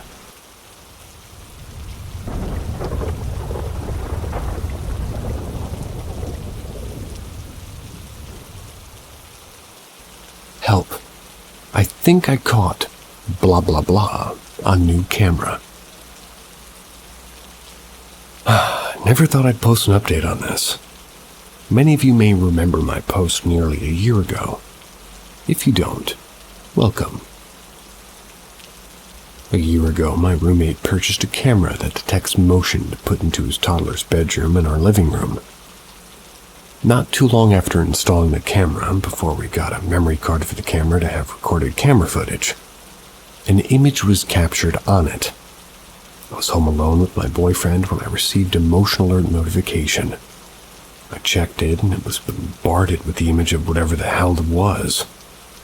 So I posted it here on Reddit. Naturally, as well as, well, instead of burning the house down. My roommate didn't believe that our house was haunted, or even in ghost.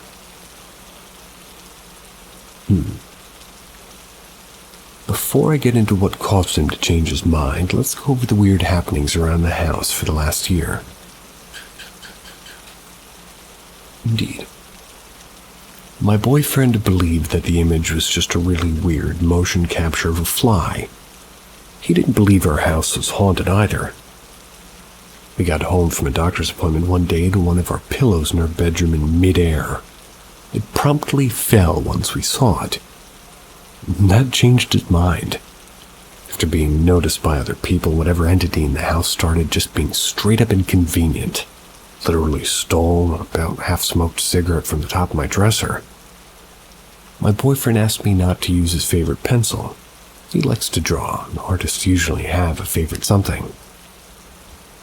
He went to work. Not even 5 minutes after he left, I set up to walk to the bathroom and the pencil is floating midair in drops. It's actually disappeared since. The ghost has authority issues. I was in the kitchen getting a drink one day, and I very clearly felt a tap on my shoulder. I turned, and no one is there. Creeped me out. Same night, my roommate's daughter tried to go to the bathroom after a long car ride. The ghost was literally holding the door shut, I mean, like doors unlocked, knobs unturnable, door budged a little bit, but not much. It didn't let her into the bathroom until she asked nicely. Like she said, "Can I please go to the bathroom?" And the door opened. I don't like the idea of having a bathroom-dwelling ghost. The ghost decided to shake our door one day. No idea why, just grabbed the door and started pulling it back and forth. The ghost turned the light off in the bathroom when I was taking a shower. I almost joined it in the afterlife when I ate shit in the bathroom floor trying to get the light switch. Let's get to the whole roommate believing us finally. And guess what? This time I do have the video for it now that we have a memory card in the camera. He was playing with his son in his bedroom when the door shut very slowly, but completely. That doesn't happen in our house. Our house is level and he replaced the hinges on his door within the last couple of years because they broke. His door wouldn't shut all of the way. Never seen that man actually scared, but he called me into his room right after, obviously frightened, saying, "I believe you now." I know there will be a ridiculous amount of people trying to reason away a lot of this, a lot of people denying it, but for those who remember my previous post here, I figured you'd all appreciate an update.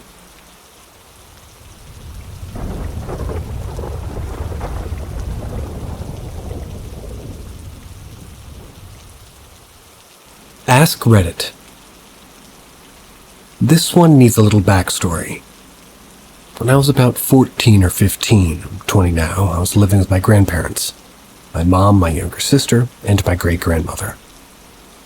I would stay up later than everyone else on the weekends and holiday watching TV while sitting on the floor of the lounge room. From where I was sitting, I could see up the hall to the first door to the hallway. This belonged to my great-grandmother.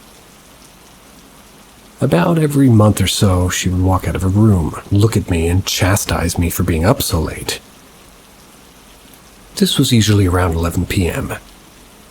A week after she died, I sat in the lounge room. It was my usual spot watching TV late at night. That's when somebody walked out of her bedroom. Since I knew no one was sleeping in that room, I looked up and saw her staring at me from the hallway. She asked me, "Does your mother know you're up this late?" before shuffling off to the bathroom. When I finally got up the nerve to go to my bedroom, I had to walk past her room and the bathroom to get there. The tap had been turned on. She always forgot to turn it off. About a year later, my older sister moved into that room with her boyfriend. And aside from a few odd happenings, they had no serious encounters. Until one night they left their lava lamp turned on. They both awoke to a loud smash as the lava lamp hit the wall on the opposite side of the room. It had been yanked from the wall and thrown. We are certain of this, because of the distance and the fact that the alarm clock and keys in front of the lamp hadn't moved at all. My older sister moved from this room within a year. My younger sister moved into it. She placed posters on the wall and kept the room relatively clean. However, if I were to enter her room with or without permission, once I'd left and closed the door, her posters would get torn from the walls and her ornaments thrown to the ground. Needless to say, I rarely entered that room afterwards. 2 years ago, just after I moved out, my older sister moved back into the house, but a different room as my younger sister still occupied that one, placed her child in another room as well. A few months into living there, my nephew began telling tales of men who'd walk into his room and play with his toys. At first, my sister thought nothing of it, until my nephew would no longer play with his toys as the bad men played with them. She and her children then moved into the granny flat behind the house. Had no problems since. However, my second eldest sister moved into this house around the time my other sister moved into the granny flat. This sister also stayed in a different room, but she stayed in what used to be a sunroom, but had been converted to a large bedroom. She turned on her pedestal fan each night to cool herself down, and she woke night after night to find it turned off and moved to the other side of the room. She believed it was her husband, told him to stop. However, this continued. One night she woke and found it turned off, and she rolled over to wake her husband to tell tell him off for turning off the fan, and it began to slide across the floor. She stared at it, saw no one beside it. She checked to make sure her husband was in fact beside her in the bed. Of course he was. She turned on the lamp beside her and the sliding stopped. I know you only asked for one story, but I thought I'd share just a few of the paranormal occurrences I've experienced. I apologize for the mass amount of text, but the things listed here barely even scratch the surface of the things experienced by myself and my sisters, not only in that house, but in others as well.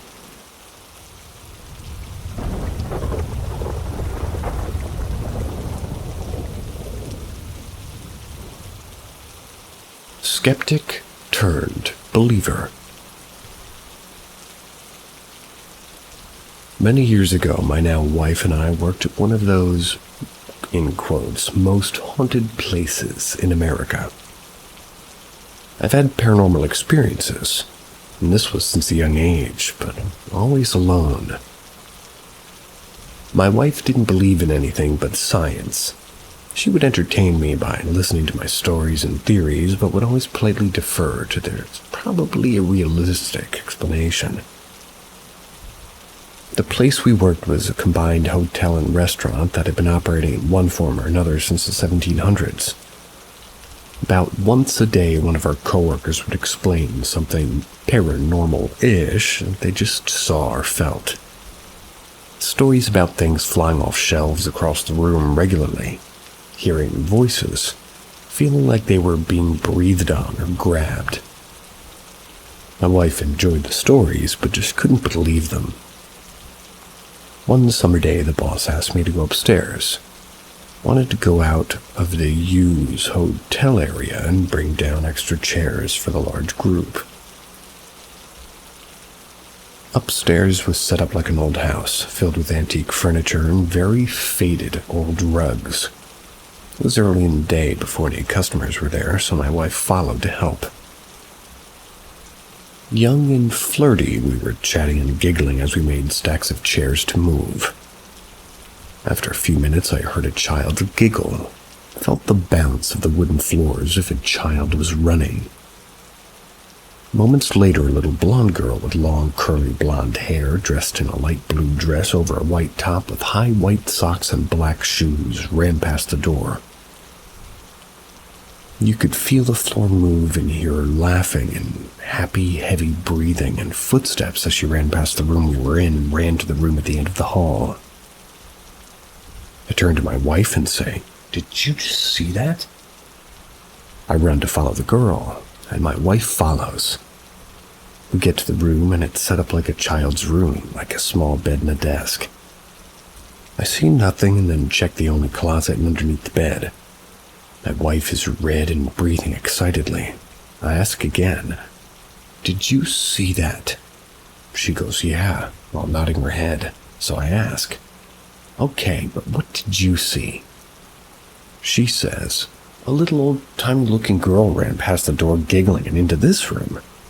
I ask, "Was she blonde and in a blue dress with black shoes?" Wife squeaks, "With like a white top and high socks," as she turns white. I can't squeak. I say, "Okay, let's get the fuck out of here." We run down the hall and stairs and go to the back parking lot area. My wife is walking in circles trying to rationalize what happened until she starts asking me about my beliefs. Trying to squeak ruined my own voice.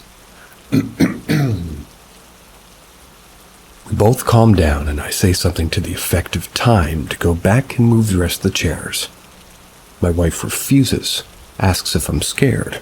I say, "Yeah, I'm spooked, but the ghost or echo is happy, positive energy. I don't think it means to harm anyone." We both have had more mutual and individual encounters since.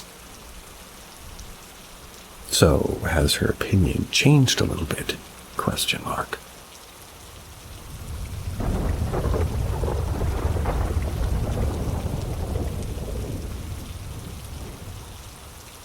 The one and only time I've ever done an EVP session, and also the reason I will never participate again. A few weeks ago, my best friend and I were hanging out. We drove to a park to enjoy our lunch. was telling me about this program and app that he downloaded on his tablet. Supposedly uses frequencies to detect spirits and can decode what is said if they say anything. He said he's had sessions a few times and had success and wanted to know if I was interested in seeing how it works, to see if there's anything to be found at the park. He pulled up the program on his tablet, asked if anybody was around and would be interested in talking. The program picked up a presence, and the word that came across was reference. My friend asked what it meant, and the next word was drafts. My friend asked if the spirit was a writer in life or liked the hobby as writing. Spirit said writer. My friend got excited and asked what kind of things did the spirit like to write. Spirit said removal. Confused, my friend asked what was meant by removal. Spirit said Tom. My friend had asked if the spirit was named Tom or if there was somebody by the name of Tom, and the spirit wanted to talk about it. Spirit said metal. My friend had asked if the spirit meant metal music, and asked what kind of music I'd like to listen to. Now, my friend and I had never asked anything disrespectful or invasive and wasn't in any way trying to upset the spirit. I remained silent the whole time watching the screen and listening to this all go down. The next thing the spirit said was murder. When I saw that word, my heart rate spiked. I mean spiked up high, and it kept rising. I didn't feel okay, and it felt like an electrical bolt went through my body. It was the weirdest sensation. And I told my friend that we needed to go now and to the hospital. I'm in my 30s without any heart problems or blood pressure problems, so this was alarming to me, and pretty out of the ordinary, especially because everything was normal before the spirit said murder. As we peel out of the parking lot heading toward the hospital, I begin to feel better, and the further we get away from that park and whatever that was that we contacted. We pulled into the hospital lot. I was back to normal. Felt jittery a bit from the, electrical shock sensation that went through my body, and out of it from being worn from the major heart rate increase. After sitting another few minutes, I was completely fine, like nothing had happened. Whatever that thing was decided to come after me, and I didn't even do anything. I'd asked my friend if he felt anything, and he said no. After the spirit had said murder, my friend even went silent and said, oh, because he didn't know really what to say at that point. I don't know why it came after me or what even happened back there, but I'm not interested in doing that ever again. I'm afraid if I ever do another session, that same thing will happen or worse. But if something were to happen to another person, I can't bear to think if something happened to my friend or anyone else. Has this happened to anyone else? Any idea on what might have come after me? My sixth sense is that, while I've never seen any proof of any of these phone apps, especially when it comes to audio having any legitimacy. That coming from an audio technician standpoint, anyway.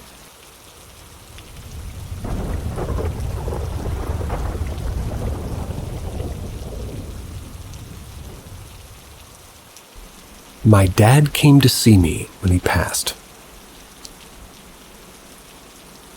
I'm now a 32-year-old male, a son in a family of 4, mom, dad, older brother, 39, and myself. Dad was a hard-ass growing up, tough guy.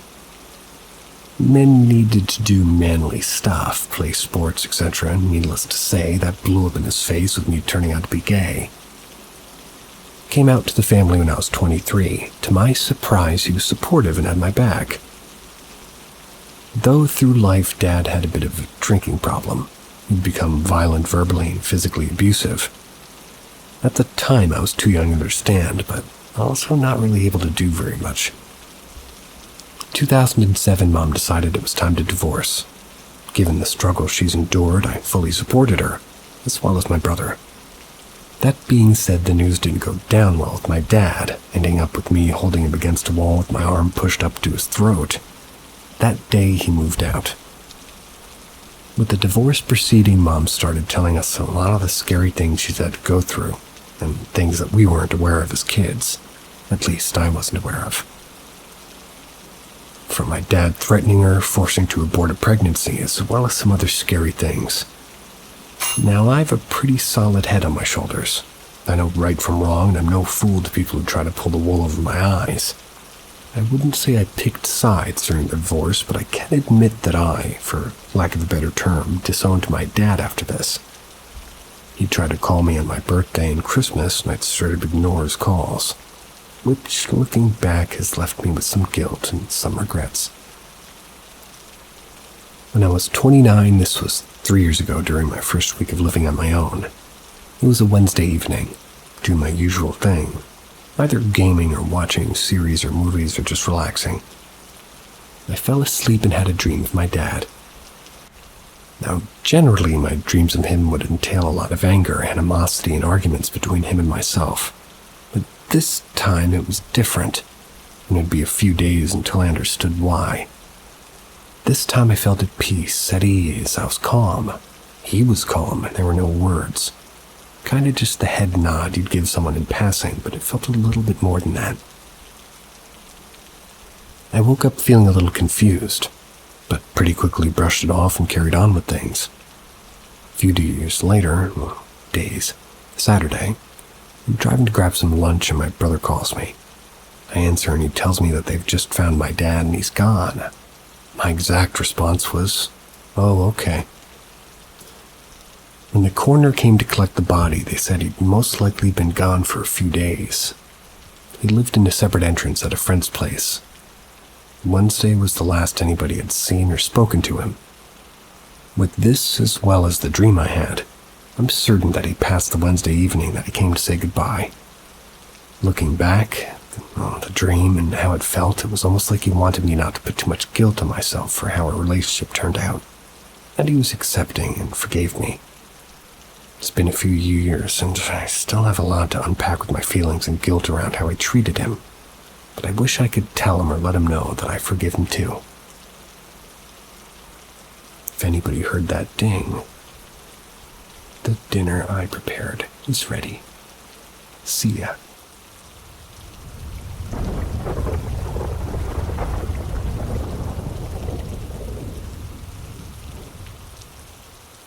Does anyone think mind control is real? I think someone used it on me.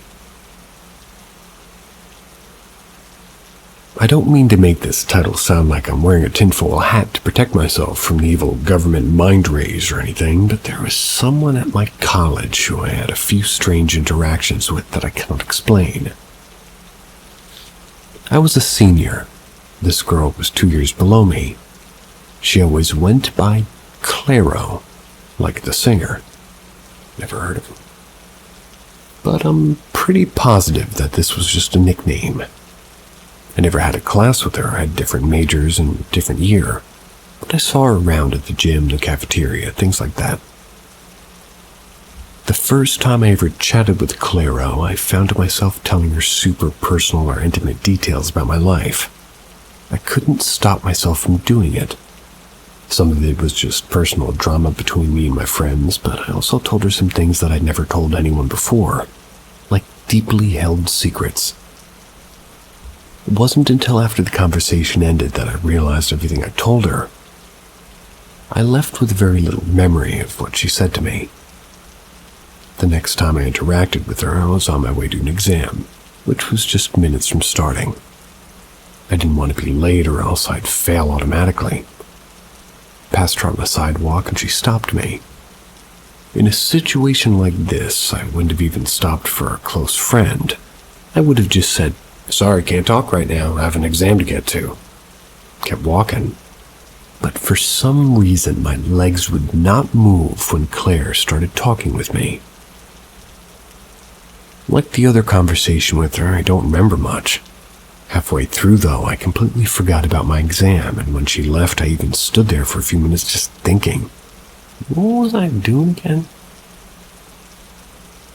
The third interaction I had with her is the one I remember the most. She walked up to me in the gym and asked for $20. I didn't question it at all, and I just proceeded to hand her the cash right out of my phone case. It took me a full day to realize something was off. I almost never give money to anyone, even my friends. She asked me for the money on the other occasion, but thankfully I had no cash to give her and she walked away. I spent the rest of senior year avoiding her. I don't know what it was about her, but she had that really weird effect on me. I don't know how to explain it other than she hypnotized me somehow. Maybe I'm just super susceptible to that kind of thing and she targeted me because of that. Has anybody had any other experiences like this? Hot take here, as I smack my head against my pop filter. Were you attracted to this woman? That might make all of these things happen to you. Not saying there's anything wrong with it, but people can usually sense when you're attracted to them or when you're attracted to them, and then they might ask you for things. At least I've found this to be true in my experiences. And everyone else's. Mostly.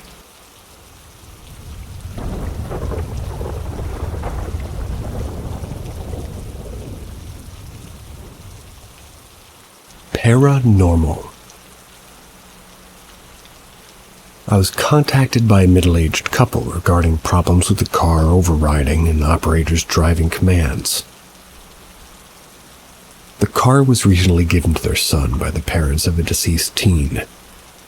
The deceased person was actually their son's best friend who was killed in a vehicle accident. That was when two had exchanged cars for the night.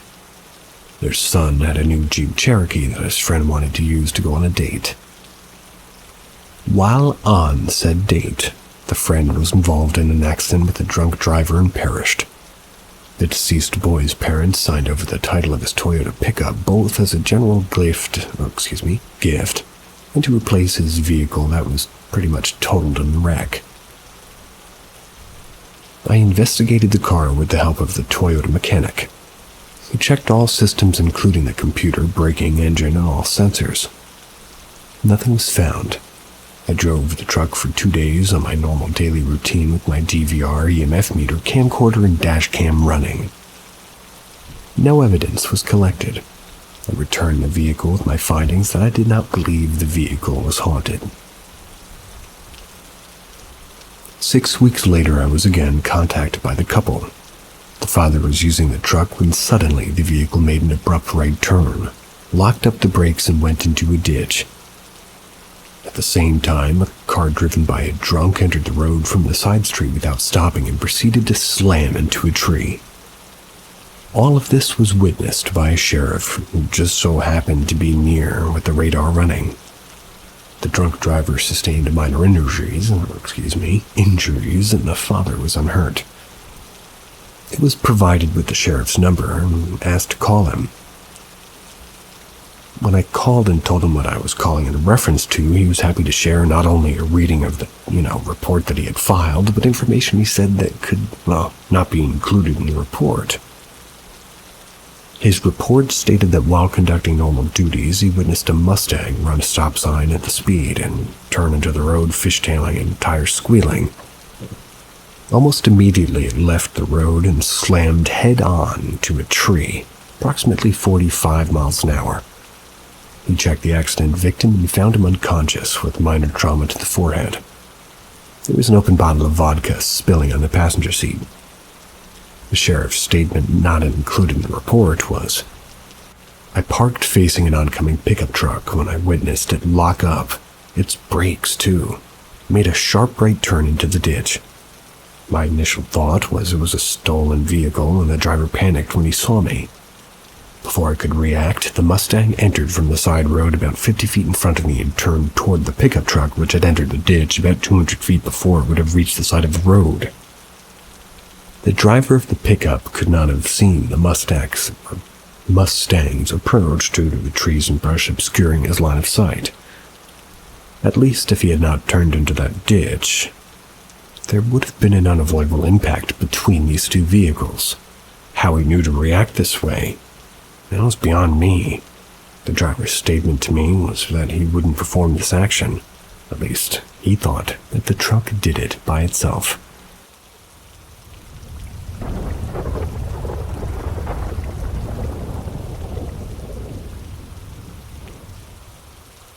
I need some help. How do I get a demon out of my house? Okay, to preface, my family, specifically on my mom's side, they have a long history of paranormal activity. Great-great-grandma did some witchcraft back in her country, got her home burned down because of it. Great-grandma used to interrupt dreams and such.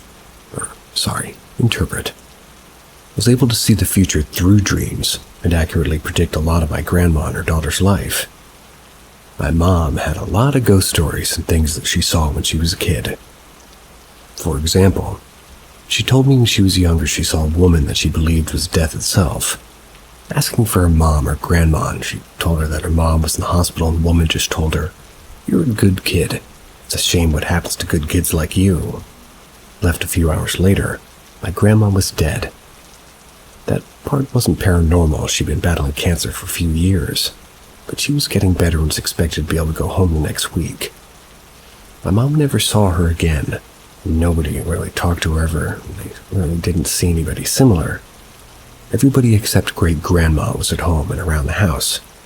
Even one of my uncles showed up right at the same spot, not even minutes later, and he said he didn't see anybody leave or even anybody there. Mind you, this is all in a small town and nearly 40 years ago.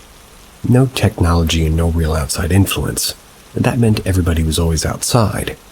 Everyone always knew or saw something, even if it was just another person and it was miles away from society. So it should be impossible that nobody else saw this woman. Anyways, one last thing. Occasionally I have premonitions, but they happen in dreams. Things that happen days, months, years in advance, I sometimes see in dreams. I wake up, forget, then remember randomly. Okay, so now on to the real problem I'm having. A few years ago I was home alone when I heard an intense knocking at the door, which is common around where I live, but the way they were knocking felt like they were trying to knock the door down.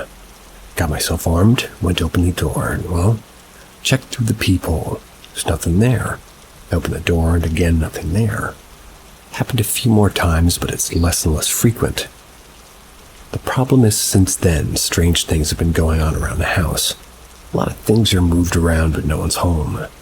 I have a bookshelf in the living room with a few pictures of my grandparents, and all of them were flipped around, like they turned their backs to me.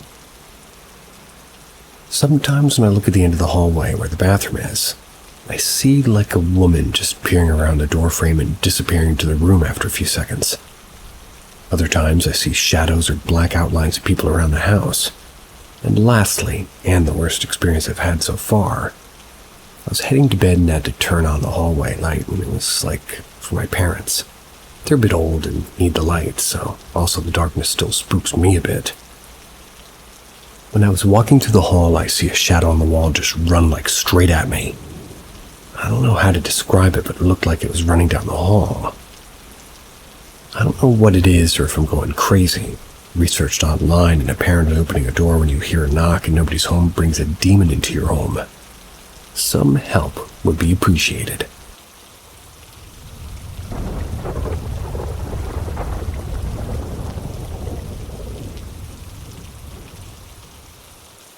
Saw the classic white dress, long black hair ghost as a child. Not very eventful, but I haven't told many people. I'm now 26, but at the time I was about 6 or 7. For context, I was a very rule-abiding child, terrified of causing a scene or making my parents upset. I was also intelligent and skeptical. For example, I figured out Santa Claus on my own around 5 or 6, just by giving the concept some thought. So I wasn't a gullible kid or have an imaginary friend or make up stories.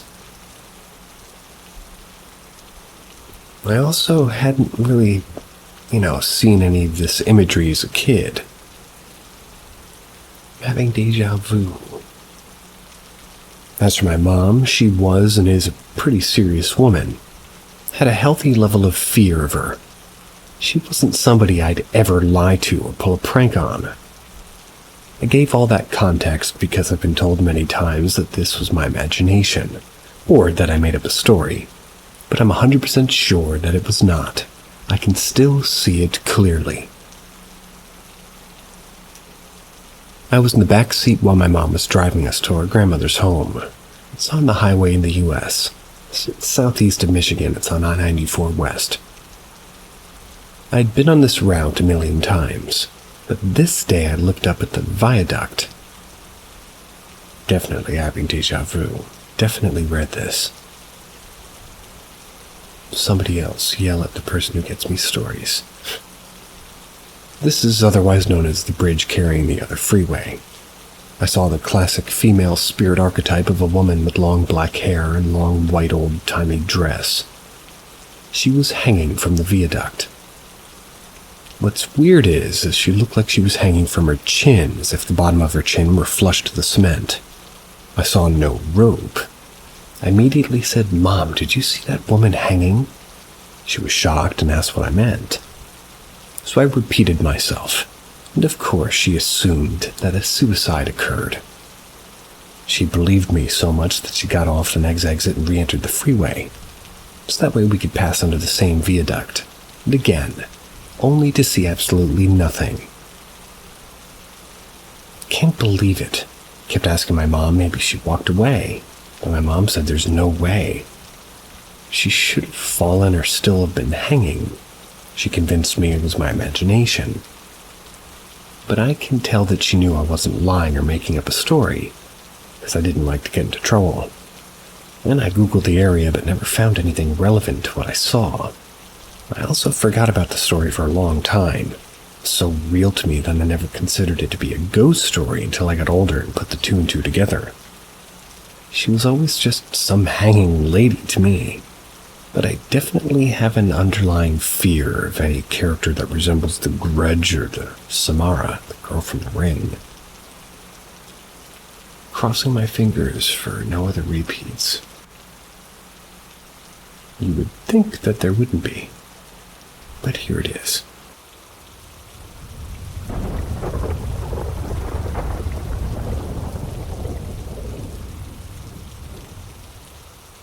Either I have really smart cats, or my house is haunted.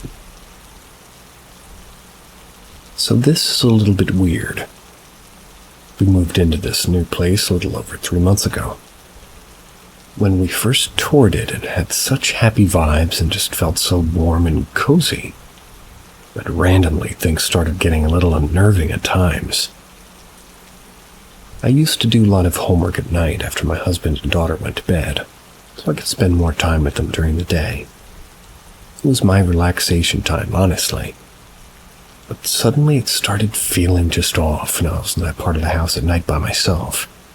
I started constantly feeling like I was being watched or something was behind me when I would be washing dishes.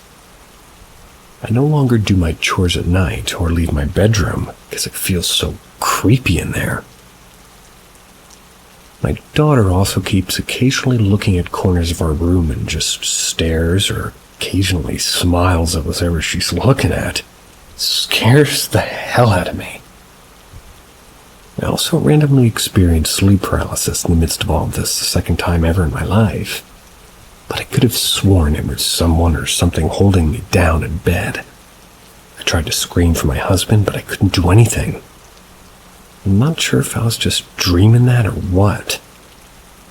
The really strange thing is, my baby has this winter hat that I can't really remember how it ended up in the living room to begin with, but one day it was in the middle of her huge playpen. I was in a hurry to put her down and sort of just let my dogs out. So I just grabbed it, threw it by her toy box that's in the small built-in sort of along the side of her playpen. Well, every single day for the past month or two, the hat's been right back at that same place every single morning. At first, I just thought nothing of it. I would just toss it and move on because I assumed my cats were doing it in the night. I've never seen them have any interest in something like a hat. I've never seen them be able to go to where her toys are, so it was a bit strange. But it was the only explanation that I had. I was complaining to my husband as we were leaving early in the morning that damn hat was there again a few days ago. Well, he just grabbed it quickly and shoved it into this vet box toy that my daughter has, and we were walking out and said that there's no way the cats will get it now. I completely forgot about this until yesterday morning. When I walked out into the living room, there was a freaking hat in the same exact spot it always was, in the center of her playpen. I was immediately spooked because the toy it was in had like a sort of a small door on it, and a door on it. And there's an opening above, so maybe a cat could pull it from there, but the door was wide open. And this door takes some force to open. My baby can't even open it. So I know my cats wouldn't be able to. I'm so weirded out because it won't stop. Keeps being put in the exact same spot. Put my hat into my daughter's sort of toy and just see what happens. If it ends up back in that playpen, I'm never going to be able to sleep again.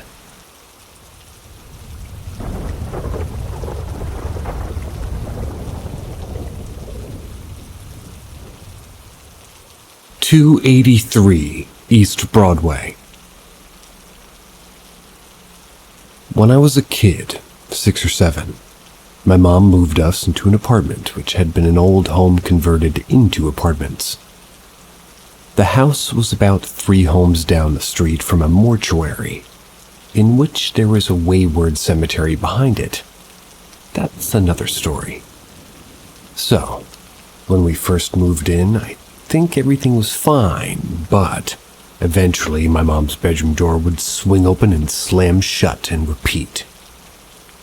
My mom told me that it was something wrong with the hinges of the door, which apparently caused it to do that, but my gut always told me different. Some days it would open and shut here and there, but there were some nights it would go wild. Fast forward, I didn't want to sleep in my room because I always say the silhouette of a person in my doorway just looking at me. I would be literally frozen.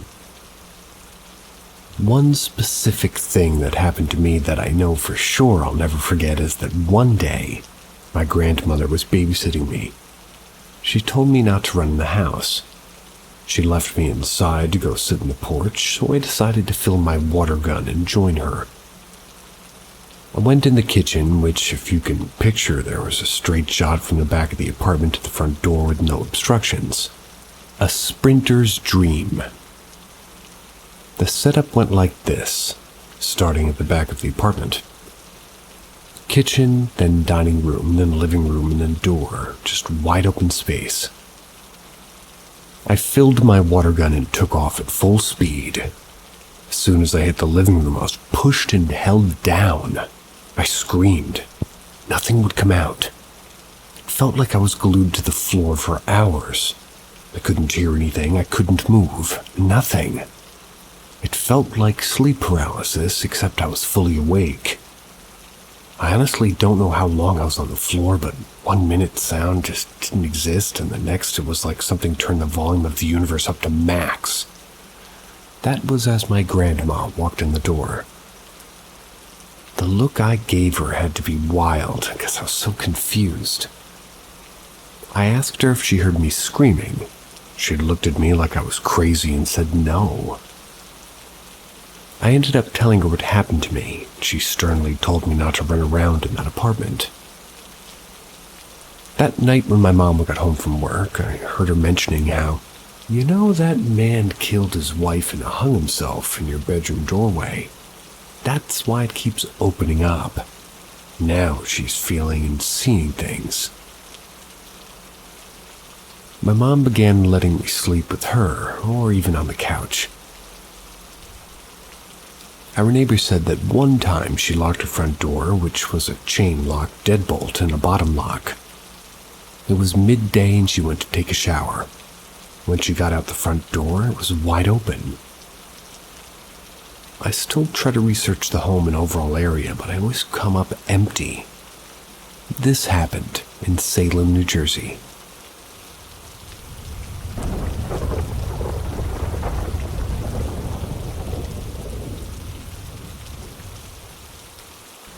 strange shadow.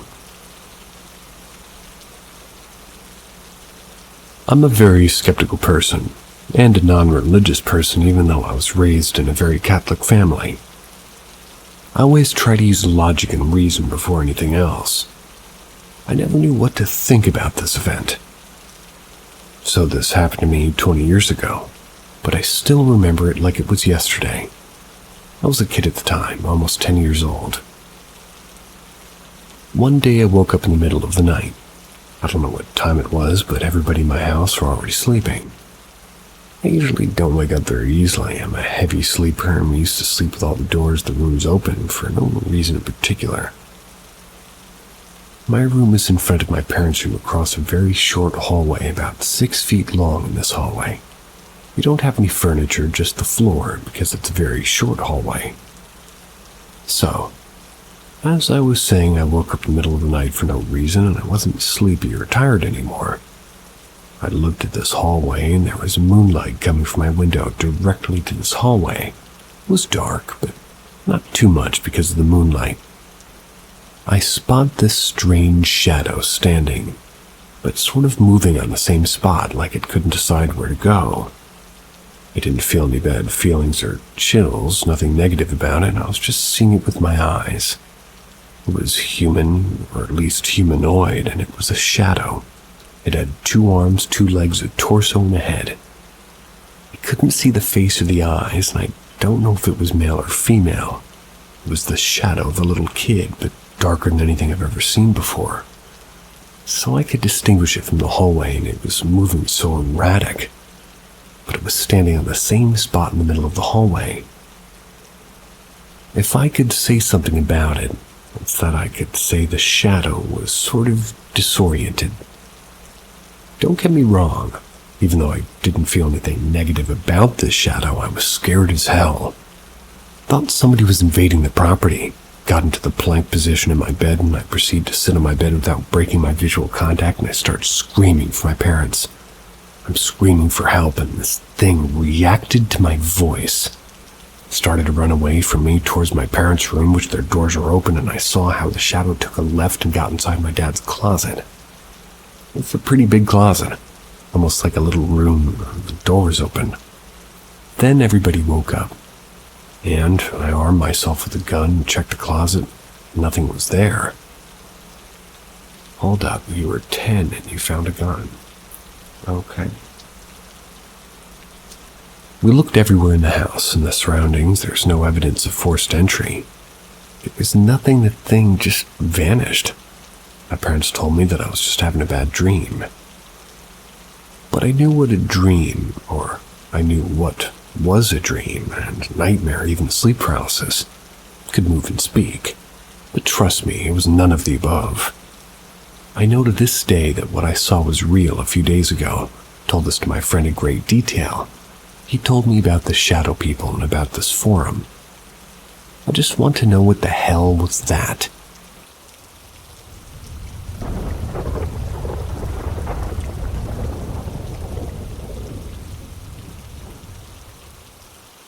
A weird ghost hunt. I spent many years stationed in Germany. I did 2-year tours mostly, and each was in a different place. This occurred while stationed in Kitzingen, Larsen Barracks. That base was flanked by forest. There was an old abbey located a couple of miles away through the forest, and it was said to be haunted. A couple of other guys in my company were interested in ghosts also. We had investigated a few of the castles around the general area, so when we heard about this place, it was a no-brainer. Our plan was to set out Friday after last formation, make the hike to set up camp. We slept that night, and the next morning we went to the abbey. It had been closed for years, but it was open during the day for tours. After it closed for the day, no one was supposed to be on the grounds, but that was not enforced nor patrolled. It was basically left open. Upon arriving, we took the tour and learned the history and layout. Indeed. Around noon, we went back to the camp to fix some lunch and relax before ghost hunting at around 10 p.m. When we reached the camp, it was destroyed. It appeared that some kind of animal had gotten into everything. They threw all of our personal stuff from our backpacks all over, tore down our shelter, and, well, basically just made a big mess without destroying anything. We cleaned up and reset camp. None of our food was missing, but that wasn't surprising since most of it was in cans. Surprisingly, there were a couple of boxes of crackers and a loaf of bread that hadn't been taken or damaged. Around 10 p.m. that night, we went back to the Abbey. We investigated it thoroughly, inside and out. We never heard or saw a thing. We stuck it out until about 4 a.m. hoping something might show up, but nothing really did. We made our way back to camp disappointed and tired. When we got there, that animal had been back. It had done the exact same thing as before, except this time those boxes of crackers and loaves of bread were scattered around like everything else, out of the wrappers and on the ground. We were pretty pissed off. If we had been able to see the hike out, we would have, but those woods were too dark. Once again, we cleaned up, and about an hour before it would start getting light out, we crashed for a few hours. 2 hours later, I was startled awake by one of the guys yelling and cussing up a storm. Camp was trashed again, and we had slept through it. Even our shelter halves had been ripped down as we slept underneath them. The only difference was that our personal items, socks, underwear, and t-shirts were made into a trail leading out of camp. We packed up everything and started following the trail of clothing. When we reached the last of it, there was a small pile consisting of one pair of underwear belonging to each of us, and the crotch had been ripped out of each one. About 100 feet away, we could see the perimeter fence to our base. We never went back into that forest the rest of the time I was stationed there. I would take that as a threat. Person, animal, or ghost. No thanks.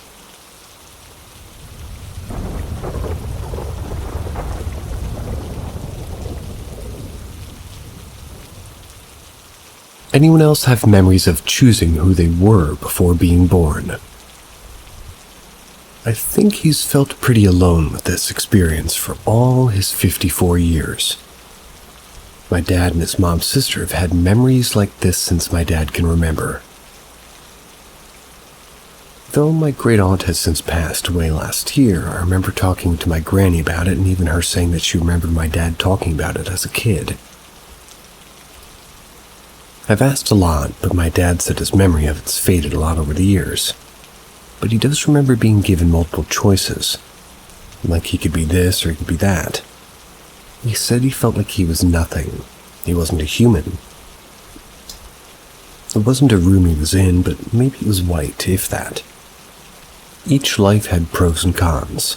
Every person he could be looked different, but they were all the same race.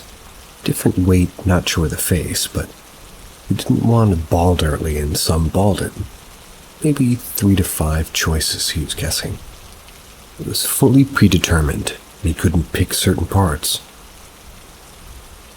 One that stuck out to him was he would either have a bad life with a wife that cheated on him, or end up an addict, or something else that I can't remember, or go bald and have a close-knit family. One of the choices were really great, I think. There were other options as well. I find in my journal later and I see what I wrote down maybe 3 to 4 years ago about it, and I checked with him again and wrote everything down. He remembers picking this life because his family was always close in this life. He had pretty good kids and a wife. They always stayed close. He felt like time was running out and he had to hurry up and pick. So he did it with this one. He'd sometimes question if it was a dream, but it seemed so real. Things would all come true.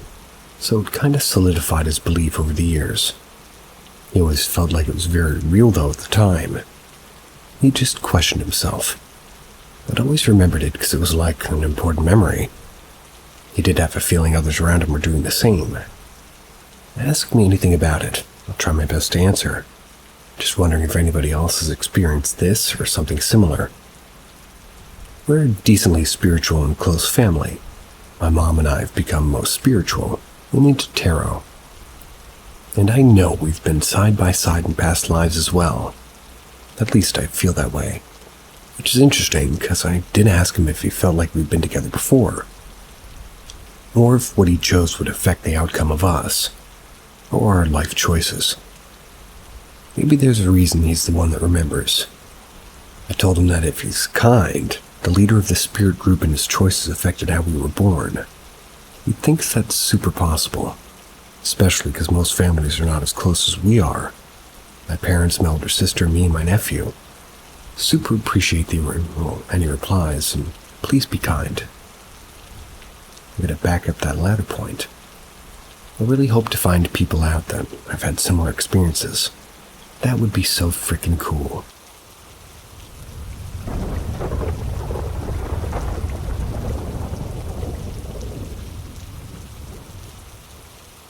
Ask Reddit. I had a streak of 3 dreams at my ex-girlfriend's apartment. I was driving the car on the highway. My ex is the passenger. I suddenly slammed the car on the incoming car because I'm mad that we're having this, I suddenly slammed the car on... Well, apparently he slams the car on incoming car because I'm mad and we're having this impossible fight. I wake up, kept the dream for myself, started questioning myself about my mental health. I never had any manifestations of some sorts. Second night, I'm passenger. Same results, same behavior, second morning. Third night, random dude in the car, blonde short hair, blue eyes, metrosexual look. Dude starts saying weird shit that I don't actually remember. Random car, destroy mine. I wake up. Girlfriend at the time and I are going on this camping trip. We pack her shit. Once all the gear's in the car, I asked her if she wants to drive. She says no. I'm scared shitless of turning suddenly psycho and double homicide the both of us. I keep my cool for the whole ride. We camped for a week. We had a great time. We get back at her place and she asked, since we spent a whole week together, I'd like to have a week for myself. I'm like, okay. Starting to have a really weird feeling. We had no sex in this whole camping trip. So do days go by. No answers to my casual text. 4 days, no callback. At the 7th day, I opened the local news website. Main story. A torso found in a suitcase in NDG. The picture featuring this headliner. Her car, her plate, and this is the corner of her apartment block. Got at her place as soon as possible. By running up the staircase of that 4-level block, I've spotted the police ribbons at 204. She's at 404. I get at level 4. Slowly walked at the door. Some sexy time behind that door. Confused, I knock. Sudden dead silence. Knock a minute later. Whispers. She opens, messy hair, messy bed, and a pair of guy's shoes in the hall. It's a 1-room apartment and I'm standing in the middle of the place. I'm asking the guy to leave and he does. She spills the beans. It's been 4 months that she's cheating. We break up, and when I walk out I realize that I've caught my girlfriend cheating on me because of a psycho killer in Montreal. She was too busy banging that dude when the cops were calling on her cell to ask her to move her car to the crime scene. Torso was found in the back alley in a suitcase near a dumpster near her car. So the dreams at 404, the murder at 204, the cheating at 404. That is terrible.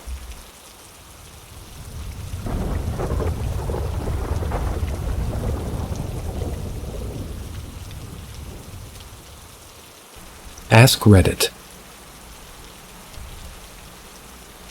I went to a meditation retreat where we would spend most of the day sitting and meditating. It was a big room. Picture something like a sports hall. Everybody had designated seats, or as they put it, designed seats, with about 1 square meter of area for themselves. The rows were aligned and everyone was in line. There were about 200 people in this hall. You would hear the instructions, then close your eyes. You weren't supposed to make any noise or keep your eyes closed until they told you to open. Like about an hour at a time, and of course, being my first time, I could never be still and meditate for that long. So I would wind up opening my eyes and looking around and watching people. Sometimes there'd be others also looking around too, and on the third day I noticed this woman, she rolls her head. Or rather, woman 2 rolls ahead, which we're going to assume is Rose. Nah, we'll go with rolls. So to go back, on the third day there I noticed this woman 2 rolls ahead and 1 to the right. She was moving very weirdly. She would have jolts of arm movements, and she would shake uncontrollably. I just sat there and watched, a bit shocked and a bit confused. It got progressively worse as the day went on, starting to freak me out. On the 6th day, I'm sitting there trying to meditate and open my eyes to see her shaking and moving one arm above her head like one of those blow-up things that are at gas stations. I believe those are called wacky waving inflatable arm flailing tube men. FYI. It was moving up and down like if a gust of wind lifted and then it fell. And this was all at the same time like this shaking of her torso and head. I'm watching it gobsmacked. And then she suddenly stops abruptly. Her head falls forward so her chin is touching her chest, and she starts twisting her head left all the way around till she locks eyes with me. Oh man, my heart never beat so fast. It was like a horror movie. Her face turned around towards me in that weird position. Her hair covering most of her face, and through it I could see her eyes watching me. She did that for about 10 minutes, and the sound for us to stop started. It would be a sort of song to raise you back into consciousness. She turned forward, sat straight, got up, and went ahead with the day as cheery as can be. That cut me off from meditating altogether. Still scared of her and had nightmares about her coming into my dorm room and the rest of my stay at the retreat. Yeah, most people don't see exorcism stylings at meditation centers, much less 2 rolls away.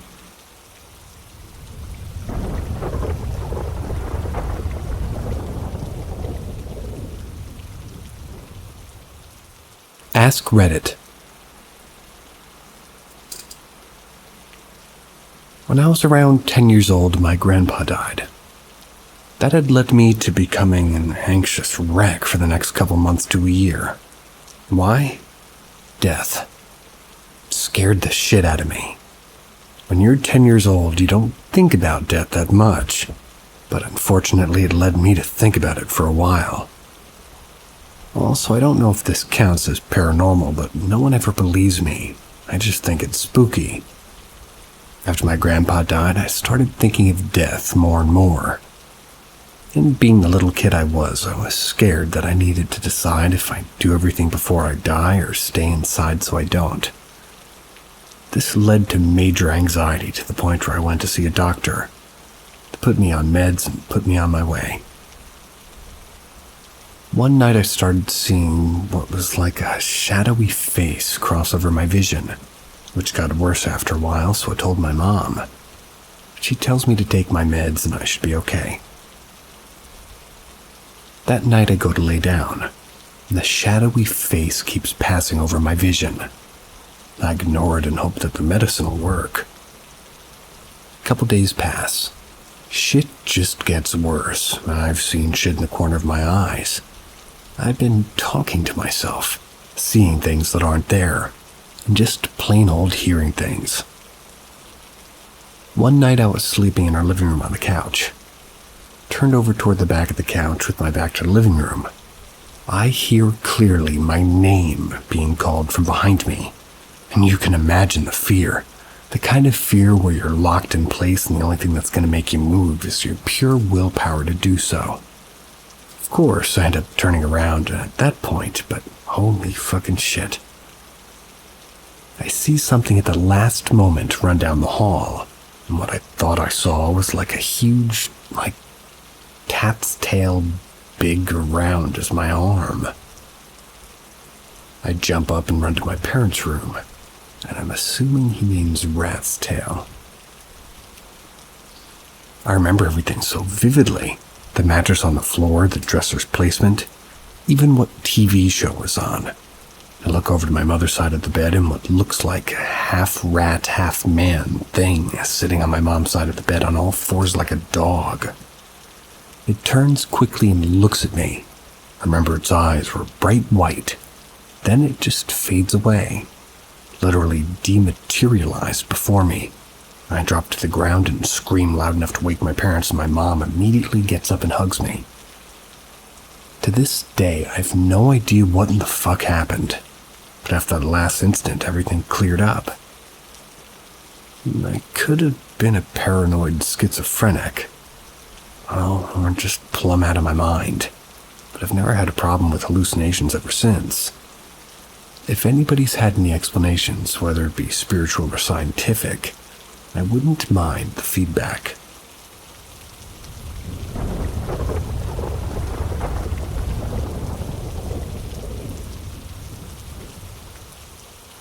My world changed in 30 minutes. Response.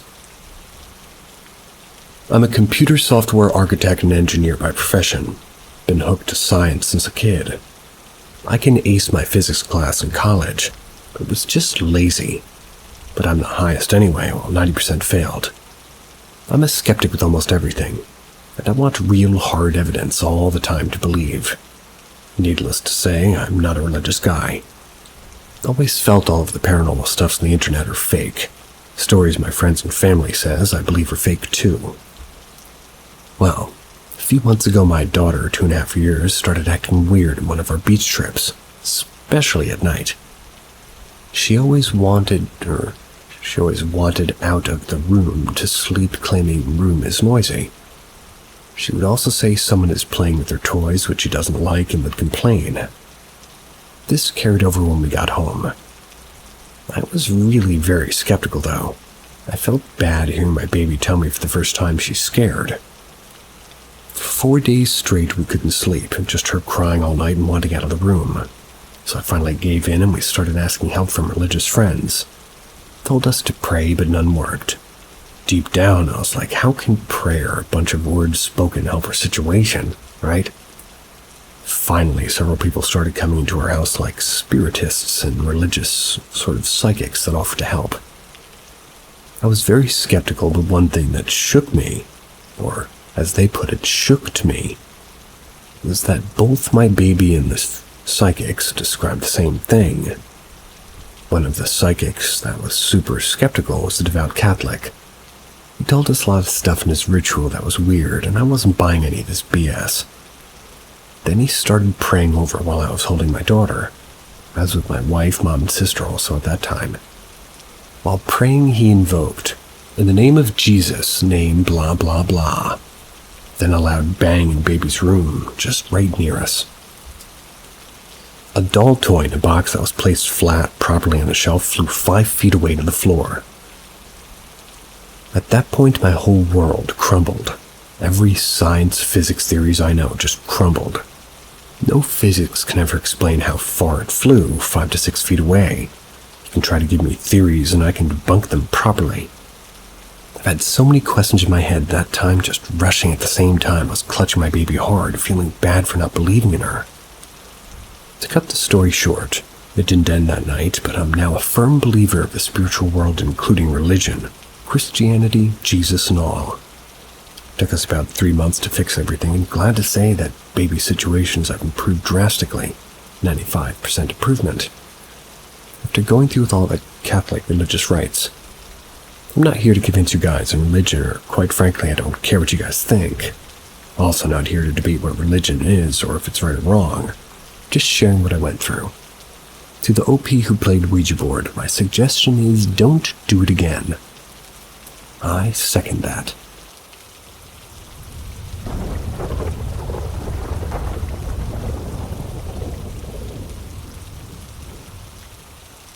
Moving into a haunted house. I, a 29-year-old female, am in the final stages of purchasing an old farmhouse. It's a humble 100-year-old house on 157 acres. It's in rural northern Canada.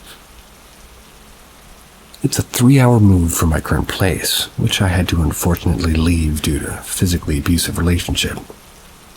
This area stood out to me as it's relatively close to where my grandparents lived and farmed. It's perfect, and everything I want in a home. Yesterday I had a tour of the property with the current owner who's lived there for the last 10 years. The house has 2 doors, and when I asked why he doesn't use the side door that has a large mudroom, he casually mentioned his daughter in the early 20s is scared of the basement. He kind of joked and said, "What, was there ghosts?" To which he replied, "Yes, actually there is." My next question were, are they good or bad? He reassured me they were good. He then told me he sees a man downstairs sometimes, and occasionally sees him outside walking toward the shop. There's a woman that spends her time in the kitchen when he sees her. He's never seen the children, but he often hears them playing outside. I asked if there was a family tragedy that occurred on the property. He said that the only story he knows of was the original owners who built and homesteaded there pretty much, and when he lost a child at a young age. And because it was winter, they had to store him in the cistern in the basement for the winter until the ground thawed. I didn't have any negative feelings in the house. I did feel a sense of comfort, but I've had bad energies in the house previously, so I can't lie and say I'm not a little bit nervous. A good friend of mine is a clairvoyant, and I brought it up to her. She assured me that they are not harmful spirits, and they have attachments to their first home. She said she sensed that they liked me. She went on to say that the current owner advised me of them out of respect for them. There's no disclosure laws of haunted houses where I live, and as long as I live with respect to them, everything will be good. Is there anything I should be mindful of when moving in? Anything I should do? Any kind of smudge or anything I should place in the home? I've heard not to put a mirror facing my bed. I'm just wondering if there's anything else I could do. I don't want to push them away, but I don't want to open myself to anything negative either. This really is a first for me, purposely moving into a place with known entities living in it. I will also say I live alone for the majority. I have dogs and cats and a new boyfriend who seems kind of a little uneasy about this news. However, my mantra the last few months has been, I am capable of anything. I got out of an abusive relationship that should have killed me, and here I am. I've been living my life with a newfound empowerment, so I feel confident I can get through whatever life throws at me. That's a lot of land. Wishing you luck.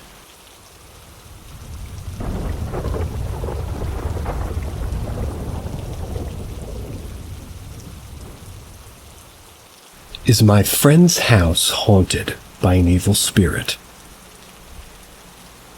So before I start saying anything, me and my friend are both Christians, if that means anything. Growing up, I would often stay over there as we both lived in the same neighborhood. We would often hang out with each other. This means I would stay over there often, and all the times when I was younger were perfectly fine. Nothing bad at all. This all started happening about a year or two ago. Whenever I stayed there, I would get some feeling like someone was watching me. I shrugged it off because I thought it was just my mind. My friend also said before that every night at about 2:15, 2:45, in the AM anyways, he would often hear footsteps from the upstairs. Been there and heard it before, but knowing he has a dog, I assumed that that was the culprit, or was just the time the house would settle. My friend also told me a bit ago that he was sleeping one night when he woke up and told me he apparently saw a spirit or something that looked human float through his wall through the other. Kinda thought he was dicking around at the time, but one of the most recent times was different. I was playing Rocket League with him and kept seeing these shadow figures out of the corner of my eye. Note, there's a sort of hallway-like door there, but it doesn't lead to a hallway, but rather a pinball table. They seemed more detailed than what would happen if it was just a brain trick that kind of moved away from the hallway entrance. I again just assumed it was my mind playing tricks, but over time it felt like they were just getting closer, and the feeling of getting watched was getting worse. I still played it cool because I didn't want to freak out the little brother who was hanging out with us at the time. His little brother went to bed at about 4:30 a.m. We were about to go to bed, so I was watching him finish his game. But this is where it got the worst. I kept seeing the figures run into the middle of the room and disappear. It would freak me out each time and give me horrible chills. My friend noticed and asked why I'm acting weird, but I just said I was tired. We went to his room and he turned off the lights. As he went to his bed, he laughed and said he turned off the lights and he saw a shadow person. His eyes was playing tricks. This freaked me out and I jolted to turn the light on. I told him everything and we both got freaked out. And until we were able to sleep at 6:30 a.m., I just felt like the worst evil the entire time. And the most recent thing I heard happened while I wasn't there, but his little brother got a fever, so we slept upstairs near the Christmas tree. My friend also decided to sleep there with him. He said his brother woke up and started having a freak out. He said the man by the tree kept saying he was gonna kill and bury his family. Is this a ghost or a demon or something? Or could it just be a coincidence?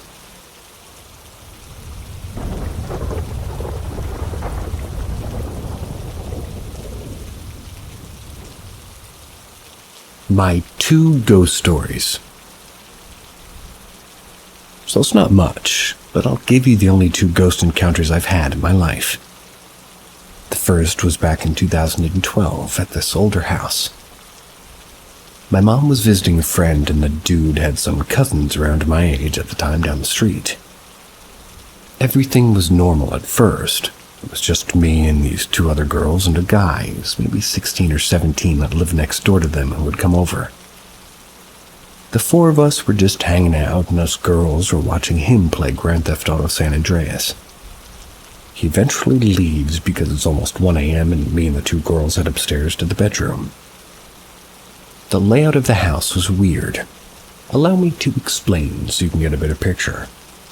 The upstairs floor only consisted of a bedroom, the one mentioned, and a bathroom. However, there was a weird hallway that branched off to the left of the bathroom that just looped around to the other side of the bedroom. Me and the girls were sitting next to the bed in this shady-ass room full of toys and stuffed garbage bags. And we hear footsteps outside the door, which is the hallway next to the stairs. We, of course, all look over to the entrance on the other side of the room that has no door, the one I mentioned that was off to the left of the bathroom. Mind you, there is no one else in the house but me, the girls, and their obese father. I mentioned the fact that he's obese because he was so obese that he couldn't come up the stairs. The 3 of us book it down the stairway, but to this day I swear I saw something in that black hallway. The second experience was a few years ago, 2016, somewhere around there. The first story I mentioned I think I saw something, but in this one I actually did. My friend lived in a very old house that was deteriorating and witchcraft had been practiced inside of it. His mother and grandmother lived there.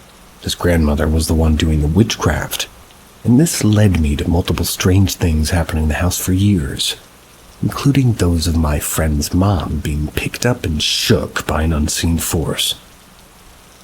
There were 3 entities in that house. One was believed to be a deceased family member, a demon, and a little girl. But they also speculated that the demon might just be taking the form of the little girl.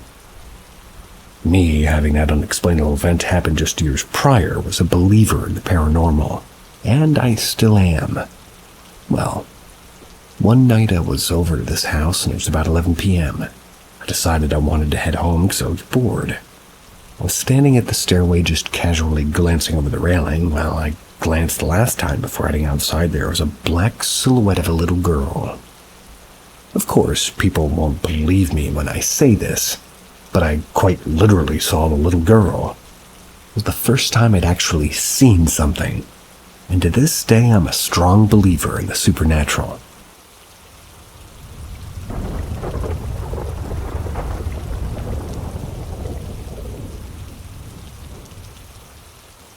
A spirit spoke through me. I haven't told many people about this experience, but it seems like this would be a good place to share. Indeed. This happened about 20 years ago when I was 14. My friend's mother was very into paranormal stuff in the whole world. And one night, we, being myself, my friend, her mom, and a few other friends, decided that we wanted to use their Ouija board. Oh boy. We turned off all the lights in the house, but lit a couple of candles on each side of the board, which we had sitting on their coffee table. So we all sat in a circle. That was while her mom told us a few rules about the board. Suddenly, my friend goes, "Let's do a seance." Her mom tells us to all join hands, and no matter what happens, do not break the circle. Her mom starts asking if there was anybody with us, if any spirits would like to communicate with us, etc. A few minutes went by and we hear a huge crashing sound come from my friend's room, followed by what sounds like people walking around in the bedroom. We all look at Laura, my friend's mom, and she yells out, "Hello?" Another loud crash and we hear somebody say, "Shh." Then all of a sudden my entire right side goes completely ice cold. Tears start streaming down my face. I have no idea why I'm crying. Look at my friend's mom and I say, "Everything will be all right, Laura." I lean in and blow out the candle that was sitting in front of me. Laura gasps, starts crying, and backs up from the table. My friend runs to turn on the light and she looks at me and says, "Why did you say your name like that?" When I say Laura, I pronounce it as Laura.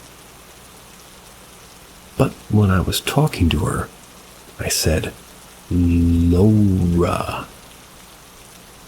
Or Laura. I think the last name Lowry. Laura. Got it. I told my friend I wasn't sure why I had done any of that. But it didn't feel like I was, in control for a whole minute. Almost like somebody else was steering. She then tells me that I said her mom's name exactly like her mom's ex, Dale. That's how he used to say her name. Her mom told us that Dale was extremely abusive, even tried to kill her towards the end of their relationship. Dale was killed in a motorcycle accident 5 years before. We were so freaked out, and then my friend wanted to check her bedroom where she had heard the crashing sounds. When we walked into her mattress and the box spring and the frame, they were all thrown around the room, and her nightstand was knocked over. I still get chills when I think about that night. Such a strange experience, and it definitely made me a believer.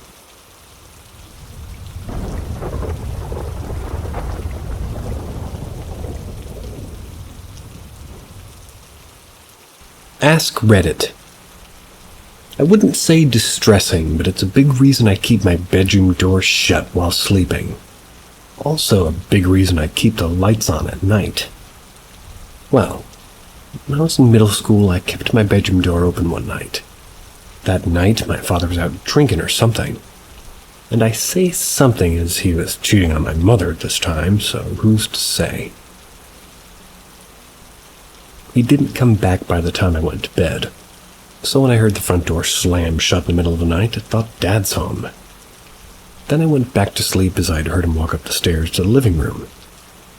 The house I lived in, for context, had stairs right as you entered through the front door or the garage door. Went up to the living room and down to the basement. Then more stairs when you walked up leading to the bedrooms on the third floor.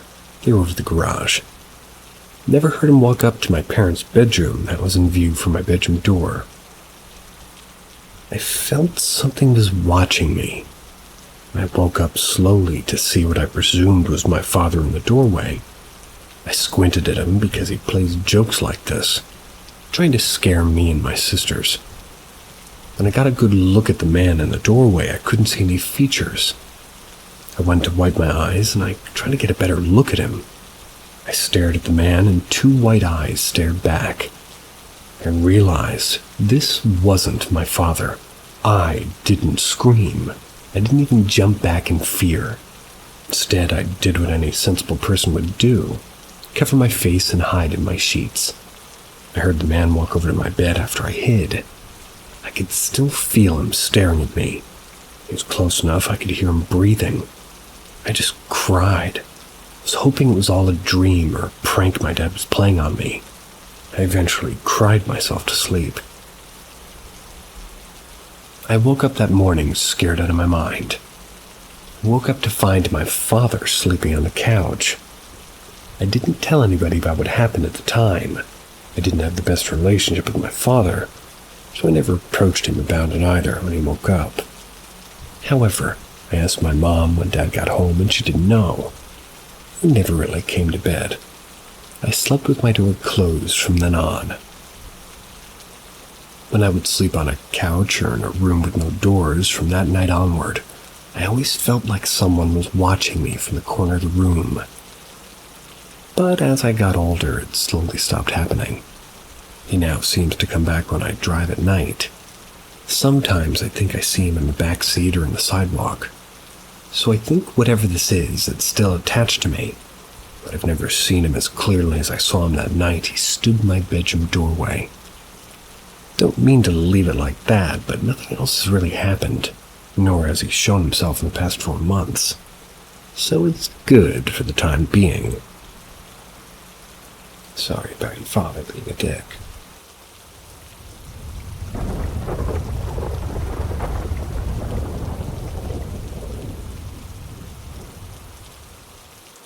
I predict death through dreams, or sudden intense thoughts that say the person is going to die. No one in person believes me. Usually it's a dream where I'm visited by someone or a pet, and they're saying goodbye. I wake up already crying, and they've all died in the night no matter how physically far.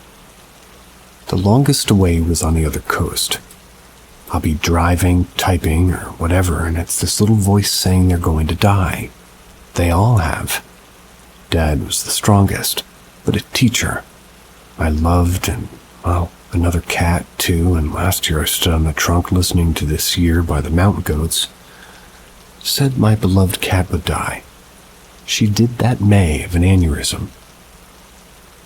And the lowest stakes version is pet-related, and I get the urge to record them.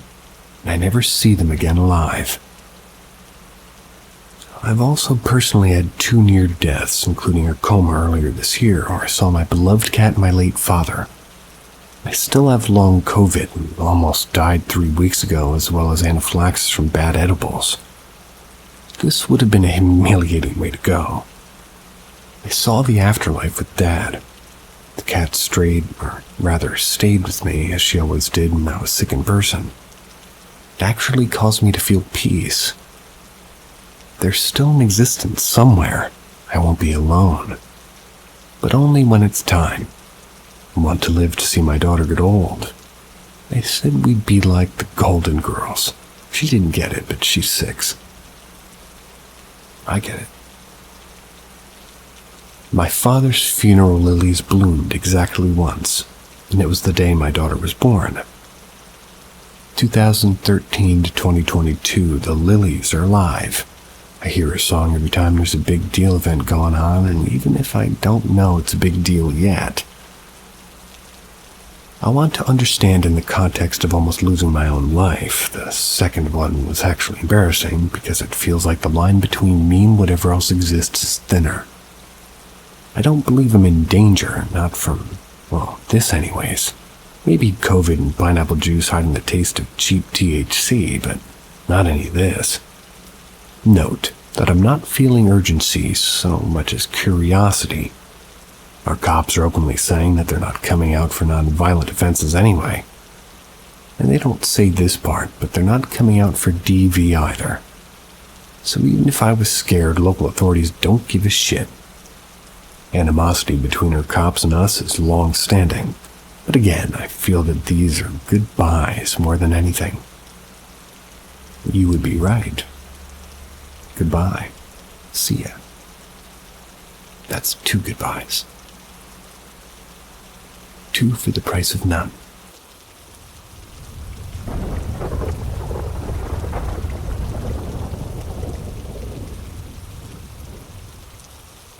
Carl from Olympia. Inspiration, empath. This was October of last year. I was working as an insurance agent at the time. I am also a metal musician and was in the process of recording vocals for my second album, which was released in November of 2023. I was also struggling with some serious grief-related depression due to life events that I will not specify here. I had had a great day. I was working with clients, enjoying time with coworkers, and the work on my music was going very well. I got off of work, recorded the vocal tracks, felt good about my day's work, and felt proud of myself. All of a sudden, the depression crept back like a phantom into my mind, like a demon standing over my shoulder. So I decided to go for a walk down Main Street, to clear my head. It was a beautiful evening, and during a glorious autumn on the coast of Washington State. My depressive thoughts were unbearable. As I got nearer to the beach, I began contemplating drowning myself in an harbor nearby the beach. I've struggled with suicidal ideation since I was a teen and survived an attempt in 2017, saved by my amazing parents. The way I saw it, high tide had come, and I was considering letting the ocean take me so that my soul could be free and my physical body could once again become one with nature. Just then I see a casual but well-dressed, friendly-looking older, late 60s man smoking a cigarette and peacefully walking toward me from the beach. He asks me if I can give him directions back to his campsite. He was from out of town and had gotten lost on his own. I never say no to strangers in need of help, so I obliged. On the way back, he and I made friendly small talk on the way back to his campsite. Work, seafood, and life. As we reached his destination, he looked at me very sincerely. Asked if I would be willing to pray with him. I am a believing but liberal Christian. I respect all religions and belief systems, and I'm also fairly reserved about my faith. I typically don't talk religion with others. Nevertheless, this man had a warmth, sincerity, and kindness. It's really, pretty rare, but hard to feign.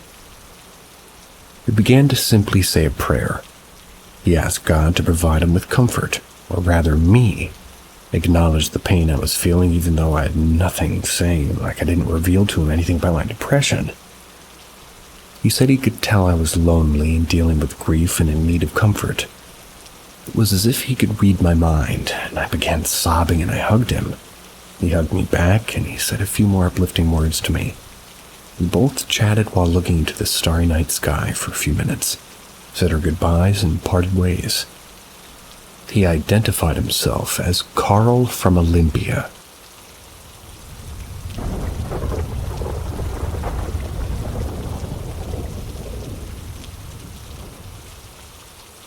Entity in my home that favors the room that I do, and only my guests have seen her.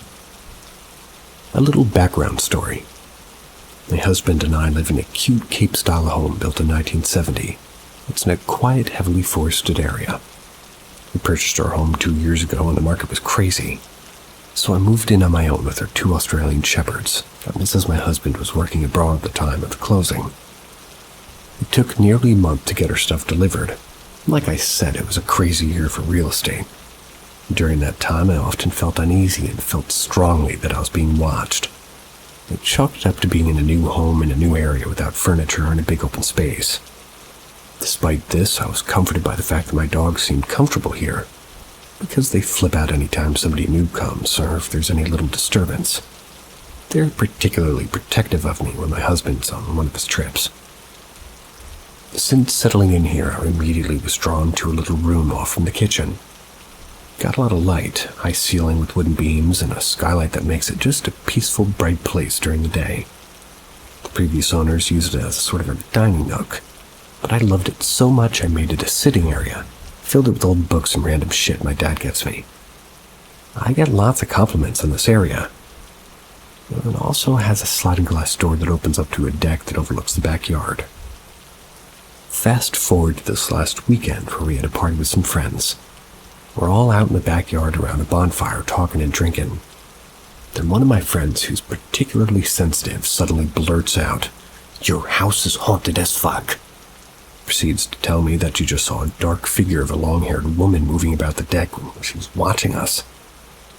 At first, my friend thought it was just a guest at the party, but then realized that, well, we're all out by the fire. My other friend, who stayed with us on numerous weekends since we moved in, responds with, "Okay, you've seen her too." He tells us that he saw it one night when waking up to get some water from the kitchen. He saw this dark figure of a woman standing in a little sitting area I love, walking toward the glass door that leads to the deck. At that time, he was like, "Nope, not entertaining this." Ignored it and went back to bed. I was shocked. I haven't seen anything or felt anything, other than the watched feeling when I initially moved in. And that's when I told them. But since then, remembered how crazy it's been replacing light bulbs and all the light fixtures, especially on that first floor since we moved in. Some of them have burnt out 2 or 3 times within 2 years. My husband is a complete skeptic and rolls his eyes on all of this, but just been processing it all myself. It's just ironic and a little unsettling that there's an entity inhabiting the very area of the home that I also love so much and spend so much time in when I'm home. And my dogs have never acted like there's anything there. They're so sensitive to things being off. He requires things to be on.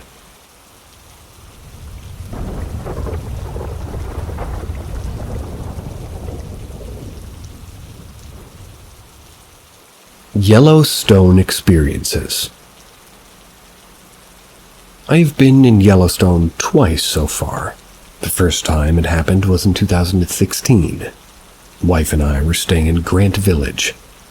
It looked like it was going to rain. The weather was awful and it was also getting cold. We zipped up the ventilation flaps and went to sleep. It was indeed raining heavily. And we got thunderstorms throughout most of the night, and we woke up around 8 a.m. and noted how beautiful that morning was. Then it hit us. All the flaps were down inside the tent. The main cover was still on. The tent was dry inside. No puddles or even droplets. There were only just the 2 of us, nobody else. We didn't hear anybody come in the tent, and she's a light sleeper and wakes up for unusual noises. It was frightening for her, but I was curious. Did anybody notice anything like that? Next day, it happened like a week ago to a family friend, like in July 29th. It was in Grant Village again. She was sleeping in a hammock. She woke up feeling that her feet was cold. She reached outside. Outside? She shouldn't be able to do that. This is when she realized her hammock was open.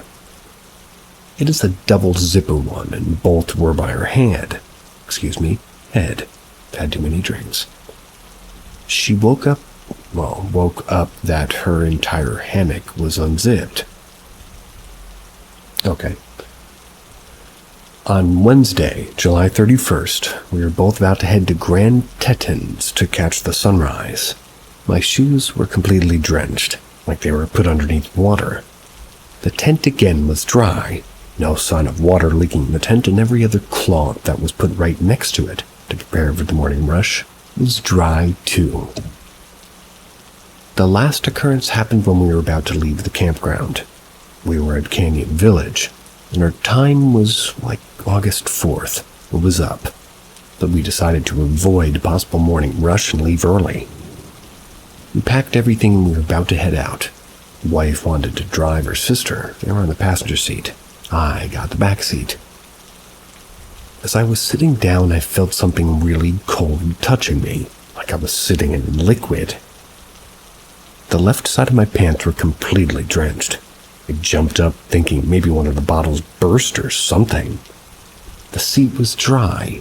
The only bottle I found was the opposite end of the seat, an empty energy drink bottle. Wife's sister prefers it. Kept in the car so we could recycle it at the campground exit. The wet spot was oval-shaped, and it wasn't drenched where I was sitting on it, only around. Didn't have any distinct smell to it. Likely water, I thought. It was an interesting experience.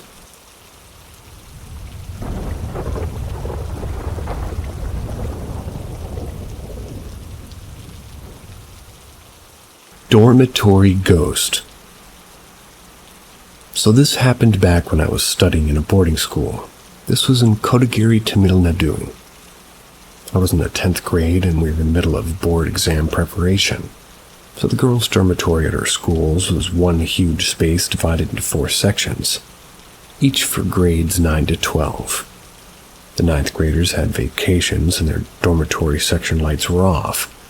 That was while the rest of us still had school. So one usual night after our dinner, we got back to our dorms, and the akkas, the ladies who work in the dormitories, they switched off the lights, got everybody to their beds, and left the dorm to go to their rooms. Me and friends were sneaked off into the 11th graders section to chit-chat with everybody. We were just having fun. Then suddenly there was this black bug on the floor and it scared us. We were trying to trap the bug at the same time. We couldn't really see it properly since the dorm lights were off. We used our study lamps to catch it. So 2 girls were in the middle of doing that, and that's when they continued doing that, and I lifted my head for a second from the floor. I looked to the opposite side where I can see the 9th dorm, and all of a sudden I see this huge lady. And by huge, I mean huge. They were wearing a white nightgown. At least, that's what it looked like. Also had a pink scarf on her head. She was standing facing her back and not moving at all. At first, I was actually confused when I saw it. Then I just thought to myself, no way. I stared at it for 5 seconds more. I was hoping that it would just be an akka in the dorm, and then I realized all the akkas left the dorm and the 9th graders are on vacations. I immediately asked the other girls around me what it was. They had not noticed the lady until then. When they looked at it, they were just all shocked, and all of us were getting paranoid because we were looking at the study lamps and pointing at the lady and wasn't moving even then. Just standing still, facing with her back to us. We had a couple of Thai friends who were with us at the time, and the moment they saw it, they just shut their mouths and hugged each other and sat. They knew that it was real. The Thai kids at school used to experience paranormal stuff a lot. I called my best friends who were talking in the washroom to come out and be with me. I was too scared. And that was when another girl who didn't see the lady yet got up confused, asking everybody what was happening. She took one look at it and screamed. We all started hiding since we were supposed to be asleep. We knew the akkas would come. Then they came from their rooms. That's what happened while we were all out of our beds. We just made the excuse that there was a big bug. So our friend screamed because she was scared of that. The akkas switched on the dormitory lights. And when we looked at the 9th dorm room, the lady in white was gone.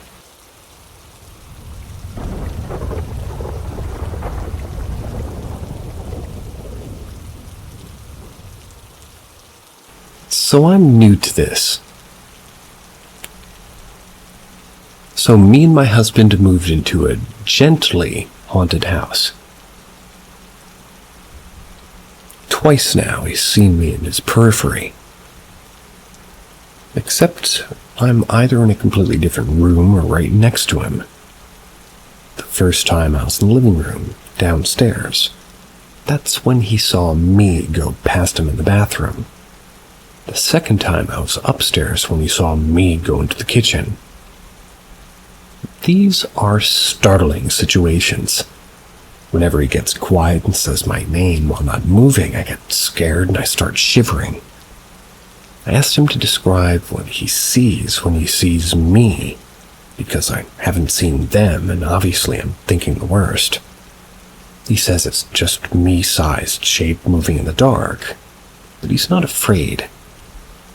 Incidentally, we're also renovating the basement. We have to rip up and out the paneling and carpet because there's a serious mold problem down there.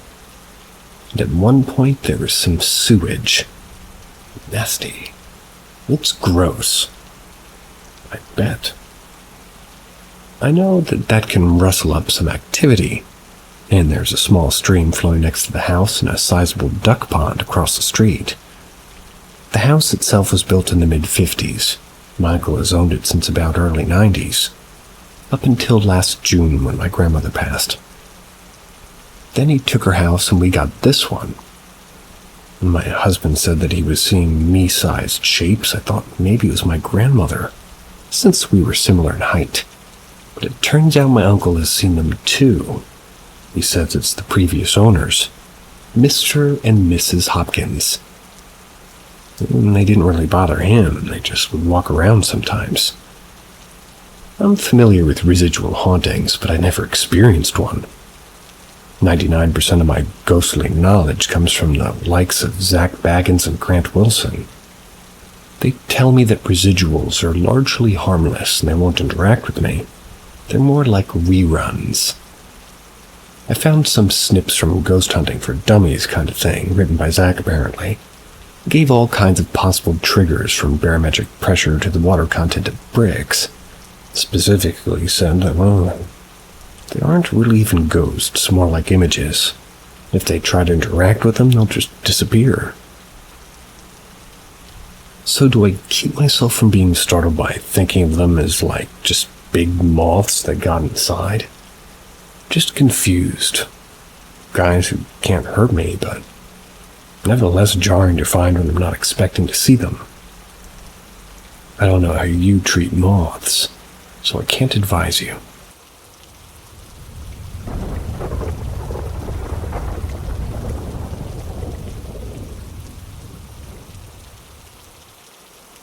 Does anyone know what this means, or have any idea what it could mean? So my dad passed away when I was 8 years old. I hadn't seen him for a few years, and him and my mother weren't together anymore, so it didn't affect me too much, even though it affected my mom quite a bit. She was crying when she told me. So when I was 8, I had a paranormal experience involving my dad. This is the only paranormal experience I've had that I've remembered so vividly. To summarize, I saw him while sleeping in my mom's room early in the morning. He gave me the evilest look. I was very scared, but he kissed my mom on the forehead. That's the important details. It was definitely my dad, not an evil entity. So basically I think about it every now and then, and tonight I brought it up to my mom. We both talked about the experience. Tonight I found out that Mom was having dreams about him around this time, and I said to her, I've never seen him again, and I wonder why. So, she goes on to tell me that the last ever dream she had of him was her asking if she'll see him again. He said no, this was the last time, and that was it. We have never heard from him again. I've been crying over this for a while now because it makes me so sad that he never said goodbye to me. My mom got all these dreams from him, and I got a scary encounter that's traumatized me for the rest of my life. I don't know why he gave me that mean look, and my mom got a forehead kiss. Also to note that my dad was married to another woman before he passed, so I don't get the forehead kiss. Maybe it was the proper last goodbye. Everything confuses me about this, and I'm sad I'll never get to properly say goodbye to him. I hope he visits me in my dreams like he did with my mom and says a proper goodbye so I can be at peace with myself. And here's another update. I wrote this text yesterday, but copied and pasted it here, so I spoke out loud trying to contact him, saying that I miss him and love him and would appreciate if he'd give me a sign and could appear in my dreams and give a proper goodbye. I said that if he didn't, he doesn't love me, or he just isn't receiving the message. I woke that morning and nothing. I had a restless sleep, but no signs from him. Why is he ignoring me? I know he can hear me. I know he can see how much sadness this situation brings me. Played his favorite song a couple of times a day too, and nothing. Sometimes I feel his presence, but he never gives me anything more. If he isn't going to give me any signs, why can't he just say goodbye to me and give me one last message? I'm sure you're not alone in that feeling.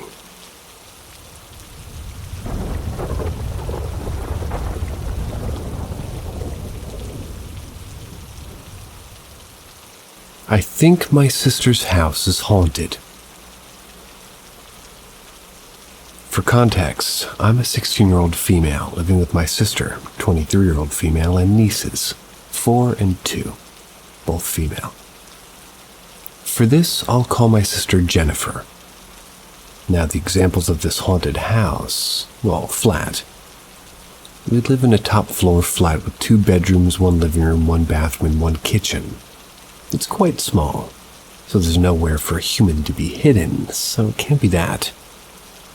Never mind trying to get in, but anyways, I'll list the examples I have from the 5 months of living here. Jennifer was cooking dinner for us all. She looked away to grab something for not even 30 seconds. Looks back, and the pan she was cooking in had moved to a different hob that wasn't on.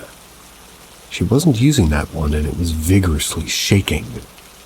She then put everything down, left the kitchen, and came to the living room and explained the story very, obviously shocked. This was the first thing I had heard about anything paranormal in the house. Sometimes when she's taking my niece to school, I'll still be getting ready as she leaves before me. So I'll be alone in the house. I will hear footsteps in the hallway and toilet flushes, doors opening and closing. These are fire doors, so open windows can't really open them. I've witnessed my room door opening a couple of times on its own. No one in the house. Taps running. Talking when no one's there. And for context again, niece is 2, just turned 2. So there's balloons. And a balloon is like, kind of thing with craft tissue tassels in the living room. They're still all up as the kids like to play with the balloons, and today I was sat in the living room by myself. The balloons start moving and making noise. I assume it's the cat going through the balloons as there's loads of them. 90, not including the archway. I hope you mean balloons. So I say her name, but it doesn't stop, and I get up, and as I walk over, the balloons drop from behind the Christmas tree as I hadn't seen them, floating. I'm obviously shocked, and these are regular balloons, not helium. So I realize it's not the cat. But they had stopped moving, so I just sit back down after about a minute, and the balloons start moving again. The tassels on the archway start pulling, so I got out my phone to record because I couldn't believe what was going on. As soon as I do, everything stops for good. I explained what had happened to my sister, and she pretty much just says, "Stuff like that happens all the time. It's been going on for 2 years. Someone please explain, is this a ghost or what?"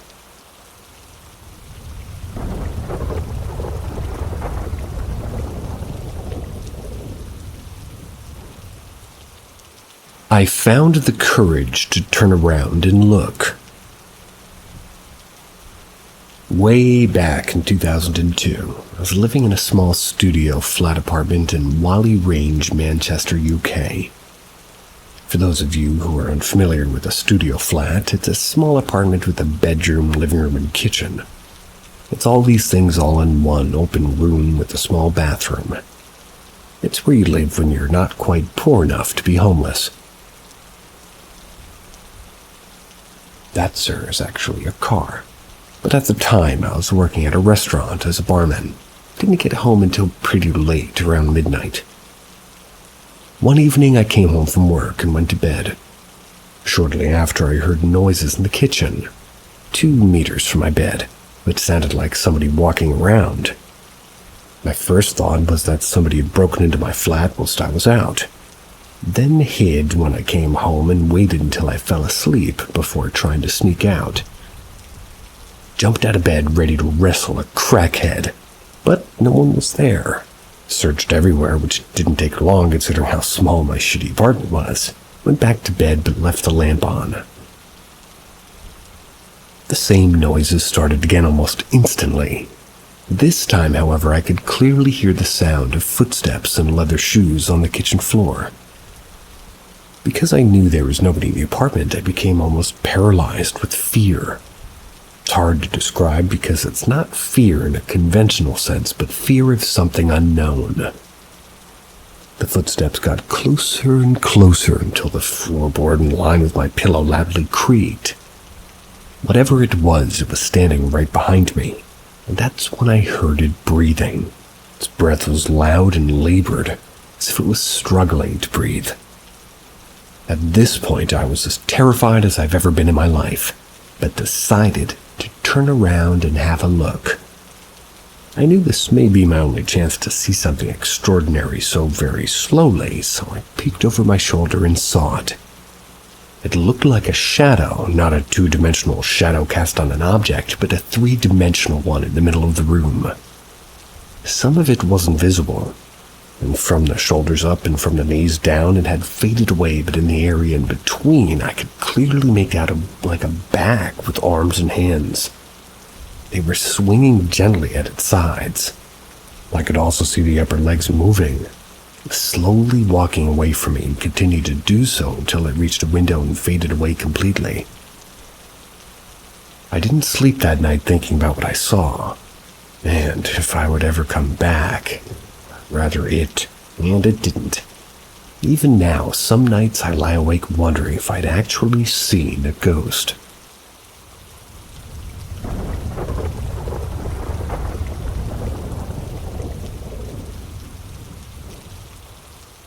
Cat that wasn't a cat. This happened to me a few months ago. I was homeless at the time, so I'd be out a lot at night, just wandering or parks until morning. One night my friend and I had been on our way to a park that we'd frequent. It was pretty late at this point, but not unreasonable. About 1 a.m. we were nearly there. We were walking down the sidewalk when my friend noticed a white cat following us. We turned to go and pet it. It was about 50 feet behind us. When we both turned, it immediately started meowing pretty loudly. But I've been around cats most of my life, and I know they can do some crazy vocal stuff. Get real loud in that. We got about 10 feet to it. It was just standing staring at us, and its meows got louder and more frequent as we got closer. That's when my friend said, "Dude, there's something wrong with that cat." I wasn't really sure, but my friend seemed really nervous, so I was like, yeah, whatever. We just decided to turn back around and continue to the park. The cat didn't seem to like that. Can't explain how, because like I said, I'm aware cats can do strange things with their sounds, especially if they're sick or something. But the noises it was making were very wrong. I could tell that it was angry. After that, the whole thing just had a strong, visceral sense of wrongness. Made me and my friend completely panicked. I said something like, "Oh fuck man, this isn't right." Me and my friend just started running toward the park. Once we crossed the street away from it, I started sort of jogging back every 10 feet or so. Wanted to keep my eyes on it, but it was just standing there and its meowing kept getting more loud and wrong. It almost ended up as a sort of half-hearted scream with pauses every few seconds. At least as we were getting away from it, we started slowly going down, more backing away, sort of walking to keep our eyes on it to make sure it wasn't following. And I swear to God, I was sure it was growing bigger instead of smaller the further we got away. Our reactions might seem drastic, but I really can't explain how strong the feeling of some kind of sinister wrongness this cat had. The noises and its behavior and size were one thing, but mostly it was the weird dread and panic that came on so suddenly when we got closer. That's what freaked us out. We told everybody that we knew about this cat for days afterwards. Does anybody know what kind of thing this cat might have really been? No one in the world could convince me that this was a real cat. I've had other strange cat-related experiences in that neighborhood, but none so scary and, well, sort of confrontational. Throwing it out there, ventriloquist cat.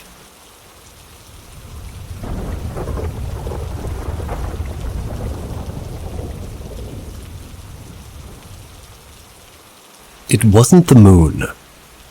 On Halloween of 2007, my boyfriend at the time had just dropped my little brother off at a Halloween party. I can't remember where we were driving to, but we were arguing because we had to take my brother when he picked me up.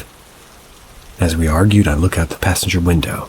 I noticed the full moon. I remember thinking how cool it was to have a full moon on Halloween when I turned to look at my boyfriend in the driver's seat. While he was yelling, I noticed the crescent moon out of his window. I hurried and looked out my window to look for the full moon, but it was gone. I went to tell him this when the front of our vehicle was illuminated. We rolled to a stop and both looked up from the windshield. It looked like the moon, maybe the width of the vehicle. Bright, but as if it was polished silver. I couldn't tell a definite shape, and it was right above us. Close enough that if I climbed into the roof of the car, I might be able to reach it at the lowest. I'm not sure how long it was there, but it slowly moved off to the tree line in the distance. We ended up climbing onto the car roof and watched it till we couldn't see it anymore. And the strangest part, as if seeing that wasn't, was that there was no other vehicles. We were in the middle of the main road in our small town. It was maybe 7 p.m. on Halloween night. It wasn't until we could barely see it as a dot in the sky that cars started driving past us. In March of 2009, I saw it again with the same boyfriend, and again we were alone. This time it was roughly 3 in the morning. I only know this because I could hear the 3 o'clock train go by. We're in our tiny studio apartment in the woods behind a doctor's office. I noticed it first again. It looked like a bright star at first. Then I saw it come straight down through the trees. Thought it might be a helicopter, but there was no noise. Then it was close enough to see it was just a ball of light, something polished so much that it shined. As it came closer, it was blinding. We both turned our heads and shielded our eyes. I could see our shadows move against the wall inside as if it went through the window into the house. Then it was gone. Well, he ran outside instantly. I hid underneath the blanket screaming. He was crazy. The next morning, the stream that ran by our apartment stopped perpendicular to the beginning of the home, started again directly after it. I couldn't see where it was going into the ground or out of, but it wasn't like that the day before. I had a strange dream of this exact thing happening, down to the sound of the train.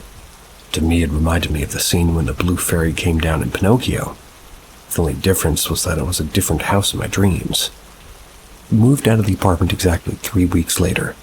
As we were moving to our home, the deja vu hit so hard I was nauseous. This was the house in my dreams.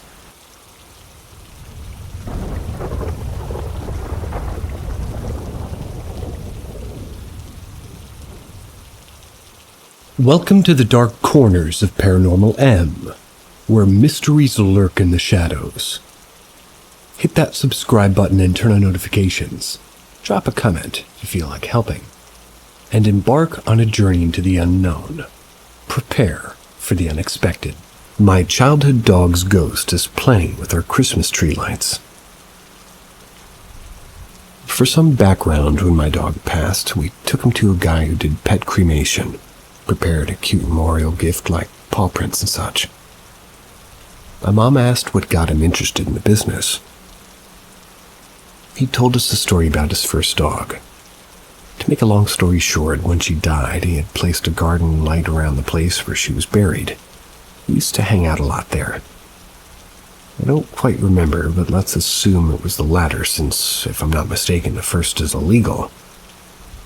This light kept turning on even when it wasn't supposed to, and even after it broke, he said it kept lighting up anyway. The guy was a little kooky. I think you have to be a little bit kooky working in that type of business. So I just smiled and nodded, appreciating the story as more the story he used to console himself after the death of his beloved pet. This past week, however, I've been at my mom's house for Christmas, and this decorative Christmas tree that's placed on the mantel next to where our dog's urn or box is kept keeps turning on and off randomly. At first, I assumed my mom was turning it off and on, and she came and went. But then one day, she asks who keeps turning it off and on. One by one, everybody said it wasn't them. And honestly, I believe it. I know my family, and I know when one of them is messing with us. We're not very good at keeping pranks going for very long, because we can't keep a straight face. This morning it was off again, so my mom goes to see if the battery ran out or if somebody turned it off. She flips the switch once and it stays off, so she flips it again and suddenly it's back on, so clearly it was not the battery. Nobody had turned it off. It seemed to turn on by itself anytime there's people in the area and turn off when we leave. As if he came to hang out with us, and when we were there, like we used to when he was alive. To make things more interesting, anytime it's on, our dogs seem to like hanging out and sleeping in that area, which they usually don't.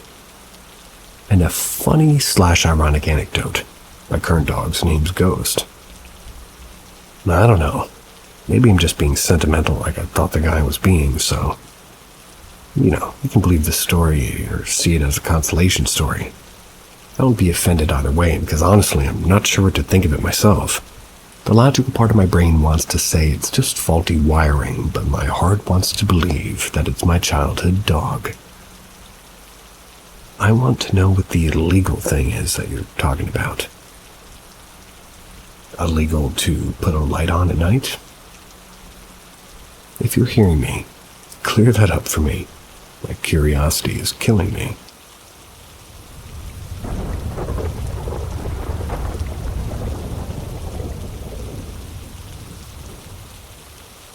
My toddler sees ghosts. A couple of months ago, my daughter, who was about to turn 3, started talking about ghosts. At first, I didn't really pay it any mind, since she likes Halloween decorations and stuff. She'd always point out the ghosts or the pumpkins or witches when she saw them. Then she began to talk about ghosts. She would do this without referring to any decor, or really anything she could visibly point out. Still, I didn't think much about it. About a month or so ago, she began getting more specific about the ghosts that she saw. First, it was a quote-unquote baby ghost. She saw this at my mother-in-law's sister's house. She kept pointing at a door at the top of the stairs and insisting that there was a baby ghost, which freaked out my mother-in-law's sister, mostly because they'd been in the room that she had a miscarriage in about 20 years prior. Then things got weirder. My cousin Randall passed away suddenly. That was when my daughter was only 12 days old, so she never got to meet him. We don't frequently talk about him and don't have photos of him around here for her to see. And it's not a name that she picked up randomly on a TV show or something. About 2 weeks ago, she was rambling on about ghosts in her closet, scaring them away while I was doing laundry. I wasn't paying much attention until she started pointing over at a window and saying, "Look, it's Randall." Immediately, I'd asked her what she just said. She said his name again. I started trying to ask her more questions regarding Randall. She was into the next topic and didn't mention him again after that. A couple of days later, my mother-in-law told me that while babysitting that day, my daughter told her that she was playing peekaboo with a ghost. My mother-in-law asked her if the ghost had a name. She said that the ghost's name was Randall. I decided to show her a photo of him to see if she had, anything to say. She was extremely terrified of him. Thought maybe she was just cranky, so I showed her a photo of one of her dogs, and immediately she perked up and started smiling. So I showed her a different photo of him. Again, she began to freak out. After telling a friend of mine about it, she asked me if I'd tried showing her a photo of him as a child. So I pulled one up of him around 12 years old and showed my daughter. She didn't say anything but started to giggle and walk away. After that, I decided to show her one of his old shirts that I have. Immediately, she grabbed it out of my hand with excitement and said, "Peekaboo, I see you."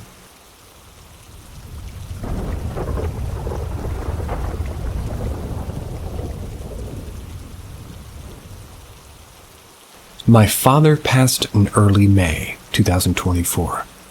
Now his bedroom door keeps opening. Here's some quick information.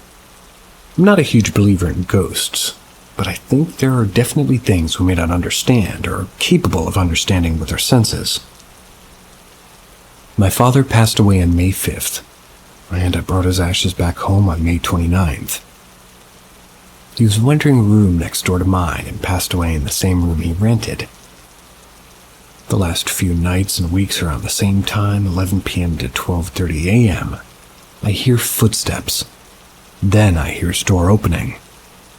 We have other roommates, but they're family and really have no reason to go in there as the room is stripped clean of anything important. I trust my family enough to know that they wouldn't mess with me or steal anything of value or look for anything. And also, his door is a little bit messed up. It requires some force to open it if you have to move it a certain way, which is always loud. Anyways.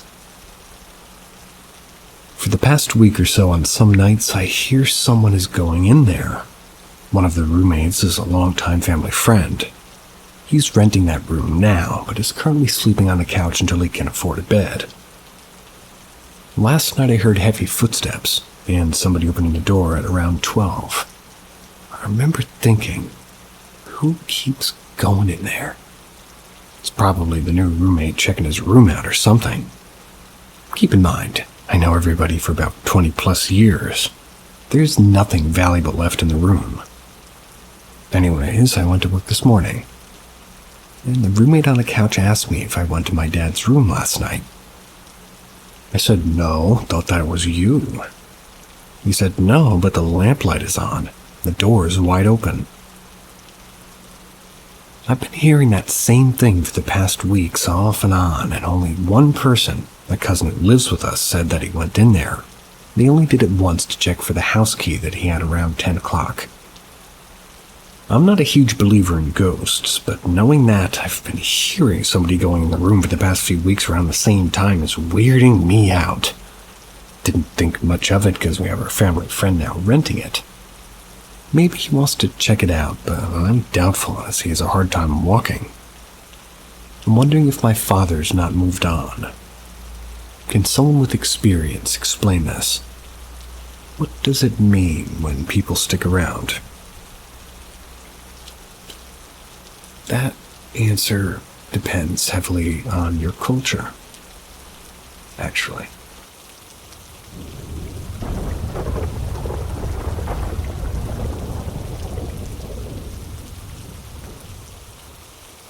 Attacked by Bone Man. I rented a room from a very dark energy, in quotes, person. Lots of things were always happening. This dark energy person moved in about the same way I did. Shortly after all the trees in the yard started to die one by one, there was a lot, and they were watered and treated for bugs and tended to.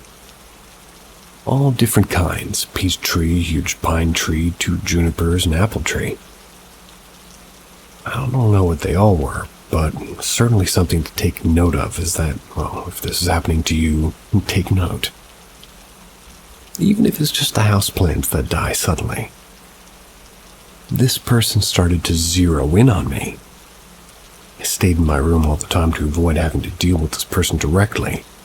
Then things started to appear in my blankets. Body shapes. Like a head underneath the blankets or an arm or a leg. Things started to appear under the bed. I could hear and feel them moving around or hitting my mattress. And if you really want to get freaked out, take a video of under your bed when you're having something like this happen or an anxiety attack. Then something under the bed that we call the Bone Man would come and wrestle me for a blanket or clothing in the dark, waking me up fighting for my blankets. I never saw this entity, it was always dark. One night, it was pulling on my clothing. I had to grab its bone fingers and pry them loose at least 4 times from my shirt. I was more asleep than awake while doing this. So I was thinking to myself, the wooden buttons on my shirt were getting stuck on the wooden headboard. I had to pry each button loose one by one. By the time that I was awake, I realized I had a t-shirt with no buttons. What I thought was a wooden surface catching my shirt by its buttons was actually bone fingers. This thing tried to kill me with bones 3 times in the span of about 8 months. It would do so by shoving what felt like a chicken leg bone down my throat, blocking my airway so I couldn't breathe. I don't know how I survived the final attempt. I was without oxygen for quite some time, and I have no way of knowing for how long. But it was a pretty long time. I remember thinking, this time I'm going to die. It was horrible. You can perhaps rule out the chicken bone by means of taste. It was a terrible comment made by me. Moving on.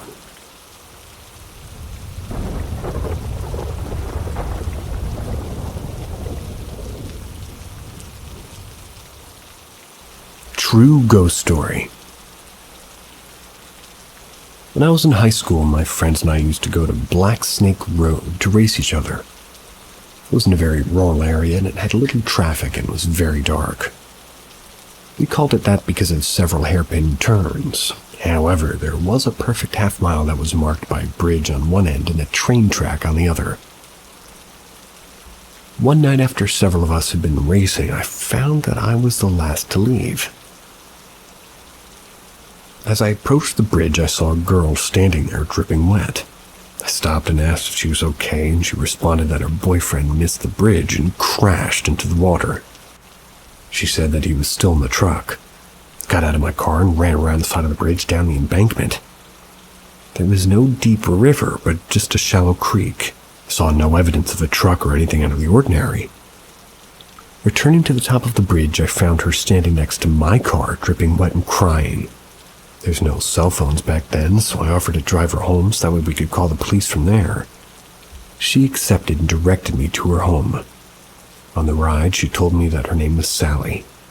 Her home was directly across the street from a small church. It's like a couple's way from the bridge. As we pulled into the driveway, she asked me to go to the door and get her mother. I knocked at the door of the dark house, feeling a little bit uneasy. After all, it was after midnight by that point, and I knew that I was waking everybody in the house. After a few moments, an older lady answered the door, who I assumed was her grandmother. I told her what had happened and that Sally was upset and wanted her mother to come to the car. That's when the story got even stranger. The lady told me that her daughter Sally had been dead for over 30 years. She had drowned when her boyfriend missed the bridge and flipped his truck, trapping her inside. Surprised and not thinking very clearly, I insisted that she come to my car, which she did. Slippers, housecoat, and all. The passenger side window was rolled down, which Sally had done. My old Malibu had crank windows. They were a pain to roll down, and I couldn't reach the handle from the driver's seat. There was a puddle in the passenger seat, but no Sally. The lady asked me to walk across the road to the graveyard next to the church. We did, and she showed me Sally's grave. That instant started a 40-year pursuit of the paranormal for me. I've investigated all over the world since then while serving the military and my work afterwards. Ghosts are real. That would have convinced me as well.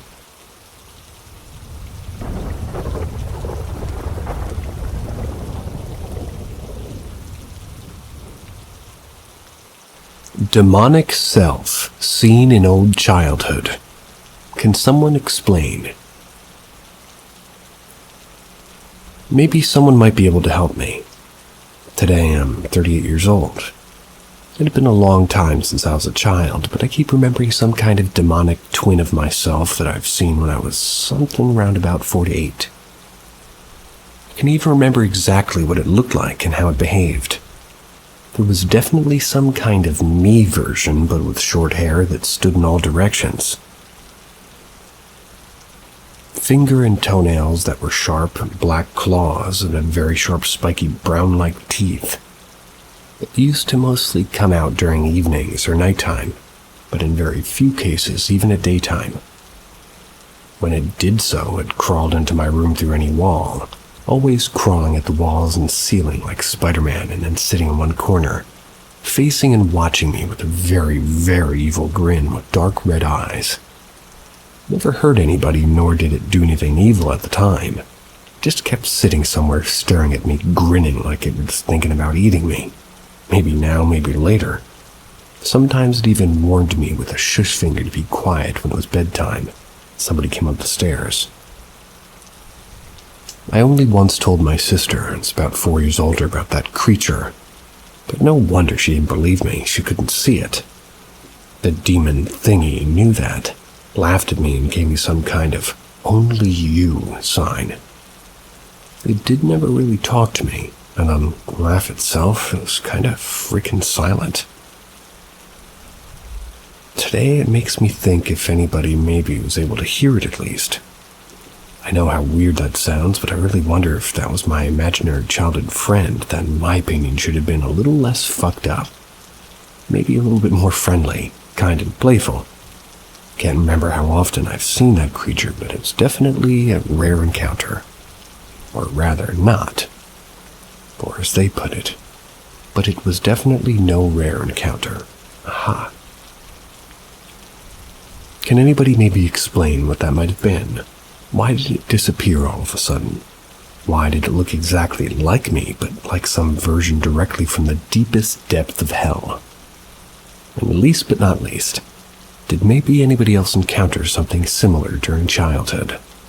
Why the hell can I remember 30 years later? I remember exactly how that creature looked like, but I don't even recall my mom's face that's died 11 years ago. Oh, that's horrible.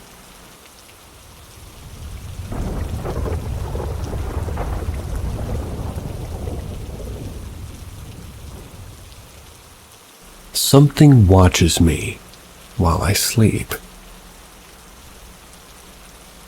So, for last 3 years, I've been dealing with something watches me while I sleep. It has appeared in 3 different forms, or for all I know, it could have been 3 separate entities. Possessive. It all started not long after I moved in a new home. In the early days, it never showed itself. It would just get a feeling of being watched any time I went near my bedroom window. It didn't really bother me back then, as I just wrote it off as being paranoid. After about a year, I would start to see it in the corner of my eye, but it would dart on the roof as soon as I would look at it. I will describe it to the best of my ability, since I've never gotten a good look at this one. It has pale whitish-bluish skin, so skinny you can see its bones. It has bright white pupil-less eyes. I eventually got rid of it by placing salt in front of my window, and that got rid of it for about a year. However, when it returned, it came back, and it came back stronger than before. I would start to hear a little girl's voice calling my name as I would try to fall asleep, although I'm not sure if this was connected to this thing or something else. As well as this, I would hear whispering in my ears and scratching at my bedroom door. I don't own any animals, by the way. Not long after this, a human face in my window when I woke up. The man I saw was wearing a black cloak. He had a very cultist look about him. But the part that freaked me out the most was that when I looked at it, just stared at me and turned its head slightly. Once I recovered from shock, booked it downstairs and hid in the basement. When I come back upstairs, it was gone. The next night, same thing happened, except it was like half goat, half man. His fur was all jet. It looked like it was muttering something under his breath. I've only seen one other thing in the time since then, and that was shadow, though the curtains while I was showering. But it disappeared when opened the curtains. If anybody has had similar experiences or has any idea what I might be dealing with, I would greatly appreciate you reaching out to me.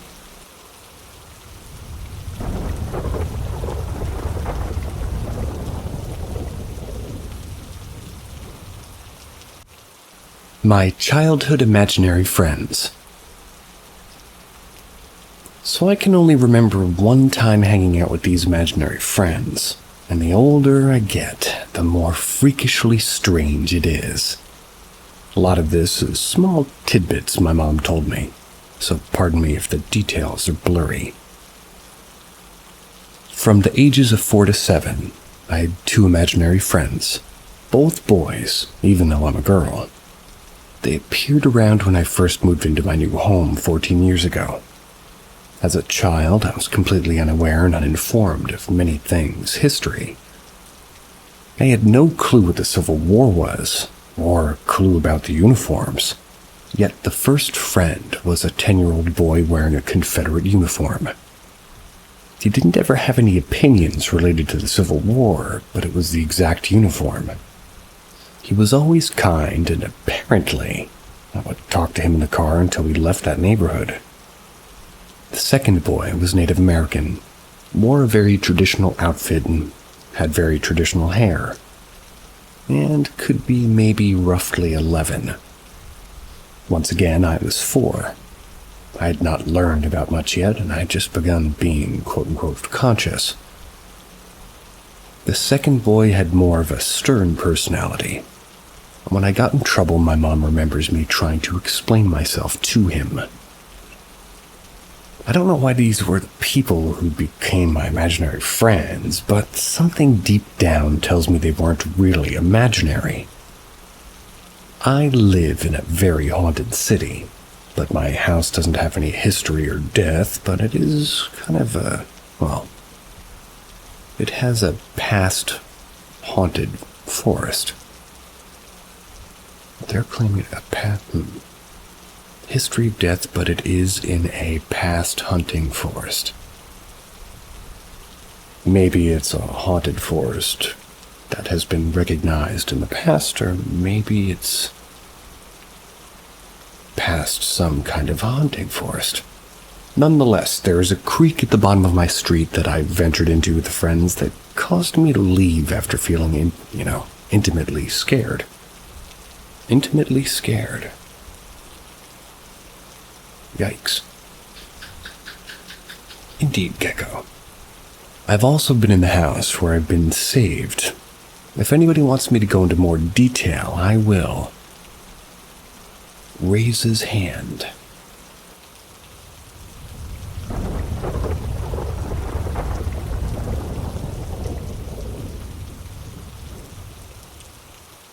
A UFO sighting, maybe.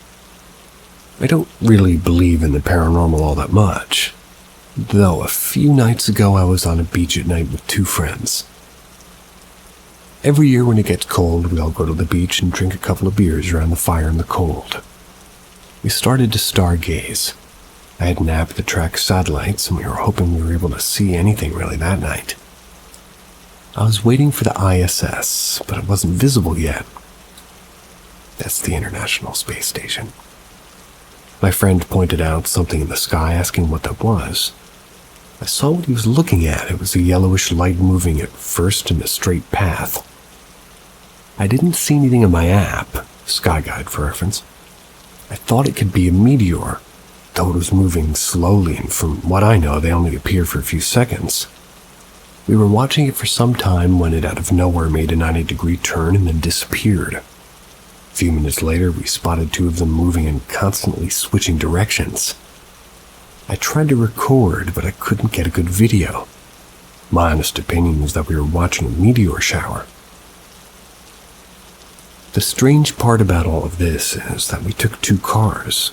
Both our cars' batteries were dead when we were leaving. This is somewhat of a common occurrence for my car, but if a few tries, it eventually turns on. It still wasn't turning on, though. Tried to call somebody that might be able to come to jump our cars, but I had no service, neither did my friends. We took some time to calm down and made sure nobody came around and did something to our cars. But we were parked from anything really, and, well, we would know if anybody was around. My friend pointed out the yellow light again. It was getting brighter. Then it started to fade to nothing. Tried to start my car again, and it worked. So did my friends. Our service wasn't back on till we left the beach. And for context, none of us got drunk and we didn't smoke weed. I'm still confused about what I saw, and I wasn't puzzled until our cars and service weren't working. My friend said he had a strange dream where strange men were asking him personal questions, but that's probably unrelated. I also had a strange, eerie feeling. Something was off that night. Also to add, when we were leaving on the ride home, we saw somebody walking on the road leading to where we were with a tank top. They had shorts on and it was 30-degree weather. The road was a mile away from civilization. The area does have a lot of strange people, so it's not super uncommon to see.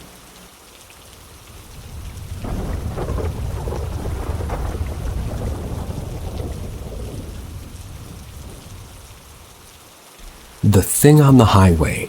Joint illusion or something else? I had an experience with my mom. Lately it's been on my mind, despite it being like 18 years ago. My parents split when I was 4 months old, leading to 18 years of seeing my dad every second weekend and for a week on school holidays. Because my dad's sort of, an ass, my poor mom would have to drive me 2.5 hours from our home in Sydney, Australia to my dad's house in Goulburn, Australia. This trip had been made for 13 years prior to our experience with us seeing nothing out of the ordinary, and it was made for 5 years after without us experiencing it again. The large part of our trip took us along the Hume Highway, and that's where the experience happened. It's probably around 8 p.m. Highway was super quiet, almost no other cars on the road. I was chatting to my mom just to keep her awake as per usual, and at one point we got up and down a series of small hills. It's coming over one of these hills that we both noticed what we can only describe as a black mass in the middle of the road. I see it and I say nothing, assuming I'm seeing things because I'm tired. As we get closer to it, Mom starts slowing down, so I guess she could see it too, but still I say nothing. Mom indicates going to change lanes. She's halfway through changing lanes when she slams on the brakes. All I see is a roughly 7-foot-tall white cloud of mist or something that rushed by my mom's side of the car and off to the pitch-black ditch on the other side of the road. My mom immediately starts yelling, freaking out, asking if I saw that. I looked at her and asked, "What, the white mist?" "Yeah, I saw that." She swears to this day that, she was the mist, or that she was the mist coming from off the side of the road on the side of the car. It's a bold statement. I only saw it leave her side of the car, and she also pointed out that she was changing lanes to avoid the thing in the middle of the road, which when she pointed at it was completely gone. We've spoken many times about what happened, but neither of us had experienced anything on that road since. Slightly bothers me that I don't have an answer. I'd like to think it was because we were both tired, but at the same time, it's not like Mom said, "Did you see the white thing?" and my imagination took it from, being a thoroughly freaked out 12 or 13-year-old at the time. She literally said, "Did you see that?" which makes me think we both saw something. That is logical thinking indeed. Her being the thing that she saw, less so.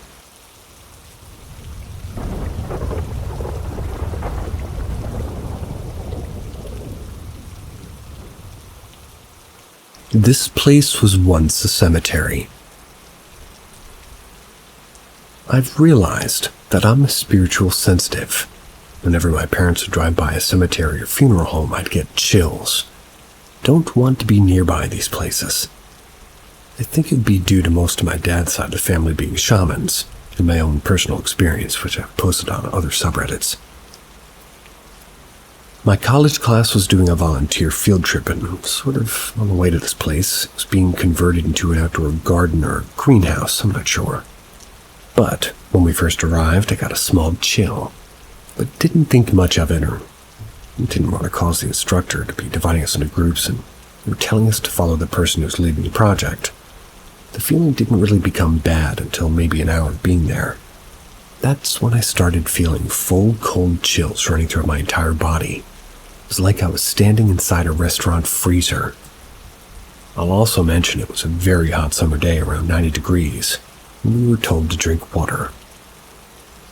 It got to the point where I was starting to feel very lightheaded and getting very dizzy. So I went over to the instructor, told her that I wasn't feeling well.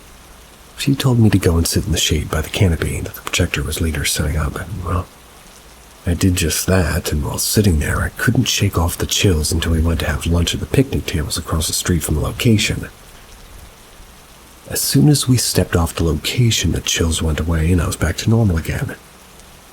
Sadly, after we finished lunch, we stayed for another hour and a half, maybe even longer, and to which the chilling feeling came back again. But instead of just chills, it felt like a hand was now gripping the back of my neck like an owner holding their dog, sort of loose fur, to keep him from running off. And again, I told my instructor, and she told me to stay at the canopy because my face was actually becoming pale. She was becoming worried and didn't want me passing out from heat stroke, which once nearly passed out from, and I told her ahead of time. She kept coming back to check on me and was going to volunteer, and, well, after a while they finally finished and I joined up with them. While the project leader was thanking us, I remember feeling like somebody was watching me. When I looked around, no one was nearby. I started rubbing my arms to try to make the cold feeling go away, and my instructor probably noticed. Left the place. As we were walking away, my classmate mentioned that this place was once a cemetery, and he didn't know if the bodies were moved or not. Felt mad that he didn't bring this up until now, which I mentioned, and our instructor apologized since she didn't know herself.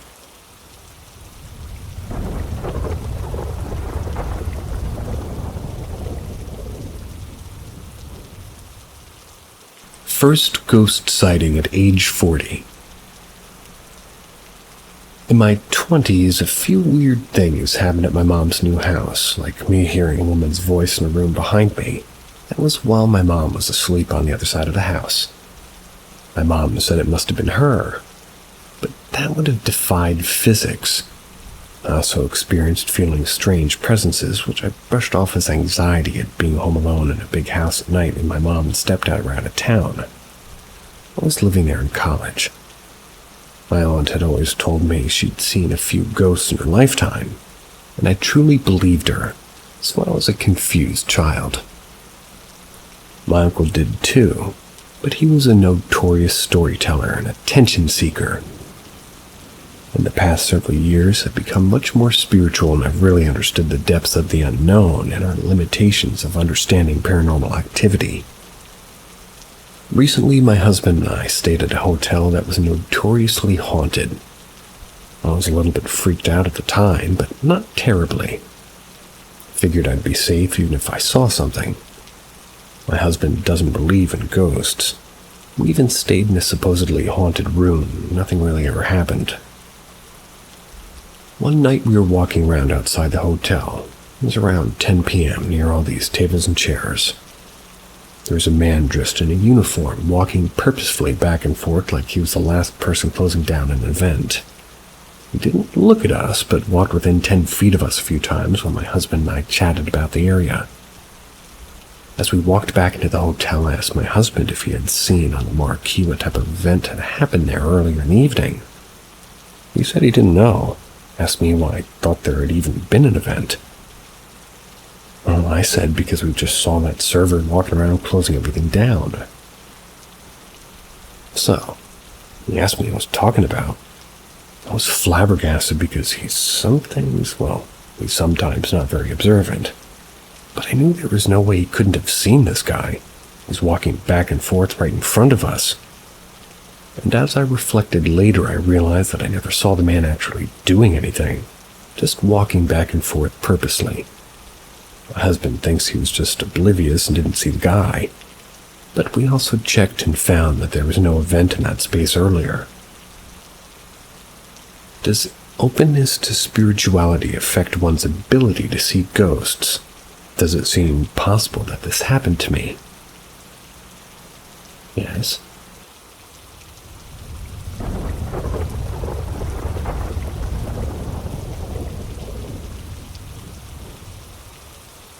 Desperately looking for an answer to something. As far back as I can remember, my first ghost experience was when I was probably 5. I've never forgotten it, And for record, I've had a few paranormal experiences. This one was just so beyond fucked that I couldn't forget it even if I was well into my 40s. Anyways, I digress. When I was really young, I had my first paranormal encounter. It was insanely physical. This human-like thing was peeking out at me from my closet that was next to my bed. This was about 8 feet away, give or take. I couldn't see its full face or body until it moved from where it was, but I'll get to that soon. My mom had gotten home from work. My dad was in the living room watching TV.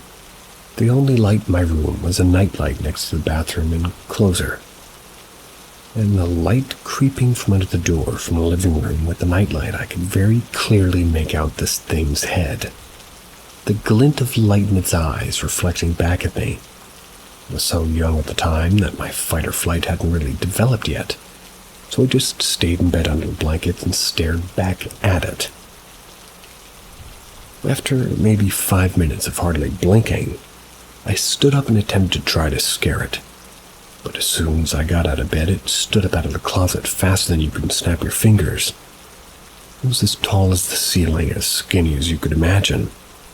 And even though it was too dark to see its face now, I could see its pale, skinny body towering above me. All I could do was stand. I was too scared to even breathe.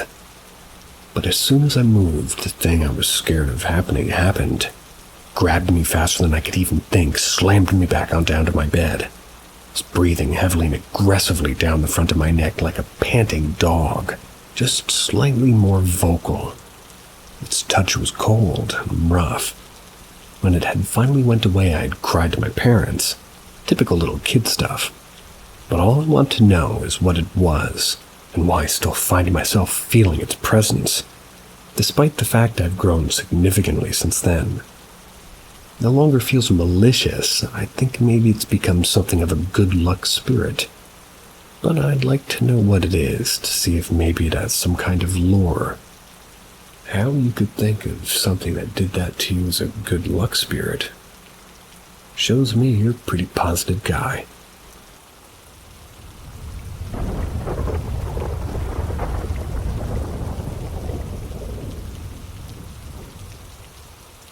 My friend and I encountered someone or something at camp. To give context, I'm from a small country in South America. I attended a religious school.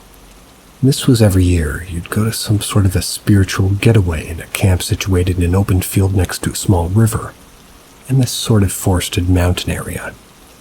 Said place is beautiful, but gives a kind of an off vibe.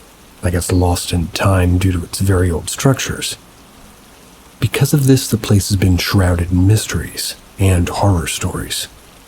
It doesn't help that the whole town was once burned to the ground in a very gruesome war that almost wiped my country off the map in the 1800s. So here's what happened. It was my last year in school, our last camp. After a long day of all my classes, I was tired from hiking. The forest next to the camp was like after dinner. Short stay at a campfire, we were sent to bed. My class was made mostly up of women. We were very few men. Only 6, including me, so we had the whole dorm hall for us. This dorm, which was housing only for 6 teens, was a long hall full of bunks made for at least 40 people. Since we didn't have to really share, we all chose top bunks next to each other. 3 on my side, including me, and 3 in the row facing me. It was about midnight. We would just lie there talking, joking, and laughing in the dark since the lights were out.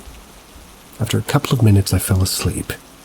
I woke up at what I would assume was between 2 and 3 a.m. I rose my head from the sheets to see my best friend in his bunk in front of me also raising his head. He nods jokingly to the bunk next to him where another classmate was sleeping. When I turn, I see a silhouette of my classmate just standing, staring at his bed. I laugh quietly and nod to my friend as to play a prank on him. Then before we could act, I see the silhouette crouch and notice that my classmate was fully asleep in his bed. Almost at the same time, my friend and I react and look at each other wide-eyed. both of us cover ourselves in sheets, doing our best to fall asleep. Somehow we managed to do so. The next morning I went straight to my friend, and before I could finish asking if he saw it, he just interrupted with a big yes. Told me exactly what he saw. It was the same thing. We approached this classmate and explained it to him, and of course he thought we were just joking. Both me and my friend remember that event to this day, talking about it every now and then, almost 7 or 8 years after it happened.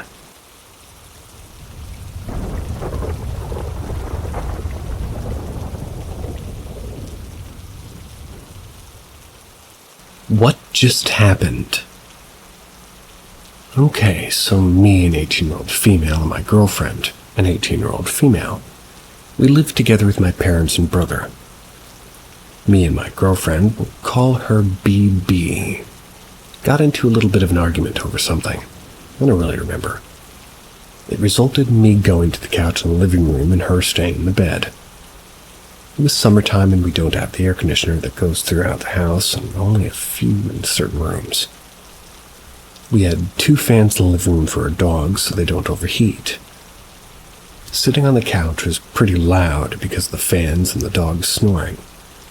And as I'm laying on the couch, just doom scrolling to cool off from the argument, I heard heavy footsteps coming from down the hall into the kitchen. But I didn't hear a door open. All the doors in the house have a distinct sound because of how old the house is. One of the doors came with the house, so they didn't really fit the frame correctly either. I thought maybe it was BB coming to apologize or ask me to come back to the room. I didn't hear them anymore. I didn't hear anyone in the kitchen where they walked either. I didn't hear anyone who walked back down the hallway. My 6th sense kicked in. My ears started ringing. The hair in the back of my neck stood, which only happens when I feel someone watching me. It actually hasn't happened since I moved out of my old childhood home 9 years ago. I immediately grabbed my blanket, just ran back into the room. Once I get there, my girlfriend asked, "What were you doing in the kitchen?" I told her I wasn't in the kitchen. I was on the couch. I thought that was her who walked into the kitchen. We both froze, looked at each other for a moment trying to rationalize it. Her version of the story was that she thought after I had closed the door I stood behind the hallway for a moment and then walked into the kitchen to make something because she heard pots and pans clanking. She also heard the stove turning on. We had a gas stove. I told her after I shut the door I went immediately to the couch. I didn't hear any doors open or close, nor did I hear the clanking of the stove. I was in the living room. I told that I did feel scared at that, and that is why I came back. We locked the door and stayed in the room all night as we tried to rationalize the situation, but nothing made sense. We even tried asking my brother and parents, and all that they did is, they just said they were asleep.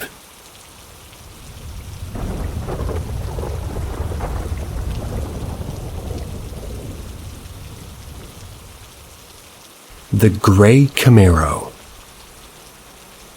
True story from about 10 years ago. So there I was in my beat-up Jeep Wrangler, strolling home from my girlfriend's house at about 2 a.m. It's pitch dark on this twisty back road with forest on my left and my Christmas tree farm on my right. The road is pretty narrow, has very little shoulder, but not much bank either, just gravel and grass. I'm going way faster than I should.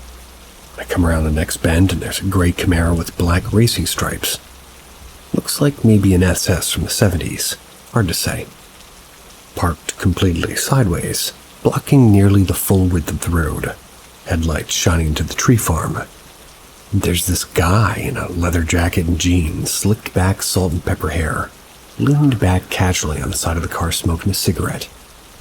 I slam on my brakes and manage to bring it to a slow roll. I'm too trusting of a person, so I think, oh damn, must be having car trouble. I roll my window down and pull up to see if he needs help. Before I can even start rolling my window down, this dude tosses his cigarette to the ground and full-on starts walking at me.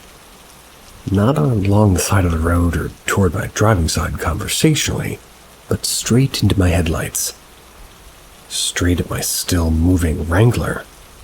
He looks furious. So at this point, I'm like, all right, forget this. He's either angry for how fast I was going or plainclothes cop or something. So I gun it, yank the wheel over, jumping off into the grass on the side of the road, whip around the tail of his car. I distinctly recalled for some reason the taillights feeling extremely bright as I passed. This angry red just filling my vision and lighting the whole cabin of my Wrangler up. I pull back up on the road and check my rear view, afraid to hit him, or afraid he's after me, or just plain afraid. Nothing, no car, no man, no illumination on the tree form. Now I do stop, pull over and get out, thinking I must have gone further than I thought and around another curve or something. But no, this is definitely the curve. I'd only made it another 50 feet. I can see my torn up tracks in the grass, both where I got back on the road and where I went off initially. I wish I had the sense to go back and check for that cigarette butt, or anything, any sign of him. But I was way too creeped out at that point. Got back in my Jeep, got out of there.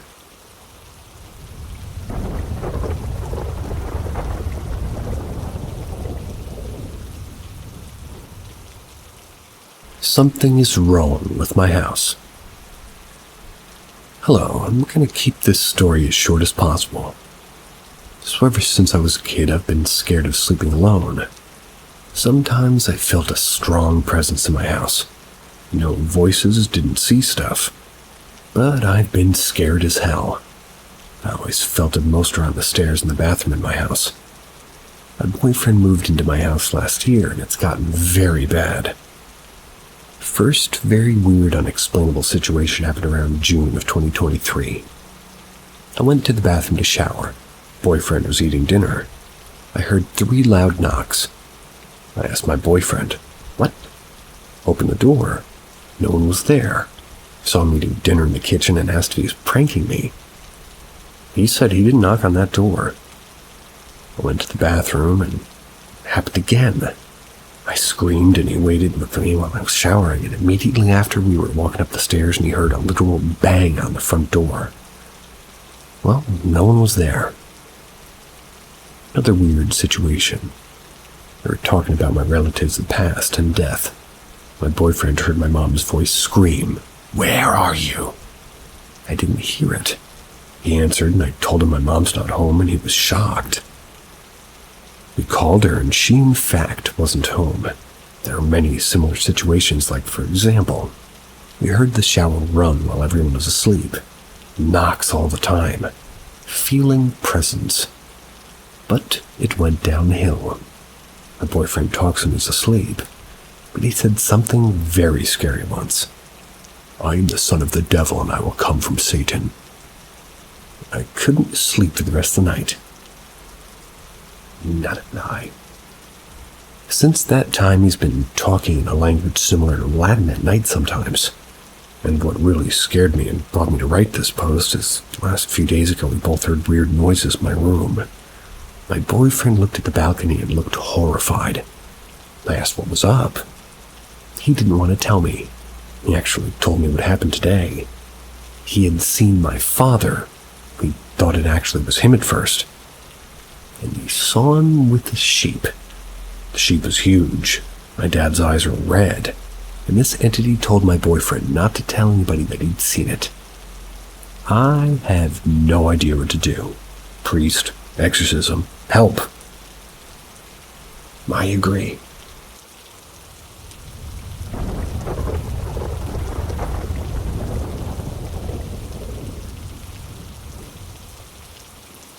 Creepy radio. So I was just watching one of those Ask Reddit videos on YouTube about scary experiences. Wink, wink. It reminded me of a really creepy experience I had a few months ago, and I wanted to share. Not really a ghost story, but unexplained and very creepy regardless of possible coincidence. So I worked for a construction company up until recently. Within the first week of working there, we were working on a specific job that was relatively close to me, so I drove there every morning. I'd just passed my driving test, so I was taking every opportunity I could get to drive. I was taking full advantage of all the driving comforts available. Had my radio on, but I had one of those radio/Bluetooth transmitters that you can connect your phone to and play your own Spotify, Apple Music, or whatever through. This way you can listen to your own music and playlists.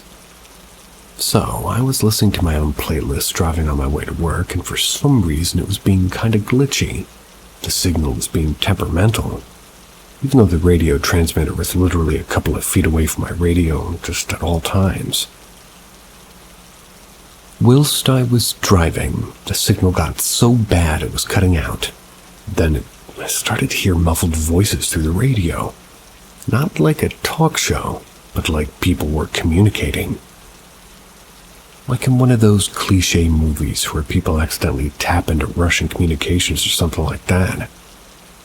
Went on for a few seconds, muffled voices that I couldn't really hear properly or understand. Then out of nowhere, clear as day, the word killing. Just the one word, nothing else. Then it went back to the muffled voices for a couple of seconds, then perfect signal again, back to my playlist. I was honestly so creeped out. Told my mom about it, but she just brushed it off, which was so weird to me because she's always been a very sensitive person to all things paranormal.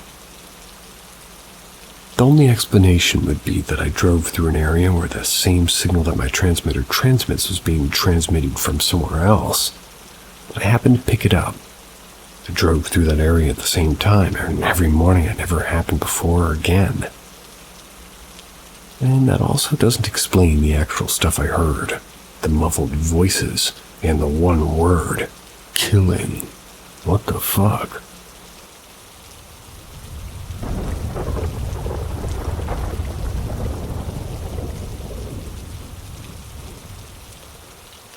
Why am I the only one that hears the knocks? Today I was in my living room. I was being very still and quiet while I was listening to the TV. That was as my 21-month-old was napping. Two of my dogs were in the living room with me, one napping on the couch and the other was curled up with me in the recliner, napping on my lap. My third dog was out front. And before I explain what happened, I feel I need to explain the setting of my yard. I live in the woods. My front yard is literally just trees.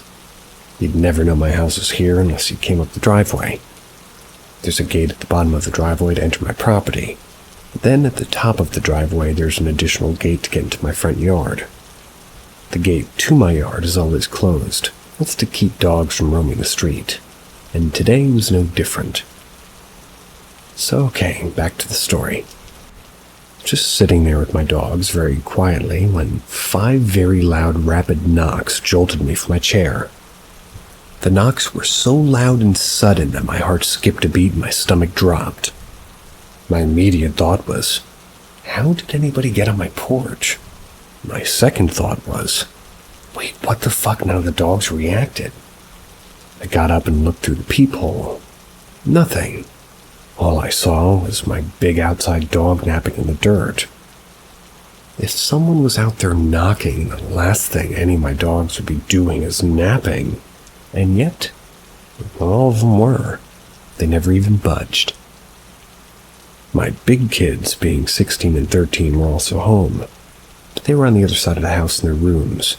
My son was on his PlayStation, my daughter was studying for her ACT. The way my house is set up is there's no way that they could have gone outside, back in without me knowing. There's not the type of people that prank people anyway. My family's lived in this house for going on 6 years. We started experiencing activity almost right away. My daughter was always saying that she feels like somebody's watching her from the closet, which is creepy as fuck. My son feels things as well.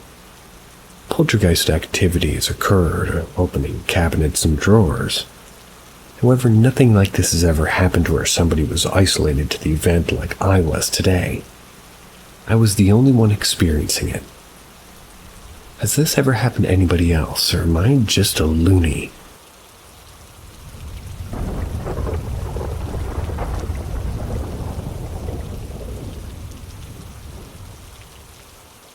Extremely vivid dream. So for context, I've always been extremely sensitive to spirits and other supernatural, for back of a letter term, happenings. But this situation shook me to my core. I'm pretty certain it's going to be my Roman Empire of cold cases. Last night I had a dream that I was hanging out with a girl named Haley and another man. We were driving around and went out to lunch. She and I were apparently close friends, so much so that we were planning a trip to Germany. She was blonde, very pretty, taller than me. I'm 5'1". The man spoke occasionally, but his face was very blurry. I could never quite make out what he was saying. Anyways, at one point we make a stop at a gas station that looks like it's in the middle of nowhere. When I ask the attendant to where we are, he says, "Oh, we're in Mississippi near Buren." And being from Texas, I was very confused, but fast forward. We're standing at the drink station. There's a big TV next to the machines, and I see Haley's face on it with a body found, but the name is jumbled. I look at her and I'm like, "Haley, are you dead?" She just laughs and goes, "You're so silly." Told her to look at the screen, she wouldn't. She just ignored it. Then I hear this voice, my voice. It's telling me to wake up over and over until I finally did. When I woke up, I grabbed my phone and searched Buren, Mississippi. There's a ghost town called Van Buren. Then I searched Haley dead Mississippi, trying to convince myself that it was just a very weird dream and I'm wrong. First result is Haley Silas, cold case that I'd never seen in the news or heard until today. She apparently called 911 from a gas station day before she got killed, and that was 2 hours from Van Buren, and there's a massive national forest in between. I don't know what to do with this. I don't know if there's anything I can do with this. I'm trying to find more information online, but the fact that the police don't seem to care and a strange man had her phone and it was answering it after she died, nothing's adding up. Maybe I'm crazy, but I swear I never saw anything about her until today. I've never even heard of Van Buren. I'm sorry, Haley. You didn't deserve what happened to you. I'll pray for you. You never told me if she matched the description in your dream, and I want to know.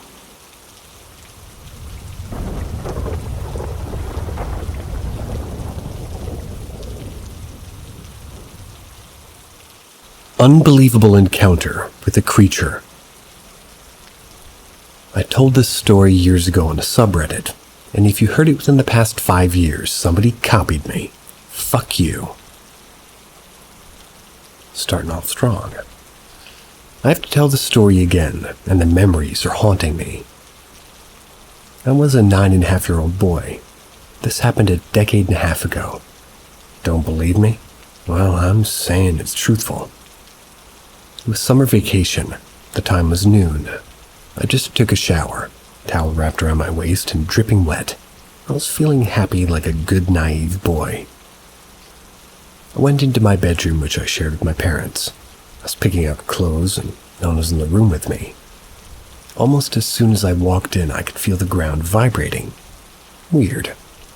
As I picked clothes, I felt the vibration was coming from behind me around my parents' bed.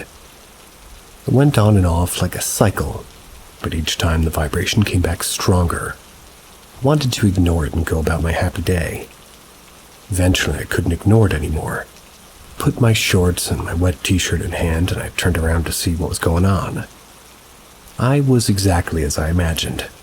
My parents' bed was shaking for no discernible reason, and it seems to be coming from underneath. The shaking got so bad other objects started to shake from the bed hitting the ground. Then it stopped again. But this time, right in front of me, I saw this weird creature crawling out from underneath the bed about 2 meters away. It was pure black, blackest thing I ever saw in my life. It was hard to discern features on this thing. It looked like a goofy 2D object, but it had 2 legs, a torso, 2 arms, and a head. It didn't know that I was there in the room staring at it. It was about my size and looked around for a second. I interpreted that as it brushing its shoulders off after crawling. Then it suddenly stopped. Its eyes turned to me and I could see fear. was scared of me more than I was scared of it. We stared at each other for what felt like an eternity, but was probably more like fractions of a second. Then, without moving one bit or making any noise, it disappeared from my existence. My theories, if it was real, it was an extra-dimensional creature I saw that day. Yes, my day was ruined. I bet.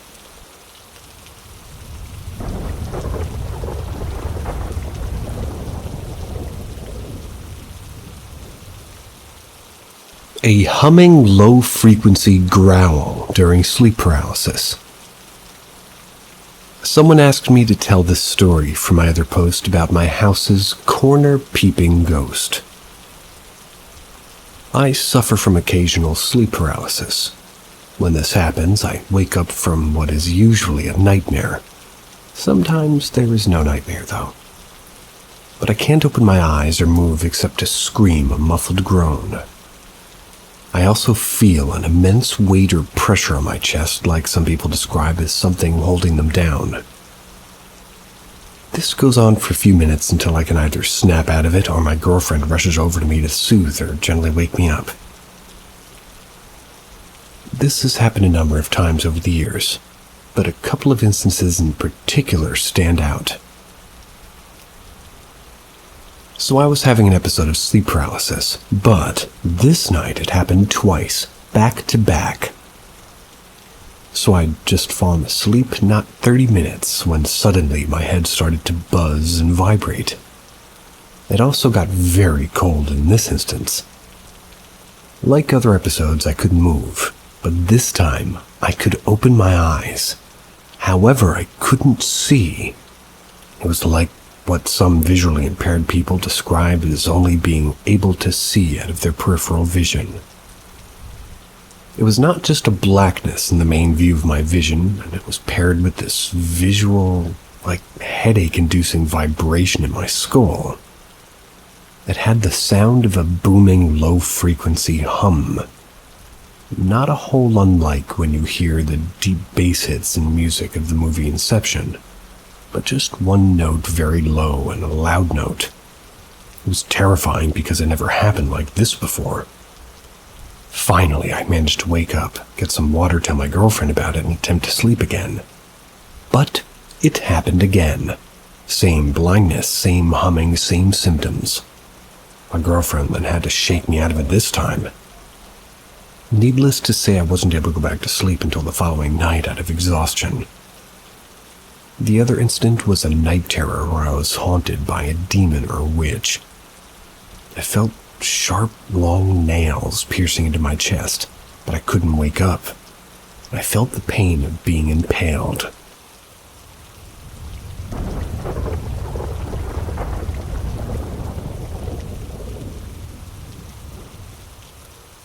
Nightmare in a hotel. I don't remember the year this happened, but it was many years ago, around 2014. Me and my mom had to go to India, Mumbai, join my dad in a cheap hotel. I don't remember the reasons, I was very young. I loathe bugs, and lack of hygiene. That hotel was disgusting.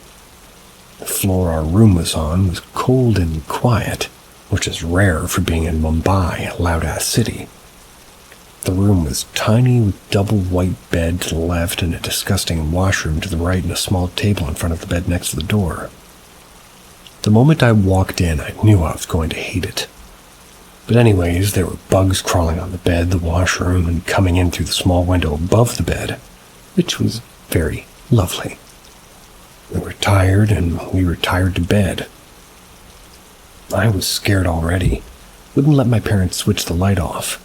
And every few half hours or so, I would wake up again and again. I had a nightmare where a shadowy person floated out of the washroom and lingered over me while my parents were stood in the door open, trying to figure out why the water wasn't working. The shadowy figure was a woman. I was sure of it. It lingered for a while before I woke up. My parents were asleep, and I was in the middle, and I was scared to sleep next to the washroom. I was so overwhelmed I started crying and begging for my dad to change hotels. We weren't fortunate in terms of money, and my parents were pretty strict, but they were firm. In these situations, they would usually make me understand, but that night they saw I was very troubled, and we changed hotels the next day. I don't believe this was paranormal, but sure did scare the shit out of me, still does. I never, ever want to step into that hotel ever again. I have to say I don't usually trust my intuition, which is proved wrong again and again. I had a strong gut feeling in this room. I have a strong feeling something bad happened there, but my practical mind says let's not assume that far. You slept on the bed with bugs on it? Bad move. Some bugs are cute, but no bug is cute on a bed.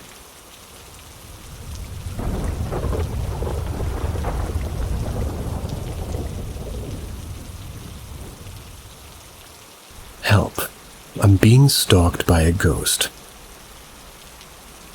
This has been happening for a bit now. All my life, the paranormal's been active.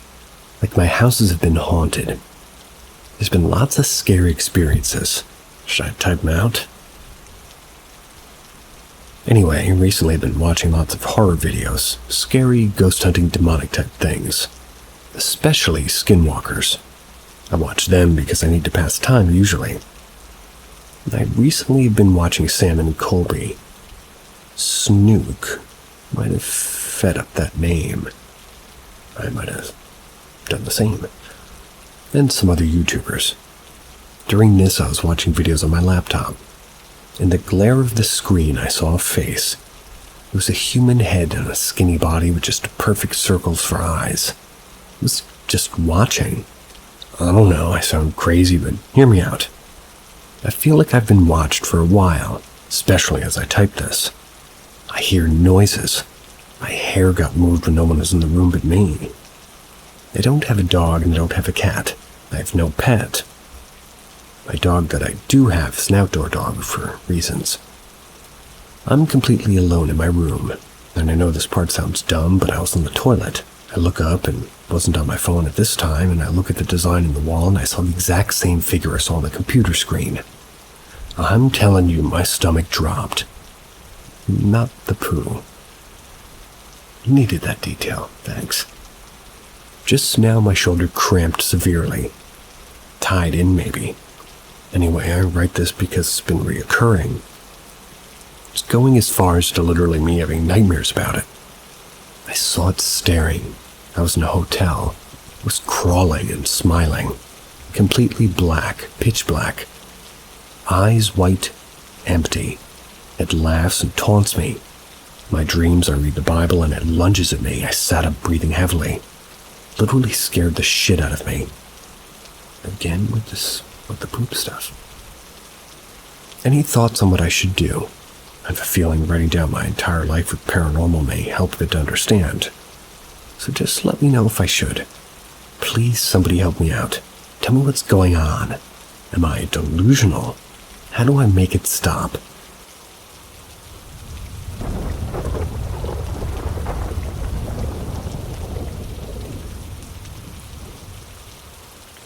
Ghost of a man who vanished while I stayed at my sister's flat when I was a kid. Basically, when I was a kid, I took 2 weeks off of school. Basically, I just didn't turn up for 2 weeks and made it out that I had a cold so I could stay at my sister's place. The first night there, I was terrified to go to sleep.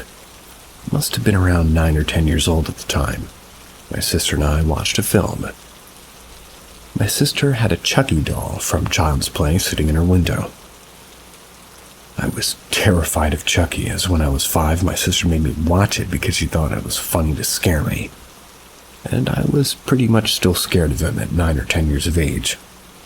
I tried to ignore the doll and fall asleep on the sofa, which was where I was sleeping due to no more beds. I did manage to fall asleep, and then 2 to 3 hours later I woke up.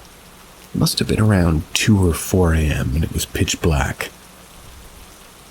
I had an eerie feeling come over me. It made me more scared than I was. Looked around the living room, and when I turned toward the living room door, which was closed, there was a man standing there looking at me like he was confused why I was there. At the time, I assumed he was a caveman, due to my knowledge of history, but now I can imagine him being medieval with the fashion looking from that time period. As soon as I locked eyes with him, I shouted my sister's name on the top of my lungs, to which my sister woke me up, to which woke my sister up. She replied, "What's going on?" And soon she opened the door to the living room. "I know I made a mistake, Echo." This man literally vanished in front of my eyes, and my sister ran in and asked what was wrong. I told her about the caveman standing there.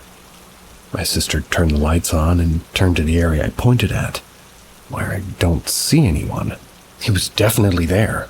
My sister said if anybody was here, the dogs would be barking, but they were fast asleep. True, the dogs would have, went mental at any trespassers, but the man looked so real. And to this day, I still think about this experience and how much it freaked me out. First time I ever saw a ghost, and definitely wasn't my imagination.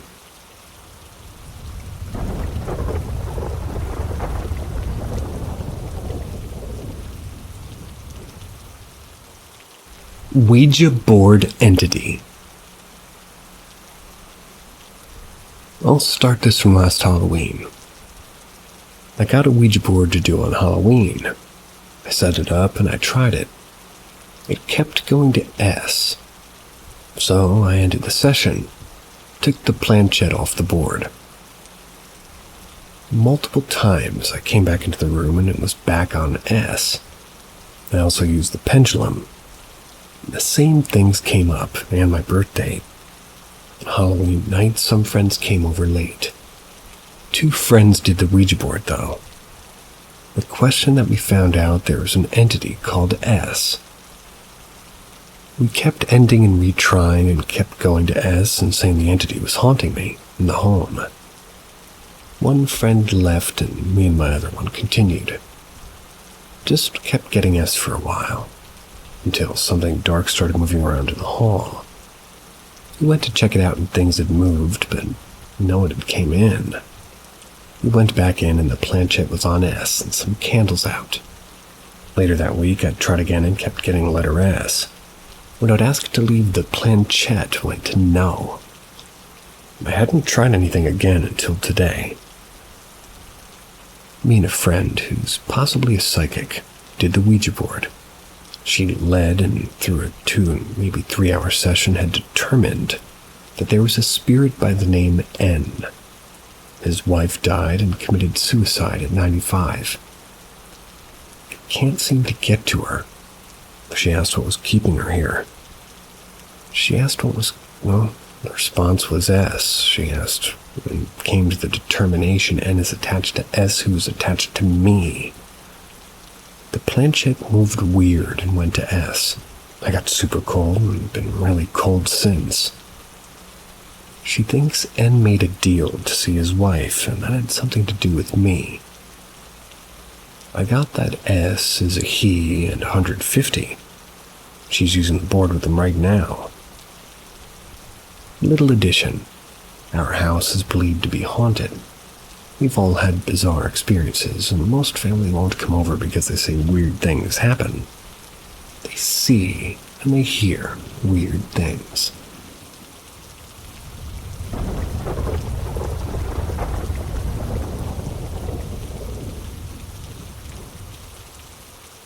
Apparition appeared in my grandmother's kitchen window.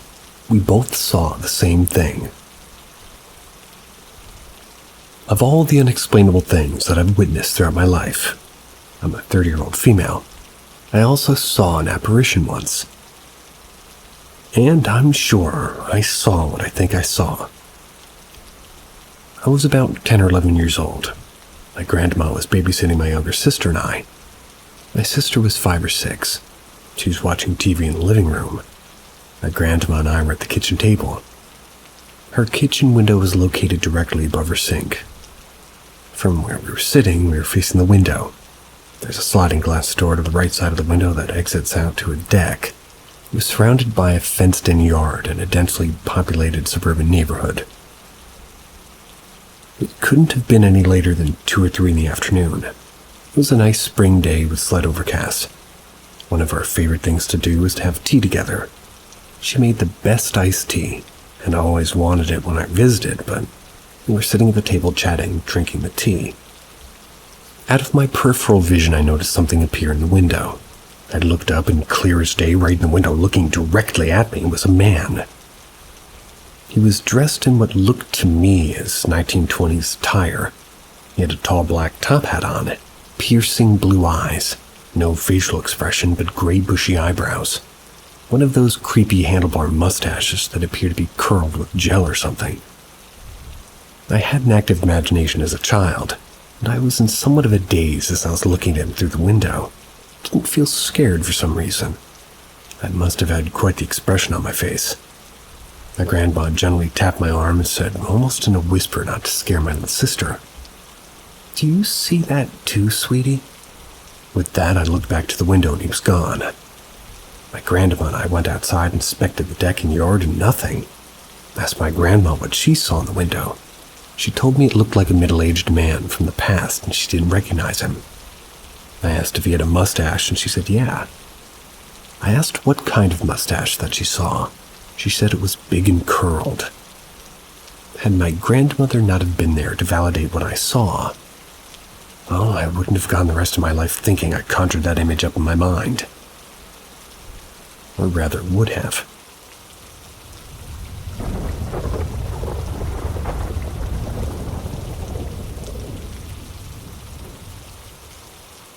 Seeing an apparition firsthand. In approximately 2009, I was living with my boyfriend at the time. We'll call him Frank. The house wasn't particularly old. It was built in the 70s. We went to bed as usual, and in the middle of the night I woke not for any particular reason. I happened to glance over at Frank's only to see a man standing beside his side of the bed. I was looking down at him and watching Frank sleep. He had his hands in his pockets, and the look on his face almost half bored, half like, that's what it's like to sleep. I miss that.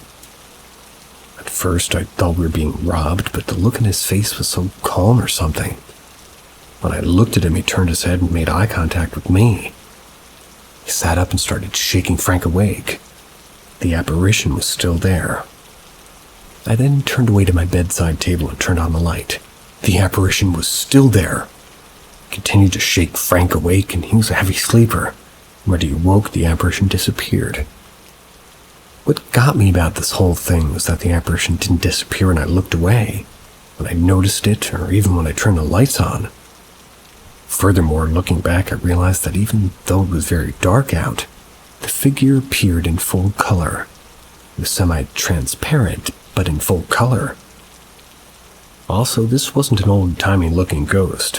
He was starting to bald, and I think he was wearing a sports jersey of some kind. Fairly modern clothing, jeans, that sort of thing. Also, I wasn't scared once I realized he wasn't a burglar. That's the part that surprised me the most. I'm a very anxious person in general. If you had asked me if I'd have been able to fall back asleep after seeing a ghost, I'd have normally said, hell no. But the ghost didn't feel threatening at all. I was able to get back to sleep peacefully. Of course, I told Frank about my experience. He said he didn't know anybody that passed that would fit that description.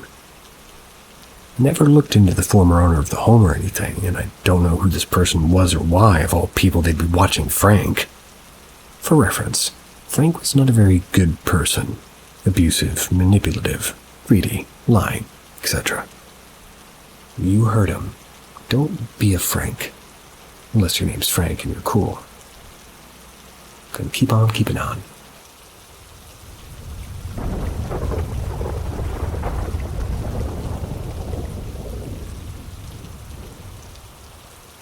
Christmas, 1980. I was 5 years old. My mom was going into labor with my younger brother. I stayed at my grandparents' house while my folks were at the hospital. I shared the queen bed with my grandfather, who was sound asleep, snoring. At some point late in the night, I was awoken by the bed shaking quite vigorously. Continued for like 5 minutes, but who knows, maybe it was 30 seconds. I tried to shake my grandfather awake while calling for him to wake up. He eventually woke up groggily, but I had no clue why I asked him and what was happening. He quickly fell back asleep, but I was frightened and very awake. I was now sat up in bed, sitting in diffused moonlight. All was still and silent. I got up wanting to look at the Christmas tree. Christmas trees always brought me comfort, and that's what I craved after such a fright. From the foot of the bed you could look out into the room. The door was open. It was through the short hallway and into the front room in the picture window, maybe 25 or 30 feet away. They had a mid-century aluminum Christmas tree in front of that window. Not because retro is cool, but it was literally the same tree they used since the 50s. So as I looked out to that tree without lights at 3 a.m., it, along with some presents, sat quietly, only filtered by bluish streetlight gently filling the room with the weak illumination. However, something was different now. Sitting next to the aluminum tree was a pair of 2 huge black Doberman pinschers, sitting silent, still staring, straight at me. They had no pets.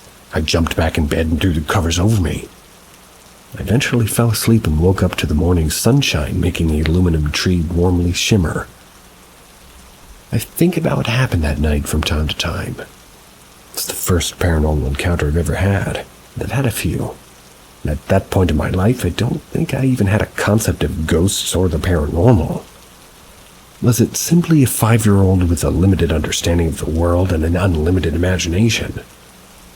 Was there something paranormal shaking that bed and presenting those enormous dogs?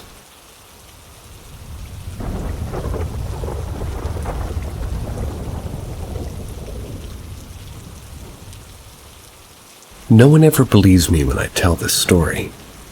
Has this happened to anyone else? This happened to me when I was around 9. My little sister was 3. It was nighttime, 10 p.m. I was playing computer games on my desktop. It was my room.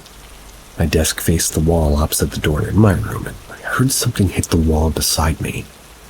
I turned around and there was nothing there. I was a kid. I figured I was tripping and got back to playing my game. But then it happened again. Turned around again, but this time when I did, I seen my sister walking down her stairs. Mind you, the stairs were literally right next to my room. I couldn't see down them from my room, but I could see when someone would go and walk down. My little sister was so small at the time that her parents would give her one of their big t-shirts to wear when she went to bed sometimes. When I seen her, I called out to her, but she didn't answer. She just walked down the stairs, and I know 100% that I'd seen a small figure in an oversized white t-shirt. Or rather, I seen a small figure in an oversized white t-shirt walk down her stairs. So I got up, went to the stairs, but I didn't see her. I figured she had ran down, but it was weird because she was scared to go downstairs by herself at night. Ran downstairs to see what she was doing, and all the lights in the TV were off. Only light on was a little sculpture case that my mom put ornaments in. I checked the kitchen and living room, but she wasn't down there. Ran back upstairs and found her in our parents' bed asleep. My mom was at work and my dad was in the shower. Me and my sister and dad were the only 3 home. As a kid, I just shrugged it off and got back to my game. But now, as a 26-year-old man, it scares the hell out of me to think about. What the hell was it that I saw that night? This is probably me just being pedantic, but the general form of past tense of seeing something would be saw. If you're going to use the word seen, you'd have to say, rather than I seen that, it would turn into I had seen that. I don't even know if that's right, but I sure saw that.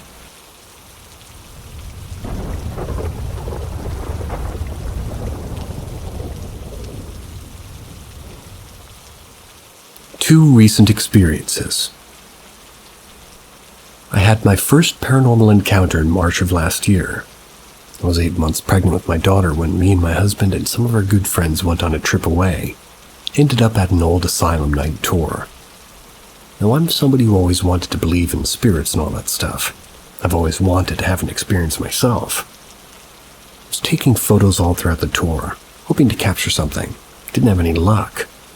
When we were about halfway through the tour, the guide pulled me aside and said that this next area is where the male patients were kept, and that they've been known to gravitate to pregnant women. So if I'm feeling uncomfortable, I can leave at any point. I brushed it off like, yep, no worries. I was actually a bit excited. Went into a part of this building and we had to turn off all of our torches. Within seconds, something grabbed my arm. I spin around thinking somebody in our group did it as a joke, but no one was there. I turned to my husband and this rush of emotion came over me, like panic, anxiety, and sadness. I burst into tears and had a full-blown panic attack. I couldn't breathe. The guide had to escort me out of the building. I rejoined the tour and went into another area. Same thing. Lights went off and something was brushing against my cheek and my leg. But no emotions associated with it. I just waited for the lights to come back on and told my husband I wanted to get out. I had nightmares and still feel so uneasy about the feelings with that first experience. The second experience happened last night. I was at my mom's house bathing my daughter, as I'd done many times before. I was in the bathroom with my little girl waiting for their massive spa to fill. And I sat on the edge of the tub. As I was sitting, I felt a pressure like a jolt of electricity about halfway down the center of my back. I heard an audible gasp right next to my ear. Mind you, nothing was there except a wall about 60 centimeters away. Once again, I felt panicky, hot and clammy. I got instant goosebumps all over my body. Looked down at my daughter, didn't look like she had noticed anything. Tried to lean up against things to reenact the feeling and sound, but there's no explanation. I felt a tingling electricity in the one spot on my back for hours after. Went straight out and asked my mom if she had anything like that happen in the house, but she hadn't.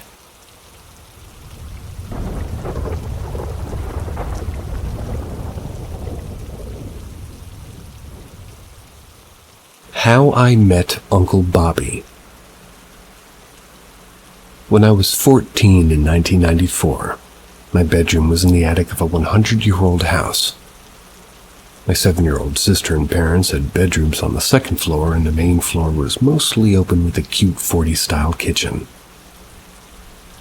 One day I was in my room when one of the kids visiting the second floor had accidentally made his way up into my room.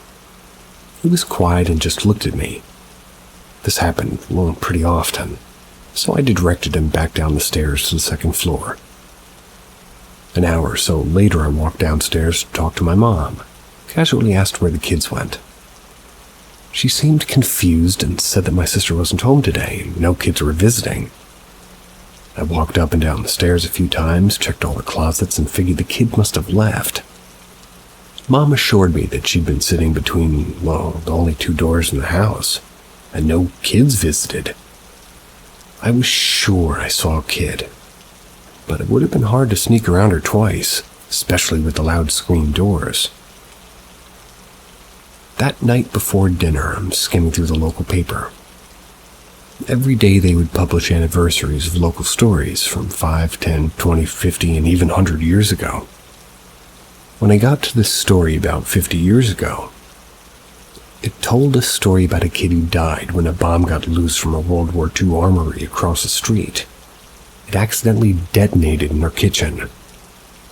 I look around and I notice how her kitchen is from the 40s. Then I remember how I saw this kid earlier in the day and freaked me out. Was he a ghost kid? Even without the ghost kid, it's a weird story. But what if he was a ghost kid? We moved away from that house, and I always wondered about the ghost kid. So here's where it gets really weird. When I moved in with a roommate 5 years later, we're telling stories back and forth one night. I eventually get around to ghost stories. I tell him about the ghost kid, and he says, "Was it at 44 Front Ave East?" Yeah. He didn't even know me then, and this is weird. "That's my Uncle Bobby. He hit it with an ice pick."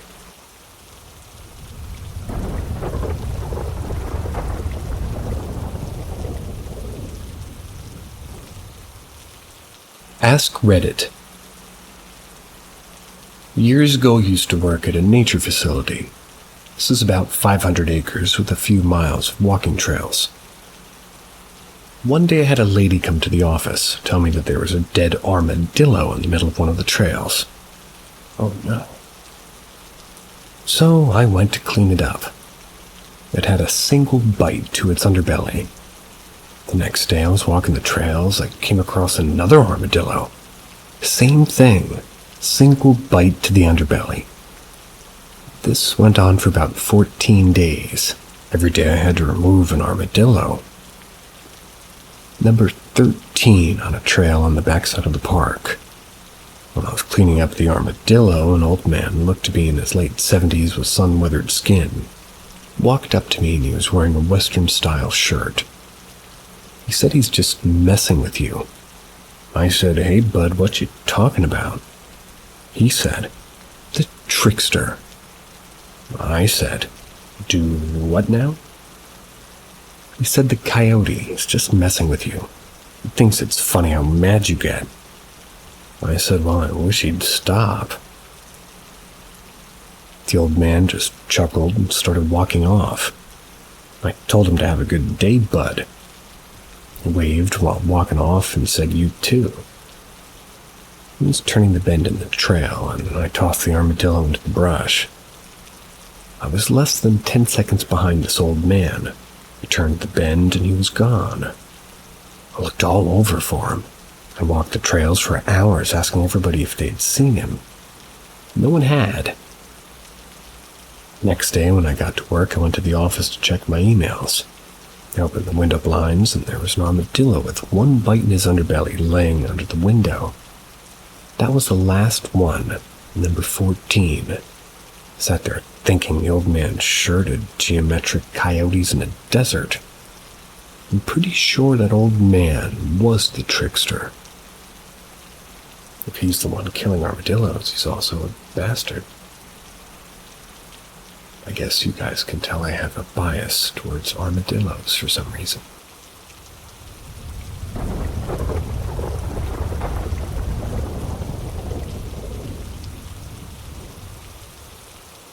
I still get the creeps when telling this story.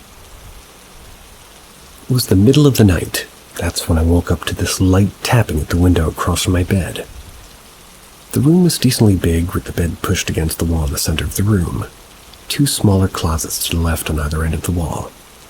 The window was next to the closet on the far left corner of the room from the bed, with the TV beside it. Before I went to bed that night, I had turned on a light rain sound on the TV, so it was playing kinda sort of queasily in the background. That was while I sat up in bed, tired and weary. The knocking turned into loud thumps that made my heart race and my palms sweaty, and by the sound of it, I could have sworn someone or something was standing outside the window, pounding on it. Which wasn't unreasonable considering the room was on the first floor near the entrance of the building. But looking at the alarm clock on my bedside nightstand, I realized it was very unreasonable. It was 3:15, which of course it was. Why wouldn't I wake up at witching hour with the tapping on the window and this utter dread filling my stomach? I don't understand how I missed it, because she was standing there right next to it, beside the window, or rather, a little in front of it, was a girl with long, dripping, wet black hair cascading down her face and body, basically hiding all of her from how long it was. She was wearing this worn-out white dress that ended on the floor. I couldn't see any limbs at all. She reminded me of that girl from The Ring, just less TV-like and real. And for a good 10 seconds, I kind of just stared at her, waiting and watching, praying that this was some sick nightmare that I was about to wake up from. Panic hadn't yet set in. And that's when I realized she wasn't moving or doing anything. I slid underneath the covers, sort of biting back the tears of fear.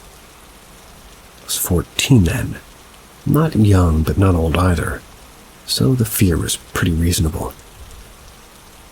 After taking a few deep breaths and encouraging myself to look again, she was gone. She just vanished. The tapping on the window hadn't ceased. If anything, it got a bit louder. It also started raining after a few minutes of me just sitting there, staring at the spot where the girl once stood.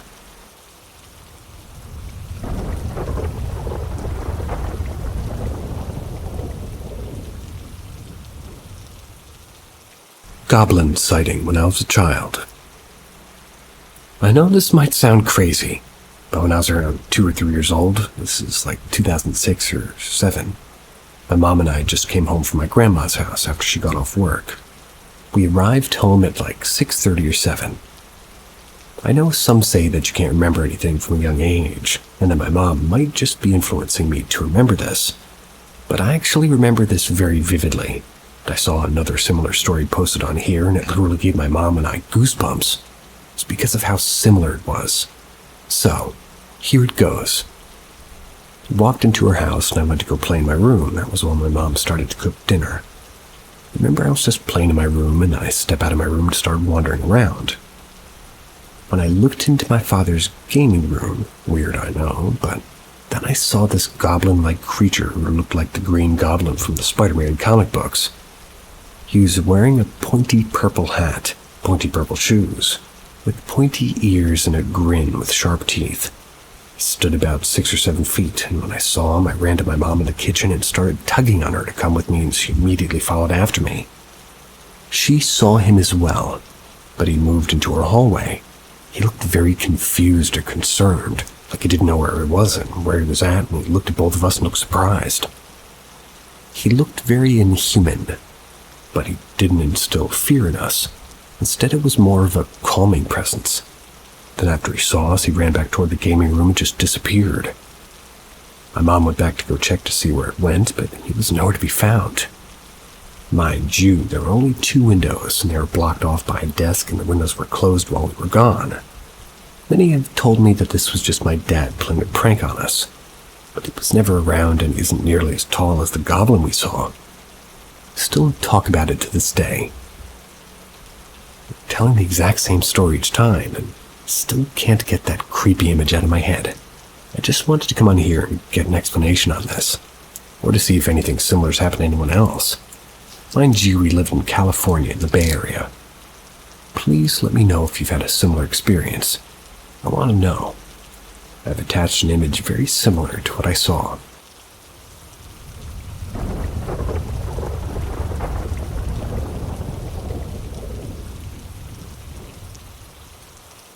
Late night calls to 911 and Sundowner Syndrome. I've worked in an emergency call center for nearly a decade. I've spent about half of that time off and on working a late night shift. I've had many interesting experiences. We get a lot of strange calls at night that are usually written off as people experiencing Sundowner Syndrome. If you're not familiar, sundowners is an increase in anxiety and confusion that occurs in some individuals as the sun begins to set. The individual could otherwise be fine during the daylight hours. Few of those that call in, though, I can't help but believe that they're experiencing ghosts. One nice person would call in the middle of the night and talk about the people outside of her residence. She would describe them in great detail, even describe speaking to them. One time she was speaking to a young girl and boy, but kept running from her when she would try to approach them. They were telling her about how they couldn't find their mother. Another time she called and stated that there was a man outside of her home using her water hose to clean a deer he had killed. He would respond and find nothing but a little old lady living out in the woods. This went on for several weeks. We would also get what we called ghost calls, which would be random calls from a disconnected line, which would just be static. The one ghost call I would often get was from an address where an accused pedophile hiding from the police about 2 hours south of his hometown. He was found after he had hanged himself there. I was working when his body was found, and later I would get calls from that address and it would just be static. It was spine-chilling. Almost like you could hear someone breathing. Call back to the number would always get you "You have reached a number that has been disconnected." I've never been able to get an official explanation for this anomaly. And Obviously, strange and grisly things happen during the daytime, but at night there are different things that happen. And over time, I've come to believe that these things may be related to paranormal activity.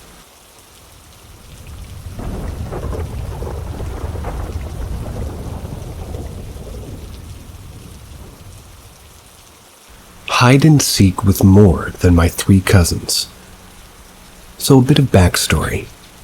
Last summer, my cousins came to spend it with my family, so there was 4 kids and 2 adults in the house. Me and my oldest cousin were in my room playing with the plastic Ouija board around 8-ish. Obviously, nothing happened. I throw slurs into the empty dark room while my cousin laughed and we walked away from the board. I don't think I would have had to say goodbye since nothing really happened. Well, I might have been wrong. Later that night, around 10-ish, the 2 youngest asked us to play hide and seek with them. I thought why not and agreed. We played a couple of rounds and nothing happened. Skip to round 12. I remember this vividly. I was in my closet hiding my youngest cousin beside me. She didn't really know where else to hide. My oldest cousin hiding underneath my covers on my bed and my pillows on top of her. My oldest cousin was getting kind of tired of not being found first. Decided to hide there so it'd be easy to jump out and scare my sister who was seeking. Now I think it would be wise to mention that we were upstairs. Parents were downstairs. The stairs up, even though carpeted, they still creak. We heard the garage door open and that's where my sister was counting. She does the old, ready or not, here I come. And it's a bit of a walk from the garage door to the stairs, so we're all just waiting. There was no creak at the stairs, but all of a sudden we hear like footsteps pacing up back and forth in front of the doorway. My cousin, thinking it was her, jumps out from the covers and does a fake scream. Following, a blood-curdling scream. I burst out from the closet and look toward the open doorway. As I do, I catch a glimpse of a dark, distorted figure that flies to the left. Being the oldest, I ran out of the door. To the left is a bathroom. I searched everywhere, but it was gone. My oldest cousin mentioned later that we had forgot to say goodbye. I simply responded, I know.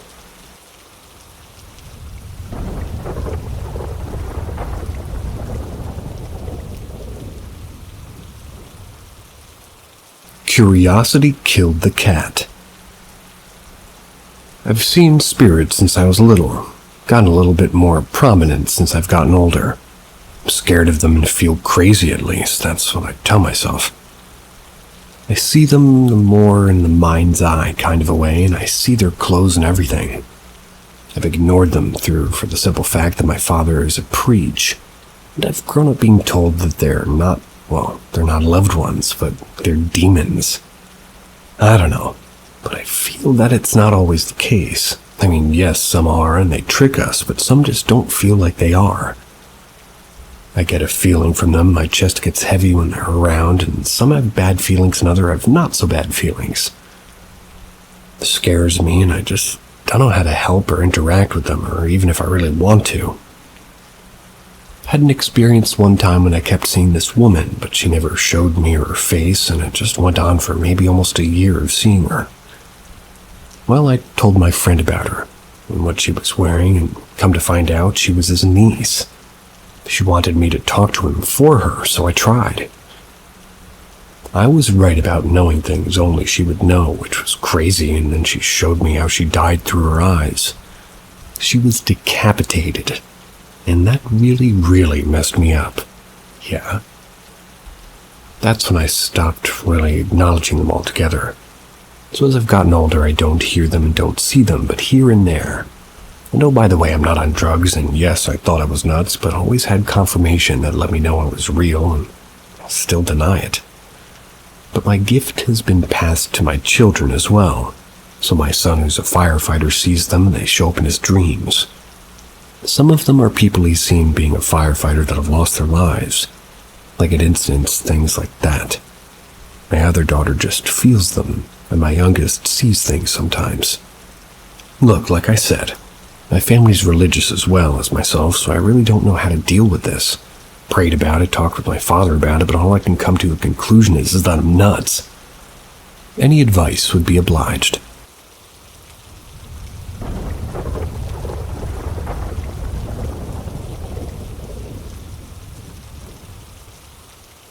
Can't describe exactly what I saw, but I'll try. Last night I was out back around midnight, with a tree line and a forest in our backyard. Miles of forest way out in the country. It was pitch black, and I mean so dark you couldn't see anything. Creepily quiet, too. The air was completely still, abnormally quiet. Super peaceful moonless night. My dog was with me, just staring at the tree line dead still about 25 yards in front of me. The forest was about 75 yards. I could see him with my flashlight. He wouldn't move, so I went and got my night vision scope out of the car. I was panning around ground level, but didn't really see anything. I aimed the scope up in the trees and caught this thing. First, it almost looked like a really big owl. Then it changed its outline and started floating to the left and, then to the right, down and then up very slowly and graciously, sort of like a dancer. It's almost like it sensed me looking at it and started moving because of me.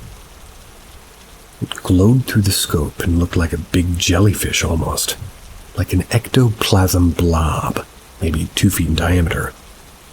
I hit record. The scope takes pictures and videos. But of course, no memory card. I sprinted inside, jammed one in, and ran back outside. The scope started malfunctioning like crazy.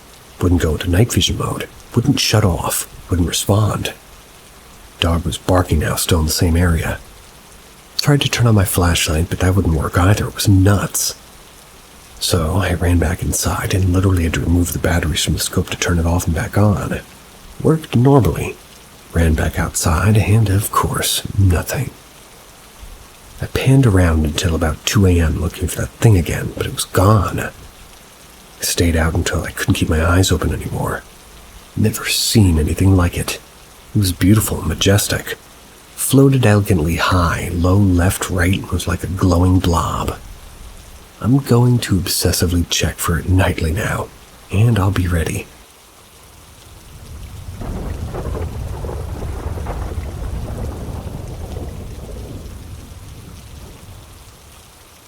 Help. Something on chair. I was living in a double-story house with my parents. I live in the lower portion of the house. I moved to this house a couple of weeks ago. When I first arrived here, I felt something wrong with this place. First night is as usual. I'm shifting my luggage and other stuff. Second night. This is like, there's this park in the front of my house. The park is not very big. I was sitting there smoking, and it was around 8 o'clock. I finished my cigarettes and went to a nearby shop for some snacks. Returned home on my way in front of the house. There was 4 chairs and a car parked in front of one chair. There was nobody around, not a single soul. I saw as some grabbed the chair and moved it to the movement of the chair, so smooth as if somebody lifted the chair and placed it gentle. I don't know what thing got into me, and I just kept staring at it, and there's like some noise in my head saying, "Go sit on the chair." Note, I live in Islamabad, capital of Pakistan, and the entire city is on the hills, and my house, I like the corner of the town, and behind my house is long hills with nothing but a creepy environment. Third night. On the third night, I'm just using my mobile, and the time is between 1 and 2 a.m. I'm just thinking about my previous incident, and in a blink of an eye, I saw a black figure in the corner of my room. I don't pay so much attention to it, and I started using my phone. My room is pitch dark. All lights were off. However, the figure I saw earlier was somehow clearly visible to me. I decided to go to sleep as soon as I was going to sleep, and I heard the sound of somebody crushing its teeth, and the sound so loud and clear. It's as if somebody's lying beside me. The sound stopped suddenly, and I felt like some inhale beside me. The whole night I felt the feeling of somebody laying with me. I was so creeped out and tell my parents, as you know, oh, they won't believe me.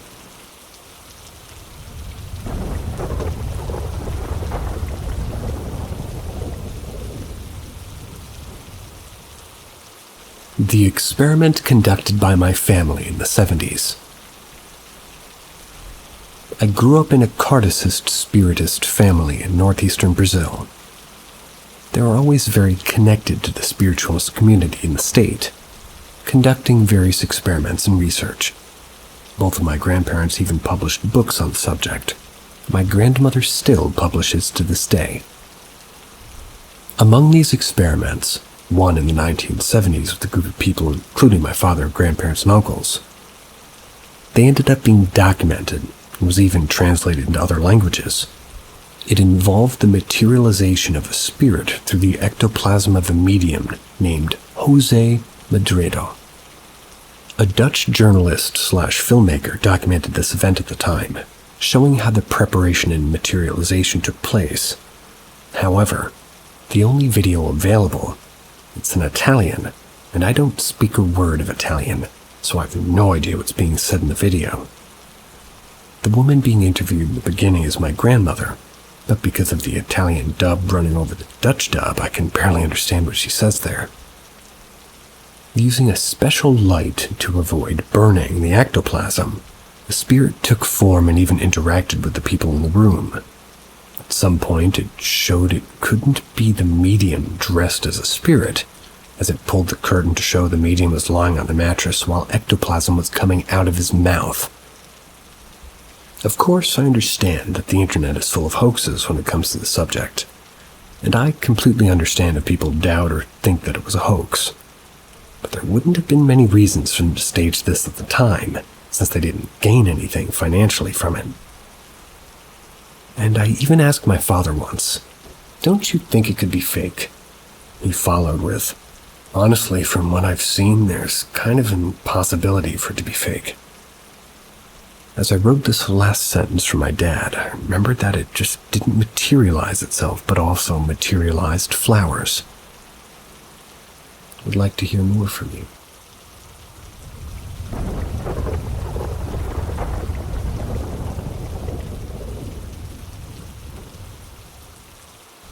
A quiet night in Boynton Beach, Florida. So my parents are divorced. My mom still lives in our old house. Their income together was able to make us upper middle class. We have big windows in the back of our house. Very open and not super private. I mean, we're safe. My brother has had a prior ghost experience a few years ago. That was when he was about 7. I'm about 12 and about to be 13 in May. It's currently January 1st, 2023. I came from a trip with my dad, and this happened around 8 p.m., and my current knowledge is below. My mom told us she was dictating a Microsoft Word. It's in her office room. Then she stopped talking and thought about, she was thinking without any noise because she was alone. And it read, "Hey." Then she deleted it and thought it to be maybe a glitch. And it typed it again.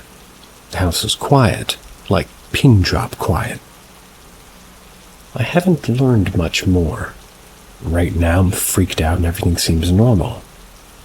I'm playing prayers over my brother on the phone and my mom's friends over with us. I don't know how Reddit really works because I'm new to it. I try to update everybody every day with any news that I get. We're going to sleep in one room together, not the friend, but that's obvious. I'm going to play Chow Pai Sahib. My family has many ghost stories that are on my dad's side, like my grandpa and dad on Prince Edward Island up in Canada. But that's a whole other story, and they're very long. It's honestly easier to speak, so I might never really post it. Kind of hard to type it out with the background. Right now, we're starting to burn incense. I'll join you.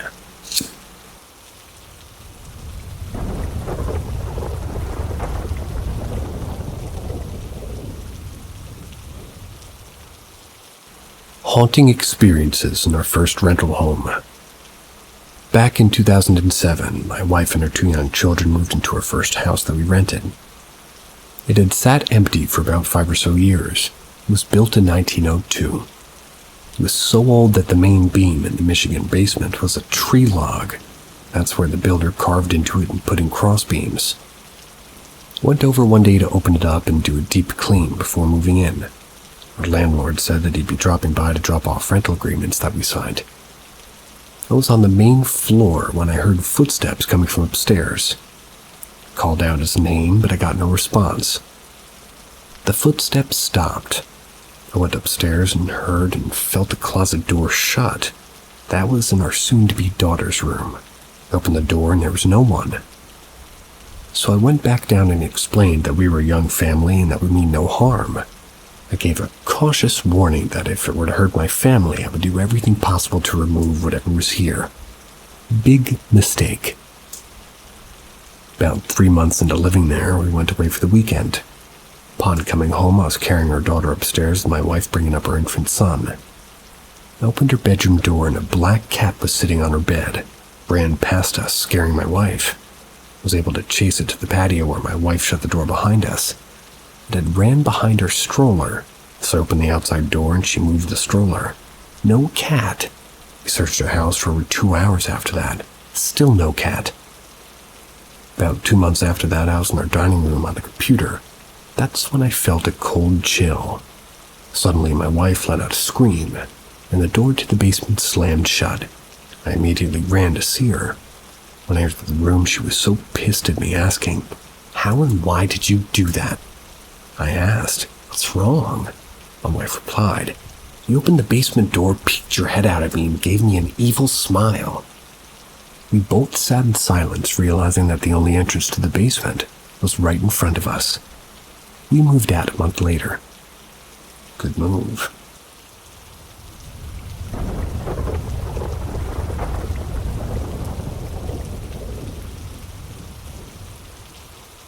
Sees shadow person, proceeds to shit bricks. This happened around 10-ish last night. I'm not really good at keeping time since I'm a night owl and a massive stoner. Just to give a little context on me. I was very stoned at the time this last night. Wanted to find my cat from outside after working on my computer for like 3 hours, feeling good. .jpg. So anyways, I step onto my stairs and I lead down the 3 steps. Be standing on the bottom step, calling out to cat, to come here. But after about 5 minutes, he's still not there. He's a cute little bastard, but will claw the shit out of you if you don't give scritches, because he's an outside cat. So don't really worry about leaving him outside.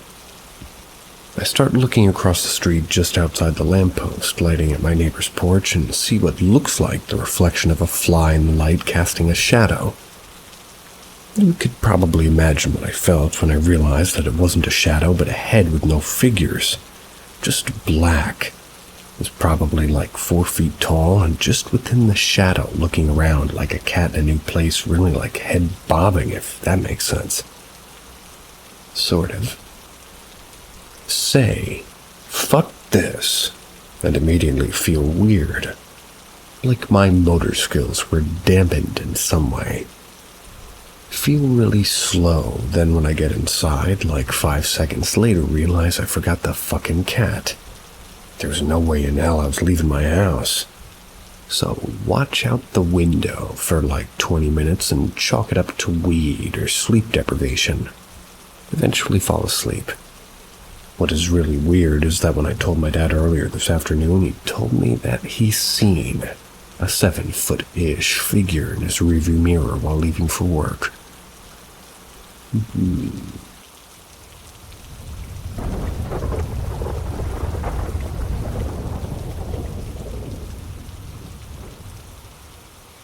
Did I see ghosts as a kid, or was I just imagining stuff?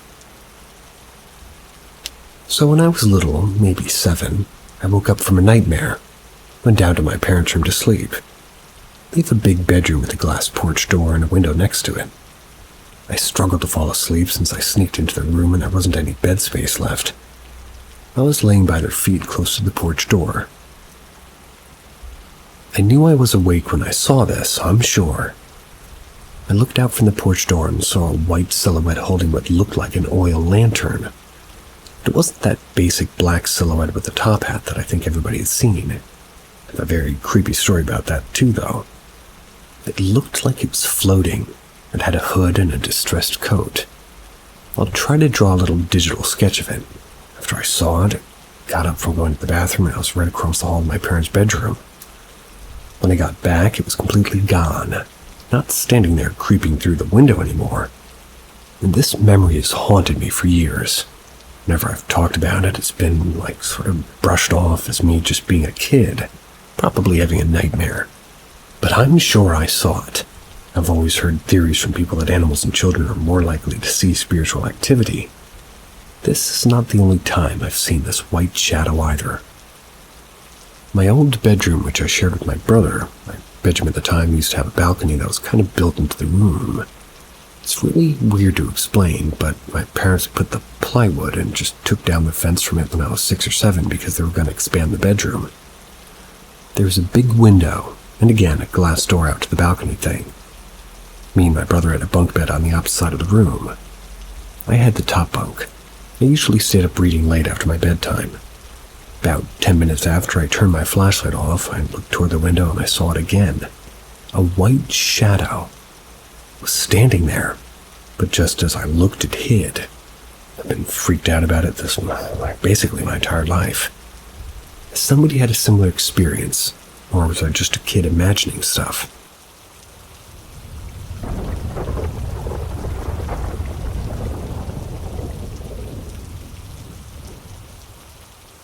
I don't believe in ghosts, but I might have banished one. What do you think? I should start by saying that I don't believe in ghosts or magic. However, I've studied books on magic academically, more out of intellectual curiosity than anything else. A while ago, my neighbor started renovating a very old house dating back to the Middle Ages. During the work, he began hearing strange noises in one particular room. According to him, these noises sounded like ghostly manifestations. Unfortunately, I couldn't verify this myself as the house is located in another region and, well, one day while working in this room, he removed a tile from a false ceiling, discovered a pentacle engraved on it. After that, the house became unlivable. He felt bad vibes, heard strange noises, and objects seemed to move on their own. One of his friends even developed skin rashes, and in short, the situation really deteriorated. When he told me about all of this, I decided to help him using my knowledge of magic, even though I don't really believe in it. I pulled out an old grimoire. Never heard that word. Pulled out an old grimoire, found how to create a protective pentacle against ghosts. I decided to use the Roman satyr square, as well as another pentacle to reinforce the effect. I engraved these two symbols on an old brick from an old wall. Then I polished a coin, engraved an Assyrian protection sigil on one of its faces. I glued the coin to the brick. One of his friends, because he's too scared to return to the house, just went and placed the brick and the coin on the structure of the room where he'd found the original pentacle. Since that day, there had been no more signs of ghosts. They were finally able to continue renovating the house, too. And personally, I remained skeptical. I'd like to know what you think. Was it just psychosomatic, or do these old grimoires actually have some power?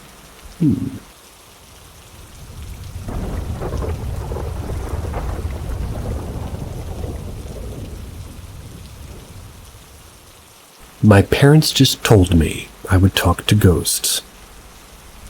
A bit of a weird story I just learned about last week. 26 years old and asked my parents why I'm the only one out of my siblings that know Urdu. It's a Pakistani language. We all know our parents didn't teach us, and they barely speak Urdu around the house, but only when they're talking to family overseas. But even that didn't happen with regularity. at least enough that I would have picked it up. My mom said my great-grandpa taught me. I said I don't remember him. She said he died slightly before she was born. Apparently, when I was around 2 years old, I had an imaginary friend named the same thing as my great-grandfather from my mother's side. It was a fairly unique name, and growing up in America, well, I'm sure I never heard that name anywhere else before. My mom said I would talk to him in English and he would speak back to me in Urdu until I learned. And I was near fluent by the time I was 3. I don't remember any of this. And after I found this out, I had a dream last night where I got to meet my great-grandfather. He explained to me that he taught me Urdu because he was tired of watching all his family lose their culture. I tried speaking back to him and speaking in Urdu in the dream, which has never happened before to me, and promised him I would try to learn more about my culture and asked if he wanted me to tell his family anything from him. He mentioned my youngest uncle by name, asked me to tell him not to ride his motorcycle too fast, since that's how his dad died. Woke up a few hours ago, asked my mom how her dad died. She said it was a motorcycle accident. He was driving too fast and slid underneath the garbage truck. I immediately called my uncle in Pakistan, told him not to drive recklessly, and that his grandpa came to me in a dream and explained that to me. I don't know what's going on, how or why this is happening to me, but it's so weird and intriguing. I'm so confused and simultaneously amazed. I want to be able to learn more from him and talk to him again. Don't even know how I would go about it. See ya.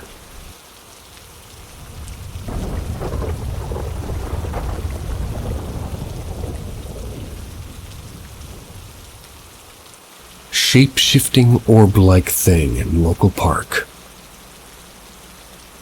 We went for a jog together a couple of evenings ago at our local park. It's winter and it gets dark pretty early, so it was dark except for the streetlights.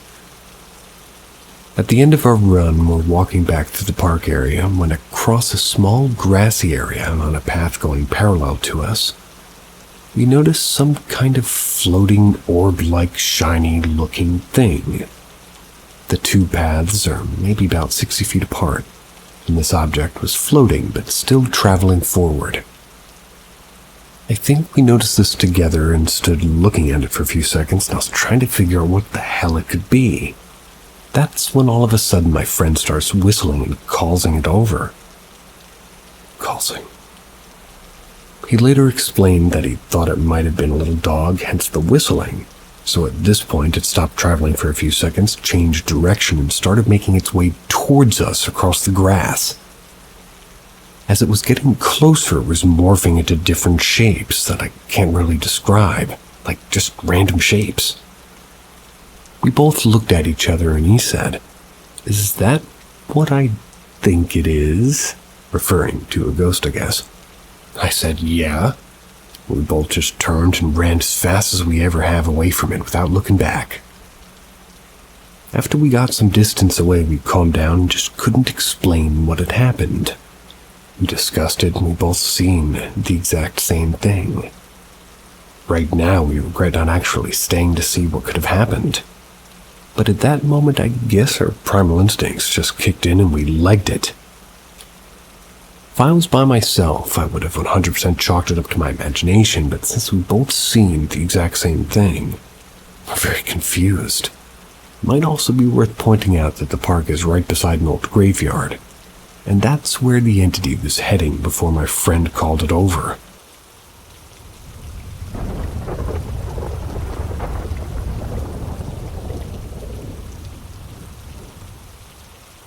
Experiences in my childhood home.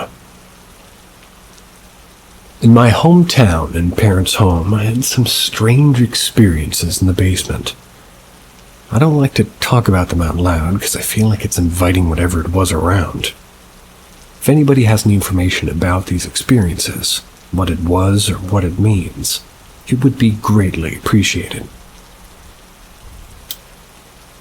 I heard the TV slightly above my basement bedroom blaring. I screamed upstairs for my siblings or whoever to turn it off. I had to work or school or something the next morning. I waited for a while with no response, maybe 5 or 10 minutes. I stomped upstairs, ready to scold whoever and it was dark with no TV on. Everyone was asleep. I ran back down to my room. I felt somebody sit down on my bed while I was laying on it. You could feel the weight of the side of the bed, but nothing was there. I looked into the darkness at the end of the room, and I could see a person with a pilgrim-type hat, like a shadow in the dark. I know this is common with sightings, but what is it? I heard knocking on my door loudly at night. Got up to answer and no one was there. I remember waking up at exactly 3:30 a.m. A lot. And I know that's bad in movies, but it also can be attributed to something hormonal in your body. That's when you just tend to wake up. I got sick of these experiences, so I moved myself to the spare room on the second floor, much smaller and closer to the parents, which isn't fun for a college kid, but it did all stop. Why only in the basement? Why in a brand new build? Nothing ever hurt me, so I think it was harmless, but that being said, I don't want to experience that again. You can't always get what you want, that's what they say.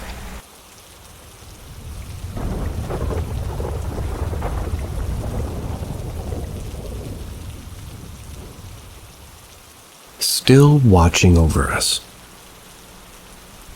I, a 40-year-old male, unintentionally piggybacked on someone's post, and instead of taking away from them, I figured I would make my own.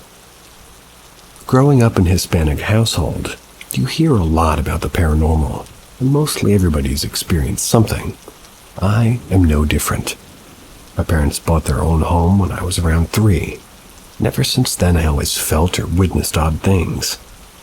But there are too many little incidents to bore you with, but they all have one thing in common, and that is that they all happen close by or in the hallway to that home. This event doesn't happen there, and instead happens in my own home just last year. My mom passed away in 2020. Since 2001, she had dialysis 3 times a week at 5 a.m. I was in my 20s, not married, lived with both my parents at the time, and I would take her every time to her appointments. Whenever I did a late shift at work or were to sleep over, she would just walk to my door and say, "I'm ready, we can go." I would get up and drive her. I'm now married with kids of my own and in my own house, and last year my wife had a schedule for an outpatient surgery in the early morning. I was working in another state but drove home the day before. Got home in the early hours of the morning and told my wife I was going to sleep on the couch for 3 hours till we had to leave. Her wake-up alarm was about to ring, so with her eyes closed, she said, "Okay." I was in deep sleep. The 3 hours flew by like a wink, but then I clearly heard my mom say, "I'm ready, we can go." I woke up and immediately realized what I'd heard. I hear my wife open the restroom door and she walks over to me and says, "Oh good, I was about to wake you." Till this day, I know what I heard, and I know that she's still around watching over me. It wasn't so much as a scary incident, but definitely unexplained. See ya.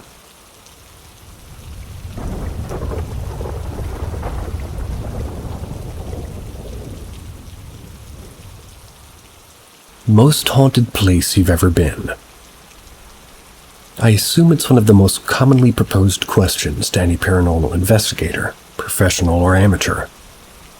Everybody's curious about which location is most active or yielded the most results. Anybody with substantial experience in the field knows it's a bit of a loaded question. Sometimes supposedly stupidly haunted buildings are dead quiet, while unknown or otherwise small haunts are the ones that we never forget. Yet all who believe in the paranormal have to answer to this question. Whether you've never experienced anything but have visited some famous spots, or you're a seasoned ghost hunter with plenty to tell, what is your answer to this age-old question? To kick it off, my answer is the same every single time. Edinburgh Manor in the barren back roads of eastern Iowa. It's by far the most active place I've ever been in my almost 10 years of experience. My first investigation there will probably be the most eventful of my life, no matter how long I do this. My team and I got whistled at, screamed at, stomped toward the unseen footsteps, taunted with full-sentence CVPs. We recorded thrown objects in empty rooms, even experienced a chair moving by itself. 2 people I went with entered as hardcore skeptics and are now firm believers. The place is so haunted I drove cross-country to investigate again 3 years later, only to encounter this time a slammed door, whispers, an object thrown at me from an abandoned hallway, and the most unexplainable est session that has ever been had in my life. I'll happily share any evidence captured, if anybody's curious. So what location has been most haunted for you? Could be somewhere famous, or the unassuming house you grew up in. If you guys could. I too am curious. Drop your responses in the comments. If you would, please and thank you.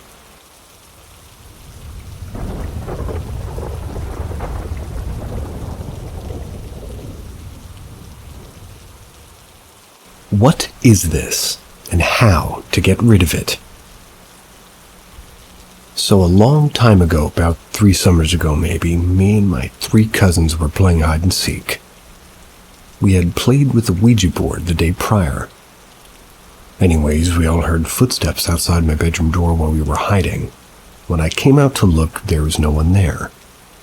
Anyways, that's old news. It's been a while and I've had several more experiences and I fear it's getting stronger, whatever it is. So after a while, I started to have several nights where I would experience sleep paralysis. I would wake up and I would see a little girl out of the corner of my eye. She was young and had gray skin, patchy hair, and looked like she had been crying. There had been black lines going down from the corners of her eyes. Anyways, it was like she was shy and really didn't like being looked at. Eventually moved out of my parents' house, moved in with a now former girlfriend. Didn't seem like her at all. There was one morning she woke up in the middle of the night screaming and asked me to look at her back. She had 3 red lines going down her back. There was another time where girlfriend was playing on my Xbox, and all of a sudden her hair was grabbed and yanked back. Meanwhile, while I'm living away from home, my family are experiencing something mimicking their voice. My mom heard my sister call her from upstairs, and my sister heard my mom call her downstairs. And by the way, neither did neither. And last night, I heard it calling my name. First it used my sister's voice, then switched to my mom's voice. Then strangely used my former girlfriend's voice. I'm afraid it's slowly getting stronger, and I don't want to do one thing that only makes it mad or more strong. What would that one thing be? I wonder.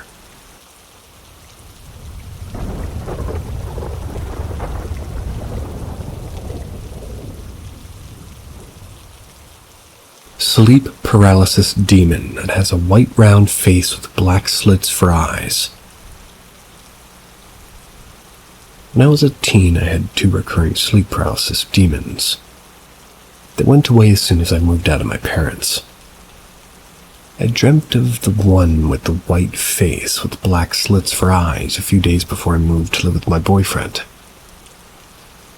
Every time we fight for the last few months, weird things will happen before, during, or after. Like one time the car radio changed itself, moved to a channel that was only static. Another time we heard something moving around in another room. It's only when we fight. We had a disagreement 2 nights ago, and the day off, but he was at work. When I woke up, I saw it in my closet. Whenever I feel his presence, I feel extreme chills down my spine, neck and shoulders and arms. This is the first time I've ever really seen it awake, though. It was in my closet. It stopped me in my tracks. I just stared at it. It stared back. Turned around because I thought my eyes were playing tricks on me. When I turned back, it was still there. It always has a really thick white smile from ear to ear. Although it doesn't seem like it has ears, just takes up its whole lower face. I felt the chills again. Anytime I talk about it or even thinking about it, my entire body, I just get covered in goosebumps. When he got home, we argued and we could hear it stomping upstairs. As soon as I went to check, it stopped though. Weird shit only happens when I argue with my boyfriend. He believes me because he's also experienced it. I just came on here to ask if anybody could possibly know what this kind of creature could be. I tried looking it up and I found nothing.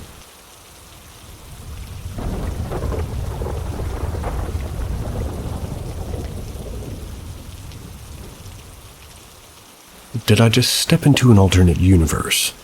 The Twilight Zone, maybe. It happened minutes ago. Fully awake, 3 a.m. where I am. I just finished a movie. I turned the TV off, just laid on the couch in the dark for a while.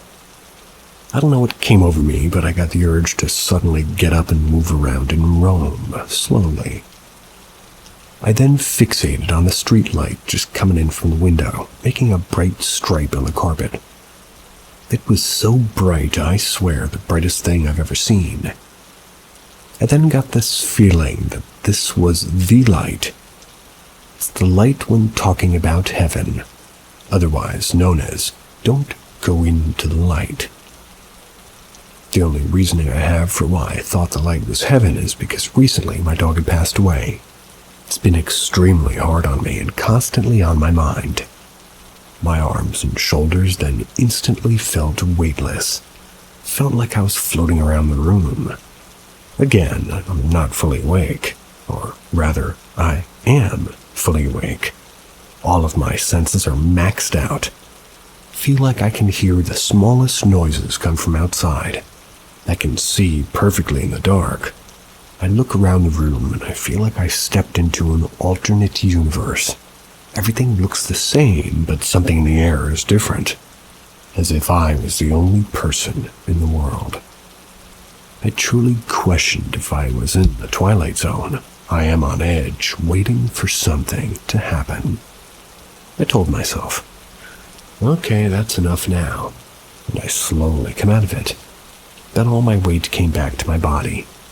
Nothing like this has ever happened to me before. I don't understand it. If this had happened at any other time in the day, I would have brushed it off. But then again, why do things like this happen at normal hours of the day?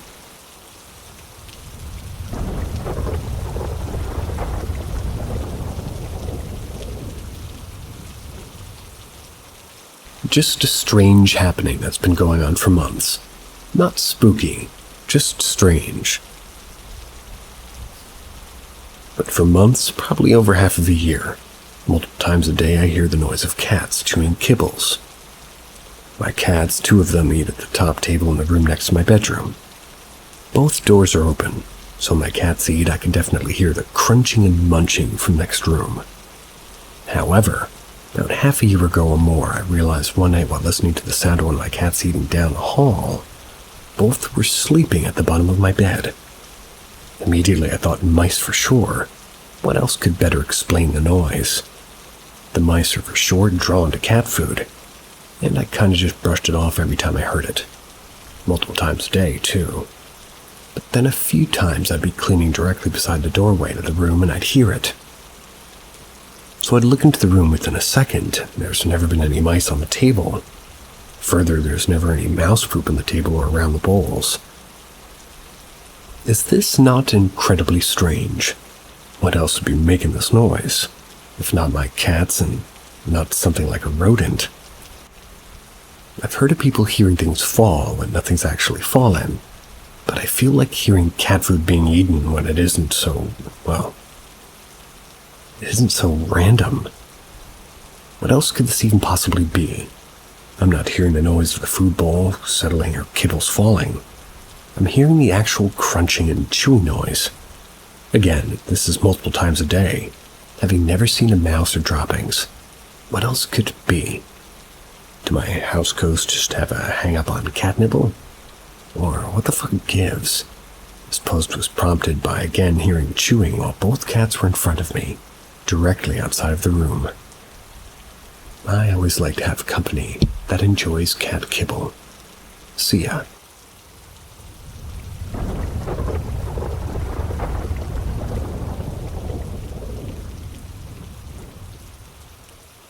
Some weird experiences I've had.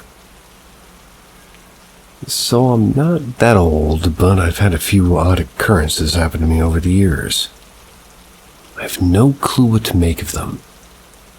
The first time I felt something weird, it was when I visited some friends of my grandfather. We went to this old house in a town about an hour away from where I live. When we sat in our living room, it felt like I was buried underground. Like the air around me was solid. Brought it up later that day, but my grandfather said he felt nothing weird. A few years later, I sat around a campfire on a school camping trip. The adults were obviously telling us scary stories to freak us out. That was until my teacher took a picture of us. Above our heads sat a perfectly spherical thing that was pure white. It was definitely not the moon or something else. It looked so clear and striking compared to what was around it. Wish I had the picture. I've heard voices sometimes. They've been only one word for like a breath close by or something. Always just assumed it was my imagination. But a few months ago, I'm not so sure now. First time I heard a knock at my door, and it sounded like the type of knock my mother would do to grab my attention. Stood up to check who knocked, just to realize that everyone in my house was just too far away from my door to have knocked. A few weeks later, I'm in class listening to an accounting lecture. And while there, I suddenly hear a girl's voice say, "Can I have?" I was like, it was right next to me. The sentence also felt incomplete. Checked around me to see if anybody wanted something, just to realize that all the girls were sitting in front of me. Felt confused and eventually just went on with my work. These experiences are pretty much unrelated to each other, but maybe somebody can help me understand what happened.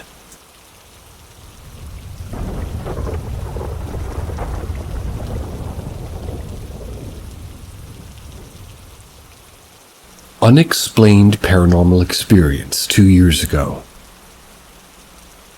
I had a profound paranormal experience when I was up in Culver, Indiana 2 years ago. It had been bothering me ever since. I was in Culver, Indiana, staying at the Vonnegut house with my family for my twin brother's graduation. The house is very old because it was built in 1889. I was sitting on the deck of the porch swing.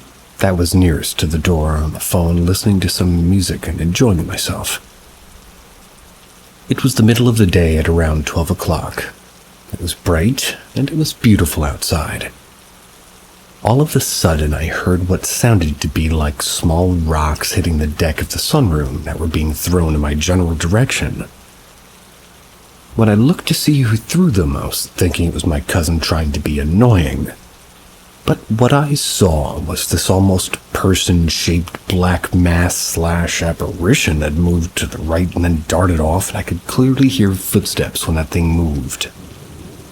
Keep in mind that it manifested itself in broad daylight. I went to look at what was thrown at me, and it was 3 pieces of gravel that were around the area below the sunroom. When I looked down over the sunroom rail and to the right, nothing was there. I was well above 7 feet off the ground due to the sunroom being elevated, and my cousin, who was only about 8 or 9, couldn't possibly be tall enough to be visible, through the railing. That thing's head was a little bit below the top of the railing, so it must have been over 7 feet tall. Needless to say, that experience scared me shitless, and I can say that I'm now no longer a skeptic.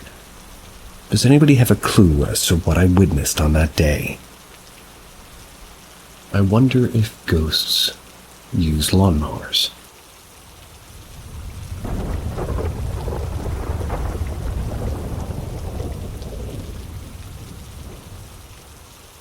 Weird ghost or spirit encounter. Just to preface, this happened like 5 years ago when I was a freshman in high school. I'd been sick for a couple of days. This was in my parents' house. And to my knowledge, nobody's ever died there. I've never really been able to rationalize it, even though I generally don't believe in ghosts or anything like that. I was sleeping in bed and woke up. I think it was because my phone was playing music. was about halfway through song Love by Keshia Cole, which is on my playlist at the time. I paused the song and checked the time. It was somewhere between 5 a.m., if I remember correctly. I turned over toward my door. Standing right next to my bed, there was a person or entity or something staring at me. It was dark, so I couldn't see it very well, but it looked like a person wearing a dark robe and a white mask. No mouth, small black eyes. The closest thing I can compare them to is No Face from Spirited Away. I remember not feeling afraid for some reason, and like I said, I was sick at the time, so I didn't really know what to do. So I just stared at it for about 5 minutes and went back to sleep. I woke up, I assumed it was a dream. That was until I opened up my phone and saw my music app, and it was open with Love by Keshia Cole on pause. Exactly where I'd stopped it that night. Talked to my dad about it, and he said it was probably a fever dream, but I don't understand how the music would be there. I don't listen to music to fall asleep, and as far as I can remember, the last app I used before bed was Snapchat. Nothing weird has happened since, but the experience weirds me out to this day. Any explanations would be appreciated, paranormal or otherwise.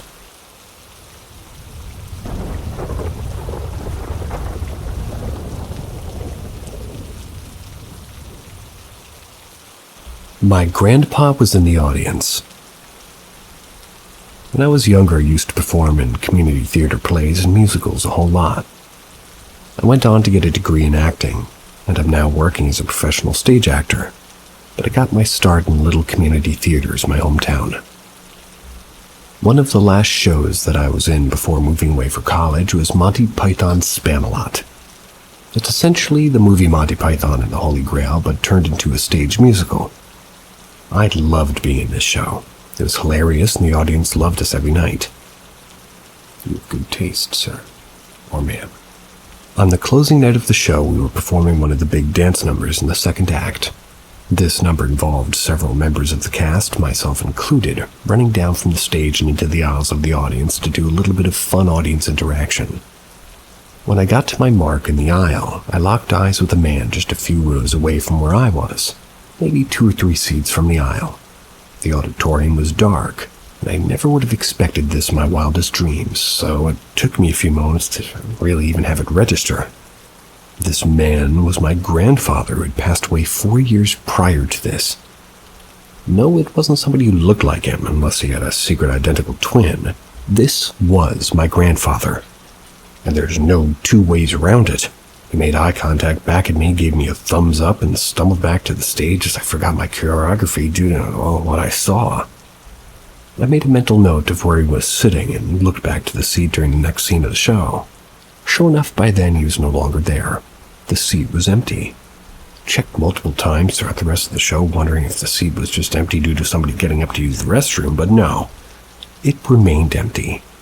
I even went so far as to ask the box office manager after the performance, who confirmed that nobody had purchased that seat for that performance. He's got good taste, too.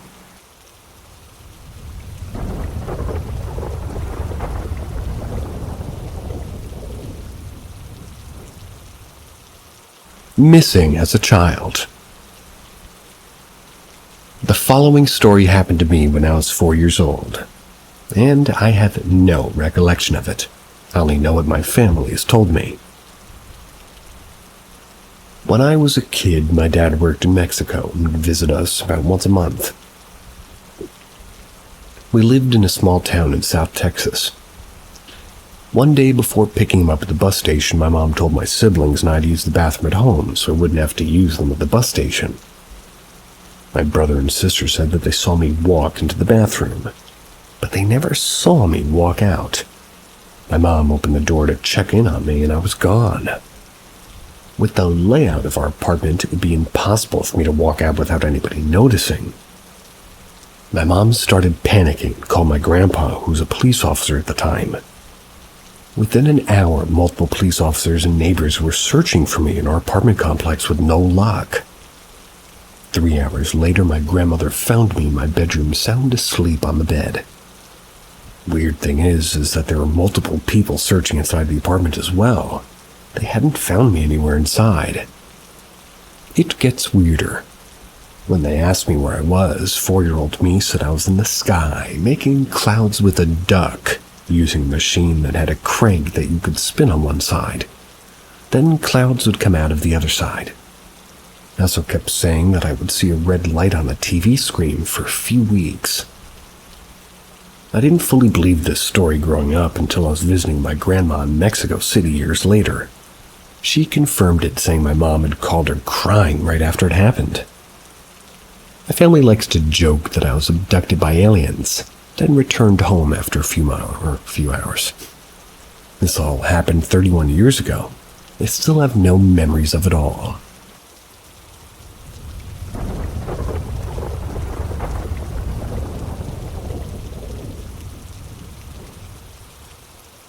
Was it a ghost? I just want to start by saying I don't believe in ghosts. That being said, I work the night shift, so I'm up at night all the time, even on my days off. I'm also a horror nut. I love a good scare, but I know it's all BS. About 1 week ago, I was home alone playing games one night. That's when it started storming. My daughter's scared of thunder, so I got off the game and brought her to bed with her mom. I decided to watch TV in the living room until I was ready for bed. Turned off the lights and turned on #body problem. It was around 5:30 a.m. when I first heard noise behind me. I looked back expecting my daughter or dog, but there was nothing. I ignored it and continued watching TV in the dark. About 10 minutes later, I felt something grab my ankle, almost like a small dog or cat trying to play. Shook my foot and looked down, expecting my wiener dog, but there was nothing. Got up and turned on the light, not quite scared, but confused. I looked around and didn't see anything out of the ordinary. Found my dog asleep in bed with my daughter and her mom. I watched TV with the lights on for about 20 minutes. Nothing happened. I turned off the light, settled back in. About 5 minutes in, I felt something touch my head. I turn around calmly and see nothing. Get up and turn the light back on, sit back down and watch TV. 20 minutes later and nothing. Turn the light off again. 5 minutes later, I feel something touch my head again. This continues about 3 more cycles until I quit.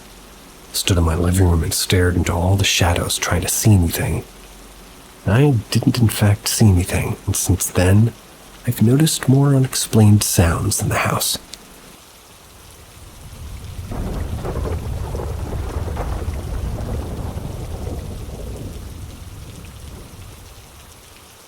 Just got reminded of a time when I seen a little shadow person, and it was confirmed by my uncle. When I was like 6 or 7 years old, I was sleeping in the den of my grandma's house. That was while my parents were having a bonfire outside and drinking. It was definitely sometime after midnight, but I woke up suddenly for some reason and started looking around the room in the dark. I seen a little person dressed in all black. He had a little hat and a little cape, but it looked like a shadow. He ran across the room and into the closet. The closet door was closed, so he ran through the door. I got so freaked out I screamed for my mom. She heard me and came inside. I told her what I'd seen, or rather, what I seen, and she believed me. Apparently, my grandma's house was crazy haunted. I'm not sure if it was the same night or a different night. My mom told me this year later when I was older, but my mom was telling her brother, who was my uncle, what I saw. She said that I'd seen a midget in all black. My uncle cuts her off and asks, "Did it have a newsboy hat and a cape?" She said yes, and he says, "I seen him too." He was sitting on the wall behind the avocado tree one night. He was smoking a cigarette watching me. He said he seen the cigarette light up when he was talking, or rather taking a drag. Then he disappeared. Super crazy, and I don't know what to make of it. If he's able to smoke a cigarette or even a shadow person, a demon, it's like it was sentient. What could it be? This was like 25-ish years ago.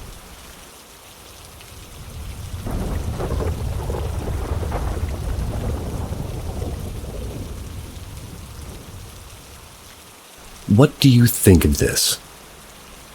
Whenever I tell this story to friends, they always say the same thing. I just got chills. I'm not even kidding. First off, this didn't happen to me. It happened to my mom. I don't actually have proof of anything, and neither does she, but I genuinely think she was telling the truth. I know she wouldn't lie about that. So, around a month after I got out of a mental hospital, me and my mom were talking in the car. I have no clue how the conversation started, but I can only remember her saying something like, "You probably aren't going to believe me, but I swear this happened." I was a bit confused, but then she explained. Backstory. I don't remember the exact date, but it was around March of 2023, around 2 a.m. I attempted to kill myself, and afterward I ended up getting really dizzy and falling asleep. In the morning, when my mom figured out what I did, she called the cops, and that's when I went into the mental hospital. What my mom told me in the car, and well, the night I attempted, my mom had a creepy dream. It was of my great-grandfather, who's been dead for 3 years. I don't know specifics of the dream, and I doubt my mom remembers, but basically I was just talking to my mom. He said, "I have to take the baby." Even though I'm a teenager, my great-grandmother still calls me the baby, in quotes. That's when, they were alive. My great-grandfather did too. My mom was really confused and asked, "What?" He repeated himself, "I'm taking the baby." That's where the dream ended and my mom woke up. Then things pretty much escalated from there. I know it's a short story, but I just want to know your thoughts on the dream that she had.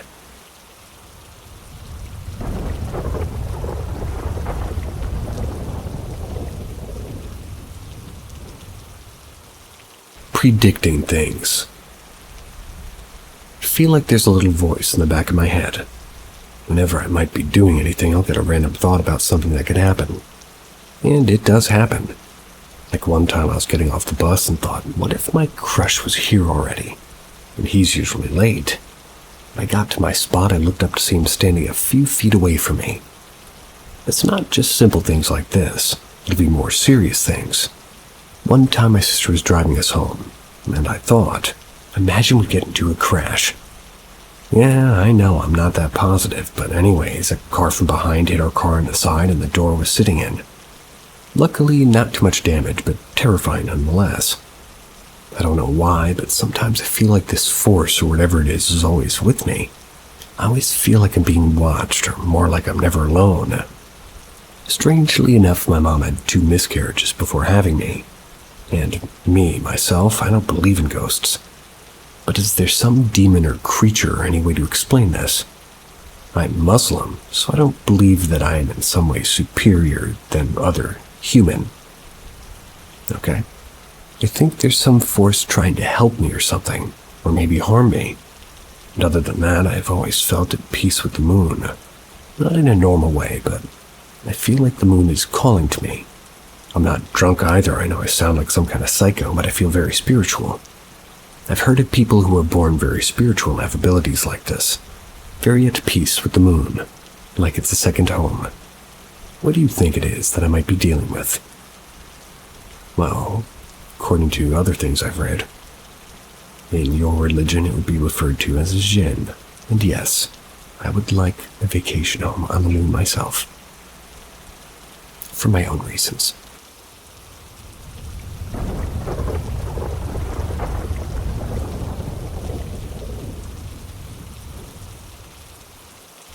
Ask Reddit. I have several paranormal stories as the women in my family are particularly sensitive to the other side. I grew up in a haunted house where the activity centered particularly around my bedroom. I would awake in the middle of the night to hear sounds of pages fluttering. Think what it would sound like if you dropped a large bucket filled with books off of a tall building. That's what it sounded like. I would always investigate, but was never able to find the source of this sound. The story I'd like to tell here, however, pertains to the house my boyfriend and I went to view as we went to the market to buy. While the house was a dream come true, something felt utterly wrong there. I kept these things to myself as we progressed through each room, but somehow I just couldn't shake the feeling that there was a sinister presence in that house. After feeling so overwhelmed by this negative energy, I told my boyfriend that we couldn't live there because I felt an overwhelming darkness. It was as if there were several unhappy spirits in every room. Imagine an unknown source making the air so thick you feel like you're trudging through a dense forest in the middle of the night. I was consumed with this feeling. My boyfriend, who's not really a believer in the paranormal, just kind of brushed it off and we left. Unable to shake the feeling, I did some research on the property. I was so sure something dark was living there, and upon a quick Google search, it turns out that the house actually used to be the town morgue. When it was sold, the builder remodeled the entire thing into a home before putting it up for sale. My boyfriend was shocked and couldn't explain away the coincidence. The morgue was where the dead would go after their final breaths. I can only assume that some of them died by violence. That was the first time that my sensitivity to the paranormal actually had some facts to back it up.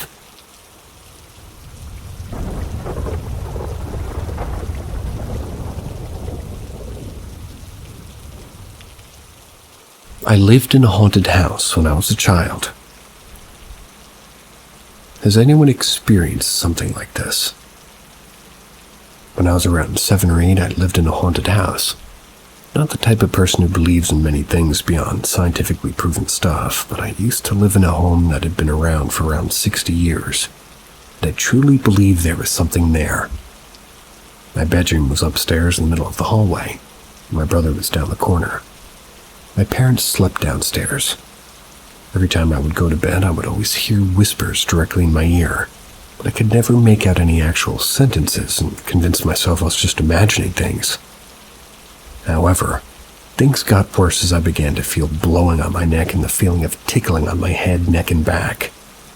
As time went on, it turned into the sensation of somebody pressing me down, scratching me lightly, but obviously nobody was there. I also used to hear footsteps and see shadowy figures here and there in the middle of the night as I always woke up randomly. I had a difficult time sleeping and staying asleep. I also used to misplace things a lot. Like I'd put something somewhere in my room and then I'd come back and it'd be somewhere else. The energy in my room was so heavy and tense. I don't know how to explain it, but I always avoided being in there. Something about it always gave me physical discomfort and anxiety without reason. I told my parents and we soon moved out a year or so later. Discussing with my mom a few years later, and she told me that she called a medium without my knowledge. She found that there was apparently a ghost of a woman who was confused and stuck in my floor. I'm glad she'd told me when I got older because I would have been terrified had I known at the time. Once we moved out, I've never experienced anything like it since.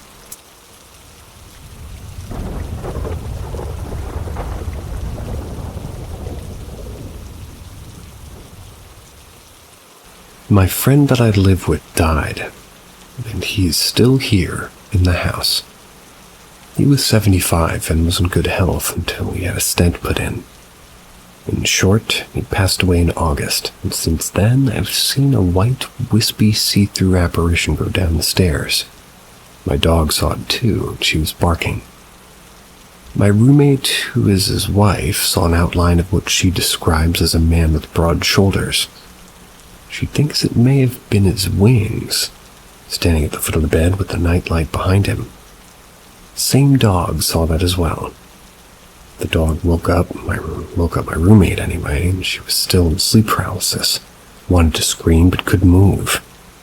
She felt a calm come over her, so she relaxed and fell back asleep.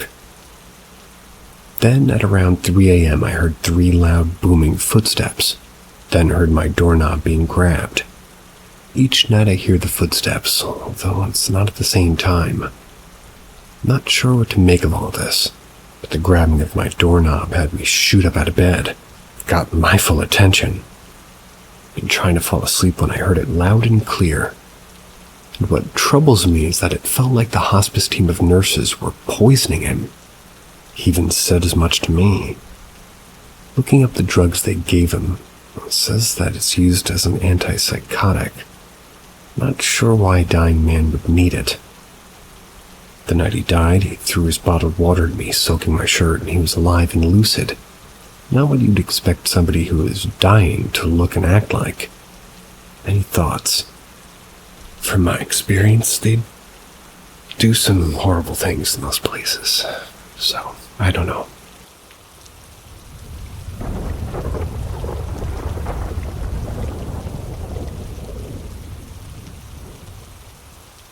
Disembodied singing and vocals at Lake George, New York. We stayed at Lake George Battlefield Campground. Our last night camping was Sunday, July 16th. That was in 2023. Right after midnight, my friends went to use the bathroom, left me alone by the fire. That's when I heard a woman's voice singing in the woods. It was spooky, but also dreamlike. I describe it as singing because it sounded so practiced, but it was sort of an arpeggiated note, no words.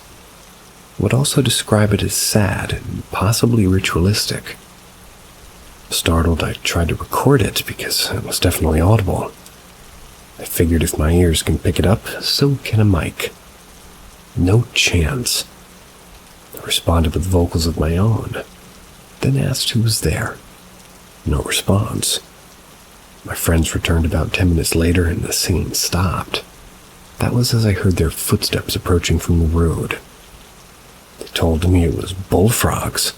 The pitch changes and the length of the notes was no way a bullfrog or forest animal. And for reference, the campsite we stayed at was 200 feet south of the Isaac Jacques Monument. There's a nature trail about 400 feet west. It's down a hill from our site. In front of the nature trail is the Tiki Hotel. You can see those lights through the foliage. I'm really thinking it was someone practicing some Native American ritual. We've stayed at the same campsite every year for the past 5, but this is our first time staying into Monday morning. Would anybody know what goes on out there on Sundays?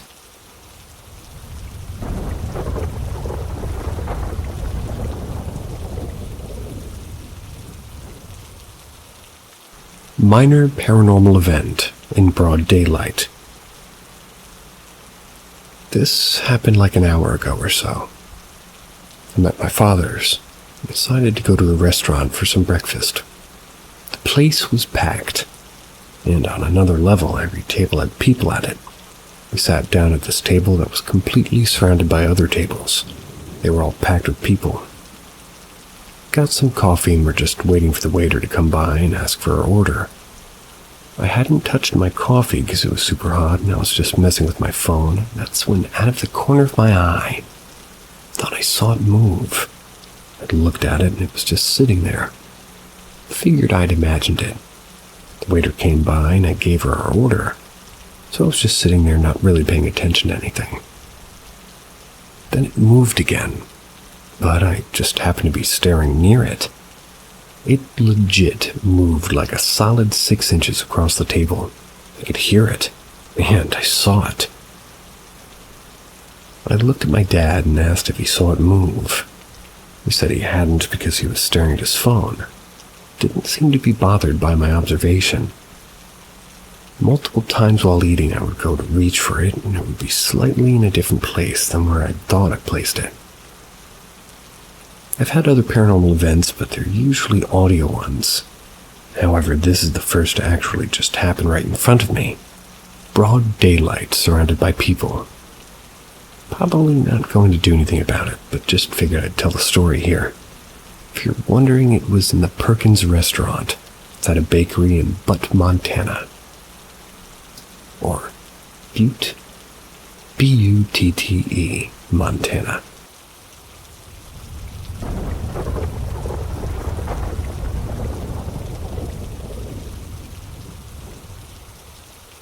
My Ghost Stories from Keokuk, India.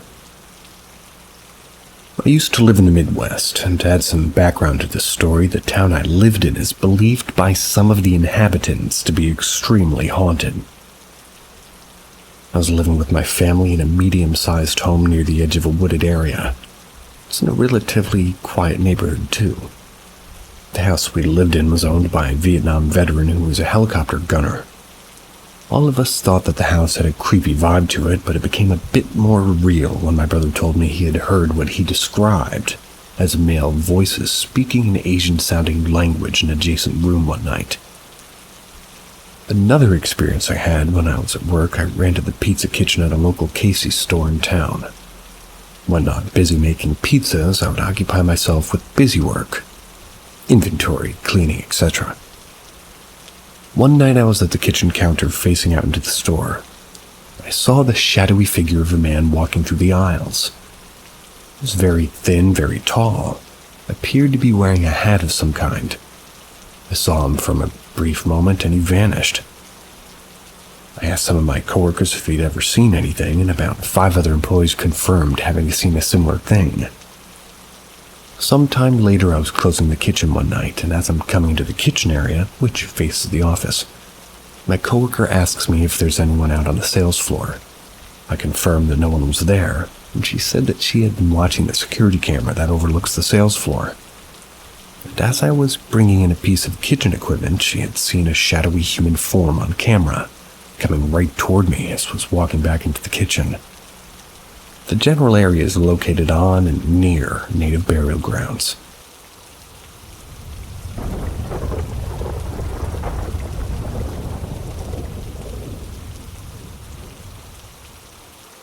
REM pod ghost hunting device. So after many months of watching different ghost hunting channels, I decided to purchase an REM pod. If you aren't familiar with what this device does, it basically measures both EMF and temperature changes in the environment. It has different sensitivity settings, and those are measured by a metal antenna sticking out of the device. From me messing with it, it seems like even the most sensitive setting, the EMF field will not be set off unless you're within 5 inches of it. I know what the different tones it makes represent, and the strength of contact is represented by different colored LEDs. Now for the weird part. I've been able to manipulate the REM pod on my own while being 6 feet away from it by dropping any and all said barriers. I imagine in my current mind's eye a giant white force field made of light that surrounds my home. I imagine it melting away till it's gone, and it sets the REM pod off. Usually the red and purple mini LEDs and a large green LED all at the same time go off and fluctuate for a good 5 to 10 seconds. I've been able to repeat this exercise 3 times in a row, 2 different times. One of which I demonstrated in a Discord call. He said he recorded it all. I don't know if he did, but it actually, well, or even if anybody cares enough, I'm sure I can repeat it again. Or to see if he did actually record it. Makes me wonder how much of these ghost investigations are being influenced by the investigators themselves, though.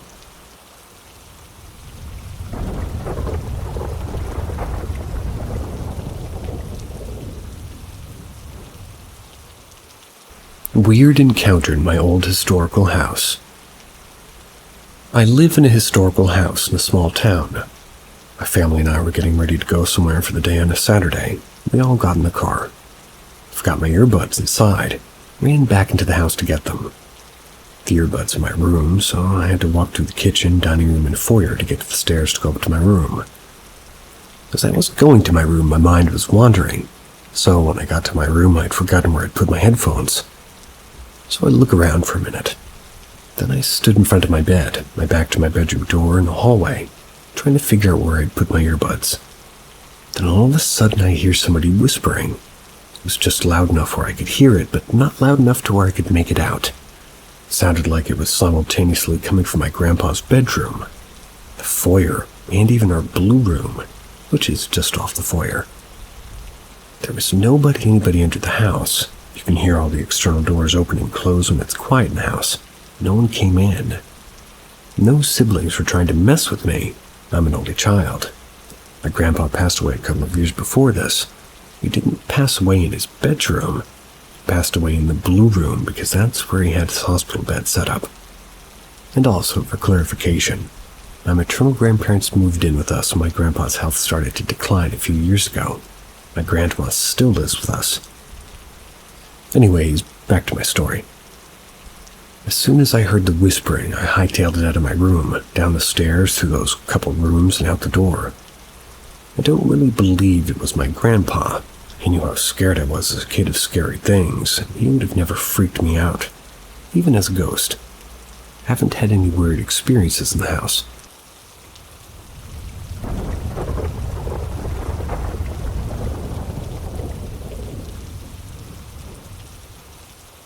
Do you guys ever feel like you're not alone in your own home, even when everyone is gone? Because I always feel like I'm being watched, I know my grandmother's house is known for creepy things. And guys, I'm not gonna lie, sometimes my grandmother creeps me out too. One night I came out of my room around 3 a.m. It was almost 4. She was sitting next to her door, just staring at me, not saying anything, then closed her door. I got so many chills up my body. Mother always talks about how she would see black figures walk to my grandmother's room, open the door and closing it. Not once, but more than once, and my mother ex-husband. I'm assuming mother's ex-husband said the same things. I've also heard him at 4 a.m. like heavy boots walking in the hallway, then stop like it's at my door, and then just silence. Guys, help, what do you think's going on? I honestly believe that my house is haunted, but not the normal haunt, but only when it wants to come out and do things haunted. Indeed. I most definitely believe that the man with the boots, that's what I call him, lives in my basement. Mostly because me and my sister have heard him walk up the steps, and my sister sleeps in the basement. She hears him walking around. And one time she said that she heard her doorknob turn like somebody was trying to open it. That's why she always locks her door when she's sleeping. She's afraid of the basement, and everyone in the house is. But my grandmother, she is the only one who denies that we have a ghost.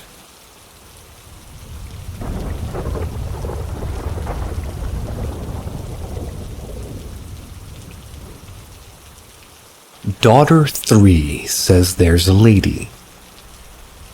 I want to preface this by saying I'm not dismissing this as a part of her imagination developing. She is 3, though, and has never constructed a narrative before, and I'm not sure where this came from. Last night, she and her little brother were both scared to go into the loft and living room. It's an old house, over 100 years old. I'm fixing this up, and we moved into maybe like 3 or 4 months ago. She randomly said about 2 hours ago that there's a lady in the house. I laughed and asked her what the lady does. What followed an increasingly weird conversation where I asked simple, kind of non-leading questions. She gave me the following information. The lady lived in the house, wears a green dress, and picks up her toys. She saw her in the window picking up toys, and she lives upstairs in the loft and attic area. She can't tell us her name because the lady will get mad. The lady is her friend. The lady does not like Mom. I obviously instinctively thought there was a woman secretly living in her house because of all the stories. Took my German Shepherd up there. I've noticed before, by the way, that our cat refuses to go upstairs, so my dog was fine and checked the place out. We really searched every nook and cranny. There's no evidence of entry or anybody being up there. The German Shepherd didn't seem bothered by anything up there, and she definitely didn't smell anyone. If somebody was up there, they'd have a hard time getting her to like them. She's a semi-aggressive with those, outside of the pack. She's mauled an intruder at her house, so I don't think anybody's up there.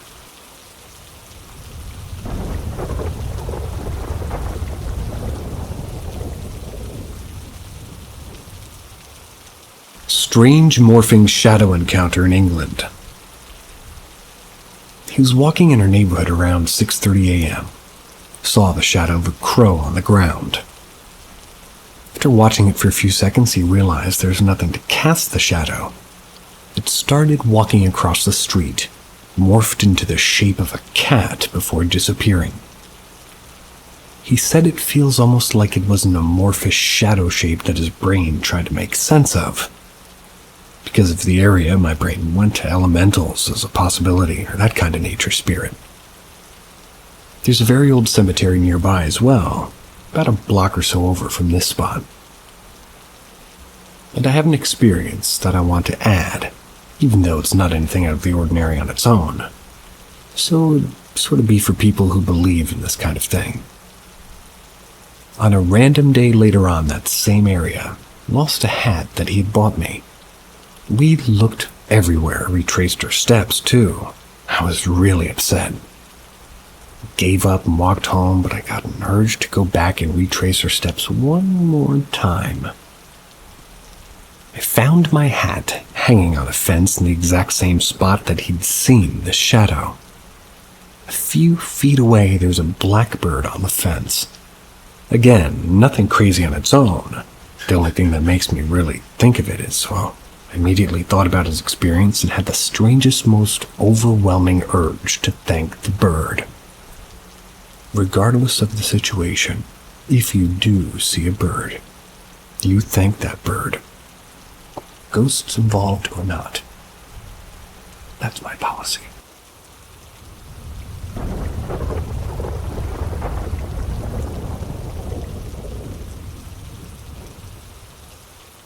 Ask Reddit. When I was 3 and my parents and I were returning home from a party, my dad's friends had encouraged him to keep drinking all evening, gotten him sloshed. My parents were fighting over this whole car ride home, and we lived a few steps from a cemetery. It was common for young men to hang there and get drunk and smoke weed at night. When my mom was making the turn onto our street near the cemetery, she saw a group of men there, calling out my dad's name. It was foggy and she could only see silhouettes. She could hear them clearly. They were asking my dad to come get some drinks with them. They sounded like his friends from the party. Well, my mother found this odd because none of them lived on this side of town, and they were still at the party when we left. But she was already annoyed by them, encouraging my dad to drink all evening. Decided that this has now gone too far. Got out of the car to confront them. My dad followed her. But the moment they get to where they thought his friends were sitting, there was nothing and no one there. It was as if somebody was indeed there. The only way to leave would have had to been to pass our car. This was a dead end. My parents were freaked out and just quietly drove home. The next day, my dad called his friends and asked if they'd left the party early. They refused. My mother also called her friend who had hosted the party to ask when these friends left, and she confirmed that they were the ones to leave last, several hours after we left. While I was in the car, I, of course, don't remember any of this. My parents, especially my mother, insist that they saw and heard ghosts that night.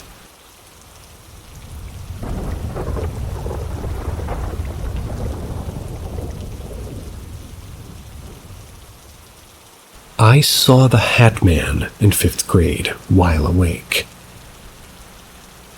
So I was in 5th grade in my gym class. The gymnasium is 2 floors underground, most of the ceiling raised up to the ground floor, but a small portion was room height with pillars supporting it. During class, me and a few friends were sitting on the benches placed between the 2 pillars. We were on one end of the room talking. That was when I saw the Hatman on the other end. He was peeking behind a pillar. I remember it feeling really eerie and surreal, rather like seeing a monster or something. Like I was locked in a stare with it. I couldn't look away or say anything to others for a few seconds in shock. When I finally looked away to tell them to look at it, it was not there. This was during like a free class, so teachers let everybody on their own. It felt really weird that others who were playing football and stuff in the gym didn't see anything. They were playing as normal. And my friends couldn't see it either. So I didn't really know how to feel and try not to make much of it. Since then, I told the story from time to time to others, but some time passed and I'd forgotten it. But a few months earlier, one morning while scrolling Reddit, I randomly saw a drawing of Hatman in a post. The memory suddenly rushed back to my mind, and I got goosebumps that somebody else had seen it. I searched for it, finding that it's a common thing that people see in their nightmares and in sleep paralysis.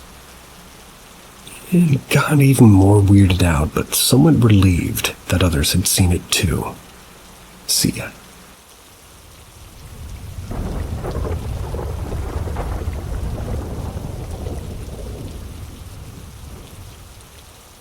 I want answers. We have a doll and don't know what to do.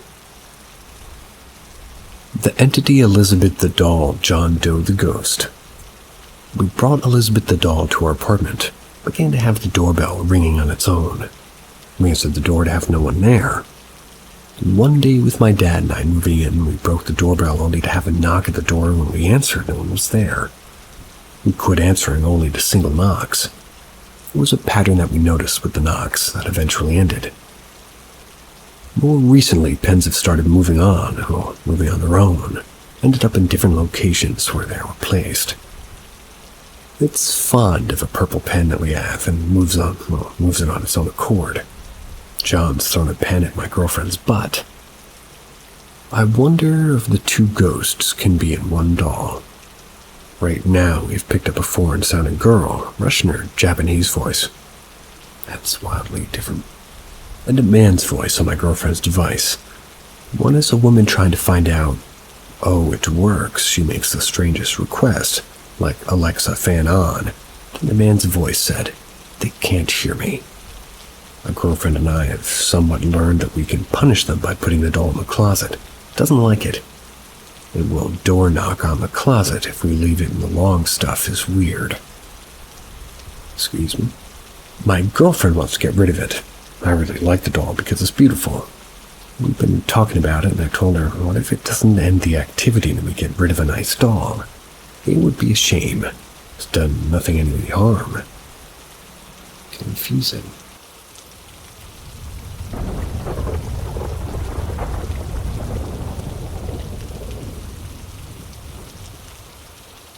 Ask Reddit. It was one night I was in bed watching TV. It was around 2 a.m. That was until I started hearing footsteps from upstairs. I usually think that it was one of my parents that needed to use the bathroom, or maybe my dog. Maybe they wanted to come downstairs to eat or to drink water. I ignored it and kept watching TV until I heard a noise in the kitchen. I got up, went to the kitchen, and it was nothing. Thought I had paranoia about thinking that somebody was downstairs to do something. Next day it was nighttime, roughly 1:30 a.m. That was until I heard the same thing from yesterday. Got up to check, saw in the living room a weird-looking black deformed body standing. I ran back to my room and didn't sleep at all until it was daytime. Never went back out to check if there was a noise outside my doorknob unless it was one of my parents knocking on the door asking me to go to sleep or urgently to use the bathroom. I never experienced that ever in my life, and won't again. I have another one as well. I was in a car ride on my way back to go home for my family. That was until I got bored of using my phone and stared at the window. When we going through the forest, I saw mysterious persons in the woods with a big grin, side-headed looking at me in my eyes until I looked in its eyes as well, which was all red. I stopped looking and had the weirdest chills going through me and went back to using my phone. Never even told anyone about this.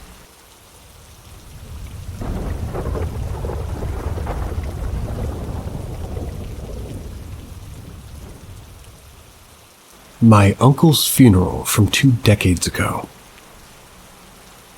I just wanted to share a bizarre incident that happened during my uncle's funeral when I was younger, 15 or 20 years ago.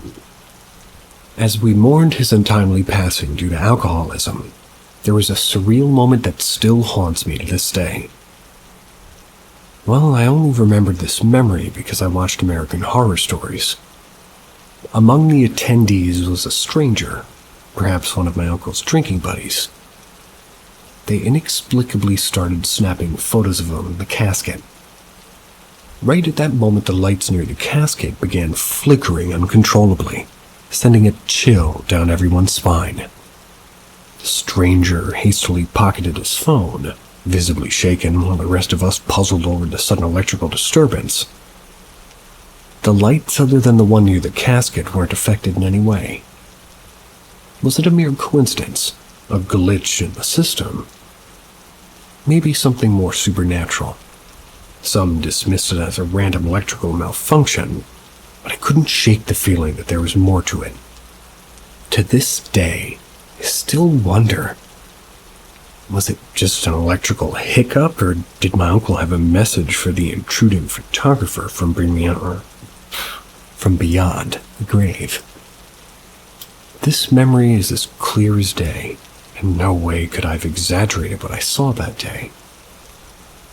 When photographers see the moment, they do jump up and try to catch it like a Pokemon, huh?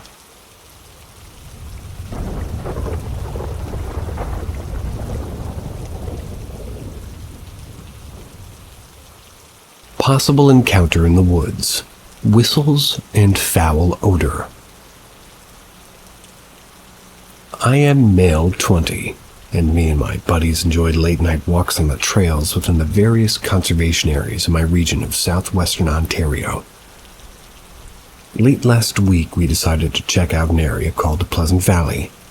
To my knowledge, this area has a deep-rooted history with the Underground Railroad, Indigenous peoples, as well as the War of 1812, if I'm not mistaken, given its proximity to Lake Erie. We entered the woods at around 2 a.m., and immediately upon entering, I was overcome with a bad feeling. And after walking for some time, the feeling progressively worsened until we reached 2 bent trees and an X over the path. My one buddy pointed out the fact that it's bad juju to go underneath. We should just call it a night, as we all felt watched. As soon as we turned around and started to head back, the entire forest seemed dramatically quieter. We all hear a loud, distinctively human whistle behind us. Almost like what you would do to call a dog over. There's no way anybody could have been out there at that hour, and there's no homes in close enough proximity for somebody to be out and about. We all ran, and I honestly was terrified. My friends were all relatively big guys, and we're all comfortable in the woods, so it took a lot to get us running. Upon leaving, there was a faint smell of rotting eggs, and it was not present upon our initial entry.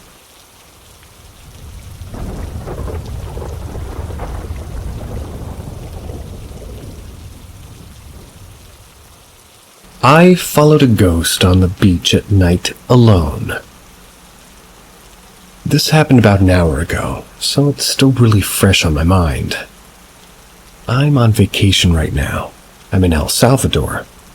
I was on the beach talking with my mom and my sister-in-law when my niece called my name. She went with my stepdad and brother to get some food for us. Get to the restaurant, you have to walk to the beach. Anyway, she called my name and went out with a flashlight to look for her. So I thought she needed me. Thought I saw her laying down on the sand with a flash. I was walking toward her, but ended up going back, and a man stands up and walks away and disappears into thin air. Then I saw some kind of big gray orb speed through somewhat my direction, but it went away. Then I saw 2 figures standing looking right at me by the pool. I swore that my niece's voice was yelling my name, but when I was yelling her name back, she wasn't responding. I know they feed off of fear. I'm really trying not to be scared, but this was my first experience encountering something like this. I'm so glad I didn't go to that person because it was really dark out and I was alone. I feel like I'll be fine, but that was so weird. The whole time my niece was in the restaurant not calling my name, and it feels great talking about it online because, to be honest, I just can't believe that actually happened. And I don't really believe in ghosts. I'm gonna try to sleep tonight, but I don't know if I will. Hope I do.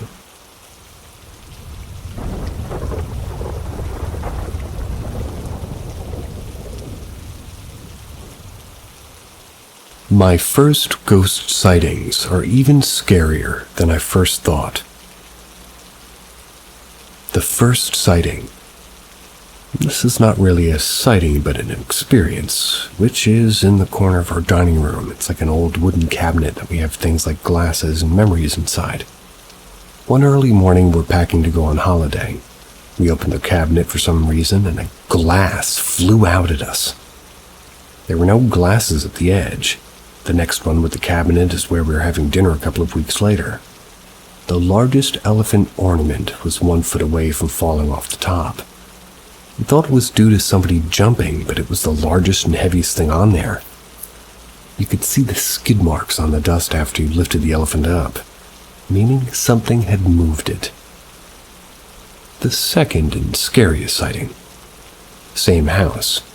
Nothing different. My parents were on holiday and my sister was in bed. Just me downstairs. I looked at my second monitor. I was playing on my PC, and in the corner of my eye, I saw a dark, tall figure walk from the cabinet to the kitchen. Me, being an idiot, told my friend, "1 sec." Ran to the kitchen and there was nothing. A week later, I told my family, and my sister responded, "Yeah, I've seen it a couple of times." My dad said once that he was in the living room and he saw as clear as day something walk opposite him and match the description I gave. That was when I hadn't told them what it even looked like. Spooky.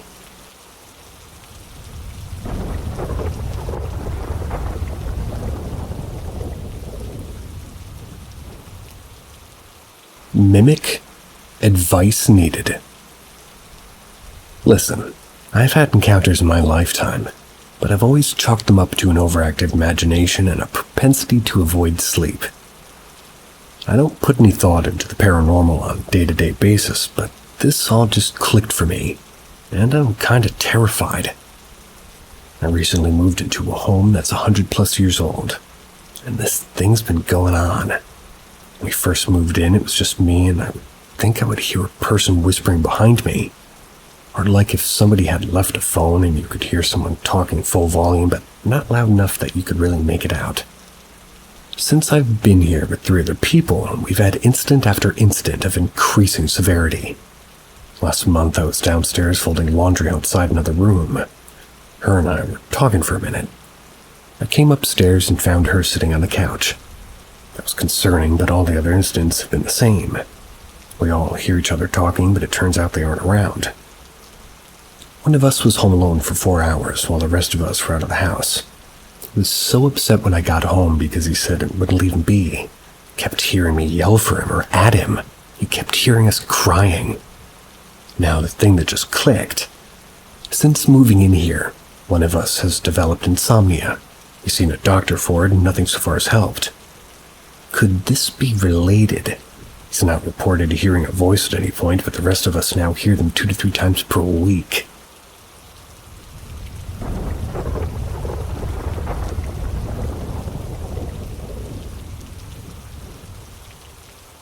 Haunted Museum in Washington State.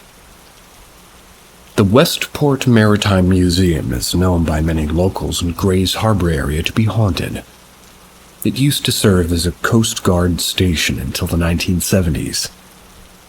During its service, there was a lot of trauma involved. An auxiliary building next to it was once used as a garage and temporary storage facility to store the dead bodies of shipwreck victims after a disaster at sea at one point. Various employees and locals have reported orbs, footsteps, shadows, and tingling sensations. One day in October, my coworker and I were having some downtime as there was very little traffic coming in. We heard a bunch of banging and footsteps upstairs. Sounds of something heavy being dragged across the floor. I got up, ran to see what was going on, and no one was there. Fast forward a few months, and the same coworker and I do a ghost hunt one night after hours. During our ghost hunt, she felt something brushing up against her leg and skirt. Simultaneously, I felt this intense rush and negative vibe. I felt the energetic sensation of somebody rushing at me. As we reviewed the footage at the same time, she felt the physical touch and I felt the rush. The video camera and audio glitched, and a scratchy, raspy voice could be heard on tape saying, "Get out!" When I saw and heard this on our tape, our blood went cold, and our eyes watered.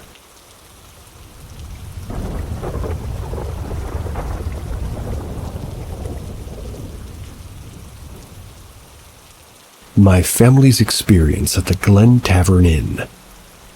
My mom sent me a text yesterday about Sharon Osbourne being rushed to the hospital while filming a show at the Glen Tavern Inn.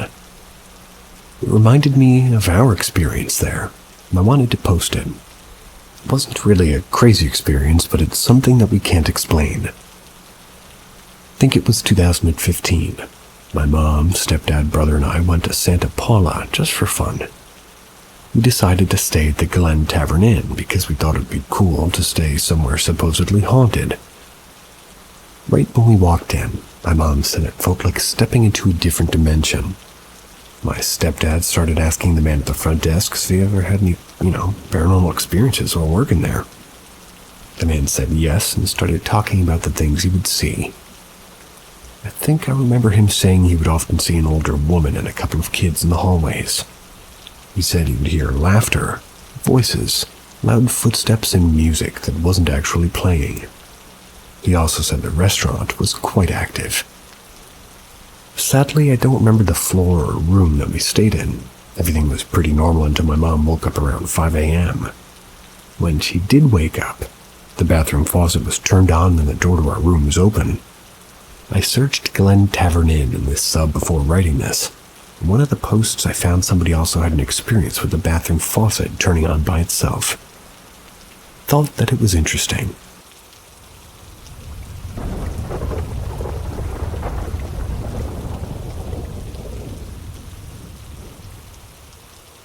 Oak Alley Plantation.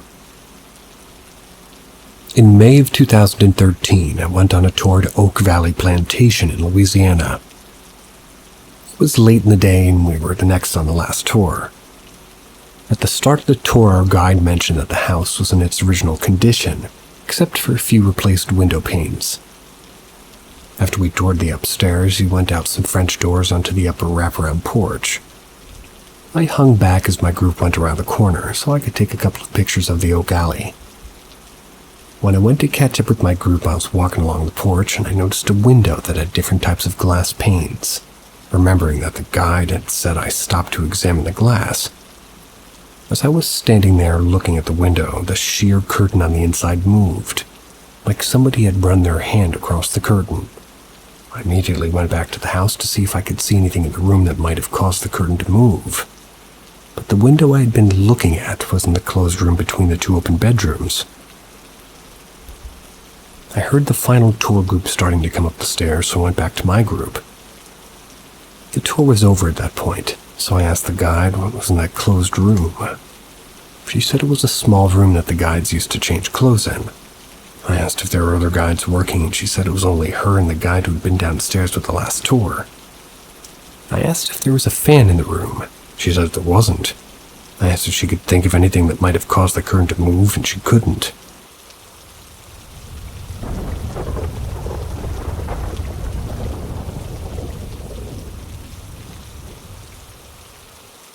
Who came up the stairs? This is something my sister experienced several years ago. It's stuck in my mind ever since. My family have lived in the same house since I was born. I'm 22. We know every single noise in the house. We know who's coming up or down the stairs at any given time without looking. My sister is 6 years older than me. My sister's room is at the top of the stairs, directly in front of the staircase. She always used to leave her bedroom door slightly ajar at night so that my dad could say goodnight through the crack in the door. My dad has always been the last person to go upstairs to bed at night.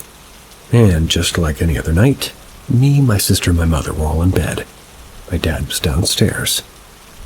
Then my sister heard all of the light switches being flicked downstairs, so she knew my dad was going to bed. She heard his footsteps coming up the stairs. stopped at her door. She said as she always did, "Night, Dad." No answer. "Good night, Dad," she said again. No answer. Then my dad came up the stairs. She stands by this story to this day. The first set of footsteps didn't pass her room and go into another room. They sounded exactly like my dad's footsteps. And my dad confirmed that everybody else had gone upstairs at least half an hour before him. It was definitely none of us that had gone up just before him. We'll never have an answer to this, but it does still give me chills whenever my dad comes upstairs at night.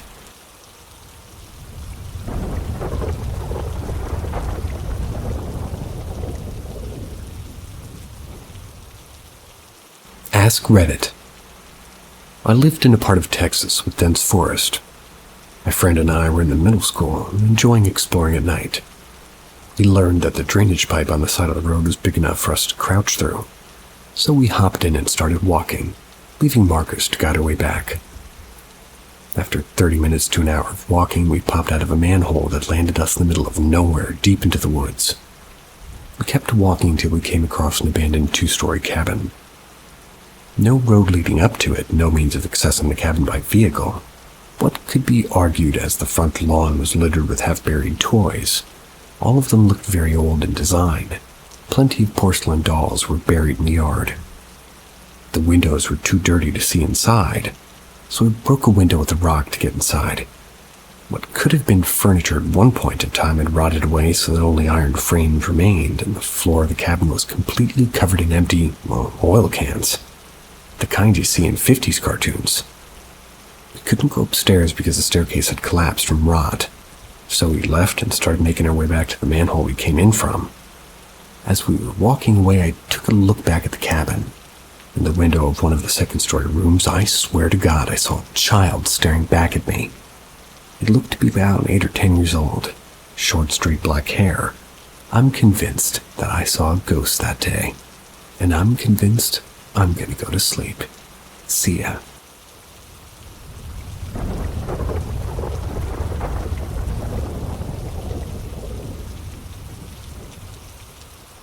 Second paranormal experience. When I was 9 years old, I woke up in bed late at night. The light was off in my room, but the hallway light was on. I currently get sleep paralysis at least once a month, but I'd never had it at this point in my life. I look in the hallway, nothing was there, beginning to rub my crusty eyes and look back up to see a tall, blacker-than-black shadow figure. At first I thought it was my dad, called out to it. It just stared at me and stayed silent. Once again I called out Dad, and it remained silent and very slowly walked to the foot of my bed. One last time I said Dad in a questioning-like manner. I began to slowly walk up the side of my bed and knew then that this thing was not my dad. I jumped up and ran to my parents' room and frantically told my mom to turn the lights on. She took her sweet time in doing so. I looked toward her bedroom door only to see the shadow enter her bedroom and start slowly walking toward me. Jumped over my mom onto the other side of the bed and the light turned on. There was nothing there, nobody at all, and my father wasn't in bed with her. At this point I thought maybe I was wrong and it was my dad, seeing that he wasn't in bed with my mom. And when I asked my mom, she said that when I got called to work, my dad worked at a call time, or worked on call at the time and could be called to work at any time. Thought maybe he had just gotten home, but he had not returned from work yet. It was only my mom and I there that night.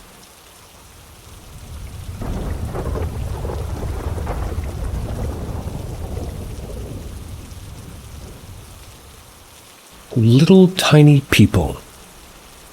I'm freaking out. My partner and I were touring the community of townhouses that we'll be moving into. This community has no gym, but posts around the community a trail that'll take you from a monkey bar to something else. Kind of like a treasure hunt with exercise machines. It was 11:30 p.m. and we were kind of walking and exploring and reaching this last machine. This machine was fully afar from everything else. Lots of trees kind of foresty behind it. We see the trail sign and we start walking to it. Behind the sign there was this big box, kind of looked like maybe something electrical inside, I don't know. Anyway, as we reach the sign, my partner turns his flashlight on. We try to read the sign. Flashlight kind of lights the box behind, and he sees something, so he yells, "Hey!" Immediately I look as well, and there's this tiny figure that looked like a person, maybe as high as my knees. My partner immediately starts running and grabs my arm and freaked out starts running too. He wanted to keep exploring, and I just wanted to leave. Felt like throwing up. Little dude kind of started standing up and was about to wave, I think, but it was a couple of seconds until I ran. His movements were very human. I'm scared as hell. What did we see?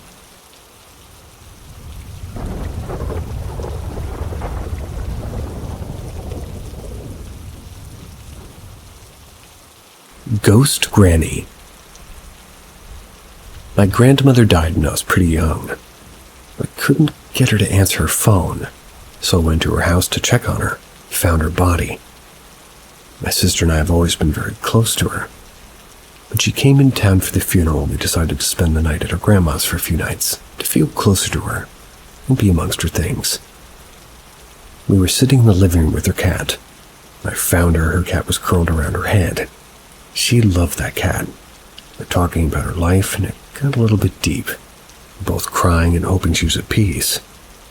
Suddenly, the cat who was sitting between us jumped up and started hissing at the fireplace. Then the flue to the fireplace slammed shut really loud. Scared the shit out of us. We then heard footsteps above her in the bedroom. That's where she died. It was scary and not comforting for us or the cat. He was also kind of a person who never wanted anybody to feel sorry for her. I think we got too personal about her life and it pissed her off. I had several other uncomfortable moments in her house while cleaning it out. My then 8-year-old nephew and I were packing boxes. Her bedroom door slammed shut. It was a nice day, no windows or doors open. My nephew looked at me and asked, "Why is Granny so sad?"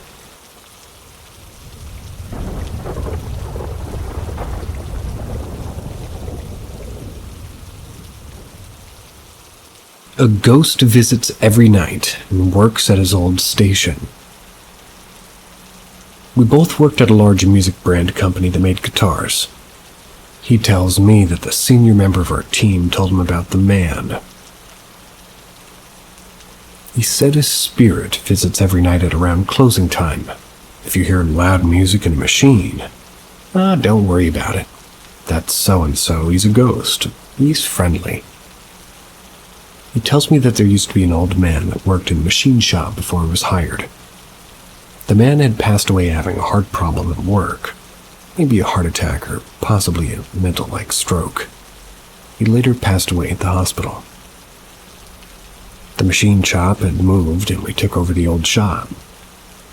He went to lock up the shop one night and heard what sounded like a grinder or some other machine that was left on. As he got closer, he began to hear Mexican music blasting loud. Once he heard the music, he instantly remembered the story of the ghost. "Nope," he yelled, turned around, locked the door behind him, clocked out. That. This seemed to only happen when he locked up later than usual. He said he never forgot to lock up on time after.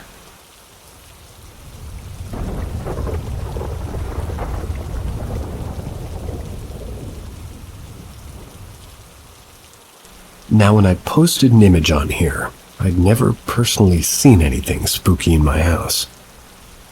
But that changed this morning around 6:45 a.m. I know because I messaged my boyfriend immediately and the time is dated to 6:45. Recently moved back into my dad's house, which is the house seen in a recent picture I shared on here. And sometimes I'm alone, or when my dad and I are both upstairs, I hear cupboard doors opening, somebody using our downstairs tap, etc. But I never really let it get to me, as while I do believe in supernatural things, I don't go too far into it. But then this morning when I woke up, I was scared shitless by what I saw. I was laid facing the bedroom wall for a moment, my back to the rest of the room. I wondered what the time was and rolled back over to check. It was when I looked up above my side table and I saw this young boy. He was giving me the Kubrick stare, the one where you tilt your head down and look through your eyebrows. He was grinning. His eyes looked pink and he was just standing there. I immediately jumped up and he was still there, turned on the light. It was gone. I felt like I had a panic attack or something, so I messaged my boyfriend immediately. I didn't know what I saw. It really freaked me out.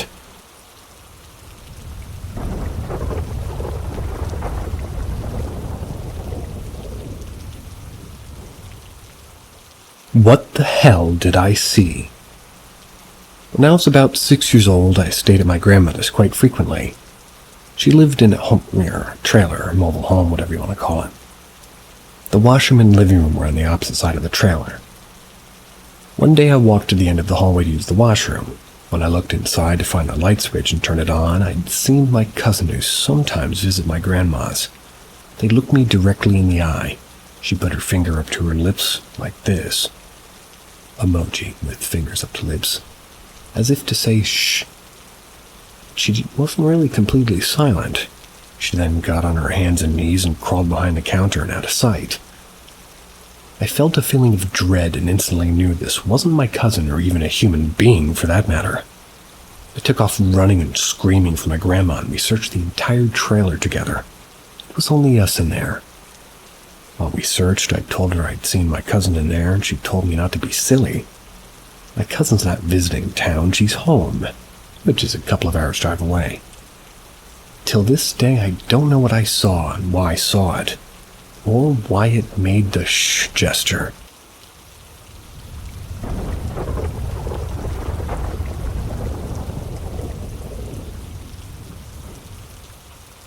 So I think I'm haunted. So I'm reading on my phone. It's like 11 p.m. I feel something hop onto my bed. Not unusual, my cat does it all the time.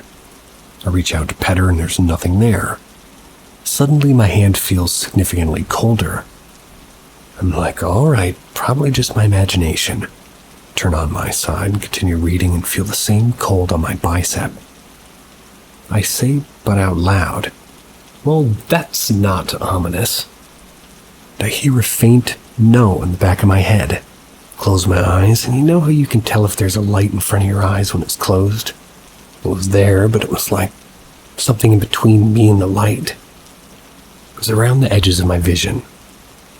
I then say, well, I guess I'm haunted now. Then in the same voice and tone in the back of my head, I hear friend.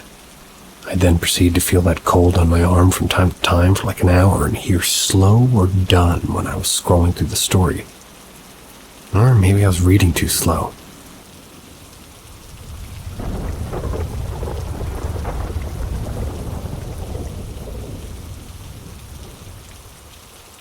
Saw a ghost and I'm not sure what it meant.